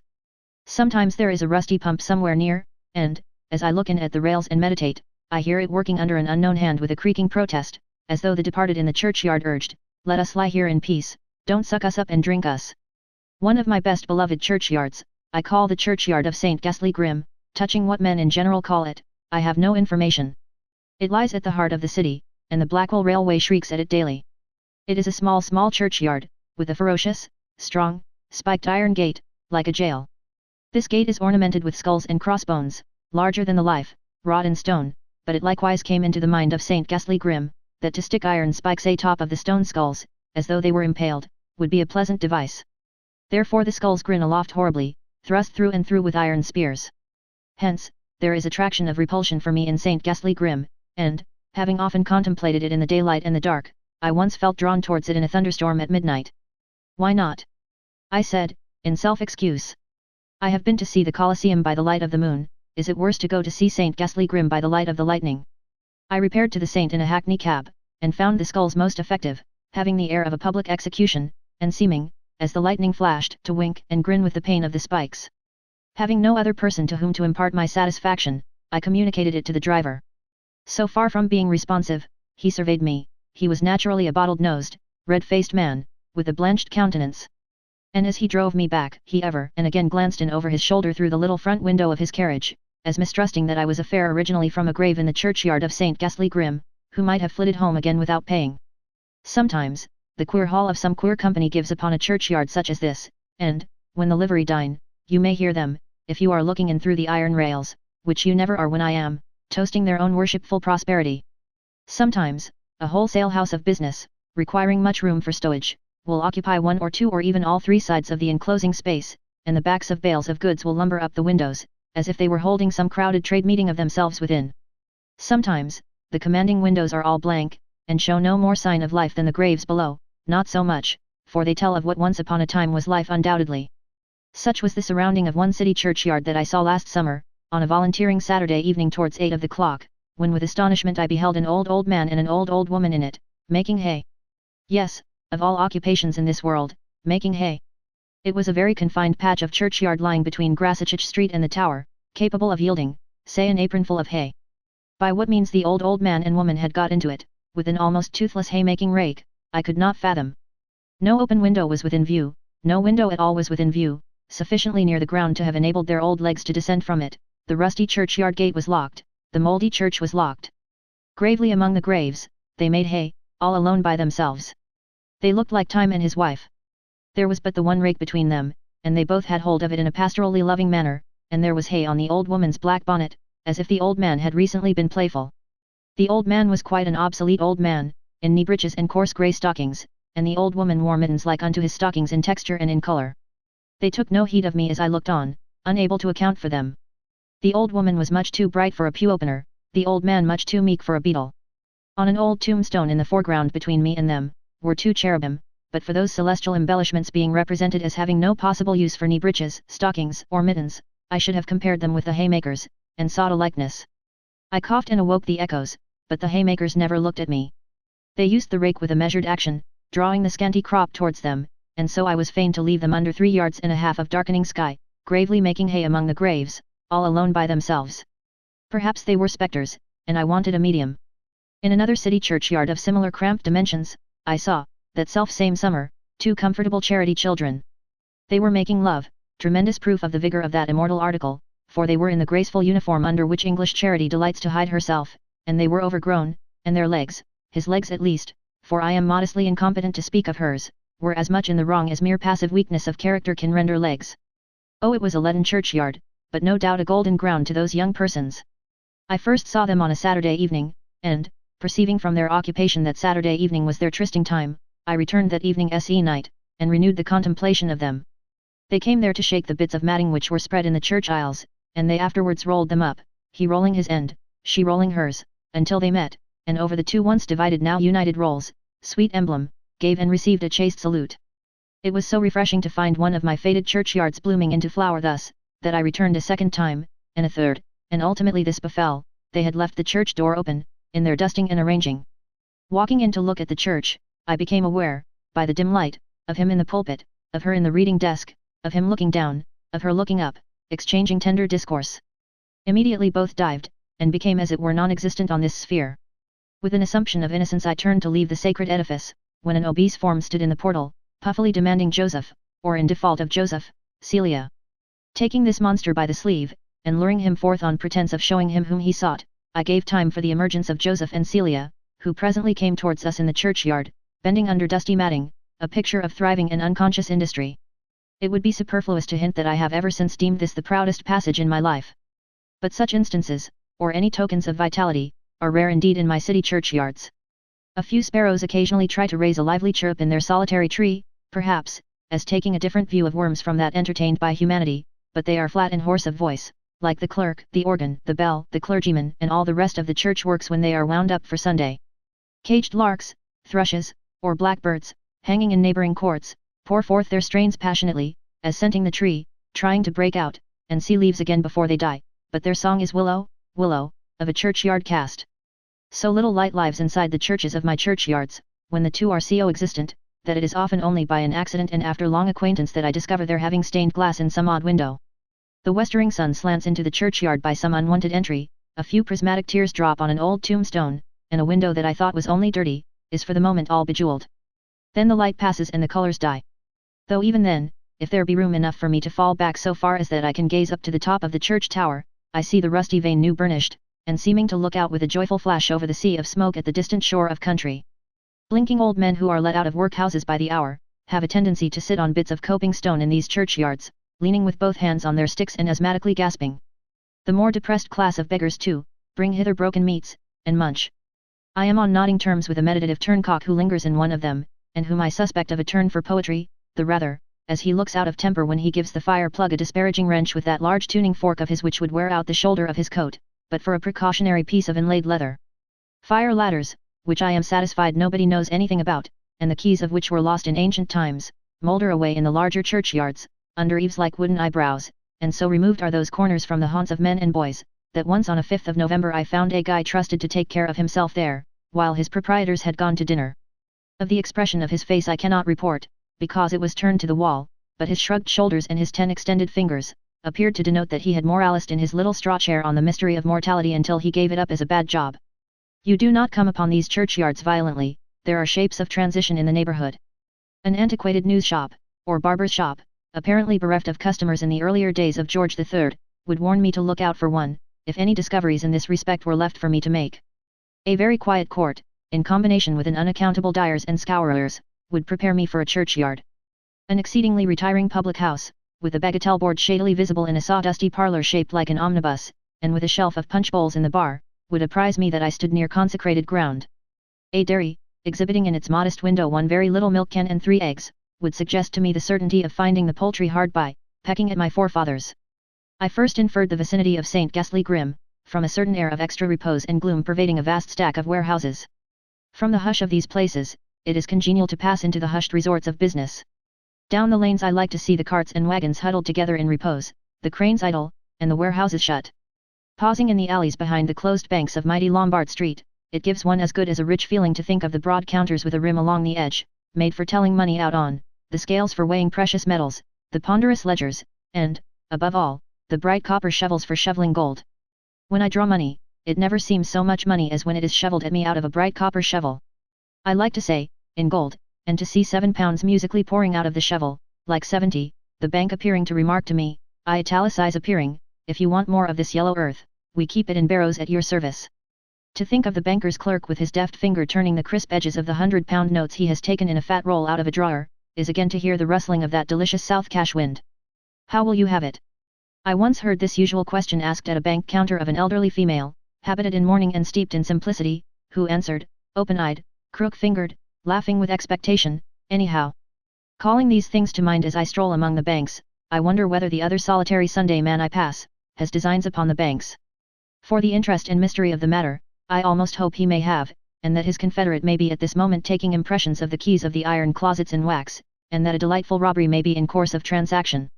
About College Hill, Mark Lane, and so on towards the Tower, and Dock Ward, the deserted wine merchants' cellars are fine subjects for consideration, but the deserted money cellars of the bankers, and their plate cellars, and their jewel cellars, what subterranean regions of the wonderful lamp are these? And again, possibly some shoeless boy in rags, passed through this street yesterday, for whom it is reserved to be a banker in the fullness of time, and to be surpassing rich. Such reverses have been, since the days of Whittington, and were, long before. I want to know whether the boy has any foreglittering of that glittering fortune now, when he treads these stones, hungry. Much as I also want to know whether the next man to be hanged at Newgate yonder, had any suspicion upon him that he was moving steadily towards that fate, when he talked so much about the last man who paid the same great debt at the same small debtor's door. Where are all the people who on busy working days pervade these scenes? The locomotive banker's clerk, who carries a black portfolio chained to him by a chain of steel, where is he? Does he go to bed with his chain on, to church with his chain on, or does he lay it by? And if he lays it by, what becomes of his portfolio when he is unchained for a holiday? The waste paper baskets of these closed counting houses would let me into many hints of business matters if I had the exploration of them, and what secrets of the heart should I discover on the pads of the young clerks, the sheets of cartridge paper and blotting paper interposed between their writing and their desks. Pads are taken into confidence on the tenderest occasions, and oftentimes when I have made a business visit, and have sent in my name from the outer office, have I had it forced on my discursive notice that the officiating young gentleman has over and over again inscribed Amelia, in ink of various dates, on corners of his pad. Indeed, the pad may be regarded as the legitimate modern successor of the old forest tree, whereon these young knights, having no attainable forest nearer than Epping, engrave the names of their mistresses. After all, it is a more satisfactory process than carving, and can be oftener repeated. So these courts in their Sunday rest are courts of love omnipotent, I rejoice to bethink myself, dry as they look. And here is Garraway's, bolted and shuttered hard and fast. It is possible to imagine the man who cuts the sandwiches, on his back in a hayfield. It is possible to imagine his desk, like the desk of a clerk at church, without him, but imagination is unable to pursue the men who wait at Garraway's all the week for the men who never come. When they are forcibly put out of Garraway's on Saturday night, which they must be, for they never would go out of their own accord, where do they vanish until Monday morning? On the first Sunday that I ever strayed here, I expected to find them hovering about these lanes, like restless ghosts, and trying to peep into Garraway's through chinks in the shutters, if not endeavouring to turn the lock of the door with false keys, picks, and screwdrivers. But the wonder is, that they go clean away. And now I think of it, the wonder is, that every working day purveyor of these scenes goes clean away. The man who sells the dogs' collars and the little toy coal scuttles, feels under as great an obligation to go afar off, as Glynn & Co. or Smith, Payne & Smith. There is an old monastery crypt under Garraway's, I have been in it among the port wine, and perhaps Garraway's, taking pity on the mouldy men who wait in its public room all their lives, gives them cool house room down there over Sundays, but the catacombs of Paris would not be large enough to hold the rest of the missing. This characteristic of London City greatly helps its being the quaint place it is in the weekly pause of business, and greatly helps my Sunday sensation in it of being the last man. In my solitude, the ticket porters being all gone with the rest, I venture to breathe to the quiet bricks and stones my confidential wonderment why a ticket porter, who never does any work with his hands, is bound to wear a white apron, and why a great ecclesiastical dignitary, who never does any work with his hands either, is equally bound to wear a black one. Chapter 24. An old stage coaching house. Before the waitress had shut the door, I had forgotten how many stage coaches she said used to change horses in the town every day. But it was of little moment, any high number would do as well as another. It had been a great stage coaching town in the great stage coaching times, and the ruthless railways had killed and buried it. The sign of the house was the dolphin's head. Why only head, I don't know, for the dolphin's effigy at full length, and upside down, as a dolphin is always bound to be when artistically treated, though I suppose he is sometimes right side upward in his natural condition, graced the signboard. The signboard chafed its rusty hooks outside the bow window of my room, and was a shabby work. No visitor could have denied that the dolphin was dying by inches, but he showed no bright colours. He had once served another master, there was a newer streak of paint below him, displaying with inconsistent freshness the legend, by J. Mellows. My door opened again, and J. Mellows' representative came back. I had asked her what I could have for dinner, and she now returned with the counter question, what would I like? As the dolphin stood possessed of nothing that I do like, I was fain to yield to the suggestion of a duck, which I don't like. J. Mellows' representative was a mournful young woman with eye susceptible of guidance, and one uncontrollable eye, which latter, seeming to wander in quest of stage coaches, deepened the melancholy in which the dolphin was steeped. This young woman had but shut the door on retiring again when I bethought me of adding to my order, the words, with nice vegetables. Looking out at the door to give them emphatic utterance, I found her already in a state of pensive catalepsy in the deserted gallery, picking her teeth with a pin. At the railway station 7 miles off, I had been the subject of wonder when I ordered a fly in which to come here. And when I gave the direction to the dolphin's head, I had observed an ominous stare on the countenance of the strong young man in velveteen, who was the platform servant of the company. He had also called to my driver at parting, all right. Don't hang yourself when you get there, George, in a sarcastic tone, for which I had entertained some transitory thoughts of reporting him to the general manager. I had no business in the town, I never have any business in any town, but I had been caught by the fancy that I would come and look at it in its degeneracy. My purpose was fitly inaugurated by the dolphin's head, which everywhere expressed past coachfulness and present coachlessness.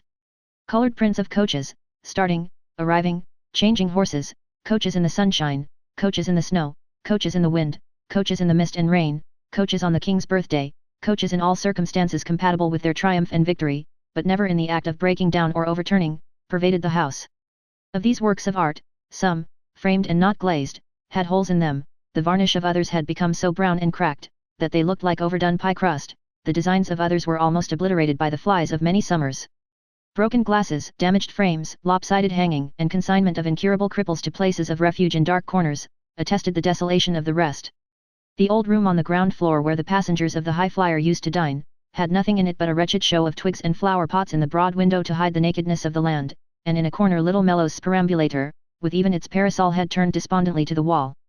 The other room, where post-horse company used to wait while relays were getting ready down the yard, still held its ground, but was as airless as I conceive a hearse to be, insomuch that Mr. Pitt, hanging high against the partition, with spots on him like port wine, though it is mysterious how port wine ever got squirted up there, had good reason for perking his nose and sniffing.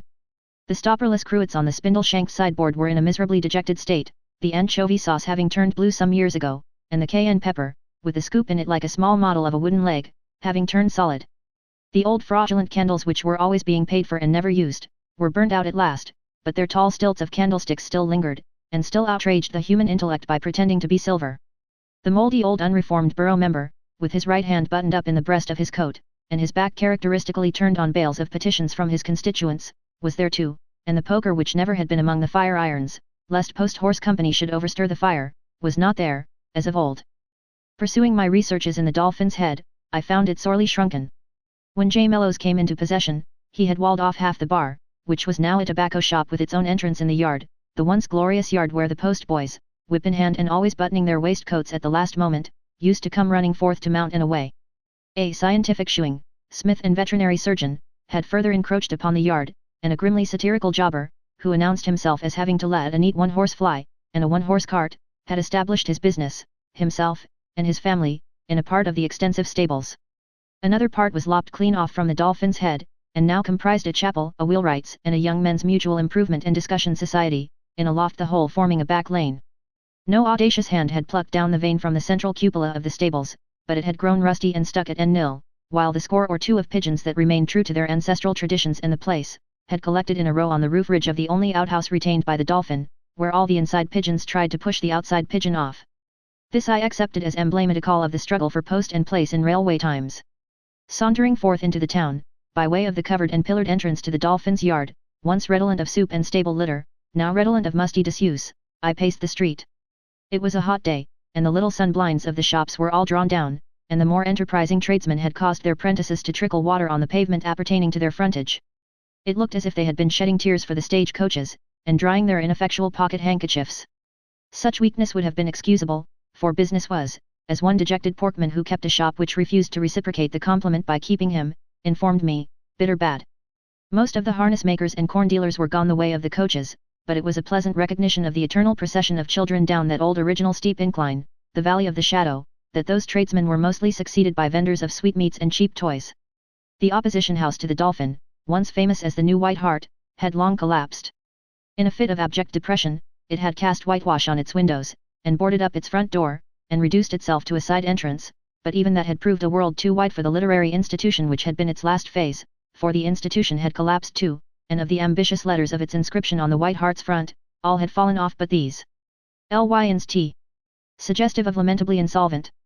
As to the neighbouring marketplace, it seemed to have wholly relinquished marketing, to the dealer in crockery whose pots and pans straggled half across it, and to the cheap jack who sat with folded arms on the shafts of his cart, superciliously gazing around, his velveteen waistcoat, evidently harbouring grave doubts whether it was worth his while to stay a night in such a place.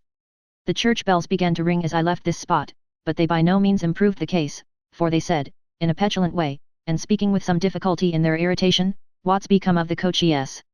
Nor would they, I found on listening, ever vary their emphasis, save in respect of growing more sharp and vexed, but invariably went on, "What's become of the coaches?" always beginning the inquiry with an unpolite abruptness. Perhaps from their elevation they saw the railway, and it aggravated them.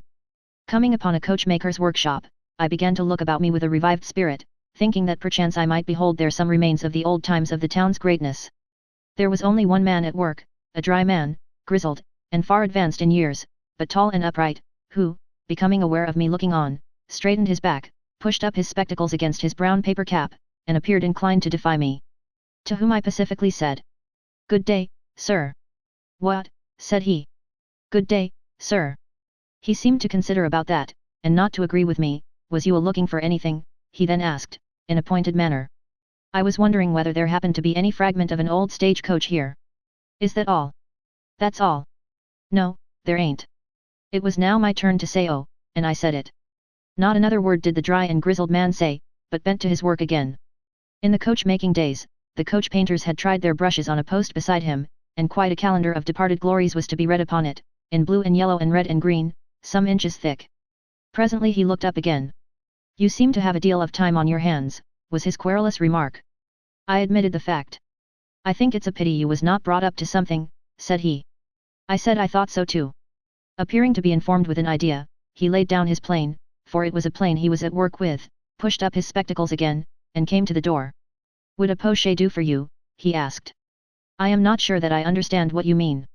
"Would a poche," said the coachmaker, standing close before me, and folding his arms in the manner of a cross-examining counsel, "would a poche meet the views you have expressed?" Yes, or no? Yes. Then you keep straight along down there till you see one. You'll see one if you go fur enough. With that, he turned me by the shoulder in the direction I was to take, and went in and resumed his work against a background of leaves and grapes. For, although he was a soured man and a discontented, his workshop was that agreeable mixture of town and country, street and garden, which is often to be seen in a small English town. I went the way he had turned me, and I came to the beer shop with the sign of the first and last, and was out of the town on the old London road. I came to the turnpike, and I found it, in its silent way, eloquent respecting the change that had fallen on the road. The turnpike house was all overgrown with ivy, and the turnpike keeper, unable to get a living out of the tolls, plied the trade of a cobbler. Not only that, but his wife sold ginger beer, and, in the very window of a spile through which the toll-takers of old times used with awe to behold the grand London coaches coming on at a gallop, exhibited for sale little barber's poles of sweet stuff in a sticky lantern. The political economy of the master of the turnpike thus expressed itself. "How goes turnpike business, master?" said I to him, as he sat in his little porch, repairing a shoe. "It don't go at all, master," said he to me. "It's stopped." "That's bad," said I. "Bad?" he repeated. And he pointed to one of his sunburnt dusty children who was climbing the turnpike gate, and said, extending his open right hand in remonstrance with universal nature. 5 on M. "But how to improve turnpike business?" said I. "There's a way, master," said he, with the air of one who had thought deeply on the subject. "I should like to know it. Lay a toll on everything as comes through, lay a toll on walkers. Lay another toll on everything as don't come through, lay a toll on them as stops at home. Would the last remedy be fair?" "Fair? Them as stops at home, could come through if they liked, couldn't they?" "Say they could. Toll 'em. If they don't come through, it's their lookout. Anyways, toll 'em." Finding it was as impossible to argue with this financial genius as if he had been Chancellor of the Exchequer, and consequently the right man in the right place, I passed on meekly. My mind now began to misgive me that the disappointed coachmaker had sent me on a wild goose errand, and that there was no post-chaise in those parts. But coming within view of certain allotment gardens by the roadside, I retracted the suspicion, and confessed that I had done him an injustice. For, there I saw, surely, the poorest superannuated post-chaise left on earth. It was a post-chaise taken off its axletree and wheels, and plumped down on the clayey soil among a ragged growth of vegetables. It was a post-chaise not even set straight upon the ground, but tilted over, as if it had fallen out of a balloon. It was a post-chaise that had been a long time in those decayed circumstances, and against which scarlet beans were trained. It was a post-chaise patched and mended with old tea trays, or with scraps of iron that looked like them, and boarded up as to the windows, but having a knocker on the off-side door. Whether it was a post-chaise used as tool house, summer house, or dwelling house, I could not discover, for there was nobody at home at the post-chaise when I knocked, but it was certainly used for something, and locked up. In the wonder of this discovery, I walked round and round the post-chaise many times, and sat down by the post-chaise, waiting for further elucidation. None came. At last, I made my way back to the old London road by the further end of the allotment gardens, and consequently at a point beyond that from which I had diverged. I had to scramble through a hedge and down a steep bank, and I nearly came down atop of a little spare man who sat breaking stones by the roadside. He stayed his hammer, and said, regarding me mysteriously through his dark goggles of wire. "Are you aware, sir, that you've been trespassing?" I turned out of the way, said I, in explanation, to look at that odd post-chaise. "Do you happen to know anything about it?" "I know it was many a year upon the road," said he. "So I supposed."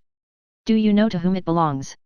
The stonebreaker bent his brows and goggles over his heap of stones, as if he were considering whether he should answer the question or not. Then, raising his barred eyes to my features as before, he said, "To me." Being quite unprepared for the reply, I received it with a sufficiently awkward indeed. "Dear me." Presently I added, "Do you?" I was going to say live there, but it seemed so absurd a question, that I substituted live near here. The stonebreaker, who had not broken a fragment since we began to converse, then did as follows. He raised himself by poising his finger on his hammer, and took his coat, on which he had been seated, over his arm. He then backed to an easier part of the bank than that by which I had come down, keeping his dark goggles silently upon me all the time, and then shouldered his hammer, suddenly turned, ascended, and was gone. His face was so small, and his goggles were so large, that he left me wholly uninformed as to his countenance, but he left me a profound impression that the curved legs I had seen from behind as he vanished, were the legs of an old postboy. It was not until then that I noticed he had been working by a grass-grown milestone, which looked like a tombstone erected over the grave of the London road. My dinner hour being close at hand, I had no leisure to pursue the goggles or the subject then, but made my way back to the Dolphin's Head. In the gateway I found J. Mellows, looking at nothing, and apparently experiencing that it failed to raise his spirits. I don't care for the town, said J. Mellows, when I complimented him on the sanitary advantages it may or may not possess. I wish I had never seen the town. You don't belong to it, Mr. Mellows. Belong to it, repeated Mellows. If I didn't belong to a better style of town than this, I'd take and drown myself in a pail. It then occurred to me that Mellows, having so little to do, was habitually thrown back on his internal resources, by which I mean the dolphin cellar. What we want, said Mellows, pulling off his hat, and making as if he emptied it of the last load of disgust that had exuded from his brain, before he put it on again for another load, what we want, is a branch. The petition for the branch bill is in the coffee room. Would you put your name to it? Every little helps. I found the document in question stretched out flat on the coffee room table by the aid of certain weights from the kitchen, and I gave it the additional weight of my uncommercial signature. To the best of my belief, I bound myself to the modest statement that universal traffic, happiness, prosperity, and civilization, together with unbounded national triumph in competition with the foreigner, would infallibly flow from the branch. Having achieved this constitutional feat, I asked Mr. Mellows if he could grace my dinner with a pint of good wine. Mr. Mellows thus replied. If I couldn't give you a pint of good wine, I'd take and drown myself in a pail. But I was deceived when I bought this business, and the stock was higgledy-piggledy, and I haven't yet tasted my way quite through it with a view to sorting it. Therefore, if you order one kind and get another, change till it comes right. For what, said Mellows, unloading his hat as before, what would you or any gentleman do, if you ordered one kind of wine and was required to drink another? Why, you'd, and naturally and properly, having the feelings of a gentleman, you'd take and drown yourself in a pail. Chapter 25. The Boiled Beef of New England. The shabbiness of our English capital, as compared with Paris, Bordeaux, Frankfurt, Milan, Geneva, almost any important town on the continent of Europe, I find very striking after an absence of any duration in foreign parts. London is shabby in contrast with Edinburgh, with Aberdeen, with Exeter, with Liverpool, with a bright little town like Bury St. Edmunds. London is shabby in contrast with New York, with Boston, with Philadelphia. In detail, one would say it can rarely fail to be a disappointing piece of shabbiness, to a stranger from any of those places. There is nothing shabbier than Drury Lane, in Rome itself. The meanness of Regent Street, set against the great line of boulevards in Paris, is as striking as the abortive ugliness of Trafalgar Square, set against the gallant beauty of the Place de la Concorde. London is shabby by daylight, and shabbier by gaslight. No Englishman knows what gaslight is, until he sees the Rue de Rivoli and the Palais Royal after dark. The mass of London people are shabby. The absence of distinctive dress has, no doubt, something to do with it. The porters of the Vintners Company, the draymen, and the butchers, are about the only people who wear distinctive dresses, and even these do not wear them on holidays. We have nothing which for cheapness, cleanliness, convenience, or picturesqueness, can compare with the belted blouse. As to our women, next Easter or Whitsuntide, look at the bonnets at the British Museum or the National Gallery, and think of the pretty white French cap, the Spanish mantilla, or the Genoese mezzero. Probably there are not more second-hand clothes sold in London than in Paris, and yet the mass of the London population have a second-hand look which is not to be detected on the mass of the Parisian population. I think this is mainly because a Parisian workman does not in the least trouble himself about what is worn by a Parisian idler, but dresses in the way of his own class, and for his own comfort.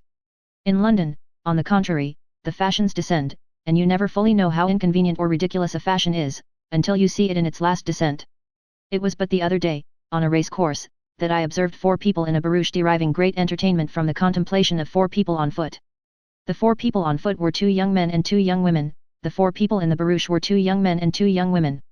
The 4 young women were dressed in exactly the same style, the 4 young men were dressed in exactly the same style. Yet the 2 couples on wheels were as much amused by the 2 couples on foot, as if they were quite unconscious of having themselves set those fashions, or of being at that very moment engaged in the display of them. Is it only in the matter of clothes that fashion descends here in London, and consequently in England, and thence shabbiness arises? Let us think a little, and be just. The black country round about Birmingham, is a very black country, but is it quite as black as it has been lately painted? An appalling accident happened at the People's Park near Birmingham, this last July, when it was crowded with people from the black country, an appalling accident consequent on a shamefully dangerous exhibition. Did the shamefully dangerous exhibition originate in the moral blackness of the black country, and in the black people's peculiar love of the excitement attendant on great personal hazard, which they looked on it, but in which they did not participate? Light is much wanted in the black country. Oh, we are all agreed on that. But, we must not quite forget the crowds of gentlefolks who set the shamefully dangerous fashion, either. We must not quite forget the enterprising directors of an institution vaunting mighty educational pretenses, who made the low sensation as strong as they possibly could make it, by hanging the Blondin rope as high as they possibly could hang it. All this must not be eclipsed in the blackness of the black country. The reserved seats high up by the rope, the cleared space below it, so that no one should be smashed but the performer, the pretense of slipping and falling off, the baskets for the feet and the sack for the head, the photographs everywhere, and the virtuous indignation nowhere, all this must not be wholly swallowed up in the blackness of the jet-black country. Whatsoever fashion is set in England, is certain to descend. This is a text for a perpetual sermon on care in setting fashions. When you find a fashion low down, look back for the time, it will never be far off, when it was the fashion high up. This is the text for a perpetual sermon on social justice. From imitations of Ethiopian serenaders, to imitations of princes' coats and waistcoats, you will find the original model in St. James's Parish. When the serenaders become tiresome, trace them beyond the Black Country. When the coats and waistcoats become insupportable, refer them to their source in the upper Toti regions. Gentlemen's clubs were once maintained for purposes of savage party warfare, working men's clubs of the same day assumed the same character. Gentlemen's clubs became places of quiet and offensive recreation, working men's clubs began to follow suit. If working men have seemed rather slow to appreciate advantages of combination which have saved the pockets of gentlemen, and enhanced their comforts, it is because working men could scarcely, for want of capital, originate such combinations without help, and because help has not been separable from that great impertinence, patronage. The instinctive revolt of his spirit against patronage, is a quality much to be respected in the English working man. It is the base of his best qualities.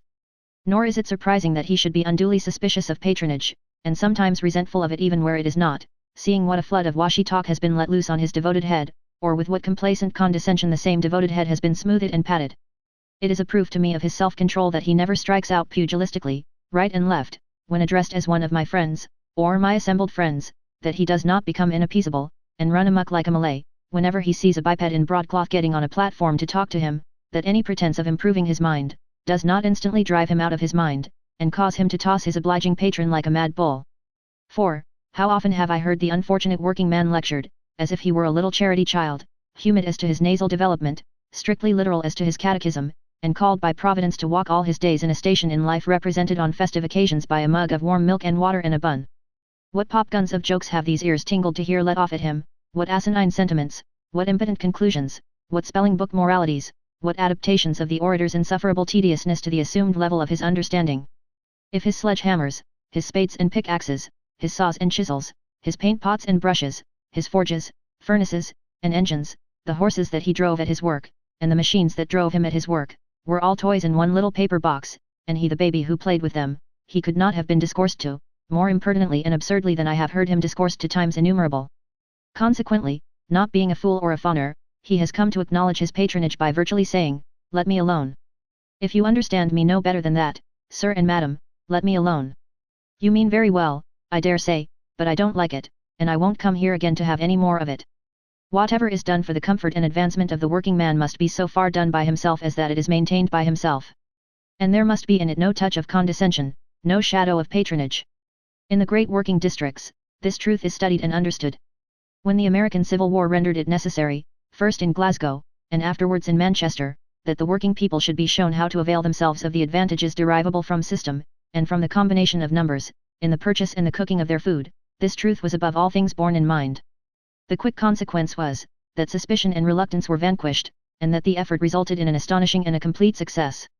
Such thoughts passed through my mind on a July morning of this summer, as I walked towards Commercial Street, not Uncommercial Street, Whitechapel.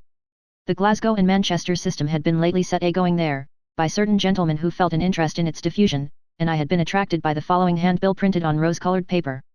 Self-supporting cooking depot for the working classes.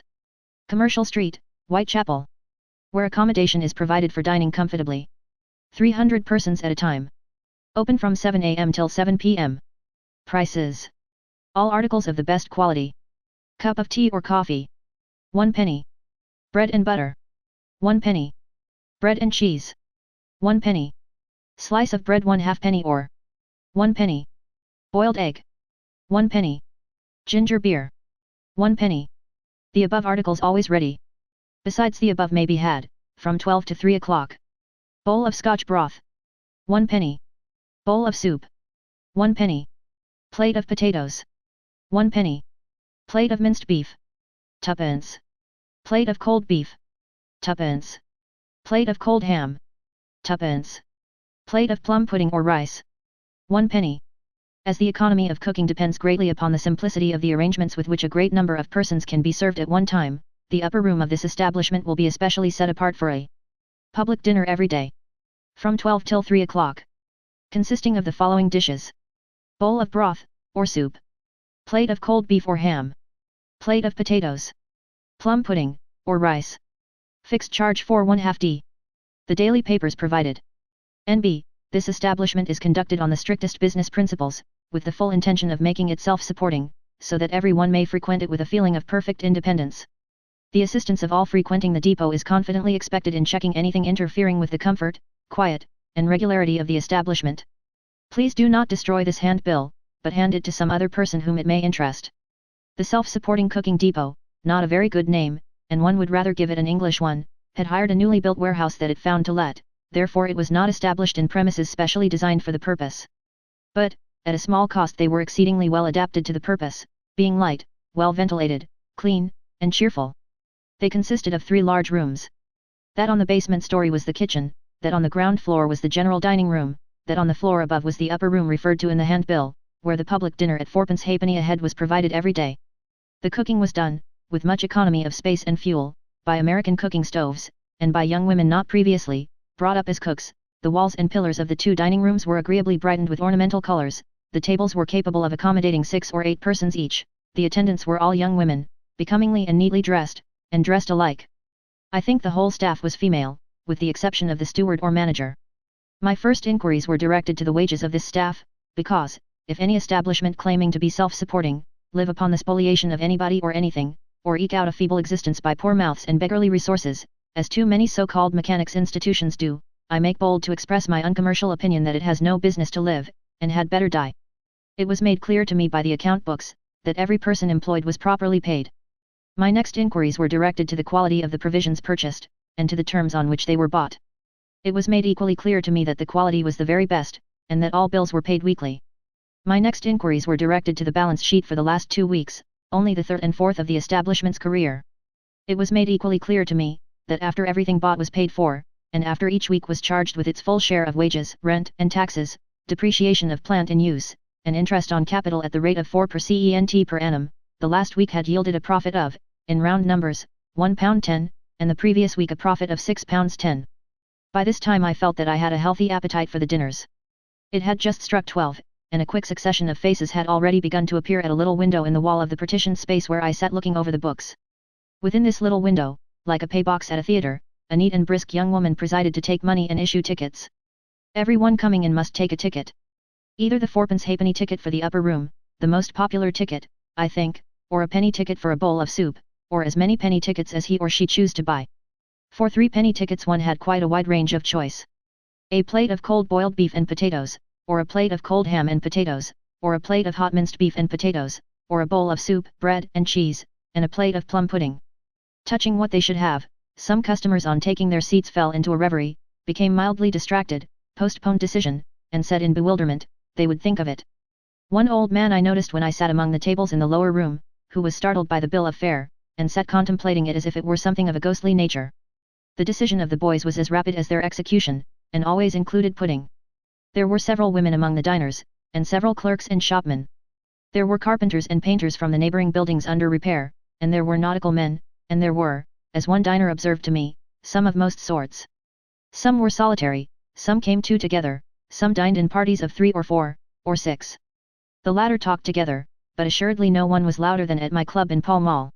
One young fellow whistled in rather a shrill manner while he waited for his dinner, but I was gratified to observe that he did so in evident defiance of my uncommercial individuality.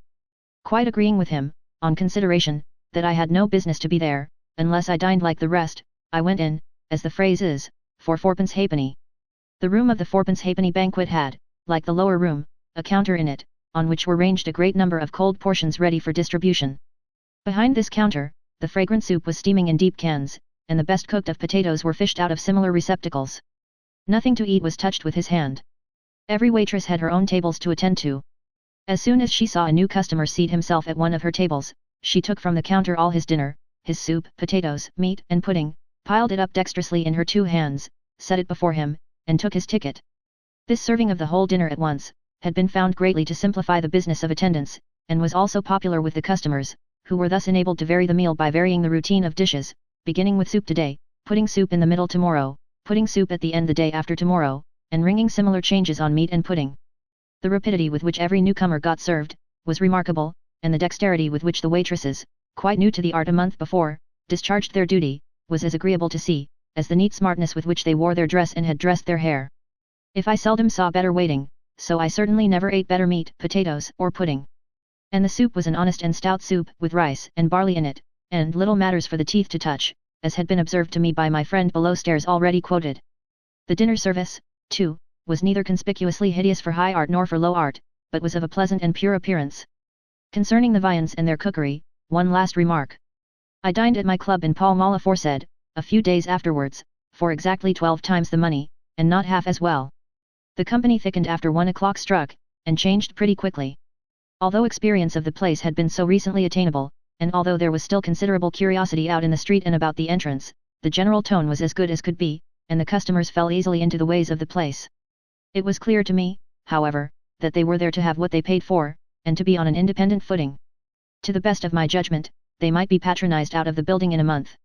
With judicious visiting, and by dint of being questioned, read to, and talked at, they might even be got rid of, for the next quarter of a century, in half the time.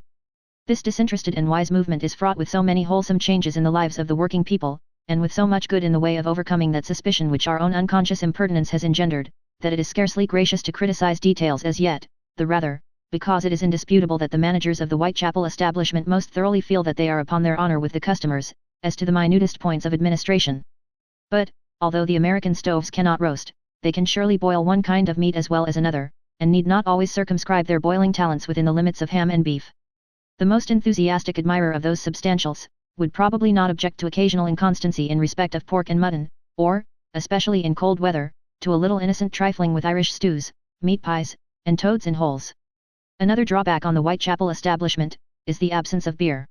Regarded merely as a question of policy, it is very impolitic, as having a tendency to send the working men to the public house, where gin is reported to be sold. But, there is a much higher ground on which this absence of beer is objectionable. It expresses distrust of the working man. It is a fragment of that old mantle of patronage in which so many estimable thugs, so darkly wandering up and down the moral world, are sworn to muffle him. Good beer is a good thing for him, he says, and he likes it. The depot could give it him good, and he now gets it bad. Why does the depot not give it him good? Because he would get drunk. Why does the depot not let him have a pint with his dinner, which would not make him drunk? Because he might have had another pint, or another 2 pints, before he came. Now, this distrust is an affront, is exceedingly inconsistent with the confidence the managers express in their handbills, and is a timid stopping short upon the straight highway. It is unjust and unreasonable, also. It is unjust, because it punishes the sober man for the vice of the drunken man. It is unreasonable, because anyone at all experienced in such things knows that the drunken workman does not get drunk where he goes to eat and drink, but where he goes to drink, expressly to drink. To suppose that the working man cannot state this question to himself quite as plainly as I state it here, is to suppose that he is a baby, and is again to tell him in the old wearisome, condescending, patronizing way that he must be goody-pooty, and do as he is toldy-poldy, and not be a mani-panny or a voter-poter, but fold his handy-pandies, and be a childy-pildy. I found from the accounts of the Whitechapel self-supporting cooking depot, that every article sold in it, even at the prices I have quoted, yields a certain small profit. Individual speculators are of course already in the field, and are of course already appropriating the name. The classes for whose benefit the real depots are designed, will distinguish between the two kinds of enterprise. Chapter 26. Chatham Dockyard. There are some small out-of-the-way landing places on the Thames and the Medway, where I do much of my summer idling. Running water is favourable to daydreams, and a strong tidal river is the best of running water for mine. I like to watch the great ships standing out to sea or coming home richly laden, the active little steam tugs confidently puffing with them to and from the sea horizon, the fleet of barges that seem to have plucked their brown and russet sails from the ripe trees in the landscape, the heavy old colliers, light in ballast, floundering down before the tide, the light screw barks and schooners imperiously holding a straight course while the others patiently tack and go about, the yachts with their tiny hulls and great white sheets of canvas, the little sailing boats bobbing to and fro on their errands of pleasure or business, and, as it is the nature of little people to do, making a prodigious fuss about their small affairs. Watching these objects, I still am under no obligation to think about them, or even so much as to see them, unless it perfectly suits my humour. As little am I obliged to hear the plash and flop of the tide, the ripple at my feet, the clinking windlass afar off, or the humming steamship paddles further away yet. These, with the creaking little jetty on which I sit, and the gaunt high water marks and low water marks in the mud, and the broken causeway, and the broken bank, and the broken stakes and piles leaning forward as if they were vain of their personal appearance and looking for their reflection in the water, will melt into any train of fancy.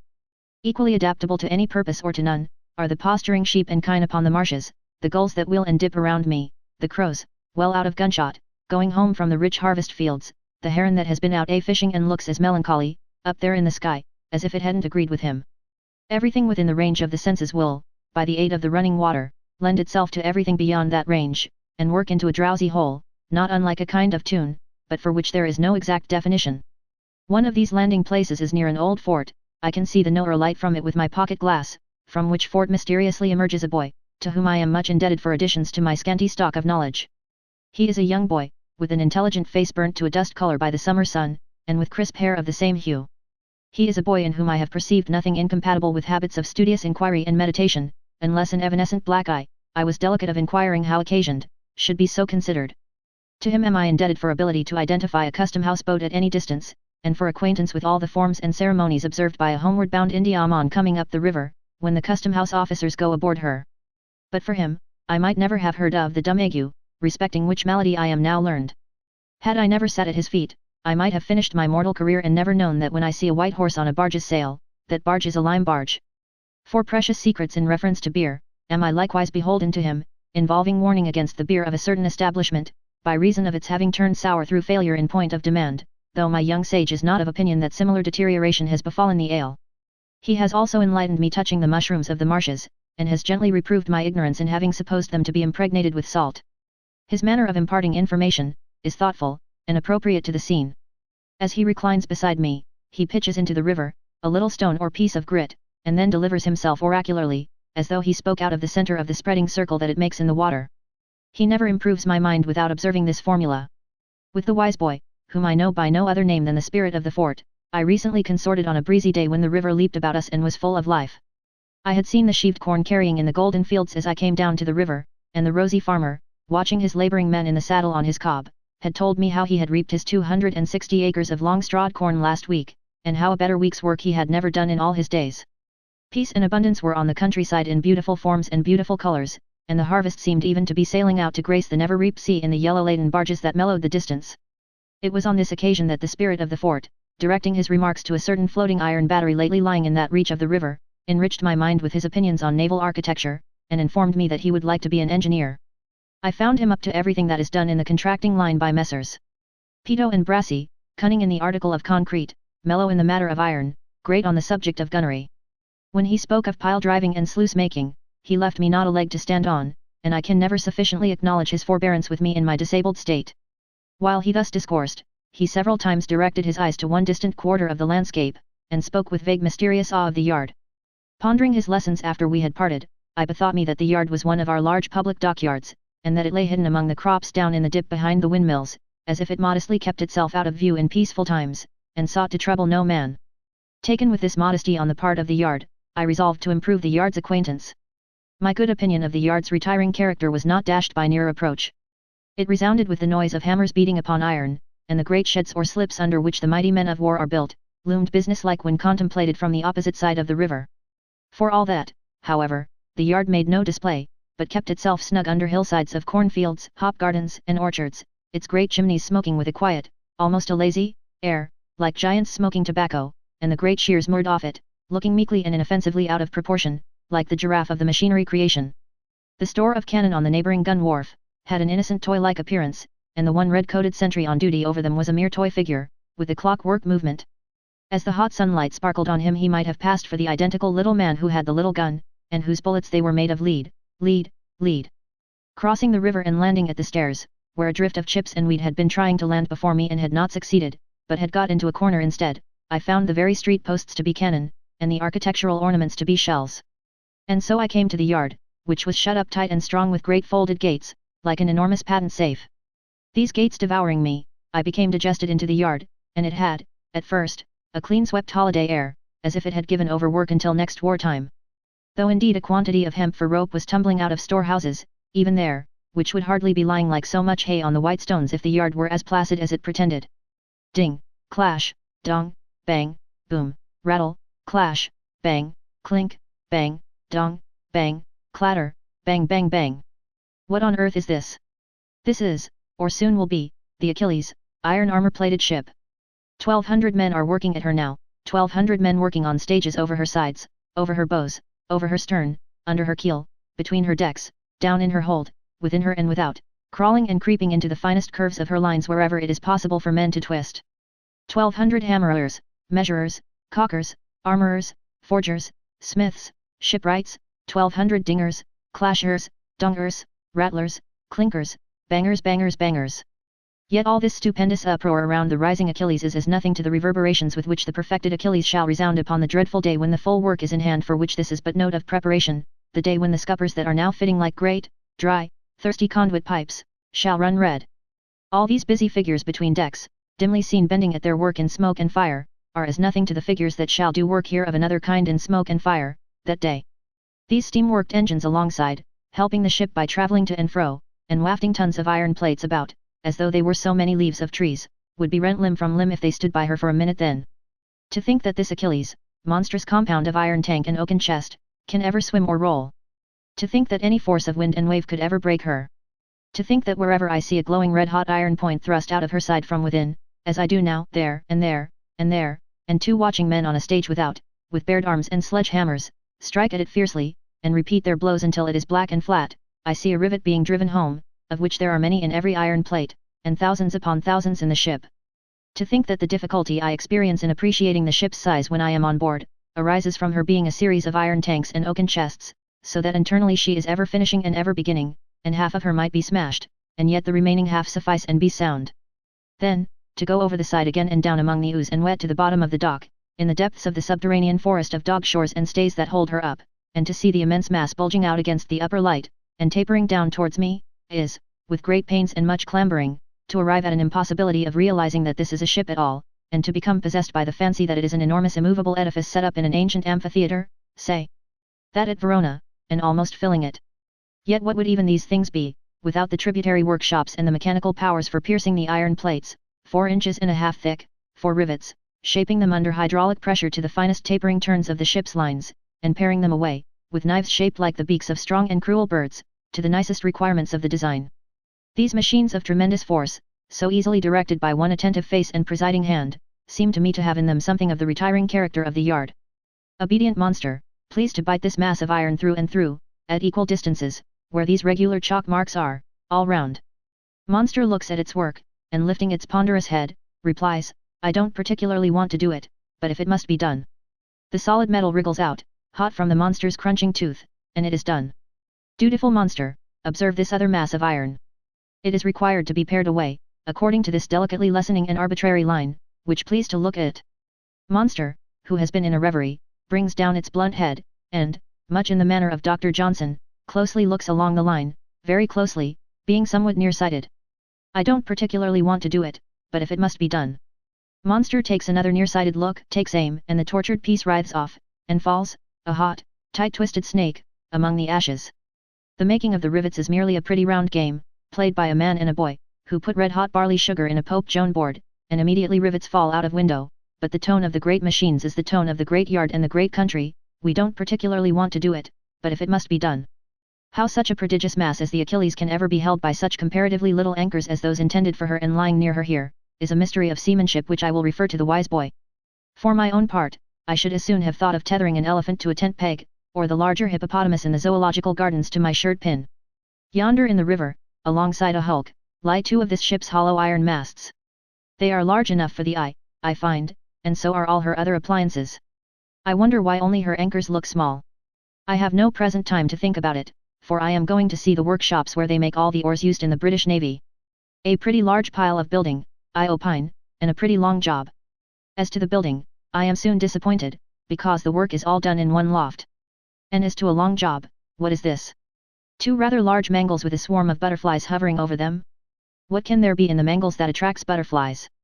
Drawing nearer, I discern that these are not mangles, but intricate machines, set with knives and saws and planes, which cut smooth and straight here, and slantwise there, and now cut such a depth, and now miscutting altogether, according to the predestined requirements of the pieces of wood that are pushed on below them, each of which pieces is to be an oar, and is roughly adapted to that purpose before it takes its final leave of far-off forests, and sails for England.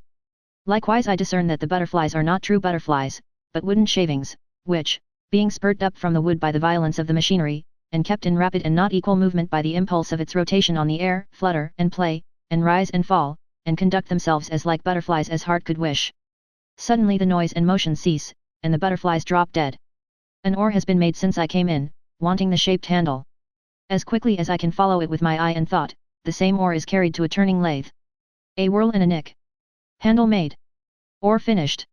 The exquisite beauty and efficiency of this machinery need no illustration, but happen to have a pointed illustration today. A pair of oars of unusual size chance to be wanted for a special purpose, and they have to be made by hand. Side by side with the subtle and facile machine, and side by side with the fast-growing pile of oars on the floor, a man shapes out these special oars with an axe. Attended by no butterflies, and chipping and dinting, by comparison as leisurely as if he were a labouring pagan getting them ready against his decease at 70, to take with him as a present to Karen for his boat, the man, aged about 30, plies his task. The machine would make a regulation oar while the man wipes his forehead. The man might be buried in a mound made of the strips of thin, broad, wooden ribbon torn from the wood whirled into oars as the minutes fall from the clock, before he had done a forenoon's work with his axe. Passing from this wonderful sight to the ships again, for my heart, as to the yard, is where the ships are, I notice certain unfinished wooden walls left seasoning on the stocks, pending the solution of the merits of the wood and iron question, and having an air of biding their time with surly confidence. The names of these worthies are set up beside them, together with their capacity in guns, a custom highly conducive to ease and satisfaction in social intercourse, if it could be adapted to mankind. By a plank more gracefully pendulous than substantial, I make bold to go aboard a transport ship, Iron Screw, just sent in from the contractor's yard to be inspected and passed. She is a very gratifying experience, in the simplicity and humanity of her arrangements for troops, in her provision for light and air and cleanliness, and in her care for women and children. It occurs to me, as I explore her, that I would require a handsome sum of money to go aboard her, at midnight by the dockyard bell, and stay aboard alone till morning, for surely she must be haunted by a crowd of ghosts of obstinate old martinets, mournfully flapping their cherubic epaulets over the changed times. Though still we may learn from the astounding ways and means in our yards now, more highly than ever to respect the forefathers who got to sea, and fought the sea, and held the sea, without them. This remembrance putting me in the best of tempers with an old hulk, very green as to her copper, and generally dim and patched, I pull off my hat to her. Which salutation a callow and downy-faced young officer of engineers, going by at the moment, perceiving, appropriates, and to which he is most heartily welcome, I am sure. Having been torn to pieces, in imagination, by the steam circular saws, perpendicular saws, horizontal saws, and saws of eccentric action, I come to the sauntering part of my expedition, and consequently to the core of my uncommercial pursuits. Everywhere, as I saunter up and down the yard, I meet with tokens of its quiet and retiring character. There is a gravity upon its red brick offices and houses, a staid pretence of having nothing worth mentioning to do, an avoidance of display, which I never saw out of England. The white stones of the pavement present no other trace of Achilles and his 1200 banging men, not one of whom strikes an attitude, than a few occasional echoes. But for a whisper in the air suggestive of sawdust and shavings, the oar-making and the saws of many movements might be miles away. Down below here, is the great reservoir of water where timber is steeped in various temperatures, as a part of its seasoning process. Above it, on a tram road supported by pillars, is a Chinese enchanter's car, which fishes the logs up, when sufficiently steeped, and rolls smoothly away with them to stack them. When I was a child, the yard being then familiar to me, I used to think that I should like to play at Chinese enchanter, and to have that apparatus placed at my disposal for the purpose by a beneficent country. I still think that I should rather like to try the effect of writing a book in it. Its retirement is complete, and to go gliding to and fro among the stacks of timber would be a convenient kind of travelling in foreign countries, among the forests of North America, the sodden Honduras swamps, the dark pine woods, the Norwegian frosts, and the tropical heats, rainy seasons, and thunderstorms. The costly store of timber is stacked and stowed away in sequestered places, with the pervading avoidance of flourish or effect. It makes as little of itself as possible, and calls to no one come and look at me. And yet it is picked out from the trees of the world, picked out for length, picked out for breadth, picked out for straightness, picked out for crookedness, chosen with an eye to every need of ship and boat. Strangely twisted pieces lie about, precious in the sight of shipwrights. Sauntering through these groves, I come upon an open glade where workmen are examining some timber recently delivered. Quite a pastoral scene, with a background of river and windmill. And no more like war than the American states are at present like an union. Sauntering among the rope-making, I am spun into a state of blissful indolence, wherein my rope of life seems to be so untwisted by the process as that I can see back to very early days indeed, when my bad dreams, they were frightful, though my more mature understanding has never made out why, were of an interminable sort of rope-making, with long minute filaments for strands, which, when they were spun home together close to my eyes, occasioned screaming. Next, I walk among the quiet lofts of stores, of sails, spars, rigging, ships' boats, determined to believe that somebody in authority wears a girdle and bends beneath the weight of a massive bunch of keys, and that, when such a thing is wanted, he comes telling his keys like Blue Beard, and opens such a door. Impassive as the long lofts look, let the electric battery send down the word, and the shutters and doors shall fly open, and such a fleet of armed ships, under steam and under sail, shall burst forth as will charge the old Medway, where the merry Stuart let the Dutch come, while his not so merry sailors starved in the streets, with something worth looking at to carry to the sea. Thus I idle round to the Medway again, where it is now flood tide, and I find the river evincing a strong solicitude to force a way into the dry dock where Achilles is waited on by the 1200 bangers, with intent to bear the whole away before they are ready. To the last, the yard puts a quiet face upon it, for I make my way to the gates through a little quiet grove of trees, shading the quaintest of Dutch landing places, where the leaf-speckled shadow of a shipwright just passing away at the further end might be the shadow of Russian Peter himself. So, the doors of the great patent safe at last close upon me, and I take boat again, somehow, thinking as the oars dip, of Braggart Pistol and his brood, and of the quiet monsters of the yard, with there we don't particularly want to do it, but if it must be done. Scrunch. Chapter 27. In the French-Flemish country. It is neither a bold nor a diversified country, said I to myself, this country which is 3/4 Flemish, and 1/4 French, yet it has its attractions too. Though great lines of railway traverse it, the trains leave it behind, and go puffing off to Paris in the south, to Belgium and Germany, to the northern sea coast of France, and to England, and merely smoke it a little in passing. Then I don't know it, and that is a good reason for being here, and I can't pronounce half the long queer names I see inscribed over the shops, and that is another good reason for being here, since I surely ought to learn how. In short, I was here, and I wanted an excuse for not going away from here, and I made it to my satisfaction, and stayed here. What part in my decision was borne by Monsieur P. Salesy, is of no moment, though I own to encountering that gentleman's name on a red bill on the wall, before I made up my mind. Monsieur P. Salesy, par permission to MLE Mayor, had established his theatre in the whitewashed Hotel de Ville, on the steps of which illustrious edifice I stood. And Monsieur P. Salesy, privileged director of such theatre, situated in the first theatrical arrondissement of the Department of the North, invited French-Flemish mankind to come and partake of the intellectual banquet provided by his family of dramatic artists, 15 subjects in number. La famille P. Salesy, composée d'artistes dramatiques, au nombre de 15 sujets. Neither a bold nor a diversified country, I say again, and withal an untidy country, but pleasant enough to ride in, when the paved roads over the flats and through the hollows, are not too deep in black mud. A country so sparely inhabited, that I wonder where the peasants who till and sow and reap the ground, can possibly dwell, and also by what invisible balloons they are conveyed from their distant homes into the fields at sunrise and back again at sunset. The occasional few poor cottages and farms in this region, surely cannot afford shelter to the numbers necessary to the cultivation, albeit the work is done so very deliberately, that on one long harvest day I have seen, in 12 miles, about twice as many men and women, all told, reaping and binding. Yet have I seen more cattle, more sheep, more pigs, and all in better case, than where there is purer French spoken, and also better ricks, round swelling peg-top ricks, well thatched, not a shapeless brown heap, like the toast of a giant's toast and water, pinned to the earth with one of the skewers out of his kitchen. A good custom they have about here, likewise, of prolonging the sloping tiled roof of farm or cottage, so that it overhangs 3 or 4 feet, carrying off the wet, and making a good drying place wherein to hang up herbs, or implements, or what not. A better custom than the popular one of keeping the refuse heap and puddle close before the house door, which, although I paint my dwelling never so brightly blue, and it cannot be too blue for me, hereabouts, will bring fever inside my door. Wonderful poultry of the French-Flemish country, why take the trouble to be poultry? Why not stop short at eggs in the rising generation, and die out and have done with it? Parents of chickens have I seen this day, followed by their wretched young families, scratching nothing out of the mud with an air, tottering about on legs so scraggy and weak, that the valiant word drumsticks becomes a mockery when applied to them, and the crow of the lord and master has been a mere dejected case of croup. Carts have I seen, and other agricultural instruments, unwieldy, dislocated, monstrous. Poplar trees by the thousand fringe the fields and fringe the end of the flat landscape, so that I feel, looking straight on before me, as if, when I pass the extremest fringe on the low horizon, I shall tumble over into space.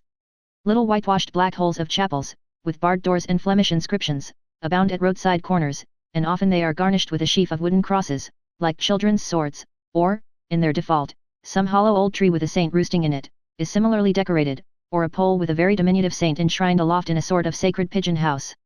Not that we are deficient in such decoration in the town here, for, over at the church yonder, outside the building, is a scenic representation of the crucifixion, built up with old bricks and stones, and made out with painted canvas and wooden figures, the whole surmounting the dusty skull of some holy personage, perhaps, shut up behind a little ashy iron grate, as if it were originally put there to be cooked, and the fire had long gone out. A windmilly country this, though the windmills are so damp and rickety, that they nearly knock themselves off their legs at every turn of their sails, and creak in loud complaint. A weaving country, too, for in the wayside cottages the loom goes wearily, rattle and click, and, looking in, I see the poor weaving peasant, man or woman, bending at the work, while the child, working too, turns a little hand wheel put upon the ground to suit its height. An unconscionable monster, the loom in a small dwelling, asserting himself ungenerously as the breadwinner, straddling over the children's straw beds, cramping the family in space and air, and making himself generally objectionable and tyrannical. He is tributary, too, to ugly mills and factories and bleaching grounds, rising out of the sluiced fields in an abrupt bare way, disdaining, like himself, to be ornamental or accommodating. Surrounded by these things, here I stood on the steps of the Hôtel de Ville, persuaded to remain by the P. Salesy family, 15 dramatic subjects strong. There was a fare besides. The double persuasion being irresistible, and my sponge being left behind at the last hotel, I made the tour of the little town to buy another. In the small sunny shops, mercers, opticians, and druggist grocers, with here and there an emporium of religious images, the gravest of old spectacled Flemish husbands and wives sat contemplating one another across bare counters, while the wasps, who seemed to have taken military possession of the town, and to have placed it under wasp martial law, executed warlike maneuvers in the windows. Other shops the wasps had entirely to themselves, and nobody cared and nobody came when I beat with a 5-franc piece upon the board of custom. What I sought was no more to be found than if I had sought a nugget of Californian gold, so I went, spongeless, to pass the evening with the family P. Salesy. The members of the family P. Salesy were so fat and so like one another, fathers, mothers, sisters, brothers, uncles, and aunts, that I think the local audience were much confused about the plot of the piece under representation, and to the last expected that everybody must turn out to be the long-lost relative of everybody else. The theatre was established on the top story of the Hôtel de Ville, and was approached by a long bare staircase, whereon, in an airy situation, one of the P. Salesy family, a stout gentleman imperfectly repressed by a belt, took the money. This occasioned the greatest excitement of the evening, for, no sooner did the curtain rise on the introductory vaudeville, and reveal in the person of the young lover, singing a very short song with his eyebrows, apparently the very same identical stout gentleman imperfectly repressed by a belt, then everybody rushed out to the paying place, to ascertain whether he could possibly have put on that dress coat, that clear complexion, and those arched black vocal eyebrows, in so short a space of time. It then became manifest that this was another stout gentleman imperfectly repressed by a belt, to whom, before the spectators had recovered their presence of mind, entered a third stout gentleman imperfectly repressed by a belt, exactly like him. These two subjects, making with the money-taker 3 of the announced 15, fell into conversation touching a charming young widow, who, presently appearing, proved to be a stout lady altogether irrepressible by any means, quite a parallel case to the American Negro, 4th of the 15 subjects, and sister of the 5th who presided over the check department. In good time the whole of the 15 subjects were dramatically presented, and we had the inevitable ma mère, and also the inevitable malediction d'un père, and likewise the inevitable marquis, and also the inevitable provincial young man, weak-minded but faithful, who followed Julie to Paris, and cried and laughed and choked all at once. The story was wrought out with the help of a virtuous spinning wheel in the beginning, a vicious set of diamonds in the middle, and a rheumatic blessing, which arrived by post, from ma mère towards the end, the whole resulting in a small sword in the body of one of the stout gentlemen imperfectly repressed by a belt, 50,000 francs per annum, and a decoration to the other stout gentleman imperfectly repressed by a belt, and an assurance from everybody to the provincial young man that if he were not supremely happy, which he seemed to have no reason whatever for being, he ought to be. This afforded him a final opportunity of crying and laughing and choking all at once, and sent the audience home sentimentally delighted. Audience more attentive or better behaved there could not possibly be, though the places of second rank in the theatre of the family P. Salesy were 6d. each in English money, and the places of first rank a shilling. How the 15 subjects ever got so fat upon it, the kind heavens know. What gorgeous china figures of knights and ladies, gilded till they gleamed again, I might have bought at the fair for the garniture of my home, if I had been a French Flemish peasant, and had had the money. What shining coffee cups and saucers I might have won at the turntables, if I had had the luck. Ravishing perfumery also, and sweetmeats, I might have speculated in, or I might have fired for prizes at a multitude of little dolls in niches, and might have hit the doll of dolls, and won francs and fame. Or, being a French Flemish youth, I might have been drawn in a handcart by my compeers, to tilt for municipal rewards at the water quinton, which, unless I sent my lance clean through the ring, emptied a full bucket over me, to fend off which, the competitors wore grotesque old scarecrow hats. Or, being French Flemish man or woman, boy or girl, I might have circled all night on my hobby horse in a stately cavalcade of hobby horses 4 abreast, interspersed with triumphal cars, going round, and round and round and round, we the goodly company singing a ceaseless chorus to the music of the barrel organ, drum, and cymbals. On the whole, not more monotonous than the Ring in Hyde Park, London, and much merrier, for when do the circling company sing chorus, there, to the barrel organ, when do the ladies embrace their horses round the neck with both arms, when do the gentlemen fan the ladies with the tails of their gallant steeds.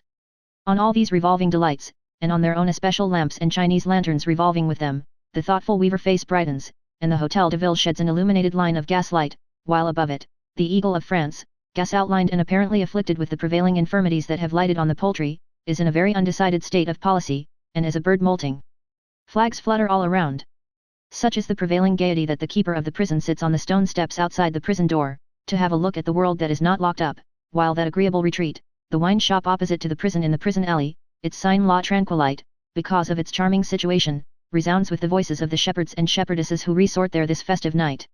And it reminds me that only this afternoon, I saw a shepherd in trouble, tending this way, over the jagged stones of a neighbouring street. A magnificent sight it was, to behold him in his blouse, a feeble little jog-trot rustic, swept along by the wind of two immense gendarmes, in cocked hats for which the street was hardly wide enough, each carrying a bundle of stolen property that would not have held his shoulder knot, and clanking a sabre that dwarfed the prisoner. Messrs. et Mesdames, I present to you at this fair, as a mark of my confidence in the people of this so renowned town, and as an act of homage to their good sense and fine taste, the ventriloquist, the ventriloquist. Further, Messrs. et Mesdames, I present to you the face-maker, the physiognomist, the great changer of countenances, who transforms the features that heaven has bestowed upon him into an endless succession of surprising and extraordinary visages, comprehending, Messrs. et Mesdames, all the contortions, energetic and expressive, of which the human face is capable, and all the passions of the human heart, as love, jealousy, revenge, hatred, avarice, despair. Hi hi. Ho ho. Lu. Come in. To this effect, with an occasional smite upon a sonorous kind of tambourine, bestowed with a will, as if it represented the people who won't come in, holds forth a man of lofty and severe demeanour, a man in stately uniform, gloomy with the knowledge he possesses of the inner secrets of the booth. Come in, come in. Your opportunity presents itself tonight, tomorrow it will be gone forever. Tomorrow morning by the express train the railroad will reclaim the ventriloquist and the face-maker. Algeria will reclaim the ventriloquist and the face-maker. Yes. For the honour of their country they have accepted propositions of a magnitude incredible, to appear in Algeria. See them for the last time before their departure. We go to commence on the instant. Hi hi. Ho ho. Lu. Come in. Take the money that now ascends, madam, but after that, no more, for we commence. Come in. Nevertheless, the eyes both of the gloomy speaker and of Madame receiving sous in a muslin bower, survey the crowd pretty sharply after the ascending money has ascended, to detect any lingering sous at the turning point. Come in, come in. Is there any more money, madam, on the point of ascending? If so, we wait for it. If not, we commence. The orator looks back over his shoulder to say it, lashing the spectators with the conviction that he beholds through the folds of the drapery into which he is about to plunge, the ventriloquist and the face-maker. Several sous burst out of pockets, and ascend. Come up, then, messers, exclaims Madame in a shrill voice, and beckoning with a bejewelled finger. Come up. This presses. Monsieur has commanded that they commence. Monsieur dives into his interior, and the last half-dozen of us follow. His interior is comparatively severe, his exterior also. A true temple of art needs nothing but seats, drapery, a small table with two moderator lamps hanging over it, and an ornamental-looking glass let into the wall. Monsieur in uniform gets behind the table and surveys us with disdain, his forehead becoming diabolically intellectual under the moderators. Messrs. et Mesdames, I present to you the ventriloquist. He will commence with the celebrated experience of the bee in the window. The bee, apparently the veritable bee of nature, will hover in the window, and about the room. He will be with difficulty caught in the hand of Monsieur the ventriloquist, he will escape, he will again hover, at length he will be recaptured by Monsieur the ventriloquist, and will be with difficulty put into a bottle. Achieve then, Monsieur. Here the proprietor is replaced behind the table by the ventriloquist, who is thin and sallow, and of a weakly aspect. While the bee is in progress, Monsieur the proprietor sits apart on a stool, immersed in dark and remote thought.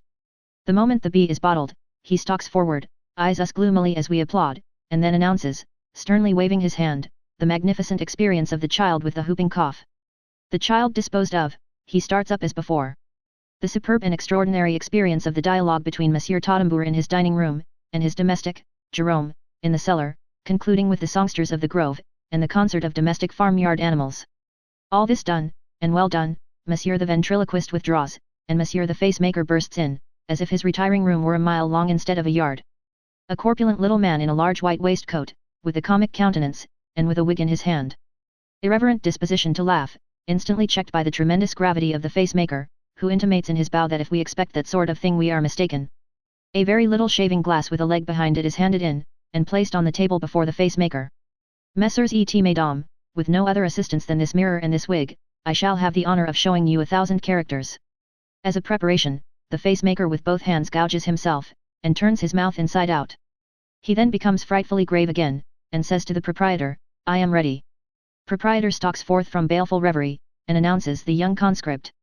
Face-maker claps his wig on, hind side before, looks in the glass, and appears above it as a conscript so very imbecile, and squinting so extremely hard, that I should think the state would never get any good of him. Thunders of applause. Face-maker dips behind the looking glass, brings his own hair forward, is himself again, is awfully grave.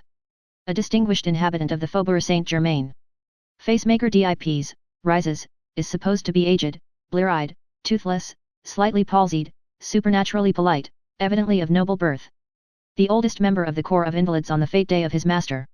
Face-maker dips, rises, wears the wig on one side, has become the feeblest military bore in existence, and, it is clear, would lie frightfully about his past achievements, if he were not confined to pantomime. The miser. Face-maker dips, rises, clutches a bag, and every hair of the wig is on end to express that he lives in continual dread of thieves.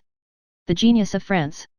Face-maker dips, rises, wig pushed back and smoothed flat, little cocked hat, artfully concealed till now, put atop of it, face-maker's white waistcoat much advanced, face-maker's left hand in bosom of white waistcoat, face-maker's right hand behind his back. Thunders. This is the first of 3 positions of the genius of France. In the second position, the face-maker takes snuff, in the third, rolls up his fight hand, and surveys illimitable armies through that pocket glass. The face-maker then, by putting out his tongue, and wearing the wig know-how in particular, becomes the village idiot. The most remarkable feature in the whole of his ingenious performance, is, that whatever he does to disguise himself, has the effect of rendering him rather more like himself than he was at first. There were peep shows in this fair, and I had the pleasure of recognizing several fields of glory with which I became well acquainted a year or 2 ago as Crimean battles, now doing duty as Mexican victories. The change was neatly effected by some extra smoking of the Russians, and by permitting the camp followers free range in the foreground to despoil the enemy of their uniforms. As no British troops had ever happened to be within sight when the artist took his original sketches, it followed fortunately that none were in the way now. The fair wound up with a ball.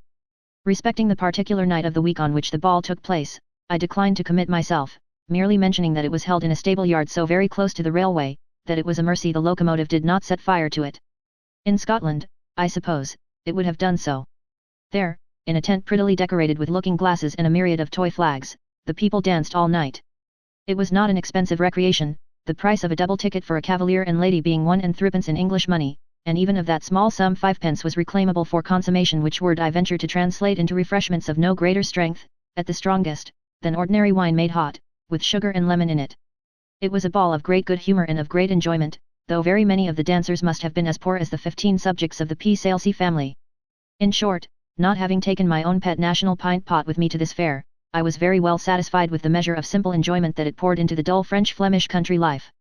How dull that is, I had an opportunity of considering, when the fair was over, when the tricoloured flags were withdrawn from the windows of the houses on the place where the fair was held, when the windows were close shut, apparently until next fair time, when the Hôtel de Ville had cut off its gas and put away its eagle, when the 2 paviours, whom I take to form the entire paving population of the town, were ramming down the stones which had been pulled up for the erection of decorative poles, when the jailer had slammed his gate, and sulkily locked himself in with his charges.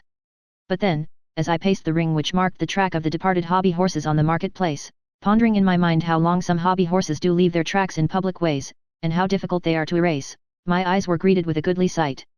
I beheld 4 male personages thoughtfully pacing the place together, in the sunlight, evidently not belonging to the town, and having upon them a certain loose cosmopolitan air of not belonging to any town. One was clad in a suit of white canvas, another in a cap and blouse, the third in an old military frock, the fourth in a shapeless dress that looked as if it had been made out of old umbrellas. All wore dust-colored shoes. My heart beat high, for, in those 4 male personages, although complexionless and eyebrowless, I beheld 4 subjects of the family P. Salesy. Blue-bearded though they were, and bereft of the youthful smoothness of cheek which is imparted by what is termed in Albion a Whitechapel shave, and which is, in fact, whitening, judiciously applied to the jaws with the palm of the hand, I recognized them. As I stood admiring, there emerged from the yard of a lowly cabaret, the excellent ma mère, with the words, "The soup is served," words which so elated the subject in the canvas suit, that when they all ran in to partake, he went last, dancing with his hands stuck angularly into the pockets of his canvas trousers, after the Pierrot manner. Glancing down the yard, the last I saw of him was, that he looked in through a window, at the soup, no doubt, on one leg. Full of this pleasure, I shortly afterwards departed from the town, little dreaming of an addition to my good fortune. But more was in reserve. I went by a train which was heavy with third-class carriages, full of young fellows, well guarded, who had drawn unlucky numbers in the last conscription, and were on their way to a famous French garrison town where much of the raw military material is worked up into soldiery. At the station they had been sitting about, in their threadbare homespun blue garments, with their poor little bundles under their arms, covered with dust and clay, and the various soils of France, sad enough at heart, most of them, but putting a good face upon it, and slapping their breasts and singing choruses on the smallest provocation, the gayest spirits shouldering half-loaves of black bread speared upon their walking sticks. As we went along, they were audible at every station, chorusing wildly out of tune, and feigning the highest hilarity. After a while, however, they began to leave off singing, and to laugh naturally, while at intervals there mingled with their laughter the barking of a dog. Now, I had to alight short of their destination, and, as that stoppage of the train was attended with a quantity of horn blowing, bell ringing, and proclamation of what Messrs. les voyageurs were to do, and were not to do, in order to reach their respective destinations, I had ample leisure to go forward on the platform to take a parting look at my recruits, whose heads were all out at window, and who were laughing like delighted children. Then I perceived that a large poodle with a pink nose, who had been their travelling companion and the cause of their mirth, stood on his hind legs presenting arms on the extreme verge of the platform, ready to salute them as the train went off. This poodle wore a military shako, it is unnecessary to add, very much on one side over one eye, a little military coat, and the regulation white gaiters. He was armed with a little musket and a little sword bayonet, and he stood presenting arms in perfect attitude, with his unobscured eye on his master or superior officer, who stood by him. So admirable was his discipline, that, when the train moved, and he was greeted with the parting cheers of the recruits, and also with a shower of centimes, several of which struck his shako, and had a tendency to discompose him, he remained staunch on his post, until the train was gone. He then resigned his arms to his officer, took off his shako by rubbing his paw over it, dropped on 4 legs, bringing his uniform coat into the absurdest relations with the overarching skies, and ran about the platform in his white gaiters, waging his tail to an exceeding great extent. It struck me that there was more waggery than this in the poodle, and that he knew that the recruits would neither get through their exercises, nor get rid of their uniforms, as easily as he, revolving which in my thoughts, and seeking in my pockets some small money to bestow upon him, I casually directed my eyes to the face of his superior officer, and in him beheld the face-maker. Though it was not the way to Algeria, but quite the reverse, the military poodle's colonel was the face-maker in a dark blouse, with a small bundle dangling over his shoulder at the end of an umbrella, and taking a pipe from his breast to smoke as he and the poodle went their mysterious way. Chapter 28. Medicine Men of Civilization. My voyages, in paper boats, among savages often yield me matter for reflection at home. It is curious to trace the savage in the civilized man, and to detect the hold of some savage customs on conditions of society rather boastful of being high above them. I wonder, is the medicine man of the North American Indians never to be got rid of, out of the North American country? He comes into my wigwam on all manner of occasions, and with the absurdest medicine. I always find it extremely difficult, and I often find it simply impossible, to keep him out of my wigwam. For his legal medicine he sticks upon his head the hair of quadrupeds, and plasters the same with fat, and dirty white powder, and talks a gibberish quite unknown to the men and squaws of his tribe. For his religious medicine he puts on puffy white sleeves, little black aprons, large black waistcoats of a peculiar cut, collarless coats with medicine buttonholes, medicine stockings, and gaiters and shoes, and tops the whole with a highly grotesque medicinal hat. In one respect, to be sure, I am quite free from him. On occasions when the medicine men in general, together with a large number of the miscellaneous inhabitants of his village, both male and female, are presented to the principal chief, his native medicine is a comical mixture of old odds and ends, hired of traders, and new things in antiquated shapes, and pieces of red cloth, of which he is particularly fond, and white and red and blue paint for the face. The irrationality of this particular medicine culminates in a mock battle rush, from which many of the squaws are borne out, much dilapidated. I need not observe how unlike this is to a drawing room at St. James's Palace. The African magician I find it very difficult to exclude from my wigwam too. This creature takes cases of death and mourning under his supervision, and will frequently impoverish a whole family by his preposterous enchantments. He is a great eater and drinker, and always conceals a rejoicing stomach under a grieving exterior. His charms consist of an infinite quantity of worthless scraps, for which he charges very high. He impresses on the poor bereaved natives, that the more of his followers they pay to exhibit such scraps on their persons for an hour or two, though they never saw the deceased in their lives, and are put in high spirits by his decease, the more honourably and piously they grieve for the dead. The poor people submitting themselves to this conjurer, an expensive procession is formed, in which bits of stick, feathers of birds, and a quantity of other unmeaning objects besmeared with black paint, are carried in a certain ghastly order of which no one understands the meaning, if it ever had any, to the brink of the grave, and are then brought back again. In the Tonga Islands everything is supposed to have a soul, so that when a hatchet is irreparably broken, they say, his immortal part has departed, he is gone to the happy hunting plains. This belief leads to the logical sequence that when a man is buried, some of his eating and drinking vessels, and some of his warlike implements, must be broken and buried with him. Superstitious and wrong, but surely a more respectable superstition than the hire of antique scraps for a show that has no meaning based on any sincere belief. Let me halt on my uncommercial road, to throw a passing glance on some funeral solemnities that I have seen where North American Indians, African magicians, and Tonga Icelanders, are supposed not to be. Once, I dwelt in an Italian city, where there dwelt with me for a while, an Englishman of an amiable nature, great enthusiasm, and no discretion. This friend discovered a desolate stranger, mourning over the unexpected death of one very dear to him, in a solitary cottage among the vineyards of an outlying village. The circumstances of the bereavement were unusually distressing, and the survivor, new to the peasants and the country, sorely needed help, being alone with the remains. With some difficulty, but with the strong influence of a purpose at once gentle, disinterested, and determined, my friend, Mr. Kindheart, obtained access to the mourner, and undertook to arrange the burial. There was a small Protestant cemetery near the city walls, and as Mr. Kindheart came back to me, he turned into it and chose the spot. He was always highly flushed when rendering a service unaided, and I knew that to make him happy I must keep aloof from his ministration. But when at dinner he warmed with the good action of the day, and conceived the brilliant idea of comforting the mourner with an English funeral, I ventured to intimate that I thought that institution, which was not absolutely sublime at home, might prove a failure in Italian hands. However, Mr. Kindheart was so enraptured with his conception, that he presently wrote down into the town requesting the attendance with tomorrow's earliest light of a certain little upholsterer. This upholsterer was famous for speaking the unintelligible local dialect, his own, in a far more unintelligible manner than any other man alive. When from my bath next morning I overheard Mr. Kindheart and the upholsterer in conference on the top of an echoing staircase, and when I overheard Mr. Kindheart rendering English undertaking phrases into very choice Italian, and the upholsterer replying in the unknown tongues, and when I furthermore remembered that the local funerals had no resemblance to English funerals, I became in my secret bosom apprehensive. But Mr. Kindheart informed me at breakfast that measures had been taken to ensure a signal success. As the funeral was to take place at sunset, and as I knew to which of the city gates it must tend, I went out at that gate as the sun descended, and walked along the dusty road. I had not walked far, when I encountered this procession. 1. Mr. Kindheart, much abashed, on an immense grey horse. 2. A bright yellow coach and pair, driven by a coachman in bright red velvet knee breeches and waistcoat. This was the established local idea of state. Both coach doors kept open by the coffin, which was on its side within, and sticking out at each. 3. Behind the coach, the mourner, for whom the coach was intended, walking in the dust.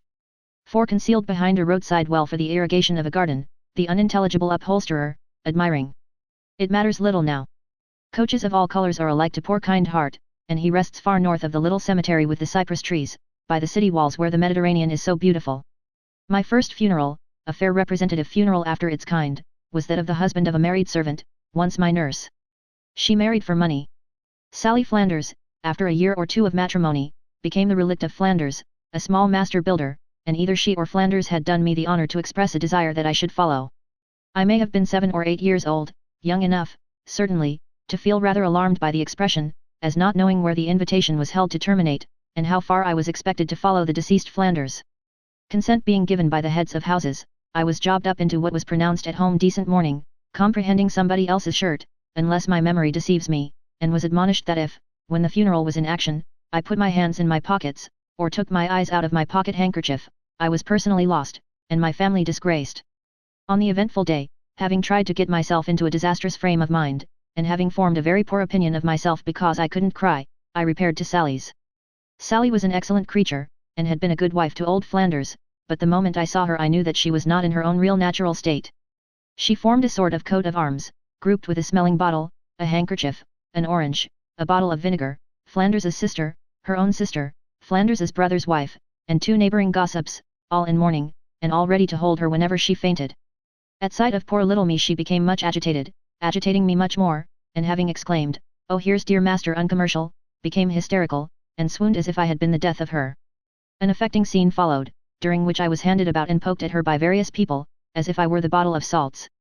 Reviving a little, she embraced me, said, "You knew him well, dear Master Uncommercial, and he knew you," and fainted again, which, as the rest of the coat of arms soothingly said, done her credit. Now, I knew that she needn't have fainted unless she liked, and that she wouldn't have fainted unless it had been expected of her, quite as well as I know it at this day. It made me feel uncomfortable and hypocritical besides. I was not sure but that it might be manners in me to faint next, and I resolved to keep my eye on Flanders's uncle, and if I saw any signs of his going in that direction, to go too, politely. But Flanders's uncle, who was a weak little old retail grocer, had only one idea, which was that we all wanted tea, and he handed us cups of tea all round, incessantly, whether we refused or not. There was a young nephew of Flanders's present, to whom Flanders, it was rumoured, had left 19 guineas. He drank all the tea that was offered him, this nephew, amounting, I should say, to several quarts, and ate as much plum cake as he could possibly come by, but he felt it to be decent mourning that he should now and then stop in the midst of a lump of cake, and appear to forget that his mouth was full, in the contemplation of his uncle's memory. I felt all this to be the fault of the undertaker, who was handing us gloves on a tea tray as if they were muffins, and tying us into cloaks. Mine had to be pinned up all round, it was so long for me, because I knew that he was making game. So, when we got out into the streets, and I constantly disarranged the procession by tumbling on the people before me because my handkerchief blinded my eyes, and tripping up the people behind me because my cloak was so long, I felt that we were all making game. I was truly sorry for Flanders, but I knew that it was no reason why we should be trying, the women with their heads in hoods like coal scuttles with the black side outward, to keep step with a man in a scarf, carrying a thing like a morning spyglass, which he was going to open presently and sweep the horizon with. I knew that we should not all have been speaking in one particular keynote struck by the undertaker, if we had not been making game. Even in our faces we were every one of us as like the undertaker as if we had been his own family, and I perceived that this could not have happened unless we had been making game. When we returned to Sally's, it was all of a piece. The continued impossibility of getting on without plum cake, the ceremonious apparition of a pair of decanters containing port and sherry and cork, Sally's sister at the tea table, clinking the best crockery and shaking her head mournfully every time she looked down into the teapot, as if it were the tomb, the coat of arms again, and Sally as before, lastly, the words of consolation administered to Sally when it was considered right that she should come round nicely, which were, that the deceased had had as comfortably a funeral as comfortable could be. Other funerals have I seen with grown-up eyes, since that day, of which the burden has been the same childish burden. Making game. Real affliction, real grief and solemnity, have been outraged, and the funeral has been performed. The waste for which the funeral customs of many tribes of savages are conspicuous, has attended these civilized obsequies, and once, and twice, have I wished in my soul that if the waste must be, they would let the undertaker bury the money, and let me bury the friend. In France, upon the whole, these ceremonies are more sensibly regulated, because they are upon the whole less expensively regulated. I cannot say that I have ever been much edified by the custom of tying a bib and apron on the front of the house of mourning, or that I would myself particularly care to be driven to my grave in a nodding and bobbing car, like an infirm four-post bedstead, by an inky fellow creature in a cocked hat. But it may be that I am constitutionally insensible to the virtues of a cocked hat. In provincial France, the solemnities are sufficiently hideous, but are few and cheap. The friends and townsmen of the departed, in their own dresses and not masquerading under the auspices of the African conjurer, surround the hand-bier, and often carry it. It is not considered indispensable to stifle the bearers, or even to elevate the burden on their shoulders, consequently it is easily taken up, and easily set down, and is carried through the streets without the distressing floundering and shuffling that we see at home. A dirty priest or two, and a dirtier acolyte or two, do not lend any especial grace to the proceedings, and I regard with personal animosity the bassoon, which is blown at intervals by the big-legged priest. It is always a big-legged priest who blows the bassoon, when his fellows combine in a lugubrious stalwart drawl. But there is far less of the conjurer and the medicine man in the business than under like circumstances here. The grim coaches that we reserve expressly for such shows, are non-existent. If the cemetery be far out of the town, the coaches that are hired for other purposes of life are hired for this purpose, and although the honest vehicles make no pretense of being overcome, I have never noticed that the people in them were the worse for it. In Italy, the hooded members of confraternities who attend on funerals, are dismal and ugly to look upon, but the services they render are at least voluntarily rendered, and impoverish no one, and cost nothing. Why should high civilization and low savagery ever come together on the point of making them a wantonly wasteful and contemptible set of forms? Once I lost a friend by death, who had been troubled in his time by the medicine man and the conjurer, and upon whose limited resources there were abundant claims. The conjurer assured me that I must positively follow, and both he and the medicine man entertained no doubt that I must go in a black carriage, and must wear fittings. I objected to fittings as having nothing to do with my friendship, and I objected to the black carriage as being in more senses than one a job. So, it came into my mind to try what would happen if I quietly walked, in my own way, from my own house to my friend's burial place, and stood beside his open grave in my own dress and person, reverently listening to the best of services. It satisfied my mind, I found, quite as well as if I had been disguised in a hired hatband and scarf both trailing to my very heels, and as if I had cost the orphan children, in their greatest need, 10 guineas. Can anyone who ever beheld the stupendous absurdities attendant on a message from the Lords in the House of Commons, turn upon the medicine man of the poor Indians? Has he any medicine in that dried skin pouch of his, so supremely ludicrous as the two masters in Chancery holding up their black petticoats and butting their ridiculous wigs at Mr. Speaker? Yet there are authorities innumerable to tell me, as there are authorities innumerable among the Indians to tell them, that the nonsense is indispensable, and that its abrogation would involve most awful consequences. What would any rational creature who had never heard of judicial and forensic fittings, think of the Court of Common Pleas on the first day of term? Or with what an awakened sense of humour would Livingstone's account of a similar scene be perused, if the fur and red cloth and goat's hair and horse hair and powdered chalk and black patches on the top of the head, were all at Tolamungongo instead of Westminster? That model missionary and good brave man found at least one tribe of blacks with a very strong sense of the ridiculous, insomuch that although an amiable and docile people, they never could see the missionaries dispose of their legs in the attitude of kneeling, or hear them begin a hymn in chorus, without bursting into roars of irrepressible laughter. It is much to be hoped that no member of this facetious tribe may ever find his way to England and get committed for contempt of court. In the Tonga Island already mentioned, there are a set of personages called Mataboos, or some such name, who are the masters of all the public ceremonies, and who know the exact place in which every chief must sit down when a solemn public meeting takes place, a meeting which bears a family resemblance to our own public dinner, in respect of its being a main part of the proceedings that every gentleman present is required to drink something nasty. These Mataboos are a privileged order, so important is their avocation, and they make the most of their high functions. A long way out of the Tonga Islands, indeed, rather near the British Islands, was there no calling in of the Mataboos the other day to settle an earth-convulsing question of precedence, and was there no weighty opinion delivered on the part of the Mataboos which, being interpreted to that unlucky tribe of blacks with the sense of the ridiculous, would infallibly set the whole population screaming with laughter? My sense of justice demands the admission, however, that this is not quite a one-sided question. If we submit ourselves meekly to the medicine man and the conjurer, and are not exalted by it, the savages may retort upon us that we act more unwisely than they in other matters wherein we fail to imitate them. It is a widely diffused custom among savage tribes, when they meet to discuss any affair of public importance, to sit up all night making a horrible noise, dancing, blowing shells, and, in cases where they are familiar with firearms, flying out into open places and letting off guns. It is questionable whether our legislative assemblies might not take a hint from this. A shell is not a melodious wind instrument, and it is monotonous, but it is as musical as, and not more monotonous than, my honourable friend's own trumpet, or the trumpet that he blows so hard for the minister. The uselessness of arguing with any supporter of a government or of an opposition, is well known. Try dancing. It is a better exercise, and has the unspeakable recommendation that it couldn't be reported. The honourable and savage member who has a loaded gun, and has grown impatient of debate, plunges out of doors, fires in the air, and returns calm and silent to the palaver. Let the honourable and civilized member similarly charged with a speech, dart into the cloisters of Westminster Abbey in the silence of night, let his speech off, and come back harmless. It is not at first sight a very rational custom to paint a broad blue stripe across one's nose and both cheeks, and a broad red stripe from the forehead to the chin, to attach a few pounds of wood to one's under lip, to stick fishbones in one's ears and a brass curtain ring in one's nose, and to rub one's body all over with rancid oil, as a preliminary to entering on business. But this is a question of taste and ceremony, and so is the Windsor uniform. The manner of entering on the business itself is another question. A council of 600 savage gentlemen entirely independent of tailors, sitting on their hams in a ring, smoking and occasionally grunting, seem to me, according to the experience I have gathered in my voyages and travels, somehow to do what they come together for, whereas that is not at all the general experience of a council of 600 civilized gentlemen very dependent on tailors and sitting on mechanical contrivances. It is better that an assembly should do its utmost to envelop itself in smoke, than that it should direct its endeavours to enveloping the public in smoke, and I would rather it buried 100 hatchets than buried one subject demanding attention. Chapter 29. Titbull's Almshouses. By the side of most railways out of London, one may see almshouses and retreats, generally with a wing or a centre wanting, and ambitious of being much bigger than they are, some of which are newly founded institutions, and some old establishments transplanted.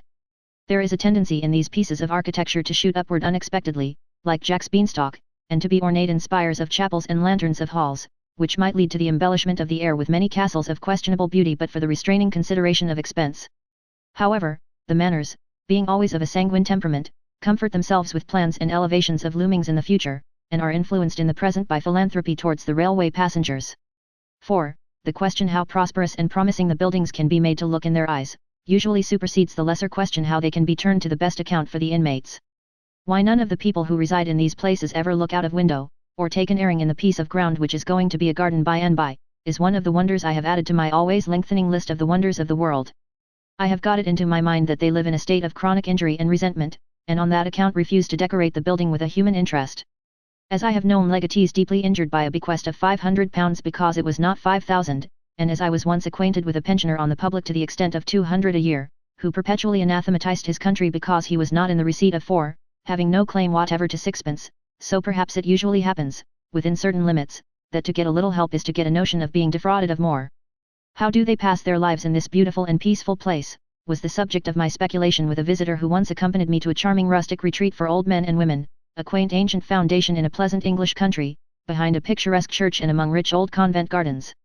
There were but some dozen or so of houses, and we agreed that we would talk with the inhabitants, as they sat in their groined rooms between the light of their fires and the light shining in at their latticed windows, and would find out. They passed their lives in considering themselves mulcted of certain ounces of tea by a deaf old steward who lived among them in the quadrangle. There was no reason to suppose that any such ounces of tea had ever been in existence, or that the old steward so much as knew what was the matter. He passed his life in considering himself periodically defrauded of a birch broom by the beadle. But it is neither to old almshouses in the country, nor to new almshouses by the railroad, that these present uncommercial notes relate. They refer back to journeys made among those commonplace, smoky-fronted London almshouses, with a little paved courtyard in front enclosed by iron railings, which have got snowed up, as it were, by bricks and mortar, which were once in a suburb, but are now in the densely populated town, gaps in the busy life around them, parentheses in the close and blotted texts of the streets. Sometimes, these almshouses belong to a company or society. Sometimes, they were established by individuals, and are maintained out of private funds bequeathed in perpetuity long ago. My favorite among them is Titbull's, which establishment is a picture of many. Of Titbull I know no more than that he deceased in 1723, that his Christian name was Samson, and his social designation Esquire, and that he founded these almshouses as dwellings for 9 poor women and 6 poor men by his will and testament. I should not know even this much, but for its being inscribed on a grim stone very difficult to read, let into the front of the centre house of Titbull's almshouses, and which stone is ornamented atop with a piece of sculptured drapery resembling the effigy of Titbull's bath towel. Titbull's almshouses are in the east of London, in a great highway, in a poor, busy, and thronged neighbourhood. Old iron and fried fish, cough drops and artificial flowers, boiled pig's feet and household furniture that looks as if it were polished up with lip salve, umbrellas full of vocal literature and saucers full of shellfish in a green juice which I hope is natural to them when their health is good, garnish the paved sideways as you go to Titbull's. I take the ground to have risen in those parts since Titbull's time, and you drop into his domain by 3 stone steps. So did I first drop into it, very nearly striking my brows against Titbull's pump, which stands with its back to the thoroughfare just inside the gate, and has a conceited air of reviewing Titbull's pensioners. And a worse one, said a virulent old man with a pitcher, there isn't nowhere. A harder one to work, nor a grudgeoner one to yield, there isn't nowhere. This old man wore a long coat, such as we see Hogarth's chairman represented with, and it was of that peculiar green pea hue without the green, which seems to come of poverty. It had also that peculiar smell of cupboard which seems to come of poverty. The pump is rusty, perhaps, said I. Not it, said the old man, regarding it with undiluted virulence in his watery eye. It never were fit to be termed a pump. That's what's the matter with it. Whose fault is that, said I.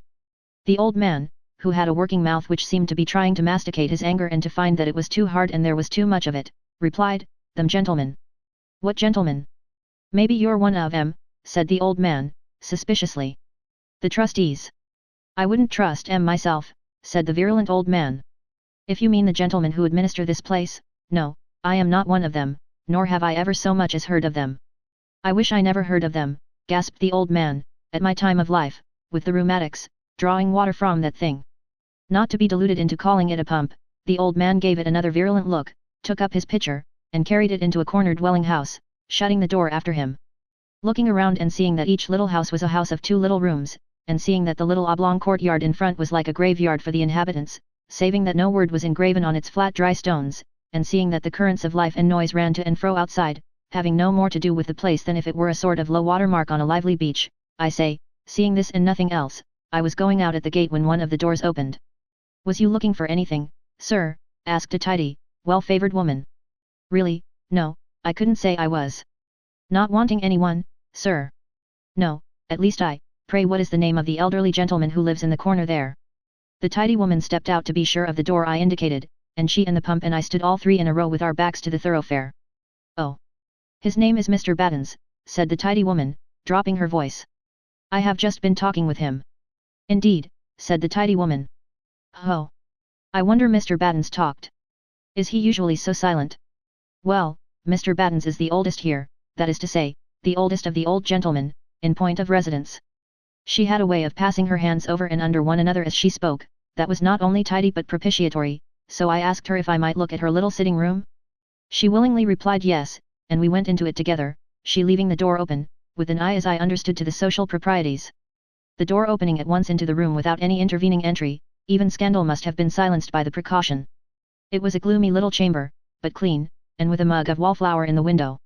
On the chimney piece were 2 peacock's feathers, a carved ship, a few shells, and a black profile with 1 eyelash. Whether this portrait purported to be male or female passed my comprehension, until my hostess informed me that it was her only son, and quite a speaking one. "He is alive, I hope?" "No, sir," said the widow, "he were cast away in China." This was said with a modest sense of its reflecting a certain geographical distinction on his mother. "If the old gentlemen here are not given to talking," said I hope the old ladies are, not that you are one." She shook her head. "You see they get so cross." "How is that?" "Well, whether the gentlemen really do deprive us of any little matters which ought to be ours by rights, I cannot say for certain, but the opinion of the old ones is they do. And Mr. Battens he do even go so far as to doubt whether credit is due to the founder. For Mr. Battens he do say, anyhow he got his name up by it and he done it cheap. I am afraid the pump has soured Mr. Battens." "It may be so," returned the tidy widow, "but the handle does go very hard. Still, what I say to myself is, the gentleman may not pocket the difference between a good pump and a bad one, and I would wish to think well of them."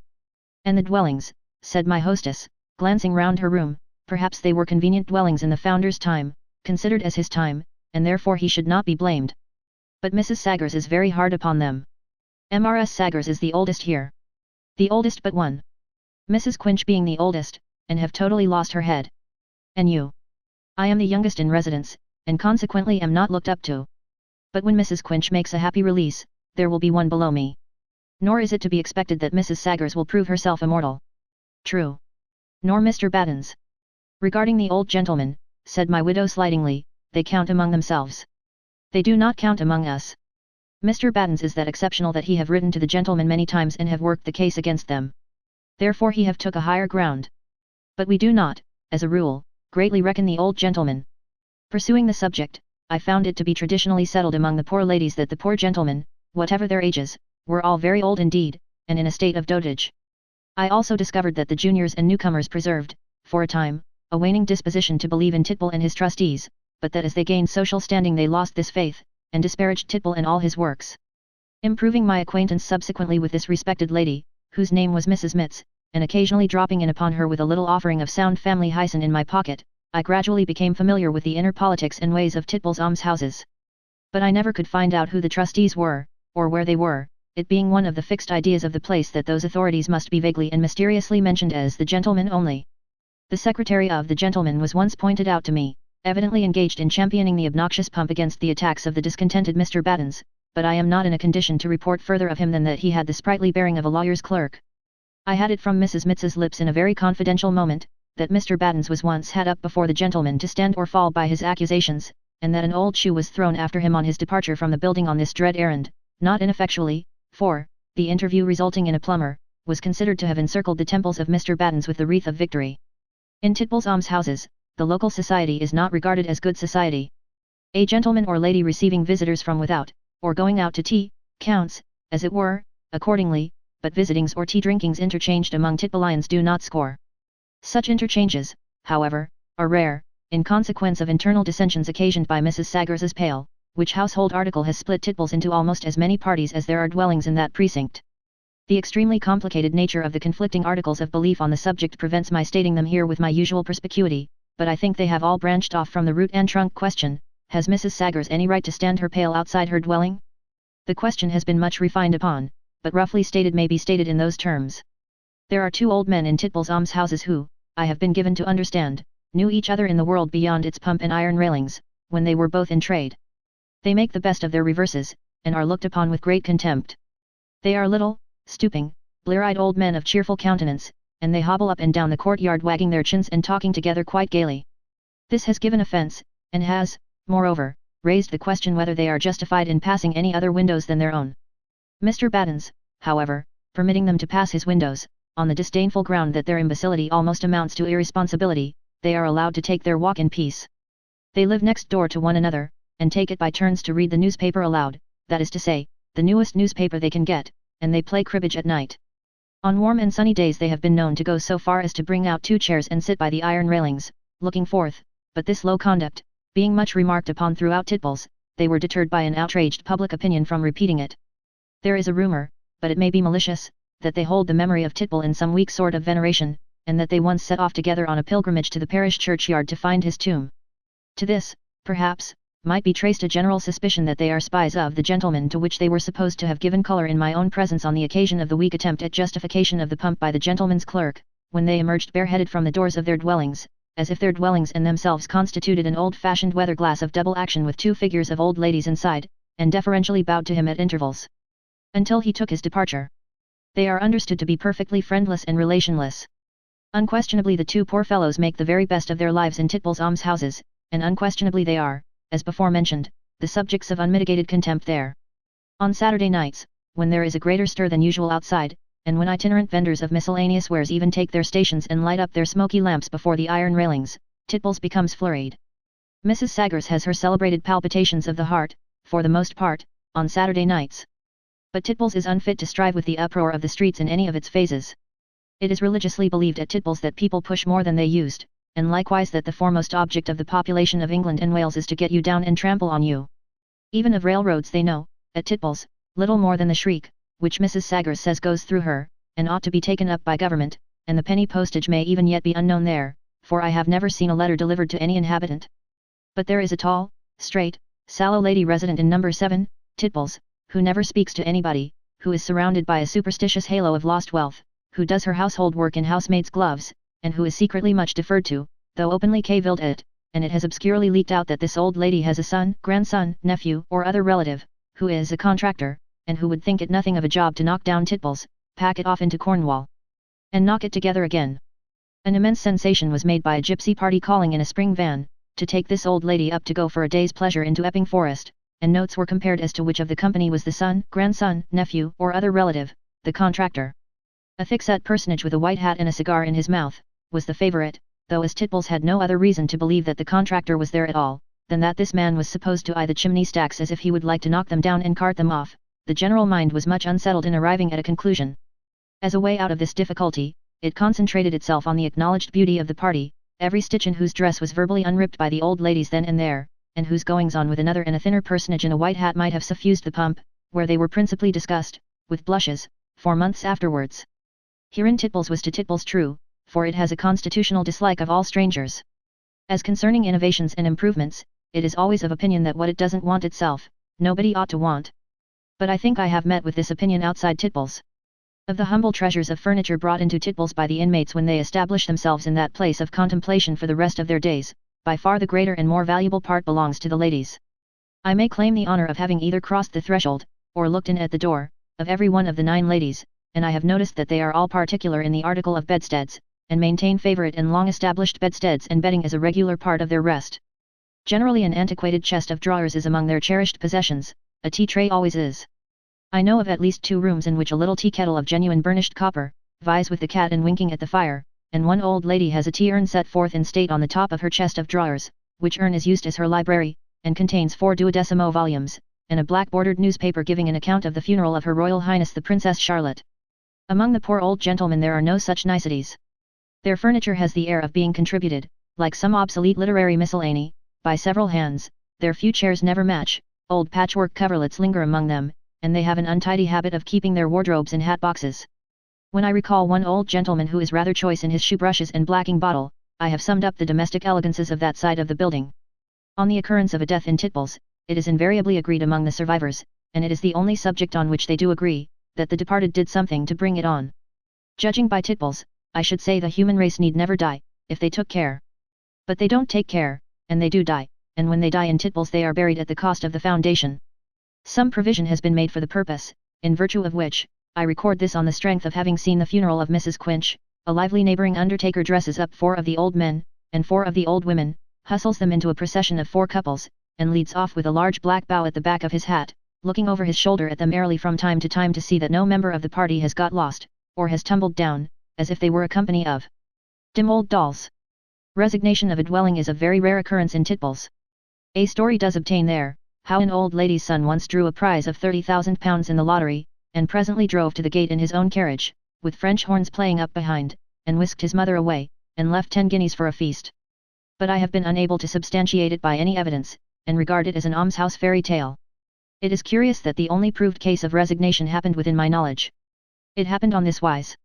There is a sharp competition among the ladies respecting the gentility of their visitors, and I have so often observed visitors to be dressed as for a holiday occasion, that I suppose the ladies to have besought them to make all possible display when they come. In these circumstances much excitement was one day occasioned by Mrs. Mitts receiving a visit from a Greenwich pensioner. He was a pensioner of a bluff and warlike appearance, with an empty coat sleeve, and he was got up with unusual care. His coat buttons were extremely bright, he wore his empty coat sleeve in a graceful festoon, and he had a walking stick in his hand that must have cost money. When, with the head of his walking stick, he knocked at Mrs. Mitts's door, there are no knockers in Titbull's, Mrs. Mitts was overheard by a next-door neighbour to utter a cry of surprise expressing much agitation, and the same neighbour did afterwards solemnly affirm that when he was admitted into Mrs. Mitts's room, she heard a smack. Heard a smack which was not a blow.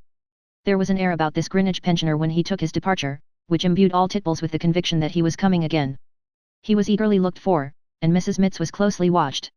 In the meantime, if anything could have placed the unfortunate 6 old gentlemen at a greater disadvantage than that at which they chronically stood, it would have been the apparition of this Greenwich pensioner.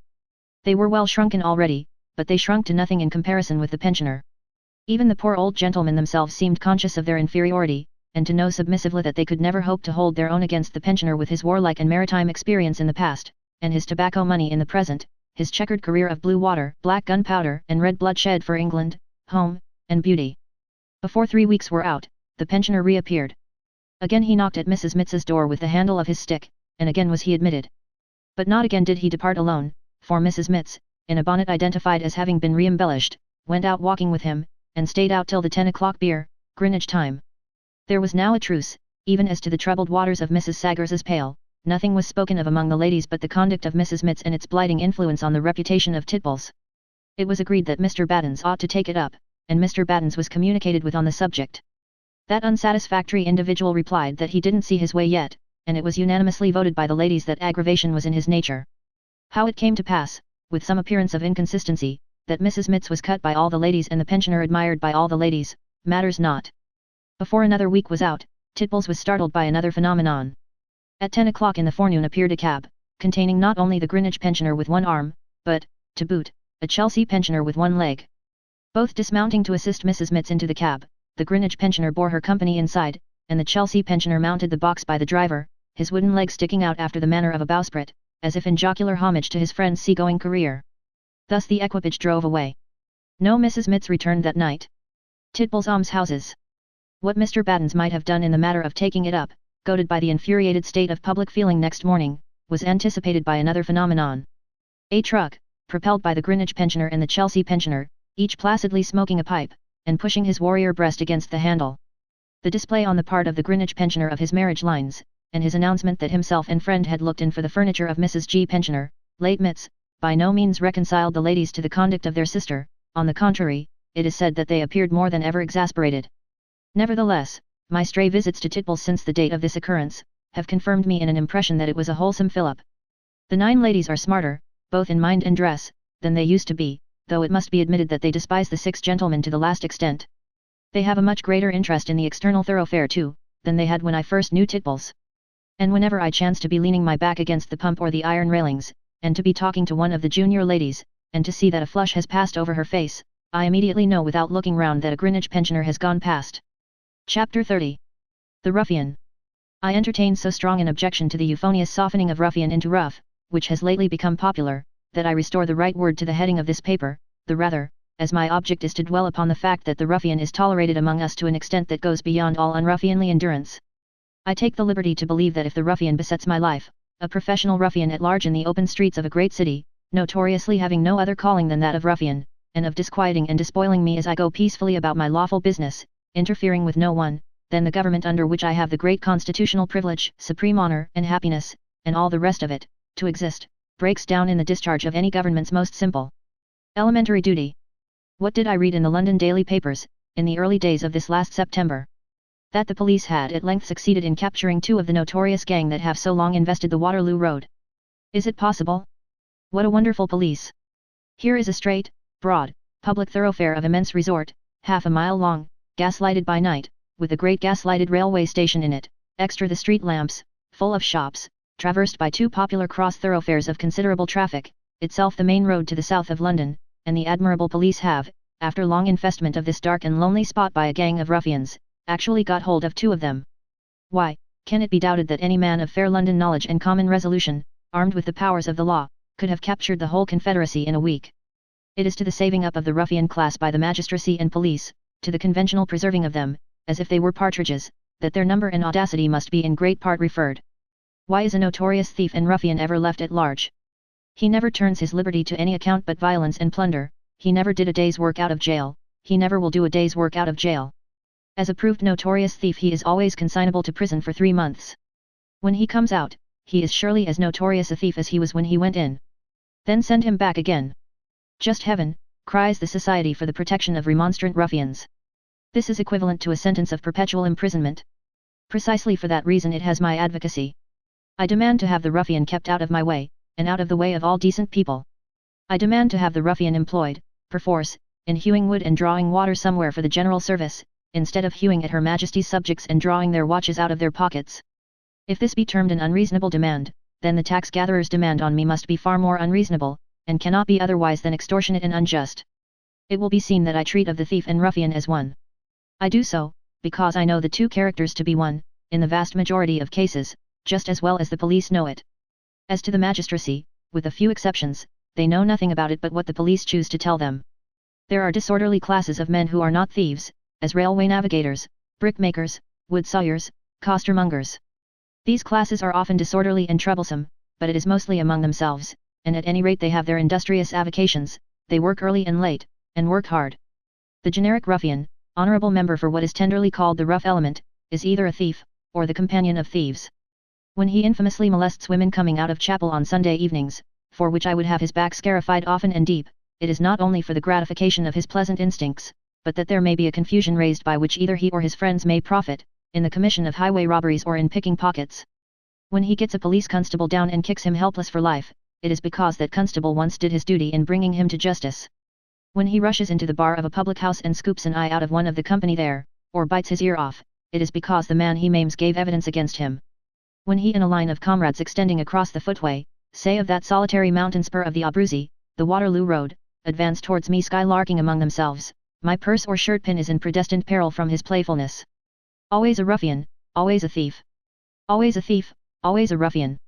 Now, when I, who am not paid to know these things, know them daily on the evidence of my senses and experience, when I know that the ruffian never jostles a lady in the streets, or knocks a hat off, but in order that the thief may profit, is it surprising that I should require from those who are paid to know these things, prevention of them? Look at this group at a street corner. Number 1 is a shirking fellow of 25, in an ill-favoured and ill-savoured suit, his trousers of corduroy, his coat of some indiscernible groundwork for the deposition of grease, his neckerchief like an eel, his complexion like dirty dough, his mangy fur cap pulled low upon his beetle brows to hide the prison cut of his hair. His hands are in his pockets. He puts them there when they are idle, as naturally as in other people's pockets when they are busy, for he knows that they are not roughened by work, and that they tell a tale. Hence, whenever he takes one out to draw a sleeve across his nose, which is often, for he has weak eyes and a constitutional cold in his head, he restores it to its pocket immediately afterwards. Number 2 is a burly brute of 35, in a tall stiff hat, is a composite as to his clothes of betting man and fighting man, is whiskered, has a staring pin in his breast, along with his right hand, has insolent and cruel eyes, large shoulders, strong legs booted and tipped for kicking. Number 3 is 40 years of age, is short, thick-set, strong, and bow-legged, wears knee cords and white stockings, a very long-sleeved waistcoat, a very large neckerchief doubled or trebled round his throat, and a crumpled white hat crowns his ghastly parchment face. This fellow looks like an executed postboy of other days, cut down from the gallows too soon, and restored and preserved by express diabolical agency.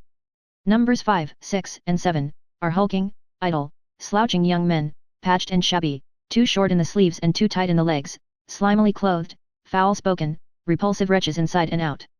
In all the party there obtains a certain twitching character of mouth and furtiveness of eye, that hint how the coward is lurking under the bully. The hint is quite correct, for they are a slinking sneaking set, far more prone to lie down on their backs and kick out, when in difficulty, than to make a stand for it. This may account for the street mud on the backs of numbers 5, 6, and 7, being much fresher than the stale splashes on their legs. These engaging gentry a police constable stands contemplating. His station, with the reserve of assistance, is very near at hand. They cannot pretend to any trade, not even to be porters or messengers. It would be idle if they did, for he knows them, and they know that he knows them, to be nothing but professed thieves and ruffians. He knows where they resort, knows by what slang names they call one another, knows how often they have been in prison, and how long, and for what. All this is known at his station, too, and is, or ought to be, known at Scotland Yard, too. But does he know, or does his station know, or does Scotland Yard know, or does anybody know, why these fellows should be here at liberty, when, as reputed thieves to whom a whole division of police could swear, they might all be under lock and key at hard labour? Not he, truly he would be a wise man if he did. He only knows that these are members of the notorious gang, which, according to the newspaper police office reports of this last past September, have so long infested the awful solitudes of the Waterloo Road, and out of which almost impregnable fastnesses the police have at length dragged to the unspeakable admiration of all good civilians. The consequences of this contemplative habit on the part of the executive, a habit to be looked for in a hermit, but not in a police system, are familiar to us all. The ruffian becomes one of the established orders of the body politic. Under the playful name of rough, as if he were merely a practical joker, his movements and successes are recorded on public occasions. Whether he mustered in large numbers, or small, whether he was in good spirits, or depressed, whether he turned his generous exertions to very prosperous account, or fortune was against him, whether he was in a sanguinary mood, or robbed with amiable horseplay and a gracious consideration for life and limb, all this is chronicled as if he were an institution. Is there any city in Europe, out of England, in which these terms are held with the pests of society? Or in which, at this day, such violent robberies from the person are constantly committed as in London? The preparatory schools of ruffianism are similarly born with. The young ruffians of London, not thieves yet, but training for scholarships and fellowships in the criminal court universities, molest quiet people and their property, to an extent that is hardly credible. The throwing of stones in the streets has become a dangerous and destructive offence, which surely could have got to no greater height though we had had no police but our own riding whips and walking sticks, the police to which I myself appeal on these occasions. The throwing of stones at the windows of railway carriages in motion, an act of wanton wickedness with the very arch-fiend's hand in it, had become a crying evil, when the railway companies forced it on police notice. Constabular contemplation had until then been the order of the day. Within these 12 months, there arose among the young gentlemen of London aspiring to ruffianism, and cultivating that much encouraged social art, a facetious cry of "I'll have this," accompanied with a clutch at some article of a passing lady's dress. I have known a lady's veil to be thus humorously torn from her face and carried off in the open streets at noon, and I have had the honour of myself giving chase, on Westminster Bridge, to another young ruffian, who, in full daylight early on a summer evening, had nearly thrown a modest young woman into a swoon of indignation and confusion, by his shameful manner of attacking her with this cry as she harmlessly passed along before me. Mr. Carlyle, some time since, awakened a little pleasantry by writing of his own experience of the ruffian of the streets. I have seen the ruffian act in exact accordance with Mr. Carlyle's description, innumerable times, and I never saw him checked. The blaring use of the very worst language possible, in our public thoroughfares, especially in those set apart for recreation, is another disgrace to us, and another result of constabular contemplation, the like of which I have never heard in any other country to which my uncommercial travels have extended. Years ago, when I had a near interest in certain children who were sent with their nurses, for air and exercise, into the Regent's Park, I found this evil to be so abhorrent and horrible there, that I called public attention to it, and also to its contemplative reception by the police. Looking afterwards into the newest Police Act, and finding that the offence was punishable under it, I resolved, when striking occasion should arise, to try my hand as prosecutor. The occasion arose soon enough, and I ran the following gauntlet. The utterer of the base coin in question was a girl of 17 or 18, who, with the suitable attendance of blackguards, youths, and boys, was flaunting along the streets, returning from an Irish funeral, in a progress interspersed with singing and dancing. She had turned round to me and expressed herself in the most audible manner, to the great delight of that select circle. I attended the party, on the opposite side of the way, for a mile further, and then encountered a police constable. The party had made themselves merry at my expense until now, but seeing me speak to the constable, its male members instantly took to their heels, leaving the girl alone. I asked the constable did he know my name? Yes, he did. Take that girl into custody, on my charge, for using bad language in the streets. He had never heard of such a charge. I had. Would he take my word that he should get into no trouble? Yes, sir, he would do that. So he took the girl, and I went home for my police act. With this potent instrument in my pocket, I literally as well as figuratively returned to the charge, and presented myself at the police station of the district. There, I found on duty a very intelligent inspector. They are all intelligent men, who, likewise, had never heard of such a charge. I showed him my clause, and we went over it together twice or thrice. It was plain, and I engaged to wait upon the suburban magistrate tomorrow morning at 10 o'clock. In the morning I put my police act in my pocket again, and waited on the suburban magistrate. I was not quite so courteously received by him as I should have been by the Lord Chancellor or the Lord Chief Justice, but that was a question of good breeding on the suburban magistrate's part, and I had my clause ready with its leaf turned down. Which was enough for me. Conference took place between the magistrate and clerk respecting the charge. During conference I was evidently regarded as a much more objectionable person than the prisoner, one giving trouble by coming there voluntarily, which the prisoner could not be accused of doing. The prisoner had been got up, since I last had the pleasure of seeing her, with a great effect of white apron and straw bonnet. She reminded me of an elder sister of Red Riding Hood, and I seemed to remind the sympathizing chimney sweep by whom she was attended, of the wolf. The magistrate was doubtful, Mr. Uncommercial Traveller, whether this charge could be entertained. It was not known. Mr. Uncommercial Traveller replied that he wished it were better known, and that, if he could afford the leisure, he would use his endeavours to make it so. There was no question about it, however, he contended. Here was the clause. The clause was handed in, and more conference resulted. After which I was asked the extraordinary question, Mr. Uncommercial, do you really wish this girl to be sent to prison? To which I grimly answered, staring, if I didn't, why should I take the trouble to come here? Finally, I was sworn, and gave my agreeable evidence in detail, and White Riding Hood was fined 10 shillings, under the clause, or sent to prison for so many days. Why, Lord bless you, sir, said the police officer, who showed me out, with the great enjoyment of the jest of her having been got up so effectively, and caused so much hesitation, if she goes to prison, that will be nothing new to her. She comes from Charles Street, Drury Lane. The police, all things considered, are an excellent force, and I have borne my small testimony to their merits. Constabular contemplation is the result of a bad system, a system which is administered, not invented, by the man in constable's uniform, employed at 20 shillings a week. He has his orders, and would be marked for discouragement if he overstepped them. That the system is bad, there needs no lengthened argument to prove, because the fact is self-evident. If it were anything else, the results that have attended it could not possibly have come to pass.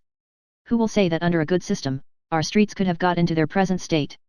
The objection to the whole police system, as concerning the ruffian, may be stated, and its failure exemplified, as follows. It is well known that on all great occasions, when they come together in numbers, the mass of the English people are their own trustworthy police. It is well known that wheresoever there is collected together any fair general representation of the people, a respect for law and order, and a determination to discountenance lawlessness and disorder, may be relied upon. As to one another, the people are a very good police, and yet are quite willing in their good nature that the stipendiary police should have the credit of the people's moderation. But we are all of us powerless against the ruffian, because we submit to the law, and it is his only trade, by superior force and by violence, to defy it.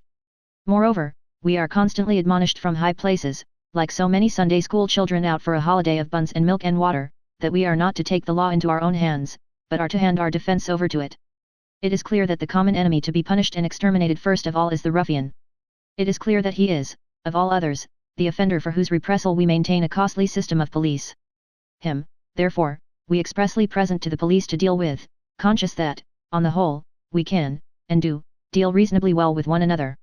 Him the police deal with so inefficiently and absurdly that he flourishes, and multiplies, and, with all his evil deeds upon his head as notoriously as his hat is, pervades the streets with no more let or hindrance than ourselves. Chapter 31. Aboard ship.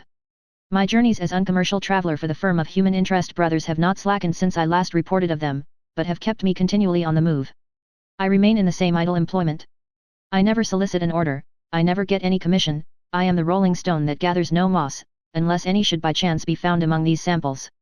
Some half a year ago, I found myself in my idlest, dreamiest, and least accountable condition altogether, on board ship, in the harbor of the city of New York, in the United States of America. Of all the good ships afloat, mine was the good steamship Russia, Capt. Cook, Cunard Line, bound for Liverpool. What more could I wish for? I had nothing to wish for but a prosperous passage. My salad days, when I was green of visage and seasick, being gone with better things, and no worse, no coming event cast its shadow before. I might but a few moments previously have imitated Sterne, and said, and yet, methinks, Eugenius, laying my forefinger wistfully on his coat sleeve, thus, and yet, methinks, Eugenius, 'tis but sorry work to part with thee, for what fresh fields, my dear Eugenius, can be fresher than thou art, and in what pastures new shall I find Eliza, or call her, Eugenius, if thou wilt, Annie. I say I might have done this, but Eugenius was gone, and I hadn't done it. I was resting on a skylight on the hurricane deck, watching the working of the ship very slowly about, that she might head for England. It was high noon on a most brilliant day in April, and the beautiful bay was glorious and glowing.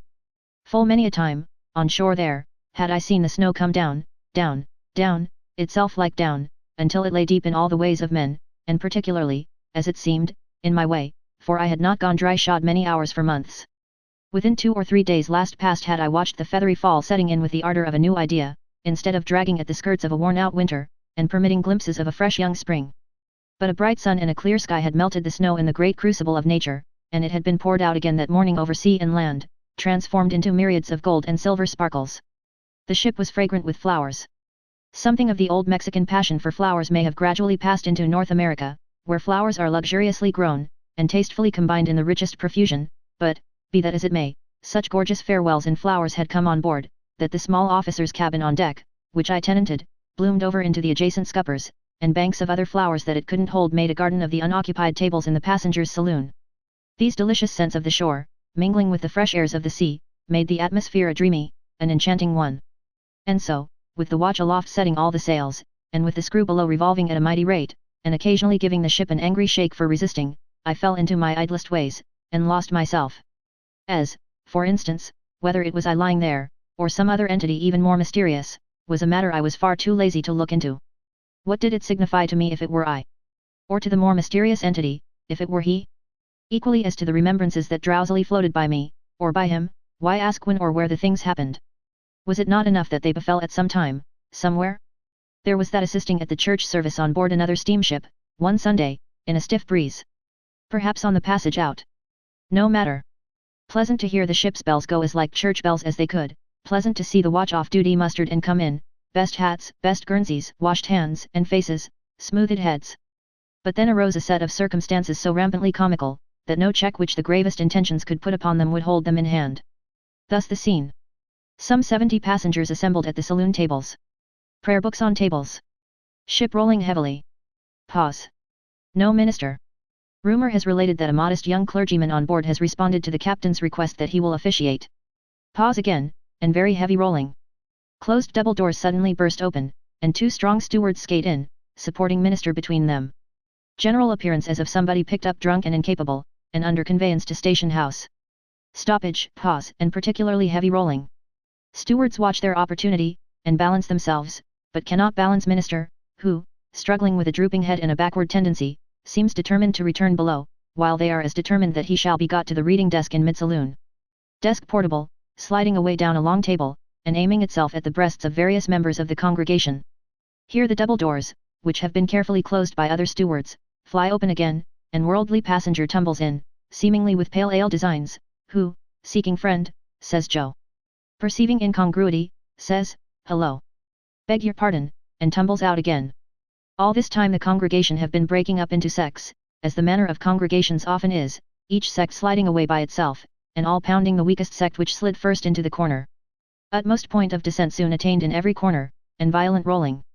Stewards at length make a dash, conduct minister to the mast in the centre of the saloon, which he embraces with both arms, skate out, and leave him in that condition to arrange affairs with flock.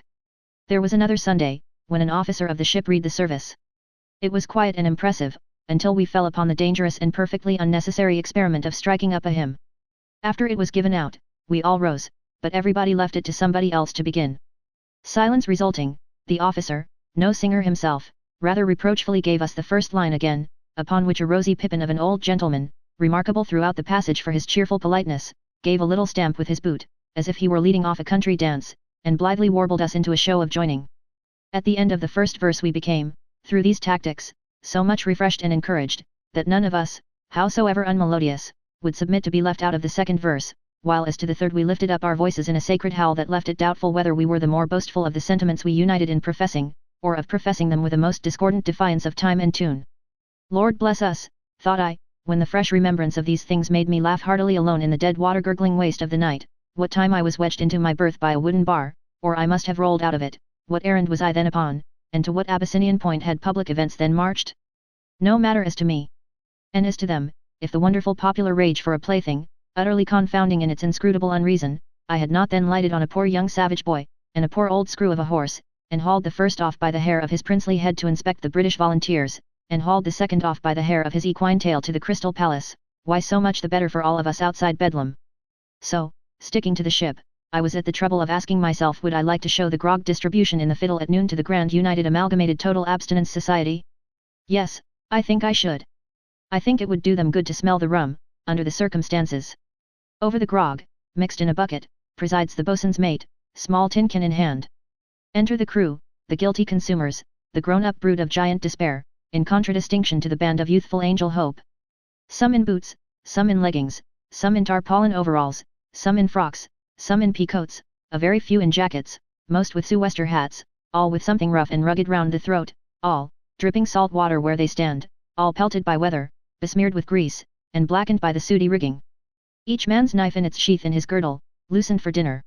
As the first man, with the knowingly kindled eye, watches the filling of the poisoned chalice, truly but a very small tin mug, to be prosaic, and, tossing back his head, tosses the contents into himself, and passes the empty chalice and passes on, so the second man with an anticipatory wipe of his mouth on sleeve or handkerchief, bides his turn and drinks and hands and passes on, in whom, and in each as his turn approaches, beams a knowingly kindled eye, a brighter temper, and a suddenly awakened tendency to be jocose with some shipmate. Nor do I even observe that the man in charge of the ship's lamps, who in right of his office has a double allowance of poisoned chalices, seems thereby vastly degraded, even though he empties the chalices into himself, one after the other, much as if he were delivering their contents at some absorbent establishment in which he had no personal interest.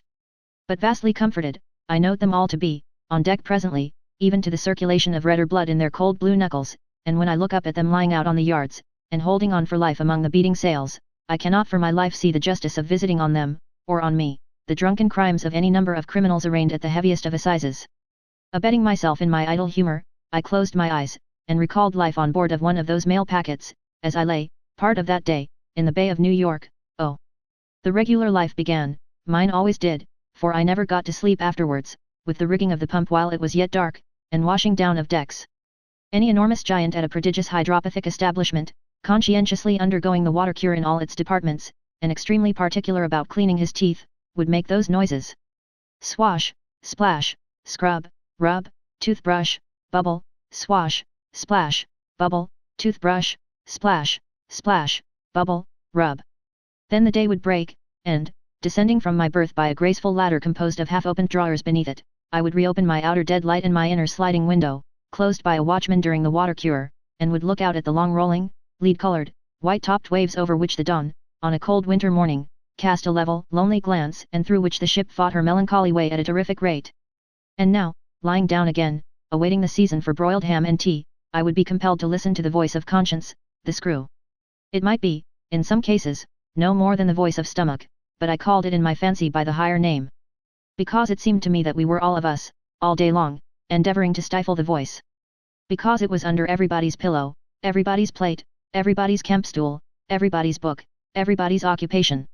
Because we pretended not to hear it, especially at mealtimes, evening whist and morning conversation on deck, but it was always among us in an under monotone, not to be drowned in pea soup, not to be shuffled with cards, not to be diverted by books, not to be knitted into any pattern, not to be walked away from. It was smoked in the weediest cigar, and drunk in the strongest cocktail. It was conveyed on deck at noon with limp ladies, who lay there in their wrappers until the stars shone. It waited at table with the stewards, nobody could put it out with the lights.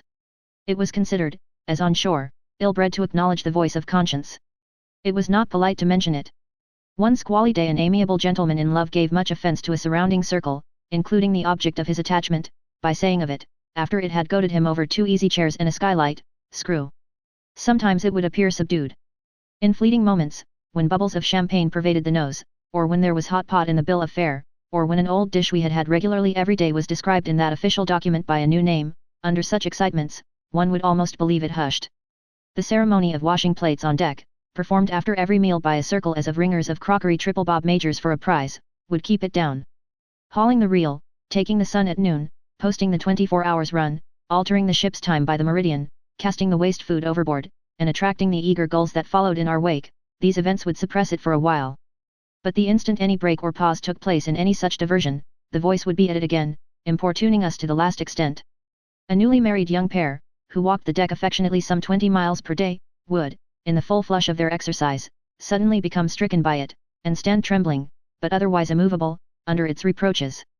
When this terrible monitor was most severe with us was when the time approached for our retiring to our dens for the night, when the lighted candles in the saloon grew fewer and fewer, when the deserted glasses with spoons in them grew more and more numerous, when waifs of toasted cheese and strays of sardines fried in batter slid languidly to and fro in the table racks, when the man who always read had shut up his book, and blown out his candle, when the man who always talked had ceased from troubling, when the man who was always medically reported as going to have delirium tremens had put it off till tomorrow, when the man who every night devoted himself to a midnight smoke on deck 2 hours in length, and who every night was in bed within 10 minutes afterwards, was buttoning himself up in his third coat for his hearty vigil, for then, as we fell off one by one, and, entering our several hutches, came into a peculiar atmosphere of bilge water and Windsor soap, the voice would shake us to the center.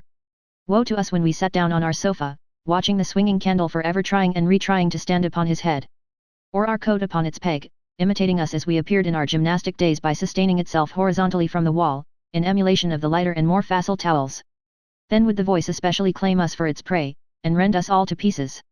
Lights out, we in our berths, and the wind rising, the voice grows angrier and deeper. Under the mattress and under the pillow, under the sofa and under the washing stand, under the ship and under the sea, seeming to rise from the foundations under the earth with every scoop of the great Atlantic, and oh, why scoop so, always the voice. Vain to deny its existence in the night season, impossible to be hard of hearing, screw, screw, screw.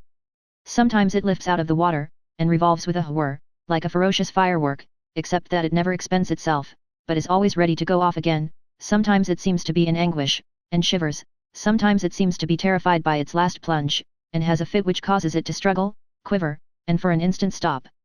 And now the ship sets in rolling, as only ships so fiercely screwed through time and space, day and night, fair weather and foul, can roll. Did she ever take a roll before like that last? Did she ever take a roll before like this worse one that is coming now? Here is the partition at my ear down in the deep on the lee side. Are we ever coming up again together? I think not. The partition and I are so long about it that I really do believe we have overdone it this time. Heavens, what a scoop! What a deep scoop, what a hollow scoop, what a long scoop!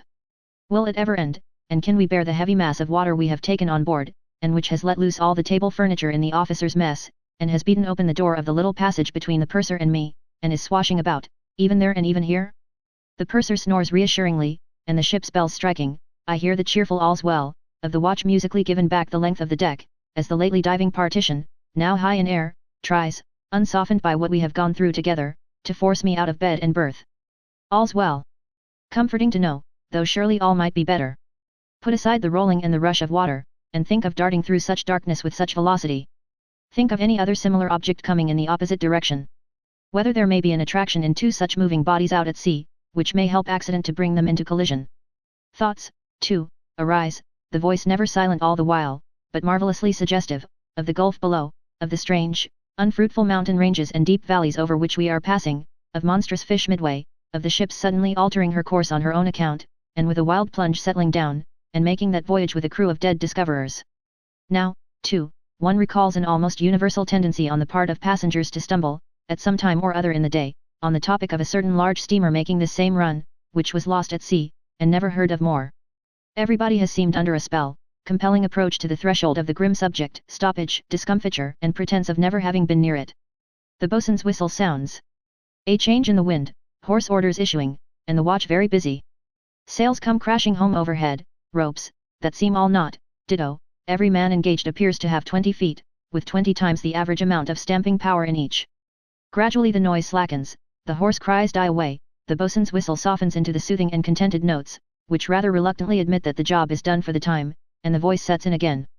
Thus come unintelligible dreams of uphill and down, and swinging and swaying, until consciousness revives of atmospherical Windsor soap and bilge water, and the voice announces that the giant has come for the water cure again. Such were my fanciful reminiscences as I lay, part of that day, in the Bay of New York, oh! Also as we passed clear of the Narrows, and got out to sea, also in many an idle hour at sea in sunny weather. At length the observations and computations showed that we should make the coast of Ireland tonight. So I stood watch on deck all night tonight, to see how we made the coast of Ireland. Very dark, and the sea most brilliantly phosphorescent. Great way on the ship, and double lookout kept. Vigilant captain on the bridge, vigilant first officer looking over the port side, vigilant second officer standing by the quartermaster at the compass, vigilant third officer posted at the stern rail with a lantern. No passengers on the quiet decks, but expectation everywhere nevertheless. The two men at the wheel very steady, very serious, and very prompt to answer orders. An order issued sharply now and then, and echoed back, otherwise the night drags slowly, silently, with no change. All of a sudden, at the blank hour of 2 in the morning, a vague movement of relief from a long strain expresses itself in all hands, the third officer's lantern tinkles, and he fires a rocket, and another rocket. A sullen solitary light is pointed out to me in the black sky yonder. A change is expected in the light, but none takes place. Give them 2 more rockets, Mr. Vigilant. 2 more, and a blue light burnt. All eyes watch the light again. At last a little toy skyrocket is flashed up from it, and, even as that small streak in the darkness dies away, we are telegraphed to Queenstown, Liverpool, and London, and back again under the ocean to America. Then up come the half-dozen passengers who are going ashore at Queenstown, and up comes the mail agent in charge of the bags, and up come the men who are to carry the bags into the mail tender that will come off for them out of the harbour. Lamps and lanterns gleam here and there about the decks, and impeding bulks are knocked away with handspikes, and the portside bulwark, barren but a moment ago, bursts into a crop of heads of seamen, stewards, and engineers. The light begins to be gained upon, begins to be alongside, begins to be left astern. More rockets, and, between us and the land, steams beautifully the Inman steamship City of Paris, for New York, outward bound. We observe with complacency that the wind is dead against her, it being with us, and that she rolls and pitches. The sickest passenger on board is the most delighted by this circumstance. Time rushes by as we rush on, and now we see the light in Queenstown harbour, and now the lights of the mail tender coming out to us. What vagaries the mail tender performs on the way, in every point of the compass, especially in those where she has no business, and why she performs them, heaven only knows.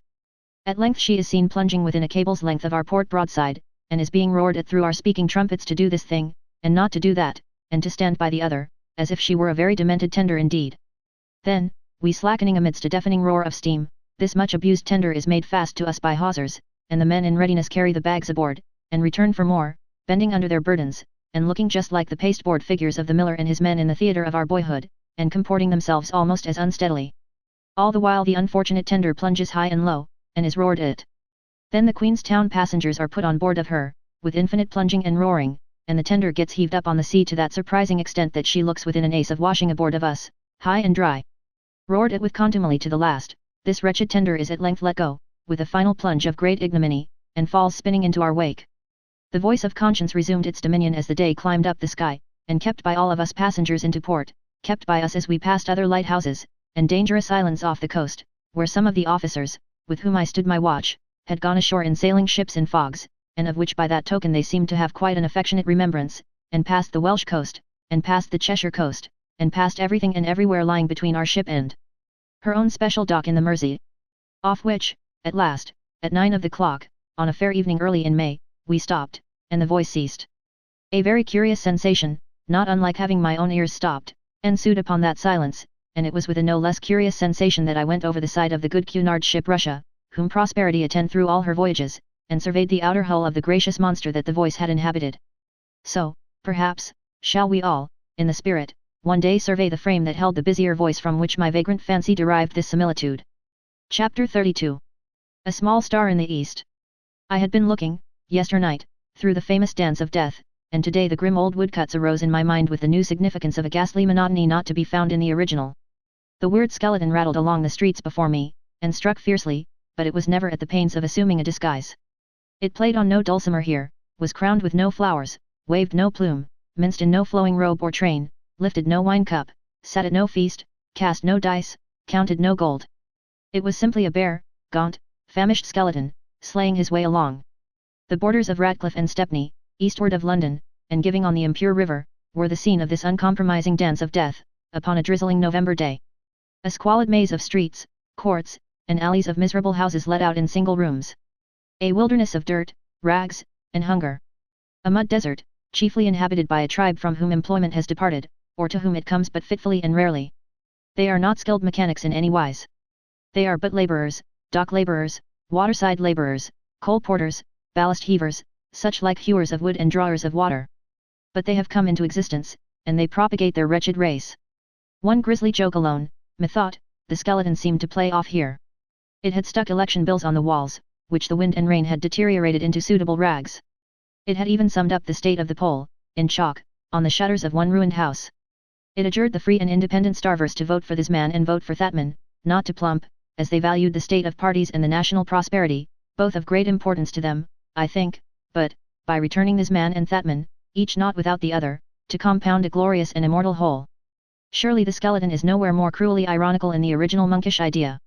Pondering in my mind the far-seeing schemes of this man and that man, and of the public blessing called party, for staying the degeneracy, physical and moral, of many thousands, who shall say how many, of the English race, for devising employment useful to the community for those who want but to work and live, for equalizing rates, cultivating waste lands, facilitating emigration, and, above all things, saving and utilizing the oncoming generations, and thereby changing ever-growing national weakness into strength, pondering in my mind, I say, these hopeful exertions, I turned down a narrow street to look into a house or two. It was a dark street with a dead wall on one side. Nearly all the outer doors of the houses stood open. I took the first entry, and knocked at a parlour door. Might I come in? I might, if I plast, sir. The woman of the room, Irish, had picked up some long strips of wood, about some wharf or barge, and they had just now been thrust into the otherwise empty grate to make 2 iron pots boil. There was some fish in one, and there were some potatoes in the other. The flare of the burning wood enabled me to see a table, and a broken chair or so, and some old cheap crockery ornaments about the chimney piece. It was not until I had spoken with the woman a few minutes, that I saw a horrible brown heap on the floor in a corner, which, but for previous experience in this dismal wise, I might not have suspected to be the bed. There was something thrown upon it, and I asked what that was. "'Tis the poor cray Thursday that stays here, sir, and 'tis very bad she is, and 'tis very bad she's been this long time, and 'tis better she'll never be, and 'tis slape she does all day, and 'tis wake she does all night, and 'tis the lead, sir." "The what?" "The lead, sir." "Sure 'tis the lead mills, where the women gets took on at 18 pence a day, sir, when they makes application early enough, and is lucky and wanted, and 'tis lead pisoned she is, sir, and some of them gets lead pisoned soon, and some of them gets lead pisoned later, and some, but not many, neither, and 'tis all according to the constitution, sir, and some constitutions is strong, and some is weak, and her constitution is lead pisoned, bad as can be, sir, and her brain is coming out at her ear, and it hurts her dreadful, and that's what it is, and neither no more, and neither no less, sir." The sick young woman moaning here, the speaker bent over her, took a bandage from her head, and threw open a back door to let in the daylight upon it, from the smallest and most miserable backyard I ever saw. "That's what cooms from her, sir, being lead pisoned, and it cooms from her night and day, the poor, sick cray Thursday, and the pain of it is dreadful, and God he knows that my husband has walked the streets these 4 days, being a labourer, and is walking them now, and is ready to work, and no work for him, and no fire and no food but the bit in the pot, and no more than 10 shillings in a fortnight. God be good to us, and it is poor we are, and dark it is and could it is indeed." Knowing that I could compensate myself thereafter for my self-denial, if I saw fit, I had resolved that I would give nothing in the course of these visits. I did this to try the people. I may state at once that my closest observation could not detect any indication whatever of an expectation that I would give money. They were grateful to be talked to about their miserable affairs, and sympathy was plainly a comfort to them, but they neither asked for money in any case, nor showed the least trace of surprise or disappointment or resentment at my giving none. The woman's married daughter had by this time come down from her room on the floor above, to join in the conversation. She herself had been to the lead mills very early that morning to be took on, but had not succeeded. She had 4 children, and her husband, also a waterside labourer, and then out seeking work, seemed in no better case as to finding it than her father. She was English, and by nature, of a buxom figure and cheerful. Both in her poor dress and in her mother's there was an effort to keep up some appearance of neatness. She knew all about the sufferings of the unfortunate invalid, and all about the lead poisoning, and how the symptoms came on, and how they grew, having often seen them. "The very smell when you stood inside the door of the works was enough to knock you down," she said, yet she was going back again to get took on. What could she do? Better be ulcerated and paralysed for 18 pence a day, while it lasted, than see the children starve. A dark and squalid cupboard in this room, touching the back door and all manner of offence, had been for some time the sleeping place of the sick young woman. But the nights being now wintry, and the blankets and coverlets gone to the leaving shop, she lay all night where she lay all day, and was lying then. The woman of the room, her husband, this most miserable patient, and 2 others, lay on the one brown heap together for warmth. "God bless you, sir, and thank you," were the parting words from these people, gratefully spoken to, with which I left this place. Some streets away, I tapped at another parlor door on another ground floor. Looking in, I found a man, his wife, and 4 children, sitting at a washing stool by way of table, at their dinner of bread and infused tea leaves. There was a very scanty cinder rouse fire in the grate by which they sat, and there was a tent bedstead in the room with a bed upon it and a coverlet. The man did not rise when I went in, nor during my stay, but civilly inclined his head on my pulling off my hat, and, in answer to my inquiry whether I might ask him a question or two, said, "Certainly." There being a window at each end of this room, back and front, it might have been ventilated, but it was shut up tight, to keep the cold out, and was very sickening. The wife, an intelligent, quick woman, rose and stood at her husband's elbow, and he glanced up at her as if for help. It soon appeared that he was rather deaf. He was a slow, simple fellow of about 30. What was he by trade? Gentleman asks, what are you by trade, John? I am a boilermaker, looking about him with an exceedingly perplexed air, as if for a boiler that had unaccountably vanished. He ain't a mechanic, you understand, sir, the wife put in, he's only a labourer. Are you in work? He looked up at his wife again. Gentleman says, are you in work, John?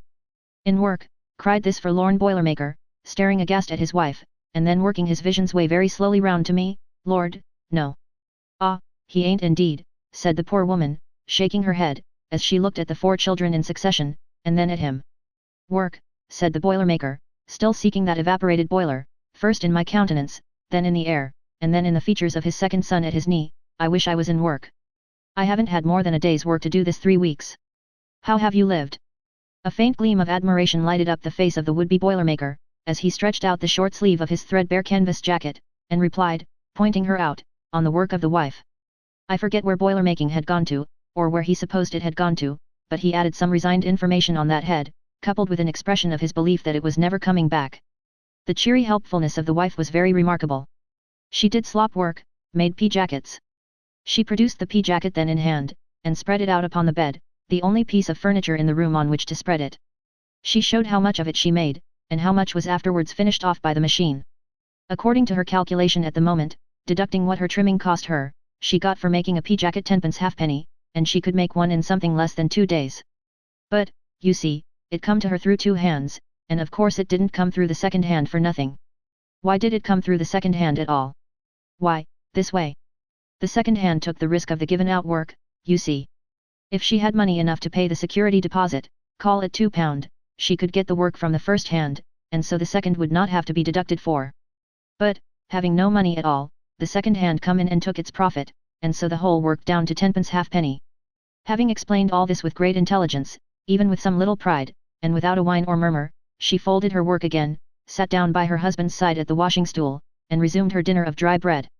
Mean as the meal was, on the bare board, with its old golly pots for cups, and what not other sordid makeshifts, shabby as the woman was in dress, and toning done towards the bos jasmine colour, with want of nutriment and washing, there was positively a dignity in her, as the family anchor just holding the poor shipwrecked boilermaker's bark. When I left the room, the boilermaker's eyes were slowly turned towards her, as if his last hope of ever again seeing that vanished boiler lay in her direction. These people had never applied for parish relief but once, and that was when the husband met with a disabling accident at his work. Not many doors from here, I went into a room on the first floor. The woman apologized for its being in an untidy mess. The day was Saturday, and she was boiling the children's clothes in a saucepan on the hearth. There was nothing else into which she could have put them. There was no crockery, or tinware, or tub, or bucket. There was an old gallipot or 2, and there was a broken bottle or so, and there were some broken boxes for seats. The last small scraping of coals left was raked together in a corner of the floor. There were some rags in an open cupboard, also on the floor. In a corner of the room was a crazy old French bedstead, with a man lying on his back upon it in a ragged pilot jacket, and rough oilskin fantail hat. The room was perfectly black. It was difficult to believe, at first, that it was not purposely colored black, the walls were so begrimed. As I stood opposite the woman boiling the children's clothes, she had not even a piece of soap to wash them with, and apologizing for her occupation, I could take in all these things without appearing to notice them, and could even correct my inventory. I had missed, at the first glance, some half a pound of bread in the otherwise empty safe, an old red ragged crinoline hanging on the handle of the door by which I had entered, and certain fragments of rusty iron scattered on the floor, which looked like broken tools and a piece of stovepipe. A child stood looking on. On the box nearest to the fire sat 2 younger children, one a delicate and pretty little creature, whom the other sometimes kissed. This woman, like the last, was woefully shabby, and was degenerating to the bos jasmine complexion. But her figure, and the ghost of a certain vivacity about her, and the spectre of a dimple in her cheek, carried my memory strangely back to the old days of the Adelphi Theatre, London, when Mrs. Fitzwilliam was the friend of Victorine. May I ask you what your husband is? He's a coal porter, sir, with a glance and a sigh towards the bed. Is he out of work? Oh, yes, sir, and works at all times very, very scanty with him, and now he's laid up. It's my legs, said the man upon the bed. I'll unroll 'em. And immediately began. Have you any older children? I have a daughter that does the needlework, and I have a son that does what he can. She's at her work now, and he's trying for work. Do they live here? They sleep here. They can't afford to pay more rent, and so they come here at night. The rent is very hard upon us. It's rose upon us too, now, 6 pence a week, on account of these new changes in the law, about the rates. We are a week behind, the landlord's been shaking and rattling at that door frightfully, he says he'll turn us out. I don't know what's to come of it. The man upon the bed ruefully interposed, here's my legs. The skin's broke, besides the swelling. I have had a many kicks, working, one way and another. He looked at his legs, which were much discolored and misshapen, for a while, and then appearing to remember that they were not popular with his family, rolled them up again, as if they were something in the nature of maps or plans that were not wanted to be referred to, lay hopelessly down on his back once more with his fantail hat over his face, and stirred not. Do your eldest son and daughter sleep in that cupboard? Yes, replied the woman. With the children? Yes. We have to get together for warmth. We have little to cover us. Have you nothing by you to eat but the piece of bread I see there? Nothing. And we had the rest of the loaf for our breakfast, with water. I don't know what's to come of it. Have you no prospect of improvement? If my eldest son earns anything today, he'll bring it home. Then we shall have something to eat tonight, and may be able to do something towards the rent. If not, I don't know what's to come of it. This is a sad state of things. Yes, sir, it's a hard, hard life. Take care of the stairs as you go, sir, they're broken, and good day, sir. These people had a mortal dread of entering the workhouse, and received no out-of-door relief. In another room, in still another tenement, I found a very decent woman with 5 children, the last a baby, and she herself a patient of the parish doctor, to whom, her husband being in the hospital, the union allowed for the support of herself and family, 4 shillings a week and 5 loaves. I suppose when this man, MP, and that man, MP, and the public blessing party, lay their heads together in course of time, and come to an equalization of rating, she may go down to the dance of death to the tune of 6 pence more. I could enter no other houses for that one while, for I could not bear the contemplation of the children. Such heart as I had summoned to sustain me against the miseries of the adults failed me when I looked at the children. I saw how young they were, how hungry, how serious and still. I thought of them, sick and dying in those lairs. I think of them dead without anguish, but to think of them so suffering and so dying quite unmanned me. Down by the river's bank in Ratcliffe, I was turning upward by a side street, therefore, to regain the railway, when my eyes rested on the inscription across the road, East London Children's Hospital. I could scarcely have seen an inscription better suited to my frame of mind, and I went across and went straight in. I found the Children's Hospital established in an old sail loft or storehouse, of the roughest nature, and on the simplest means. There were trapdoors in the floors, where goods had been hoisted up and down, heavy feet and heavy weights had started every knot in the well-trodden planking, inconvenient bulks and beams and awkward staircases perplexed my passage through the wards. But I found it airy, sweet, and clean. In its 37 beds I saw but little beauty, for starvation in the 2nd or 3rd generation takes a pinched look, but I saw the sufferings both of infancy and childhood tenderly assuaged, I heard the little patients answering to pet playful names, the light touch of a delicate lady laid bare the wasted sticks of arms for me to pity, and the claw-like little hands, as she did so, twined themselves lovingly around her wedding ring. One baby mite there was as pretty as any of Raphael's angels. The tiny head was bandaged for water on the brain, and it was suffering with acute bronchitis too, and made from time to time a plaintive, though not impatient or complaining, little sound. The smooth curve of the cheeks and of the chin was faultless in its condensation of infantine beauty, and the large bright eyes were most lovely. It happened as I stopped at the foot of the bed, that these eyes rested upon mine with that wistful expression of wondering thoughtfulness which we all know sometimes in very little children. They remained fixed on mine, and never turned from me while I stood there. When the utterance of that plaintive sound shook the little form, the gaze still remained unchanged. I felt as though the child implored me to tell the story of the little hospital in which it was sheltered to any gentle heart I could address. Laying my world-worn hand upon the little unmarked clasped hand at the chin, I gave it a silent promise that I would do so. A gentleman and lady, a young husband and wife, have bought and fitted up this building for its present noble use, and have quietly settled themselves in it as its medical officers and directors. Both have had considerable practical experience of medicine and surgery, he is house surgeon of a great London hospital, she is a very earnest student, tested by severe examination, and also as a nurse of the sick poor during the prevalence of cholera. With every qualification to lure them away, with youth and accomplishments and tastes and habits that can have no response in any breast near them, close begirt by every repulsive circumstance inseparable from such a neighborhood, there they dwell. They live in the hospital itself, and their rooms are on its first floor. Sitting at their dinner table, they could hear the cry of one of the children in pain. The lady's piano, drawing materials, books, and other such evidences of refinement are as much a part of the rough place as the iron bedsteads of the little patients. They are put to shifts for room, like passengers on board ship.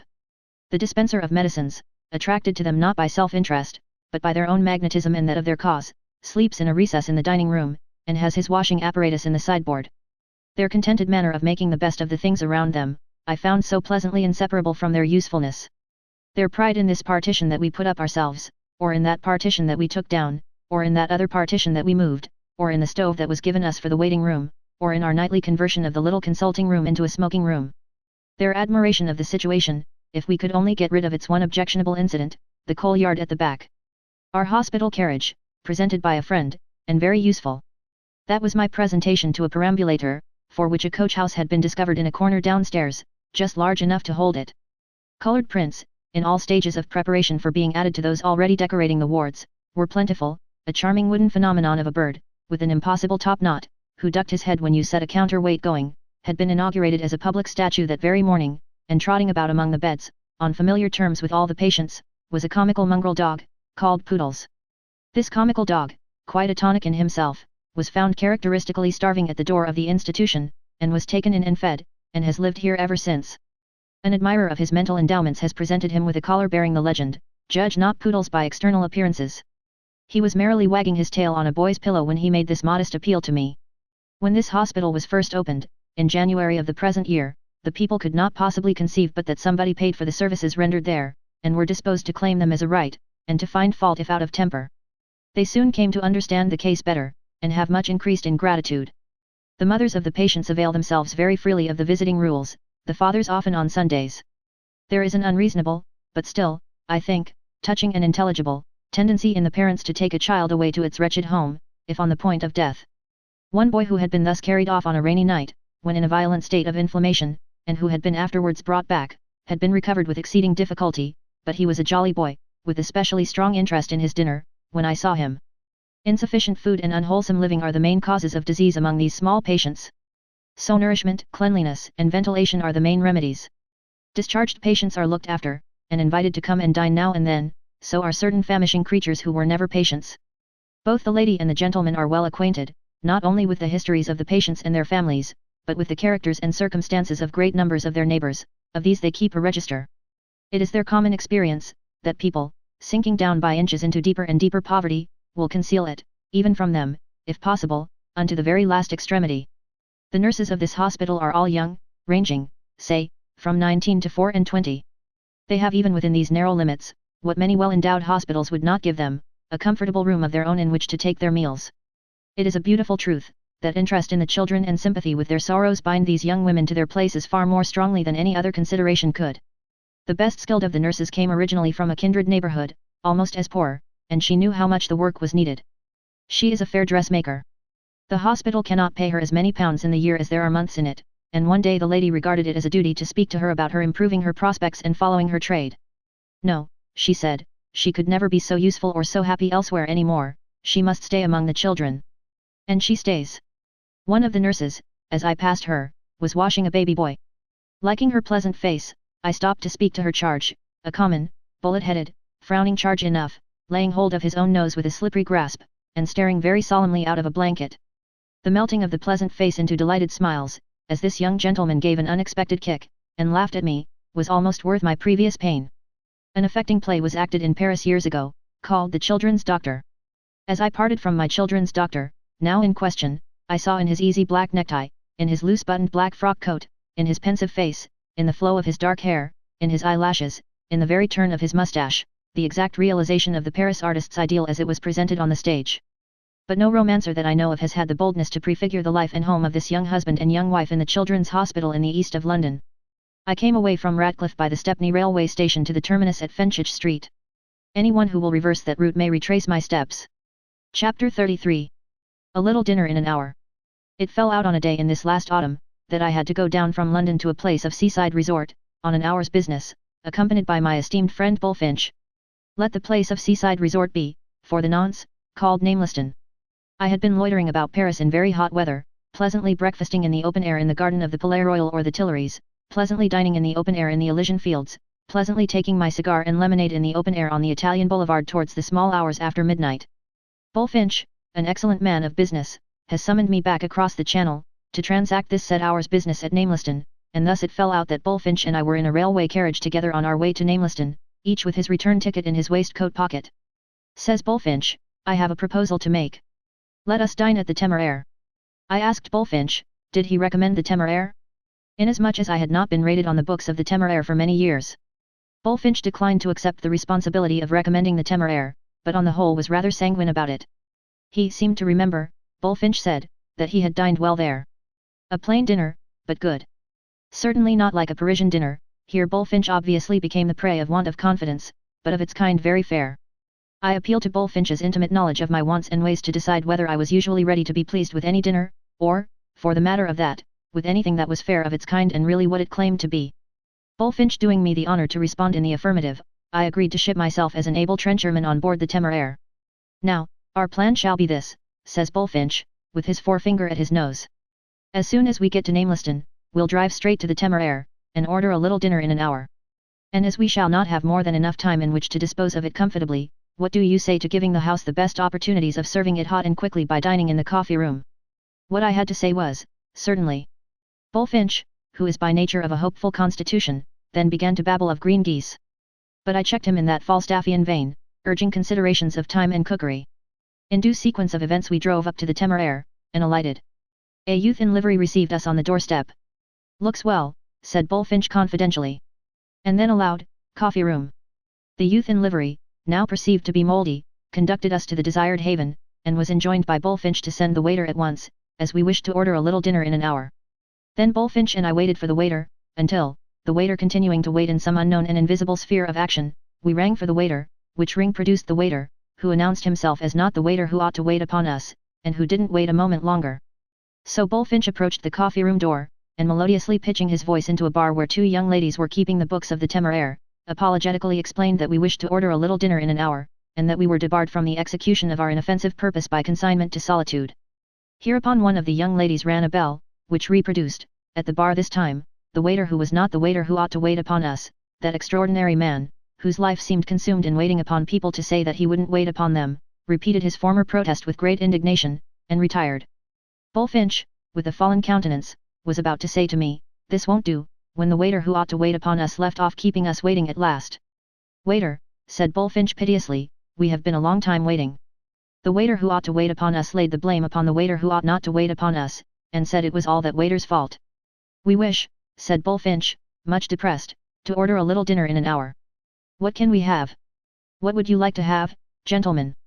Bullfinch, with extreme mournfulness of speech and action, and with a forlorn old fly-blown bill of fare in his hand which the waiter had given him, and which was a sort of general manuscript index to any cookery book you please, moved the previous question. We could have mock turtle soup, a sole, curry, and roast duck. Agreed. At this table by this window.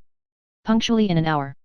I had been feigning to look out of this window, but I had been taking note of the crumbs on all the tables, the dirty tablecloths, the stuffy, soupy, airless atmosphere, the stale leavings everywhere about, the deep gloom of the waiter who ought to wait upon us, and the stomach ache with which a lonely traveller at a distant table in a corner was too evidently afflicted. I now pointed out to Bullfinch the alarming circumstance that this traveller had dined.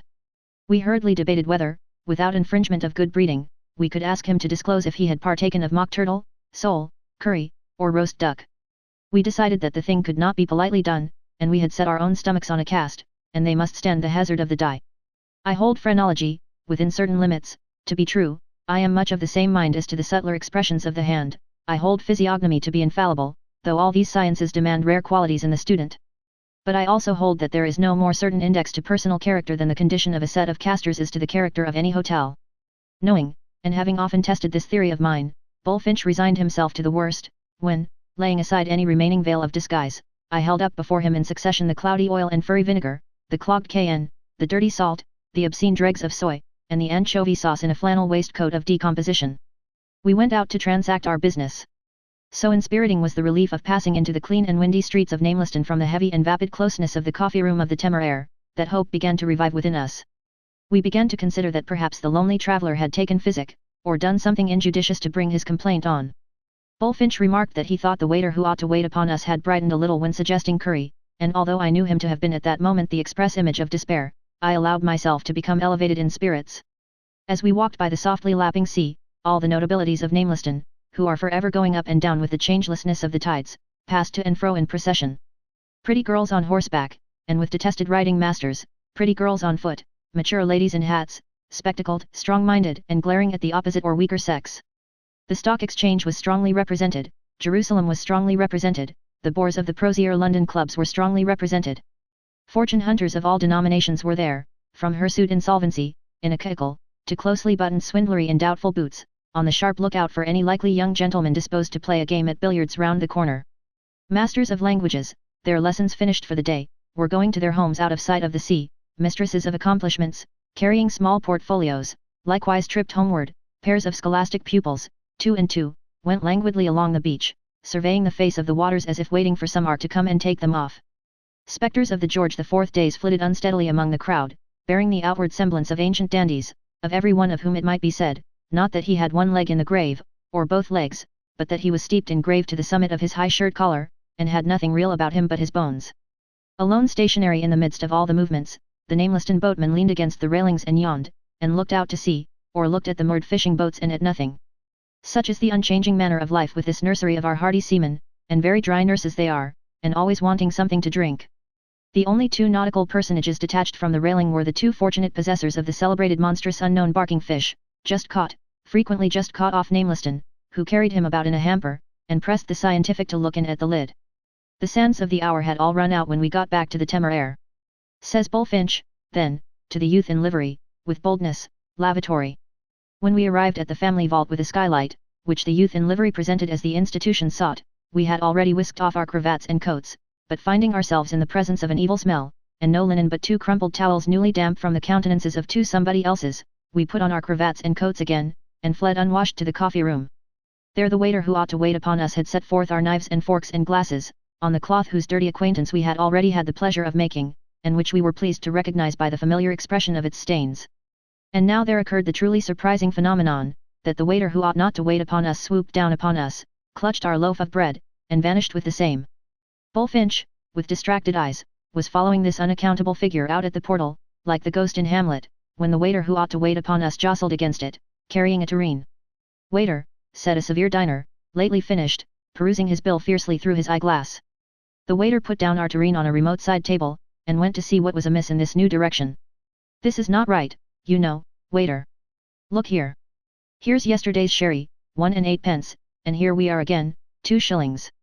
And what does 6 pence mean?" So far from knowing what 6 pence meant, the waiter protested that he didn't know what anything meant. He wiped the perspiration from his clammy brow, and said it was impossible to do it, not particularizing what, and the kitchen was so far off. "Take the bill to the bar, and get it altered," said Mr. Indignation Cocker, so to call him. The waiter took it, looked intensely at it, didn't seem to like the idea of taking it to the bar, and submitted, as a new light upon the case, that perhaps 6 pence meant 6 pence. "I tell you again," said Mr. Indignation Cocker, "here's yesterday's sherry, can't you see it, 1 and 8 pence, and here we are again, 2 shillings. What do you make of 1 and 8 pence and 2 shillings? Totally unable to make anything of 1 and 8 pence and 2 shillings, the waiter went out to try if anybody else could, merely casting a helpless backward glance at Bullfinch, in acknowledgement of his pathetic entreaties for our soup tureen. After a pause, during which Mr. Indignation Cocker read a newspaper and coughed defiant coughs, Bullfinch arose to get the tureen, when the waiter reappeared and brought it, dropping Mr. Indignation Cocker's altered bill on Mr. Indignation Cocker's table as he came along. "It's quite impossible to do it, gentlemen," murmured the waiter, "and the kitchen is so far off." "Well, you don't keep the house, it's not your fault, we suppose. Bring some sherry." "Waiter," from Mr. Indignation Cocker, with a new and burning sense of injury upon him. The waiter, arrested on his way to our sherry, stopped short, and came back to see what was wrong now. "Will you look here? This is worse than before. Do you understand? Here's yesterday's sherry, 1 and 8 pence, and here we are again 2 shillings. And what the devil does 9 pence mean?" This new portent utterly confounded the waiter. He wrung his napkin, and mutely appealed to the ceiling.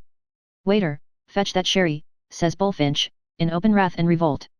I want to know, persisted Mr. Indignation Cocker, the meaning of 9 pence. I want to know the meaning of sherry 1 and 8 pence yesterday, and of here we are again 2 shillings. Send somebody. The distracted waiter got out of the room on pretext of sending somebody, and by that means got our wine. But the instant he appeared with our decanter, Mr. Indignation Cocker descended on him again. Waiter! You will now have the goodness to attend to our dinner, waiter, said Bullfinch, sternly. I am very sorry, but it's quite impossible to do it, gentlemen, pleaded the waiter, and the kitchen. Waiter, said Mr. Indignation Cocker. Is, resumed the waiter, so far off, that. Waiter, persisted Mr. Indignation Cocker, send somebody. We were not without our fears that the waiter rushed out to hang himself, and we were much relieved by his fetching somebody, in graceful, flowing skirts and with a waist, who very soon settled Mr. Indignation Cocker's business. Oh, said Mr. Cocker, with his fire surprisingly quenched by this apparition, I wish to ask about this bill of mine, because it appears to me that there's a little mistake here. Let me show you. Here's yesterday's sherry 1 and 8 pence, and here we are again 2 shillings. And how do you explain 9 pence? However, it was explained, in tones too soft to be overheard. Mr. Cocker was heard to say nothing more than ah-h. Indeed, thank you. Yes, and shortly afterwards went out, a milder man.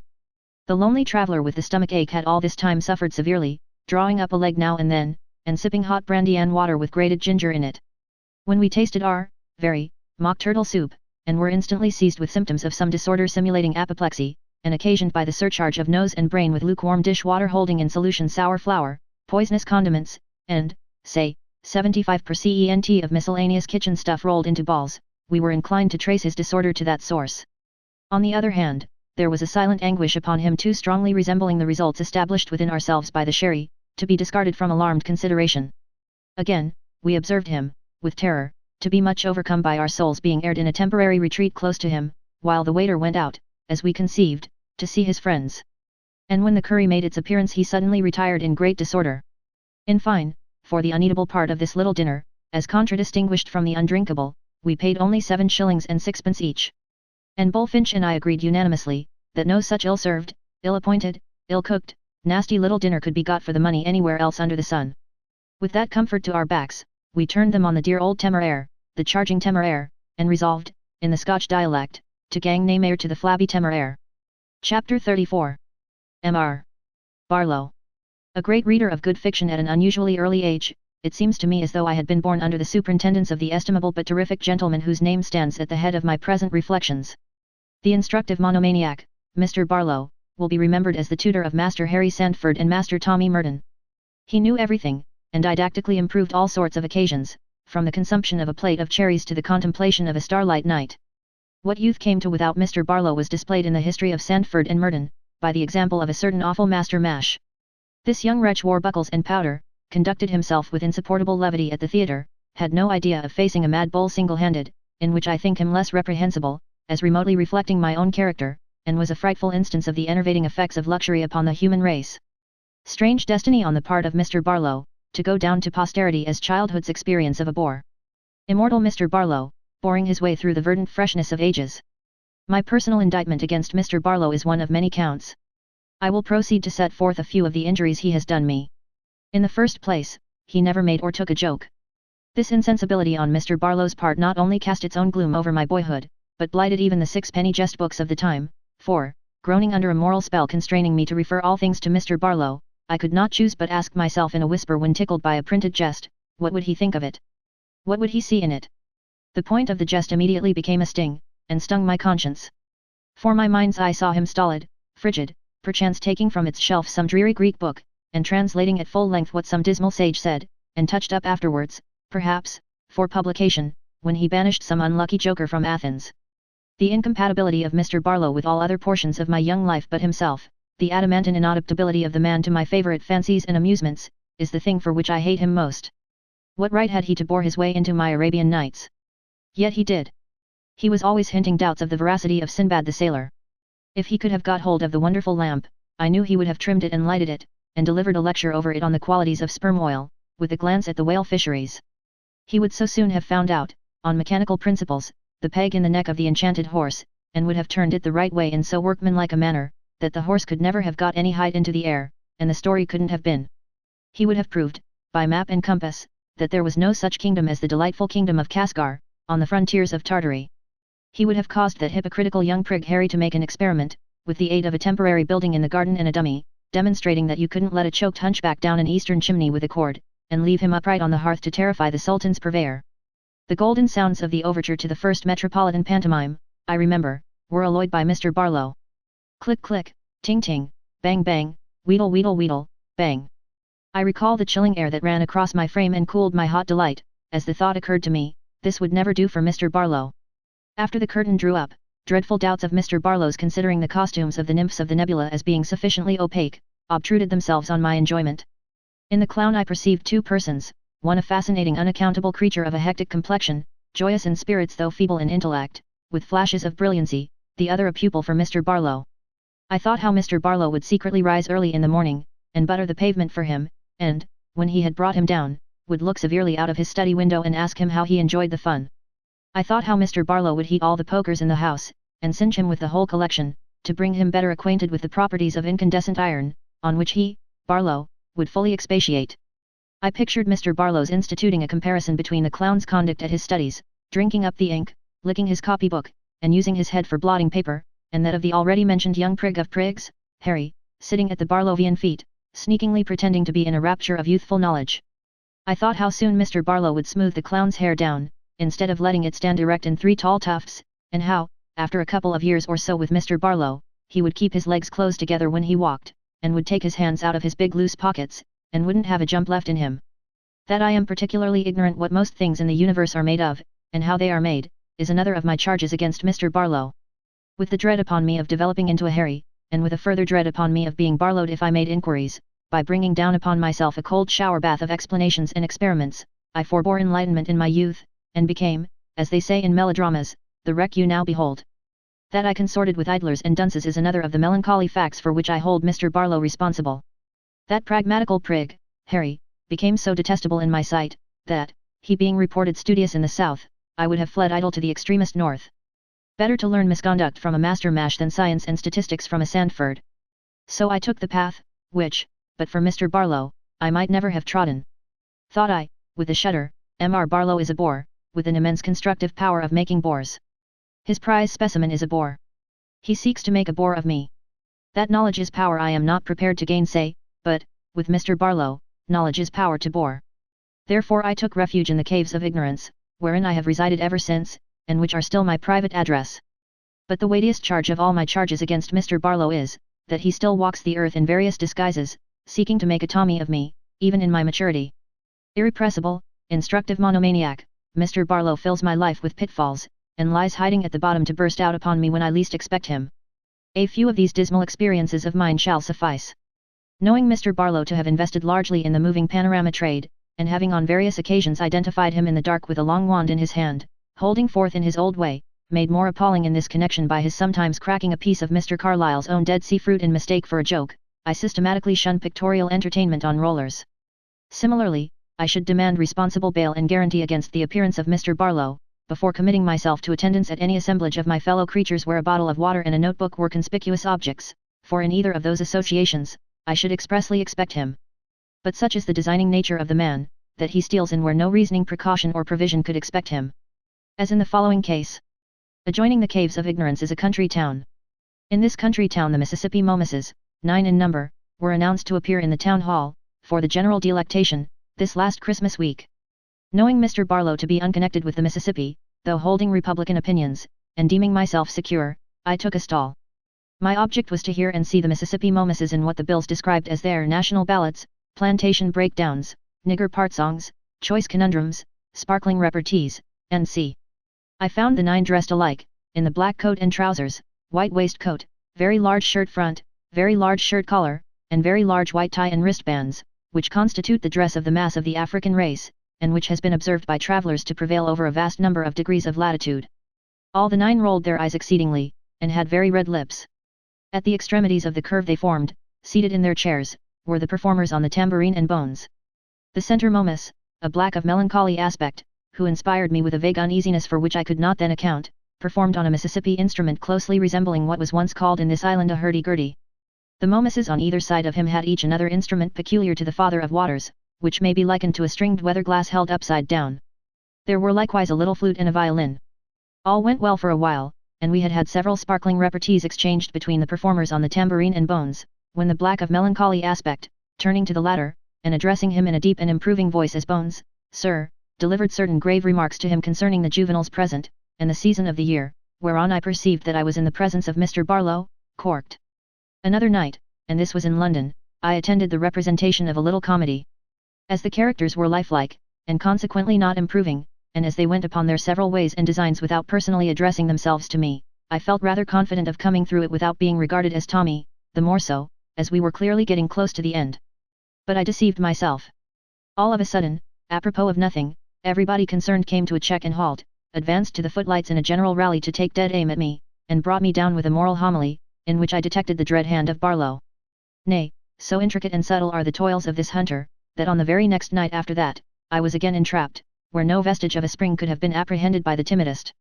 It was a burlesque that I saw performed, an uncompromising burlesque, where everybody concerned, but especially the ladies, carried on at a very considerable rate indeed. Most prominent and active among the corps of performers was what I took to be, and she really gave me very fair opportunities of coming to a right conclusion, a young lady of a pretty figure. She was dressed as a picturesque young gentleman, whose pantaloons had been cut off in their infancy, and she had very neat knees and very neat satin boots. Immediately after singing a slang song and dancing a slang dance, this engaging figure approached the fatal lamps, and, bending over them, delivered in a thrilling voice a random eulogium on, an exhortation to pursue, the virtues. Great heaven, was my exclamation, Barlow. There is still another aspect in which Mr. Barlow perpetually insists on my sustaining the character of Tommy, which is more unendurable yet, on account of its extreme aggressiveness. For the purposes of a review or newspaper, he will get up an abstruse subject with definite pains, will Barlow, utterly regardless of the price of midnight oil, and indeed of everything else, save cramming himself to the eyes. But mark! When Mr. Barlow blows his information off, he is not contented with having rammed it home, and discharged it upon me, Tommy, his target, but he pretends that he was always in possession of it, and made nothing of it, that he imbibed it with mother's milk, and that I, the wretched Tommy, am most abjectly behindhand in not having done the same. I ask, why is Tommy to be always the foil of Mr. Barlow to this extent? What Mr. Barlow had not the slightest notion of himself, a week ago, it surely cannot be any very heavy backsliding in me not to have at my fingers' ends today. And yet Mr. Barlow systematically carries it over me with a high hand, and will tauntingly ask me, in his articles, whether it is possible that I am not aware that every schoolboy knows that the 14th turning on the left in the steppes of Russia will conduct to such and such a wandering tribe. With other disparaging questions of like nature. So, when Mr. Barlow addresses a letter to any journal as a volunteer correspondent, which I frequently find him doing, he will previously have gotten somebody to tell him some tremendous technicality, and will write in the coolest manner, Now, sir, I may assume that every reader of your columns, possessing average information and intelligence, knows as well as I do that, say that the draft from the touch-hole of a cannon of such a caliber bears such a proportion in the nicest fractions to the draft from the muzzle, or some equally familiar little fact. But whatever it is, be certain that it always tends to the exaltation of Mr. Barlow, and the depression of his enforced and enslaved pupil. Mr. Barlow's knowledge of my own pursuits I find to be so profound, that my own knowledge of them becomes as nothing. Mr. Barlow, disguised and bearing a feigned name, but detected by me, has occasionally taught me, in a sonorous voice, from end to end of a long dinner table, trifles that I took the liberty of teaching him 25 years ago. My closing article of impeachment against Mr. Barlow is, that he goes out to breakfast, goes out to dinner, goes out everywhere, high and low, and that he will preach to me, and that I can't get rid of him. He makes me a Promethean Tommy, bound, and he is the vulture that gorges itself upon the liver of my uninstructed mind. Chapter 35. On an amateur beat. It is one of my fancies, that even my idlest walk must always have its appointed destination. I set myself a task before I leave my lodging in Covent Garden on a street expedition, and should no more think of altering my route by the way, or turning back and leaving a part of it unachieved, than I should think of fraudulently violating an agreement entered into with somebody else. The other day, finding myself under this kind of obligation to proceed to Limehouse, I started punctually at noon, in compliance with the terms of the contract with myself to which my good faith was pledged. On such an occasion, it is my habit to regard my walk as my beat, and myself as a higher sort of police constable doing duty on the same. There is many a ruffian in the streets whom I mentally collar and clear out of them, who would see mighty little of London, I can tell him, if I could deal with him physically. Issuing forth upon this very beat, and following with my eyes 3 hulking garrotters on their way home, which home I could confidently swear to be within so many yards of Drury Lane, in such a narrow and restricted direction, though they live in their lodging quite as undisturbed as I in mine, I went on duty with a consideration which I respectfully offer to the new Chief Commissioner, in whom I thoroughly confide as a tried and efficient public servant. How often, thought I, have I been forced to swallow, in police reports, the intolerable stereotyped pill of nonsense, how that the police constable informed the worthy magistrate how that the associates of the prisoner did, at that present speaking, dwell in a street or court which no man dared go down, and how that the worthy magistrate had heard of the dark reputation of such street or court, and how that our readers would doubtless remember that it was always the same street or court which was thus edifyingly discoursed about, say once a fortnight. Now, suppose that a Chief Commissioner sent round a circular to every division of police employed in London, requiring instantly the names in all districts of all such much puffed streets or courts which no man durst go down, and suppose that in such circular he gave plain warning, if those places really exist, they are a proof of police inefficiency which I mean to punish, and if they do not exist, but are a conventional fiction, then they are a proof of lazy tacit police connivance with professional crime, which I also mean to punish. What then? Fictions or realities, could they survive the touchstone of this atom of common sense? To tell us in open court, until it has become as tried a feature of news as the Great Gooseberry, that a costly police system such as was never before heard of, has left in London, in the days of steam and gas and photographs of thieves and electric telegraphs, the sanctuaries and stews of the Stuarts. Why, a parody of practice, in all departments, would bring back the plague in 2 summers, and the Druids in a century. Walking faster under my share of this public injury, I overturned a wretched little creature, who, clutching at the rags of a pair of trousers with one of its claws, and at its ragged hair with the other, pattered with bare feet over the muddy stones. I stopped to raise and succour this poor weeping wretch, and 50 like it, but of both sexes, were about me in a moment, begging, tumbling, fighting, clamouring, yelling, shivering in their nakedness and hunger. The piece of money I had put into the claw of the child I had overturned was clawed out of it, and was again clawed out of that wolfish gripe, and again out of that, and soon I had no notion in what part of the obscene scuffle in the mud, of rags and legs and arms and dirt, the money might be.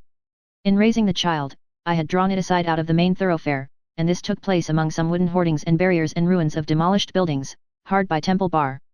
Unexpectedly, from among them emerged a genuine police constable, before whom the dreadful brood dispersed in various directions, he making feints and darts in this direction and in that, and catching nothing. When all were frightened away, he took off his hat, pulled out a handkerchief from it, wiped his heated brow, and restored the handkerchief and hat to their places, with the air of a man who had discharged a great moral duty, as indeed he had, in doing what was set down for him. I looked at him, and I looked about at the disorderly traces in the mud, and I thought of the drops of rain and the footprints of an extinct creature, hoary ages upon ages old, that geologists have identified on the face of a cliff, and this speculation came over me, if this mud could petrify at this moment, and could lie concealed here for 10,000 years, I wonder whether the race of men then to be our successors on the earth could, from these any marks, by the utmost force of the human intellect, unassisted by tradition, deduce such an astounding inference as the existence of a polished state of society that bore with the public savagery of neglected children in the streets of its capital city, and was proud of its power by sea and land, and never used its power to seize and save them. After this, when I came to the Old Bailey and glanced up it towards Newgate, I found that the prison had an inconsistent look. There seemed to be some unlucky inconsistency in the atmosphere that day, for though the proportions of St. Paul's Cathedral are very beautiful, it had an air of being somewhat out of drawing, in my eyes. I felt as though the cross were too high up, and perched upon the intervening golden ball too far away. Facing eastward, I left behind me Smithfield and Old Bailey, fire and faggot, condemned hold, public hanging, whipping through the city at the cart tail, pillory, branding iron, and other beautiful ancestral landmarks, which rude hands have rooted up, without bringing the stars quite down upon us as yet, and went my way upon my beat, noting how oddly characteristic neighbourhoods are divided from one another, hereabout, as though by an invisible line across the way. Here shall cease the bankers and the money changers, here shall begin the shipping interest and the nautical instrument shops, here shall follow a scarcely perceptible flavouring of groceries and drugs, here shall come a strong infusion of butchers, now, small hosiers shall be in the ascendant, henceforth, everything exposed for sale shall have its ticketed price attached. All this as if specially ordered and appointed.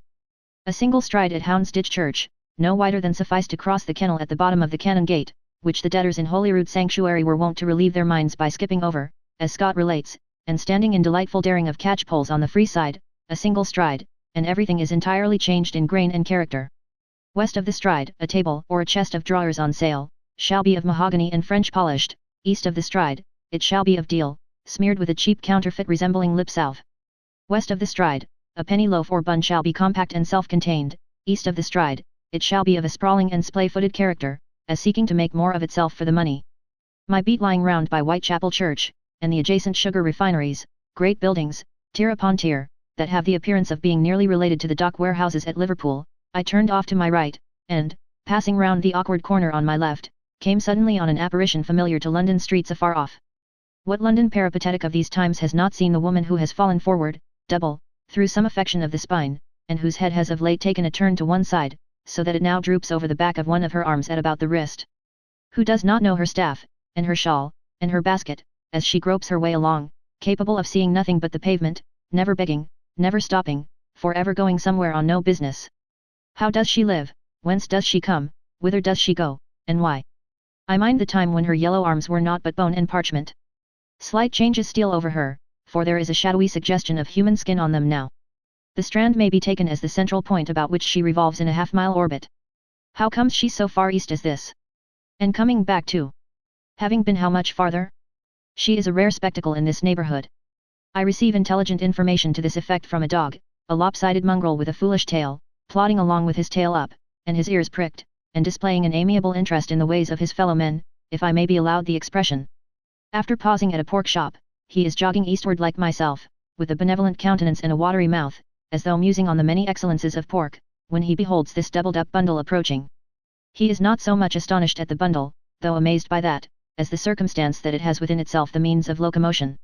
He stops, pricks his ears higher, makes a slight point, stares, utters a short, low growl, and glistens at the nose, as I conceive with terror. The bundle continuing to approach, he barks, turns tail, and is about to fly, when, arguing with himself that flight is not becoming in a dog, he turns, and once more faces the advancing heap of clothes. After much hesitation, it occurs to him that there may be a face in it somewhere. Desperately resolving to undertake the adventure, and pursue the inquiry, he goes slowly up to the bundle, goes slowly round it, and coming at length upon the human countenance down there where never human countenance should be, gives a yelp of horror, and flies for the East India Docks. Being now in the Commercial Road district of my beat, and bethinking myself that Stepney Station is near, I quicken my pace that I may turn out of the road at that point, and see how my small eastern star is shining. The Children's Hospital, to which I gave that name, is in full force. All its beds are occupied. There is a new face on the bed where my pretty baby lay, and that sweet little child is now at rest forever. Much kind sympathy has been here since my former visit, and it is good to see the walls profusely garnished with dolls. I wonder what poodles may think of them, as they stretch out their arms above the beds and stare and display their splendid dresses. Poodles has a greater interest in the patients. I find him making the round of the beds, like a house surgeon, attended by another dog, a friend, who appears to trot about with him in the character of his pupil dresser. Poodles is anxious to make me known to a pretty little girl looking wonderfully healthy, who had had a leg taken off for cancer of the knee. A difficult operation, Poodles intimates, wagging his tail on the counterpane, but perfectly successful, as you see, dear sir. The patient, patting Poodles, adds with a smile, the leg was so much trouble to me, that I am glad it's gone. I never saw anything in doggery finer than the deportment of Poodles, when another little girl opens her mouth to show a peculiar enlargement of the tongue. Poodles, at that time on a table, to be on a level with the occasion, looks at the tongue, with his own sympathetically out, so very gravely and knowingly, that I feel inclined to put my hand in my waistcoat pocket, and give him a guinea, wrapped in paper. On my beat again, and close to Limehouse Church, its termination, I found myself near to certain lead mills. Struck by the name, which was fresh in my memory, and finding, on inquiry, that these same lead mills were identified with those same lead mills of which I made mention when I first visited the East London Children's Hospital and its neighbourhood as Uncommercial Traveller, I resolved to have a look at them. Received by two very intelligent gentlemen, brothers and partners with their father in the concern, and who testified every desire to show their works to me freely, I went over the lead mills. The purport of such works is the conversion of pig lead into white lead. This conversion is brought about by the slow and gradual effecting of certain successive chemical changes in the lead itself. The processes are picturesque and interesting, the most so, being the burying of the lead, at a certain stage of preparation, in pots, each pot containing a certain quantity of acid besides, and all the pots being buried in vast numbers, in layers, under 10, for some 10 weeks. Hopping up ladders, and across planks, and on elevated perches, until I was uncertain whether to liken myself to a bird or a bricklayer, I became conscious of standing on nothing particular, looking down into one of a series of large cock lofts, with the outer day peeping in through the chinks in the tiled roof above. A number of women were ascending to, and descending from, this cock loft, each carrying on the upward journey a pot of prepared lead and acid, for deposition under the smoking tan. When one layer of pots was completely filled, it was carefully covered in with planks, and those were carefully covered with tan again, and then another layer of pots was begun above, sufficient means of ventilation being preserved through wooden tubes. Going down into the cock loft then filling, I found the heat of the tan to be surprisingly great, and also the odor of the lead and acid to be not absolutely exquisite, though I believe not noxious at that stage. In other cock lofts, where the pots were being exhumed, the heat of the steaming tan was much greater, and the smell was penetrating and peculiar.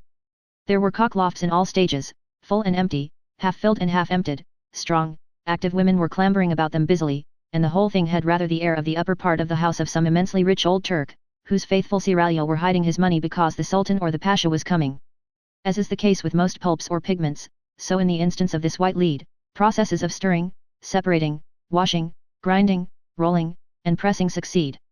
Some of these are unquestionably inimical to health, the danger arising from inhalation of particles of lead, or from contact between the lead and the touch, or both. Against these dangers, I found good respirators provided, simply made of flannel and muslin, so as to be inexpensively renewed, and in some instances washed with scented soap, and gauntlet gloves, and loose gowns. Everywhere, there was as much fresh air as windows, well placed and opened, could possibly admit. And it was explained that the precaution of frequently changing the women employed in the worst parts of the work, a precaution originating in their own experience or apprehension of its ill effects, was found salutary. They had a mysterious and singular appearance, with the mouth and nose covered, and the loose gown on, and yet bore out the simile of the old Turk and the seraglio all the better for the disguise. At last this vexed white lead, having been buried and resuscitated, and heated and cooled and stirred and separated and washed and ground, and rolled and pressed, is subjected to the action of intense fiery heat. A row of women, dressed as above described, stood, let us say, in a large stone bakehouse, passing on the baking dishes as they were given out by the cooks, from hand to hand, into the ovens. The oven, or stove, cold as yet, looked as high as an ordinary house, and was full of men and women on temporary footholds, briskly passing up and stowing away the dishes. The door of another oven, or stove, about to be cooled and emptied, was opened from above, for the uncommercial countenance to peer down into. The uncommercial countenance withdrew itself, with expedition and a sense of suffocation, from the dull glowing heat and the overpowering smell. On the whole, perhaps the going into these stoves to work, when they are freshly opened, may be the worst part of the occupation. But I made it out to be indubitable that the owners of these lead mills honestly and sedulously try to reduce the dangers of the occupation to the lowest point. A washing place is provided for the women. I thought there might have been more towels, and a room in which they hang their clothes, and take their meals, and where they have a good fire range and fire, and a female attendant to help them, and to watch that they do not neglect the cleansing of their hands before touching their food. An experienced medical attendant is provided for them, and any premonitory symptoms of lead poisoning are carefully treated. Their teapots and such things were set out on tables ready for their afternoon meal, when I saw their room, and it had a homely look. It is found that they bear the work much better than men, some few of them have been at it for years, and the great majority of those I observed were strong and active. On the other hand, it should be remembered that most of them are very capricious and irregular in their attendance. American inventiveness would seem to indicate that before very long white lead may be made entirely by machinery. The sooner, the better. In the meantime, I parted from my 2 frank conductors over the mills, by telling them that they had nothing there to be concealed, and nothing to be blamed for. As to the rest, the philosophy of the matter of lead poisoning and work people seems to me to have been pretty fairly summed up by the Irishwoman whom I quoted in my former paper. Some of them gets lead poisoned soon, and some of them gets lead poisoned later, and some, but not many, never, and 'tis all according to the constitution, sir, and some constitutions is strong and some is weak. Retracing my footsteps over my beat, I went off duty. Chapter 36. A Flyleaf in a Life. Once upon a time, no matter when, I was engaged in a pursuit, no matter what, which could be transacted by myself alone, in which I could have no help, which imposed a constant strain on the attention, memory, observation, and physical powers, and which involved an almost fabulous amount of change of place and rapid railway travelling. I had followed this pursuit through an exceptionally trying winter in an always trying climate, and had resumed it in England after but a brief repose. Thus it came to be prolonged until, at length, and, as it seemed, all of a sudden, it so wore me out that I could not rely, with my usual cheerful confidence, upon myself to achieve the constantly recurring task, and began to feel, for the first time in my life, giddy, jarred, shaken, faint, uncertain of voice and sight and tread and touch, and dull of spirit. The medical advice I sought within a few hours, was given in 2 words, instant rest. Being accustomed to observe myself as curiously as if I were another man, and knowing the advice to meet my only need, I instantly halted in the pursuit of which I speak, and rested. My intention was, to interpose, as it were, a fly-leaf in the book of my life, in which nothing should be written from without for a brief season of a few weeks. But some very singular experiences recorded themselves on this same fly-leaf, and I am going to relate them literally. I repeat the word, literally. My first odd experience was of the remarkable coincidence between my case, in the general mind, and one Mr. Myrtle's as I find it recorded in a work of fiction called Little Dorrit. To be sure, Mr. Myrtle was a swindler, forger, and thief, and my calling had been of a less harmful, and less remunerative, nature, but it was all one for that. Here is Mr. Myrtle's case. At first, he was dead of all the diseases that ever were known, and of several brand new maladies invented with the speed of light to meet the demand of the occasion. He had concealed a dropsy from infancy, he had inherited a large estate of water on the chest from his grandfather, he had had an operation performed upon him every morning of his life for 18 years, he had been subject to the explosion of important veins in his body after the manner of fireworks, he had had something the matter with his lungs, he had had something the matter with his heart, he had had something the matter with his brain. 500 people who sat down to breakfast entirely uninformed on the whole subject, believed before they had done breakfast, that they privately and personally knew physician to have said to Mr. Myrtle, "You must expect to go out, some day, like the snuff of a candle," and that they knew Mr. Myrtle to have said to physician, "A man can die but once." By about 11 o'clock in the forenoon, something the matter with the brain, became the favorite theory against the field, and by 12 the something had been distinctly ascertained to be pressure. Pressure was so entirely satisfactory to the public mind, and seemed to make every one so comfortable, that it might have lasted all day but for Barr's having taken the real state of the case into court at 9:30. Pressure, however, so far from being overthrown by the discovery, became a greater favorite than ever. There was a general moralizing upon pressure, in every street. All the people who had tried to make money and had not been able to do it, said, "There you were. You no sooner began to devote yourself to the pursuit of wealth, than you got pressure." The idle people improved the occasion in a similar manner. "See," said they, "what you brought yourself to by work, work, work. You persisted in working, you overdid it, pressure came on, and you were done for." This consideration was very potent in many quarters, but nowhere more so than among the young clerks and partners who had never been in the slightest danger of overdoing it. These, one and all declared, quite piously, that they hoped they would never forget the warning as long as they lived, and that their conduct might be so regulated as to keep off pressure, and preserve them, a comfort to their friends, for many years.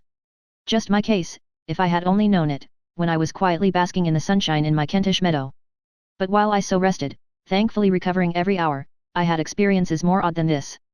I had experiences of spiritual conceit, for which, as giving me a new warning against that curse of mankind, I shall always feel grateful to the supposition that I was too far gone to protest against playing sick lion to any stray donkey with an itching hoof. All sorts of people seemed to become vicariously religious at my expense. I received the most uncompromising warning that I was a heathen, on the conclusive authority of a field preacher, who, like the most of his ignorant and vain and daring class, could not construct a tolerable sentence in his native tongue or pen a fair letter. This inspired individual called me to order roundly, and knew in the freest and easiest way where I was going to, and what would become of me if I failed to fashion myself on his bright example, and was on terms of blasphemous confidence with the heavenly host. He was in the secrets of my heart, and in the lowest soundings of my soul, and could read the depths of my nature better than his ABC, and could turn me inside out, like his own clammy glove. But what is far more extraordinary than this, for such dirty water as this could alone be drawn from such a shallow and muddy source, I found from the information of a beneficed clergyman, of whom I never heard and whom I never saw, that I had not, as I rather supposed I had, lived a life of some reading, contemplation, and inquiry, that I had not studied, as I rather supposed I had, to inculcate some Christian lessons in books, that I had never tried, as I rather supposed I had, to turn a child or two tenderly towards the knowledge and love of our Saviour, that I had never had, as I rather supposed I had had, departed friends, or stood beside open graves, but that I had lived a life of uninterrupted prosperity, and that I needed this check, overmuch, and that the way to turn it to account was to read these sermons and these poems, enclosed, and written and issued by my correspondent. I beg it may be understood that I relate facts of my own uncommercial experience, and no vain imaginings. The documents in proof lie near my hand. Another odd entry on the fly-leaf, of a more entertaining character, was the wonderful persistency with which kind sympathizers assumed that I had injuriously coupled with this so suddenly relinquished pursuit, those personal habits of mine most obviously incompatible with it, and most plainly impossible of being maintained, along with it. As, all that exercise, all that cold bathing, all that wind and weather, all that uphill training, all that everything else, say, which is usually carried about by express trains in a portmanteau and hat box, and partaken of under a flaming row of gas lights in the company of 2,000 people. This assuming of a whole case against all fact and likelihood, struck me as particularly droll, and was an oddity of which I certainly had had no adequate experience in life until I turned that curious fly-leaf. My old acquaintances the begging letter writers came out on the fly-leaf, very piously indeed. They were glad, at such a serious crisis, to afford me another opportunity of sending that post-office order. I needn't make it £1, as previously insisted on, 10 shillings might ease my mind. And heaven forbid that they should refuse, at such an insignificant figure, to take a weight off the memory of an erring fellow creature. One gentleman, of an artistic turn, and copiously illustrating the books of the Mendy City Society, thought it might soothe my conscience, in the tender respect of gifts misused, if I would immediately cash up in aid of his lowly talent for original design, as a specimen of which he enclosed me a work of art which I recognized as a tracing from a woodcut originally published in the late Mrs. Trollope's book on America, 40 or 50 years ago. The number of people who were prepared to live long years after me, untiring benefactors to their species, for £50 apiece down, was astonishing. Also, of those who wanted banknotes for stiff penitential amounts, to give away, not to keep, on any account. Divers wonderful medicines and machines insinuated recommendations of themselves into the fly-leaf that was to have been so blank. It was specially observable that every prescriber, whether in a moral or physical direction, knew me thoroughly, knew me from head to heel, in and out, through and through, upside down. I was a glass piece of general property, and everybody was on the most surprisingly intimate terms with me. A few public institutions had complimentary perceptions of corners in my mind, of which, after considerable self-examination, I have not discovered any indication. Neat little printed forms were addressed to those corners, beginning with the words, "I give and bequeath." Will it seem exaggerative to state my belief that the most honest, the most modest, and the least vainglorious of all the records upon this strange fly-leaf, was a letter from the self-deceived discoverer of the recondite secret how to live 400 or 500 years? Doubtless it will seem so, yet the statement is not exaggerative by any means, but is made in my serious and sincere conviction. With this, and with a laugh at the rest that shall not be cynical, I turn the fly-leaf, and go on again. Chapter 37. A plea for total abstinence.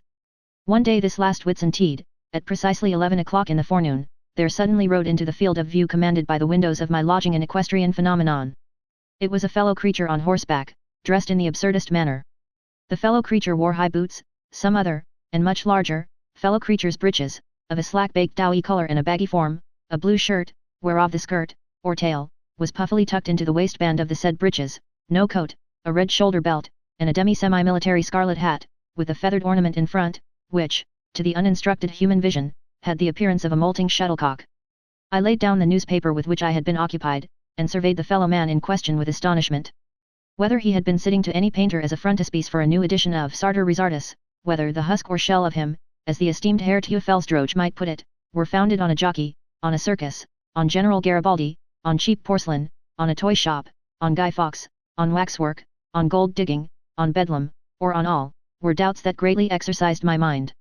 Meanwhile, my fellow man stumbled and slided, excessively against his will, on the slippery stones of my Covent Garden Street, and elicited shrieks from several sympathetic females, by convulsively restraining himself from pitching over his horse's head.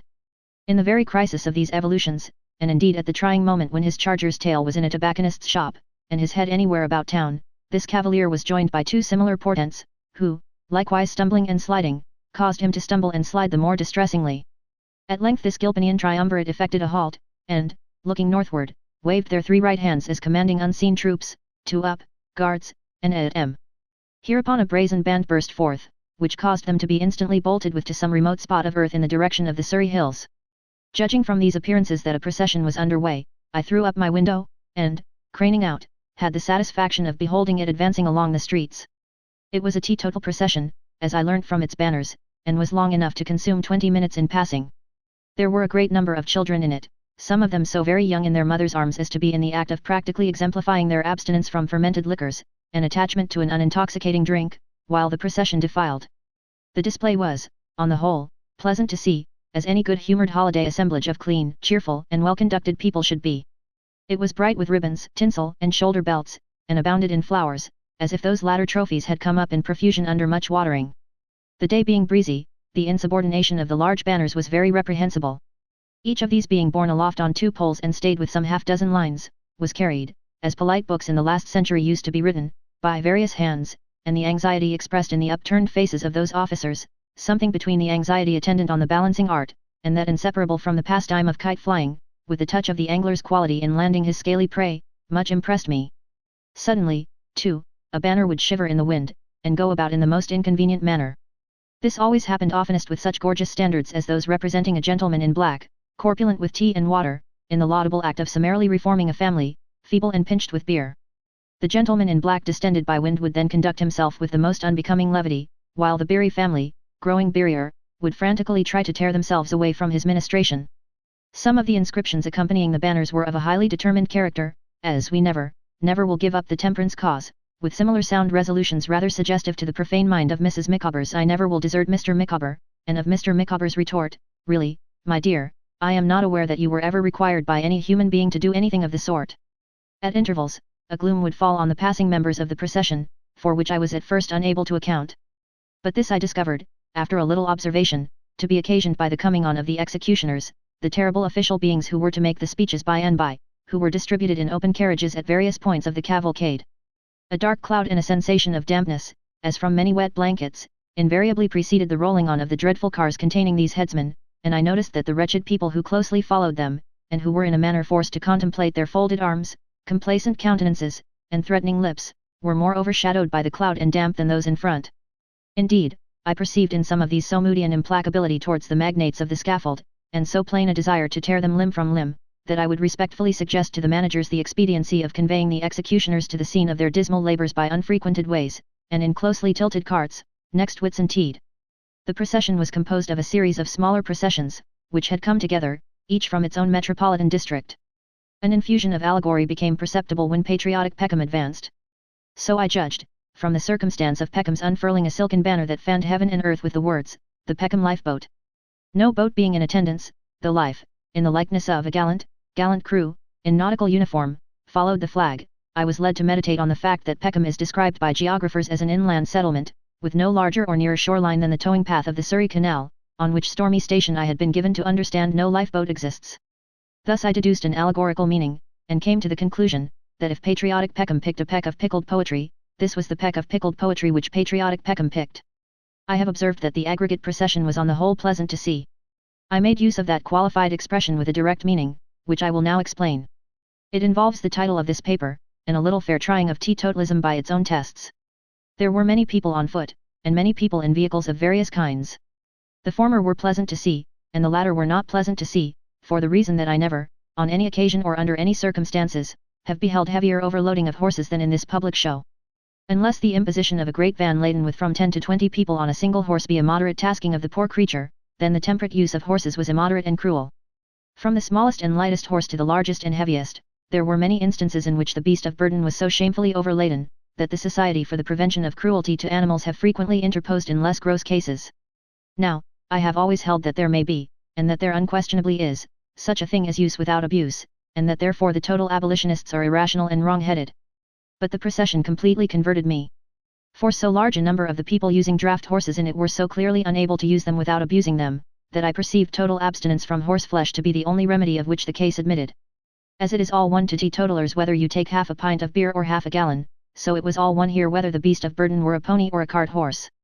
Indeed, my case had the special strength that the half-pint quadruped underwent as much suffering as the half-gallon quadruped. Moral: total abstinence from horseflesh through the whole length and breadth of the scale.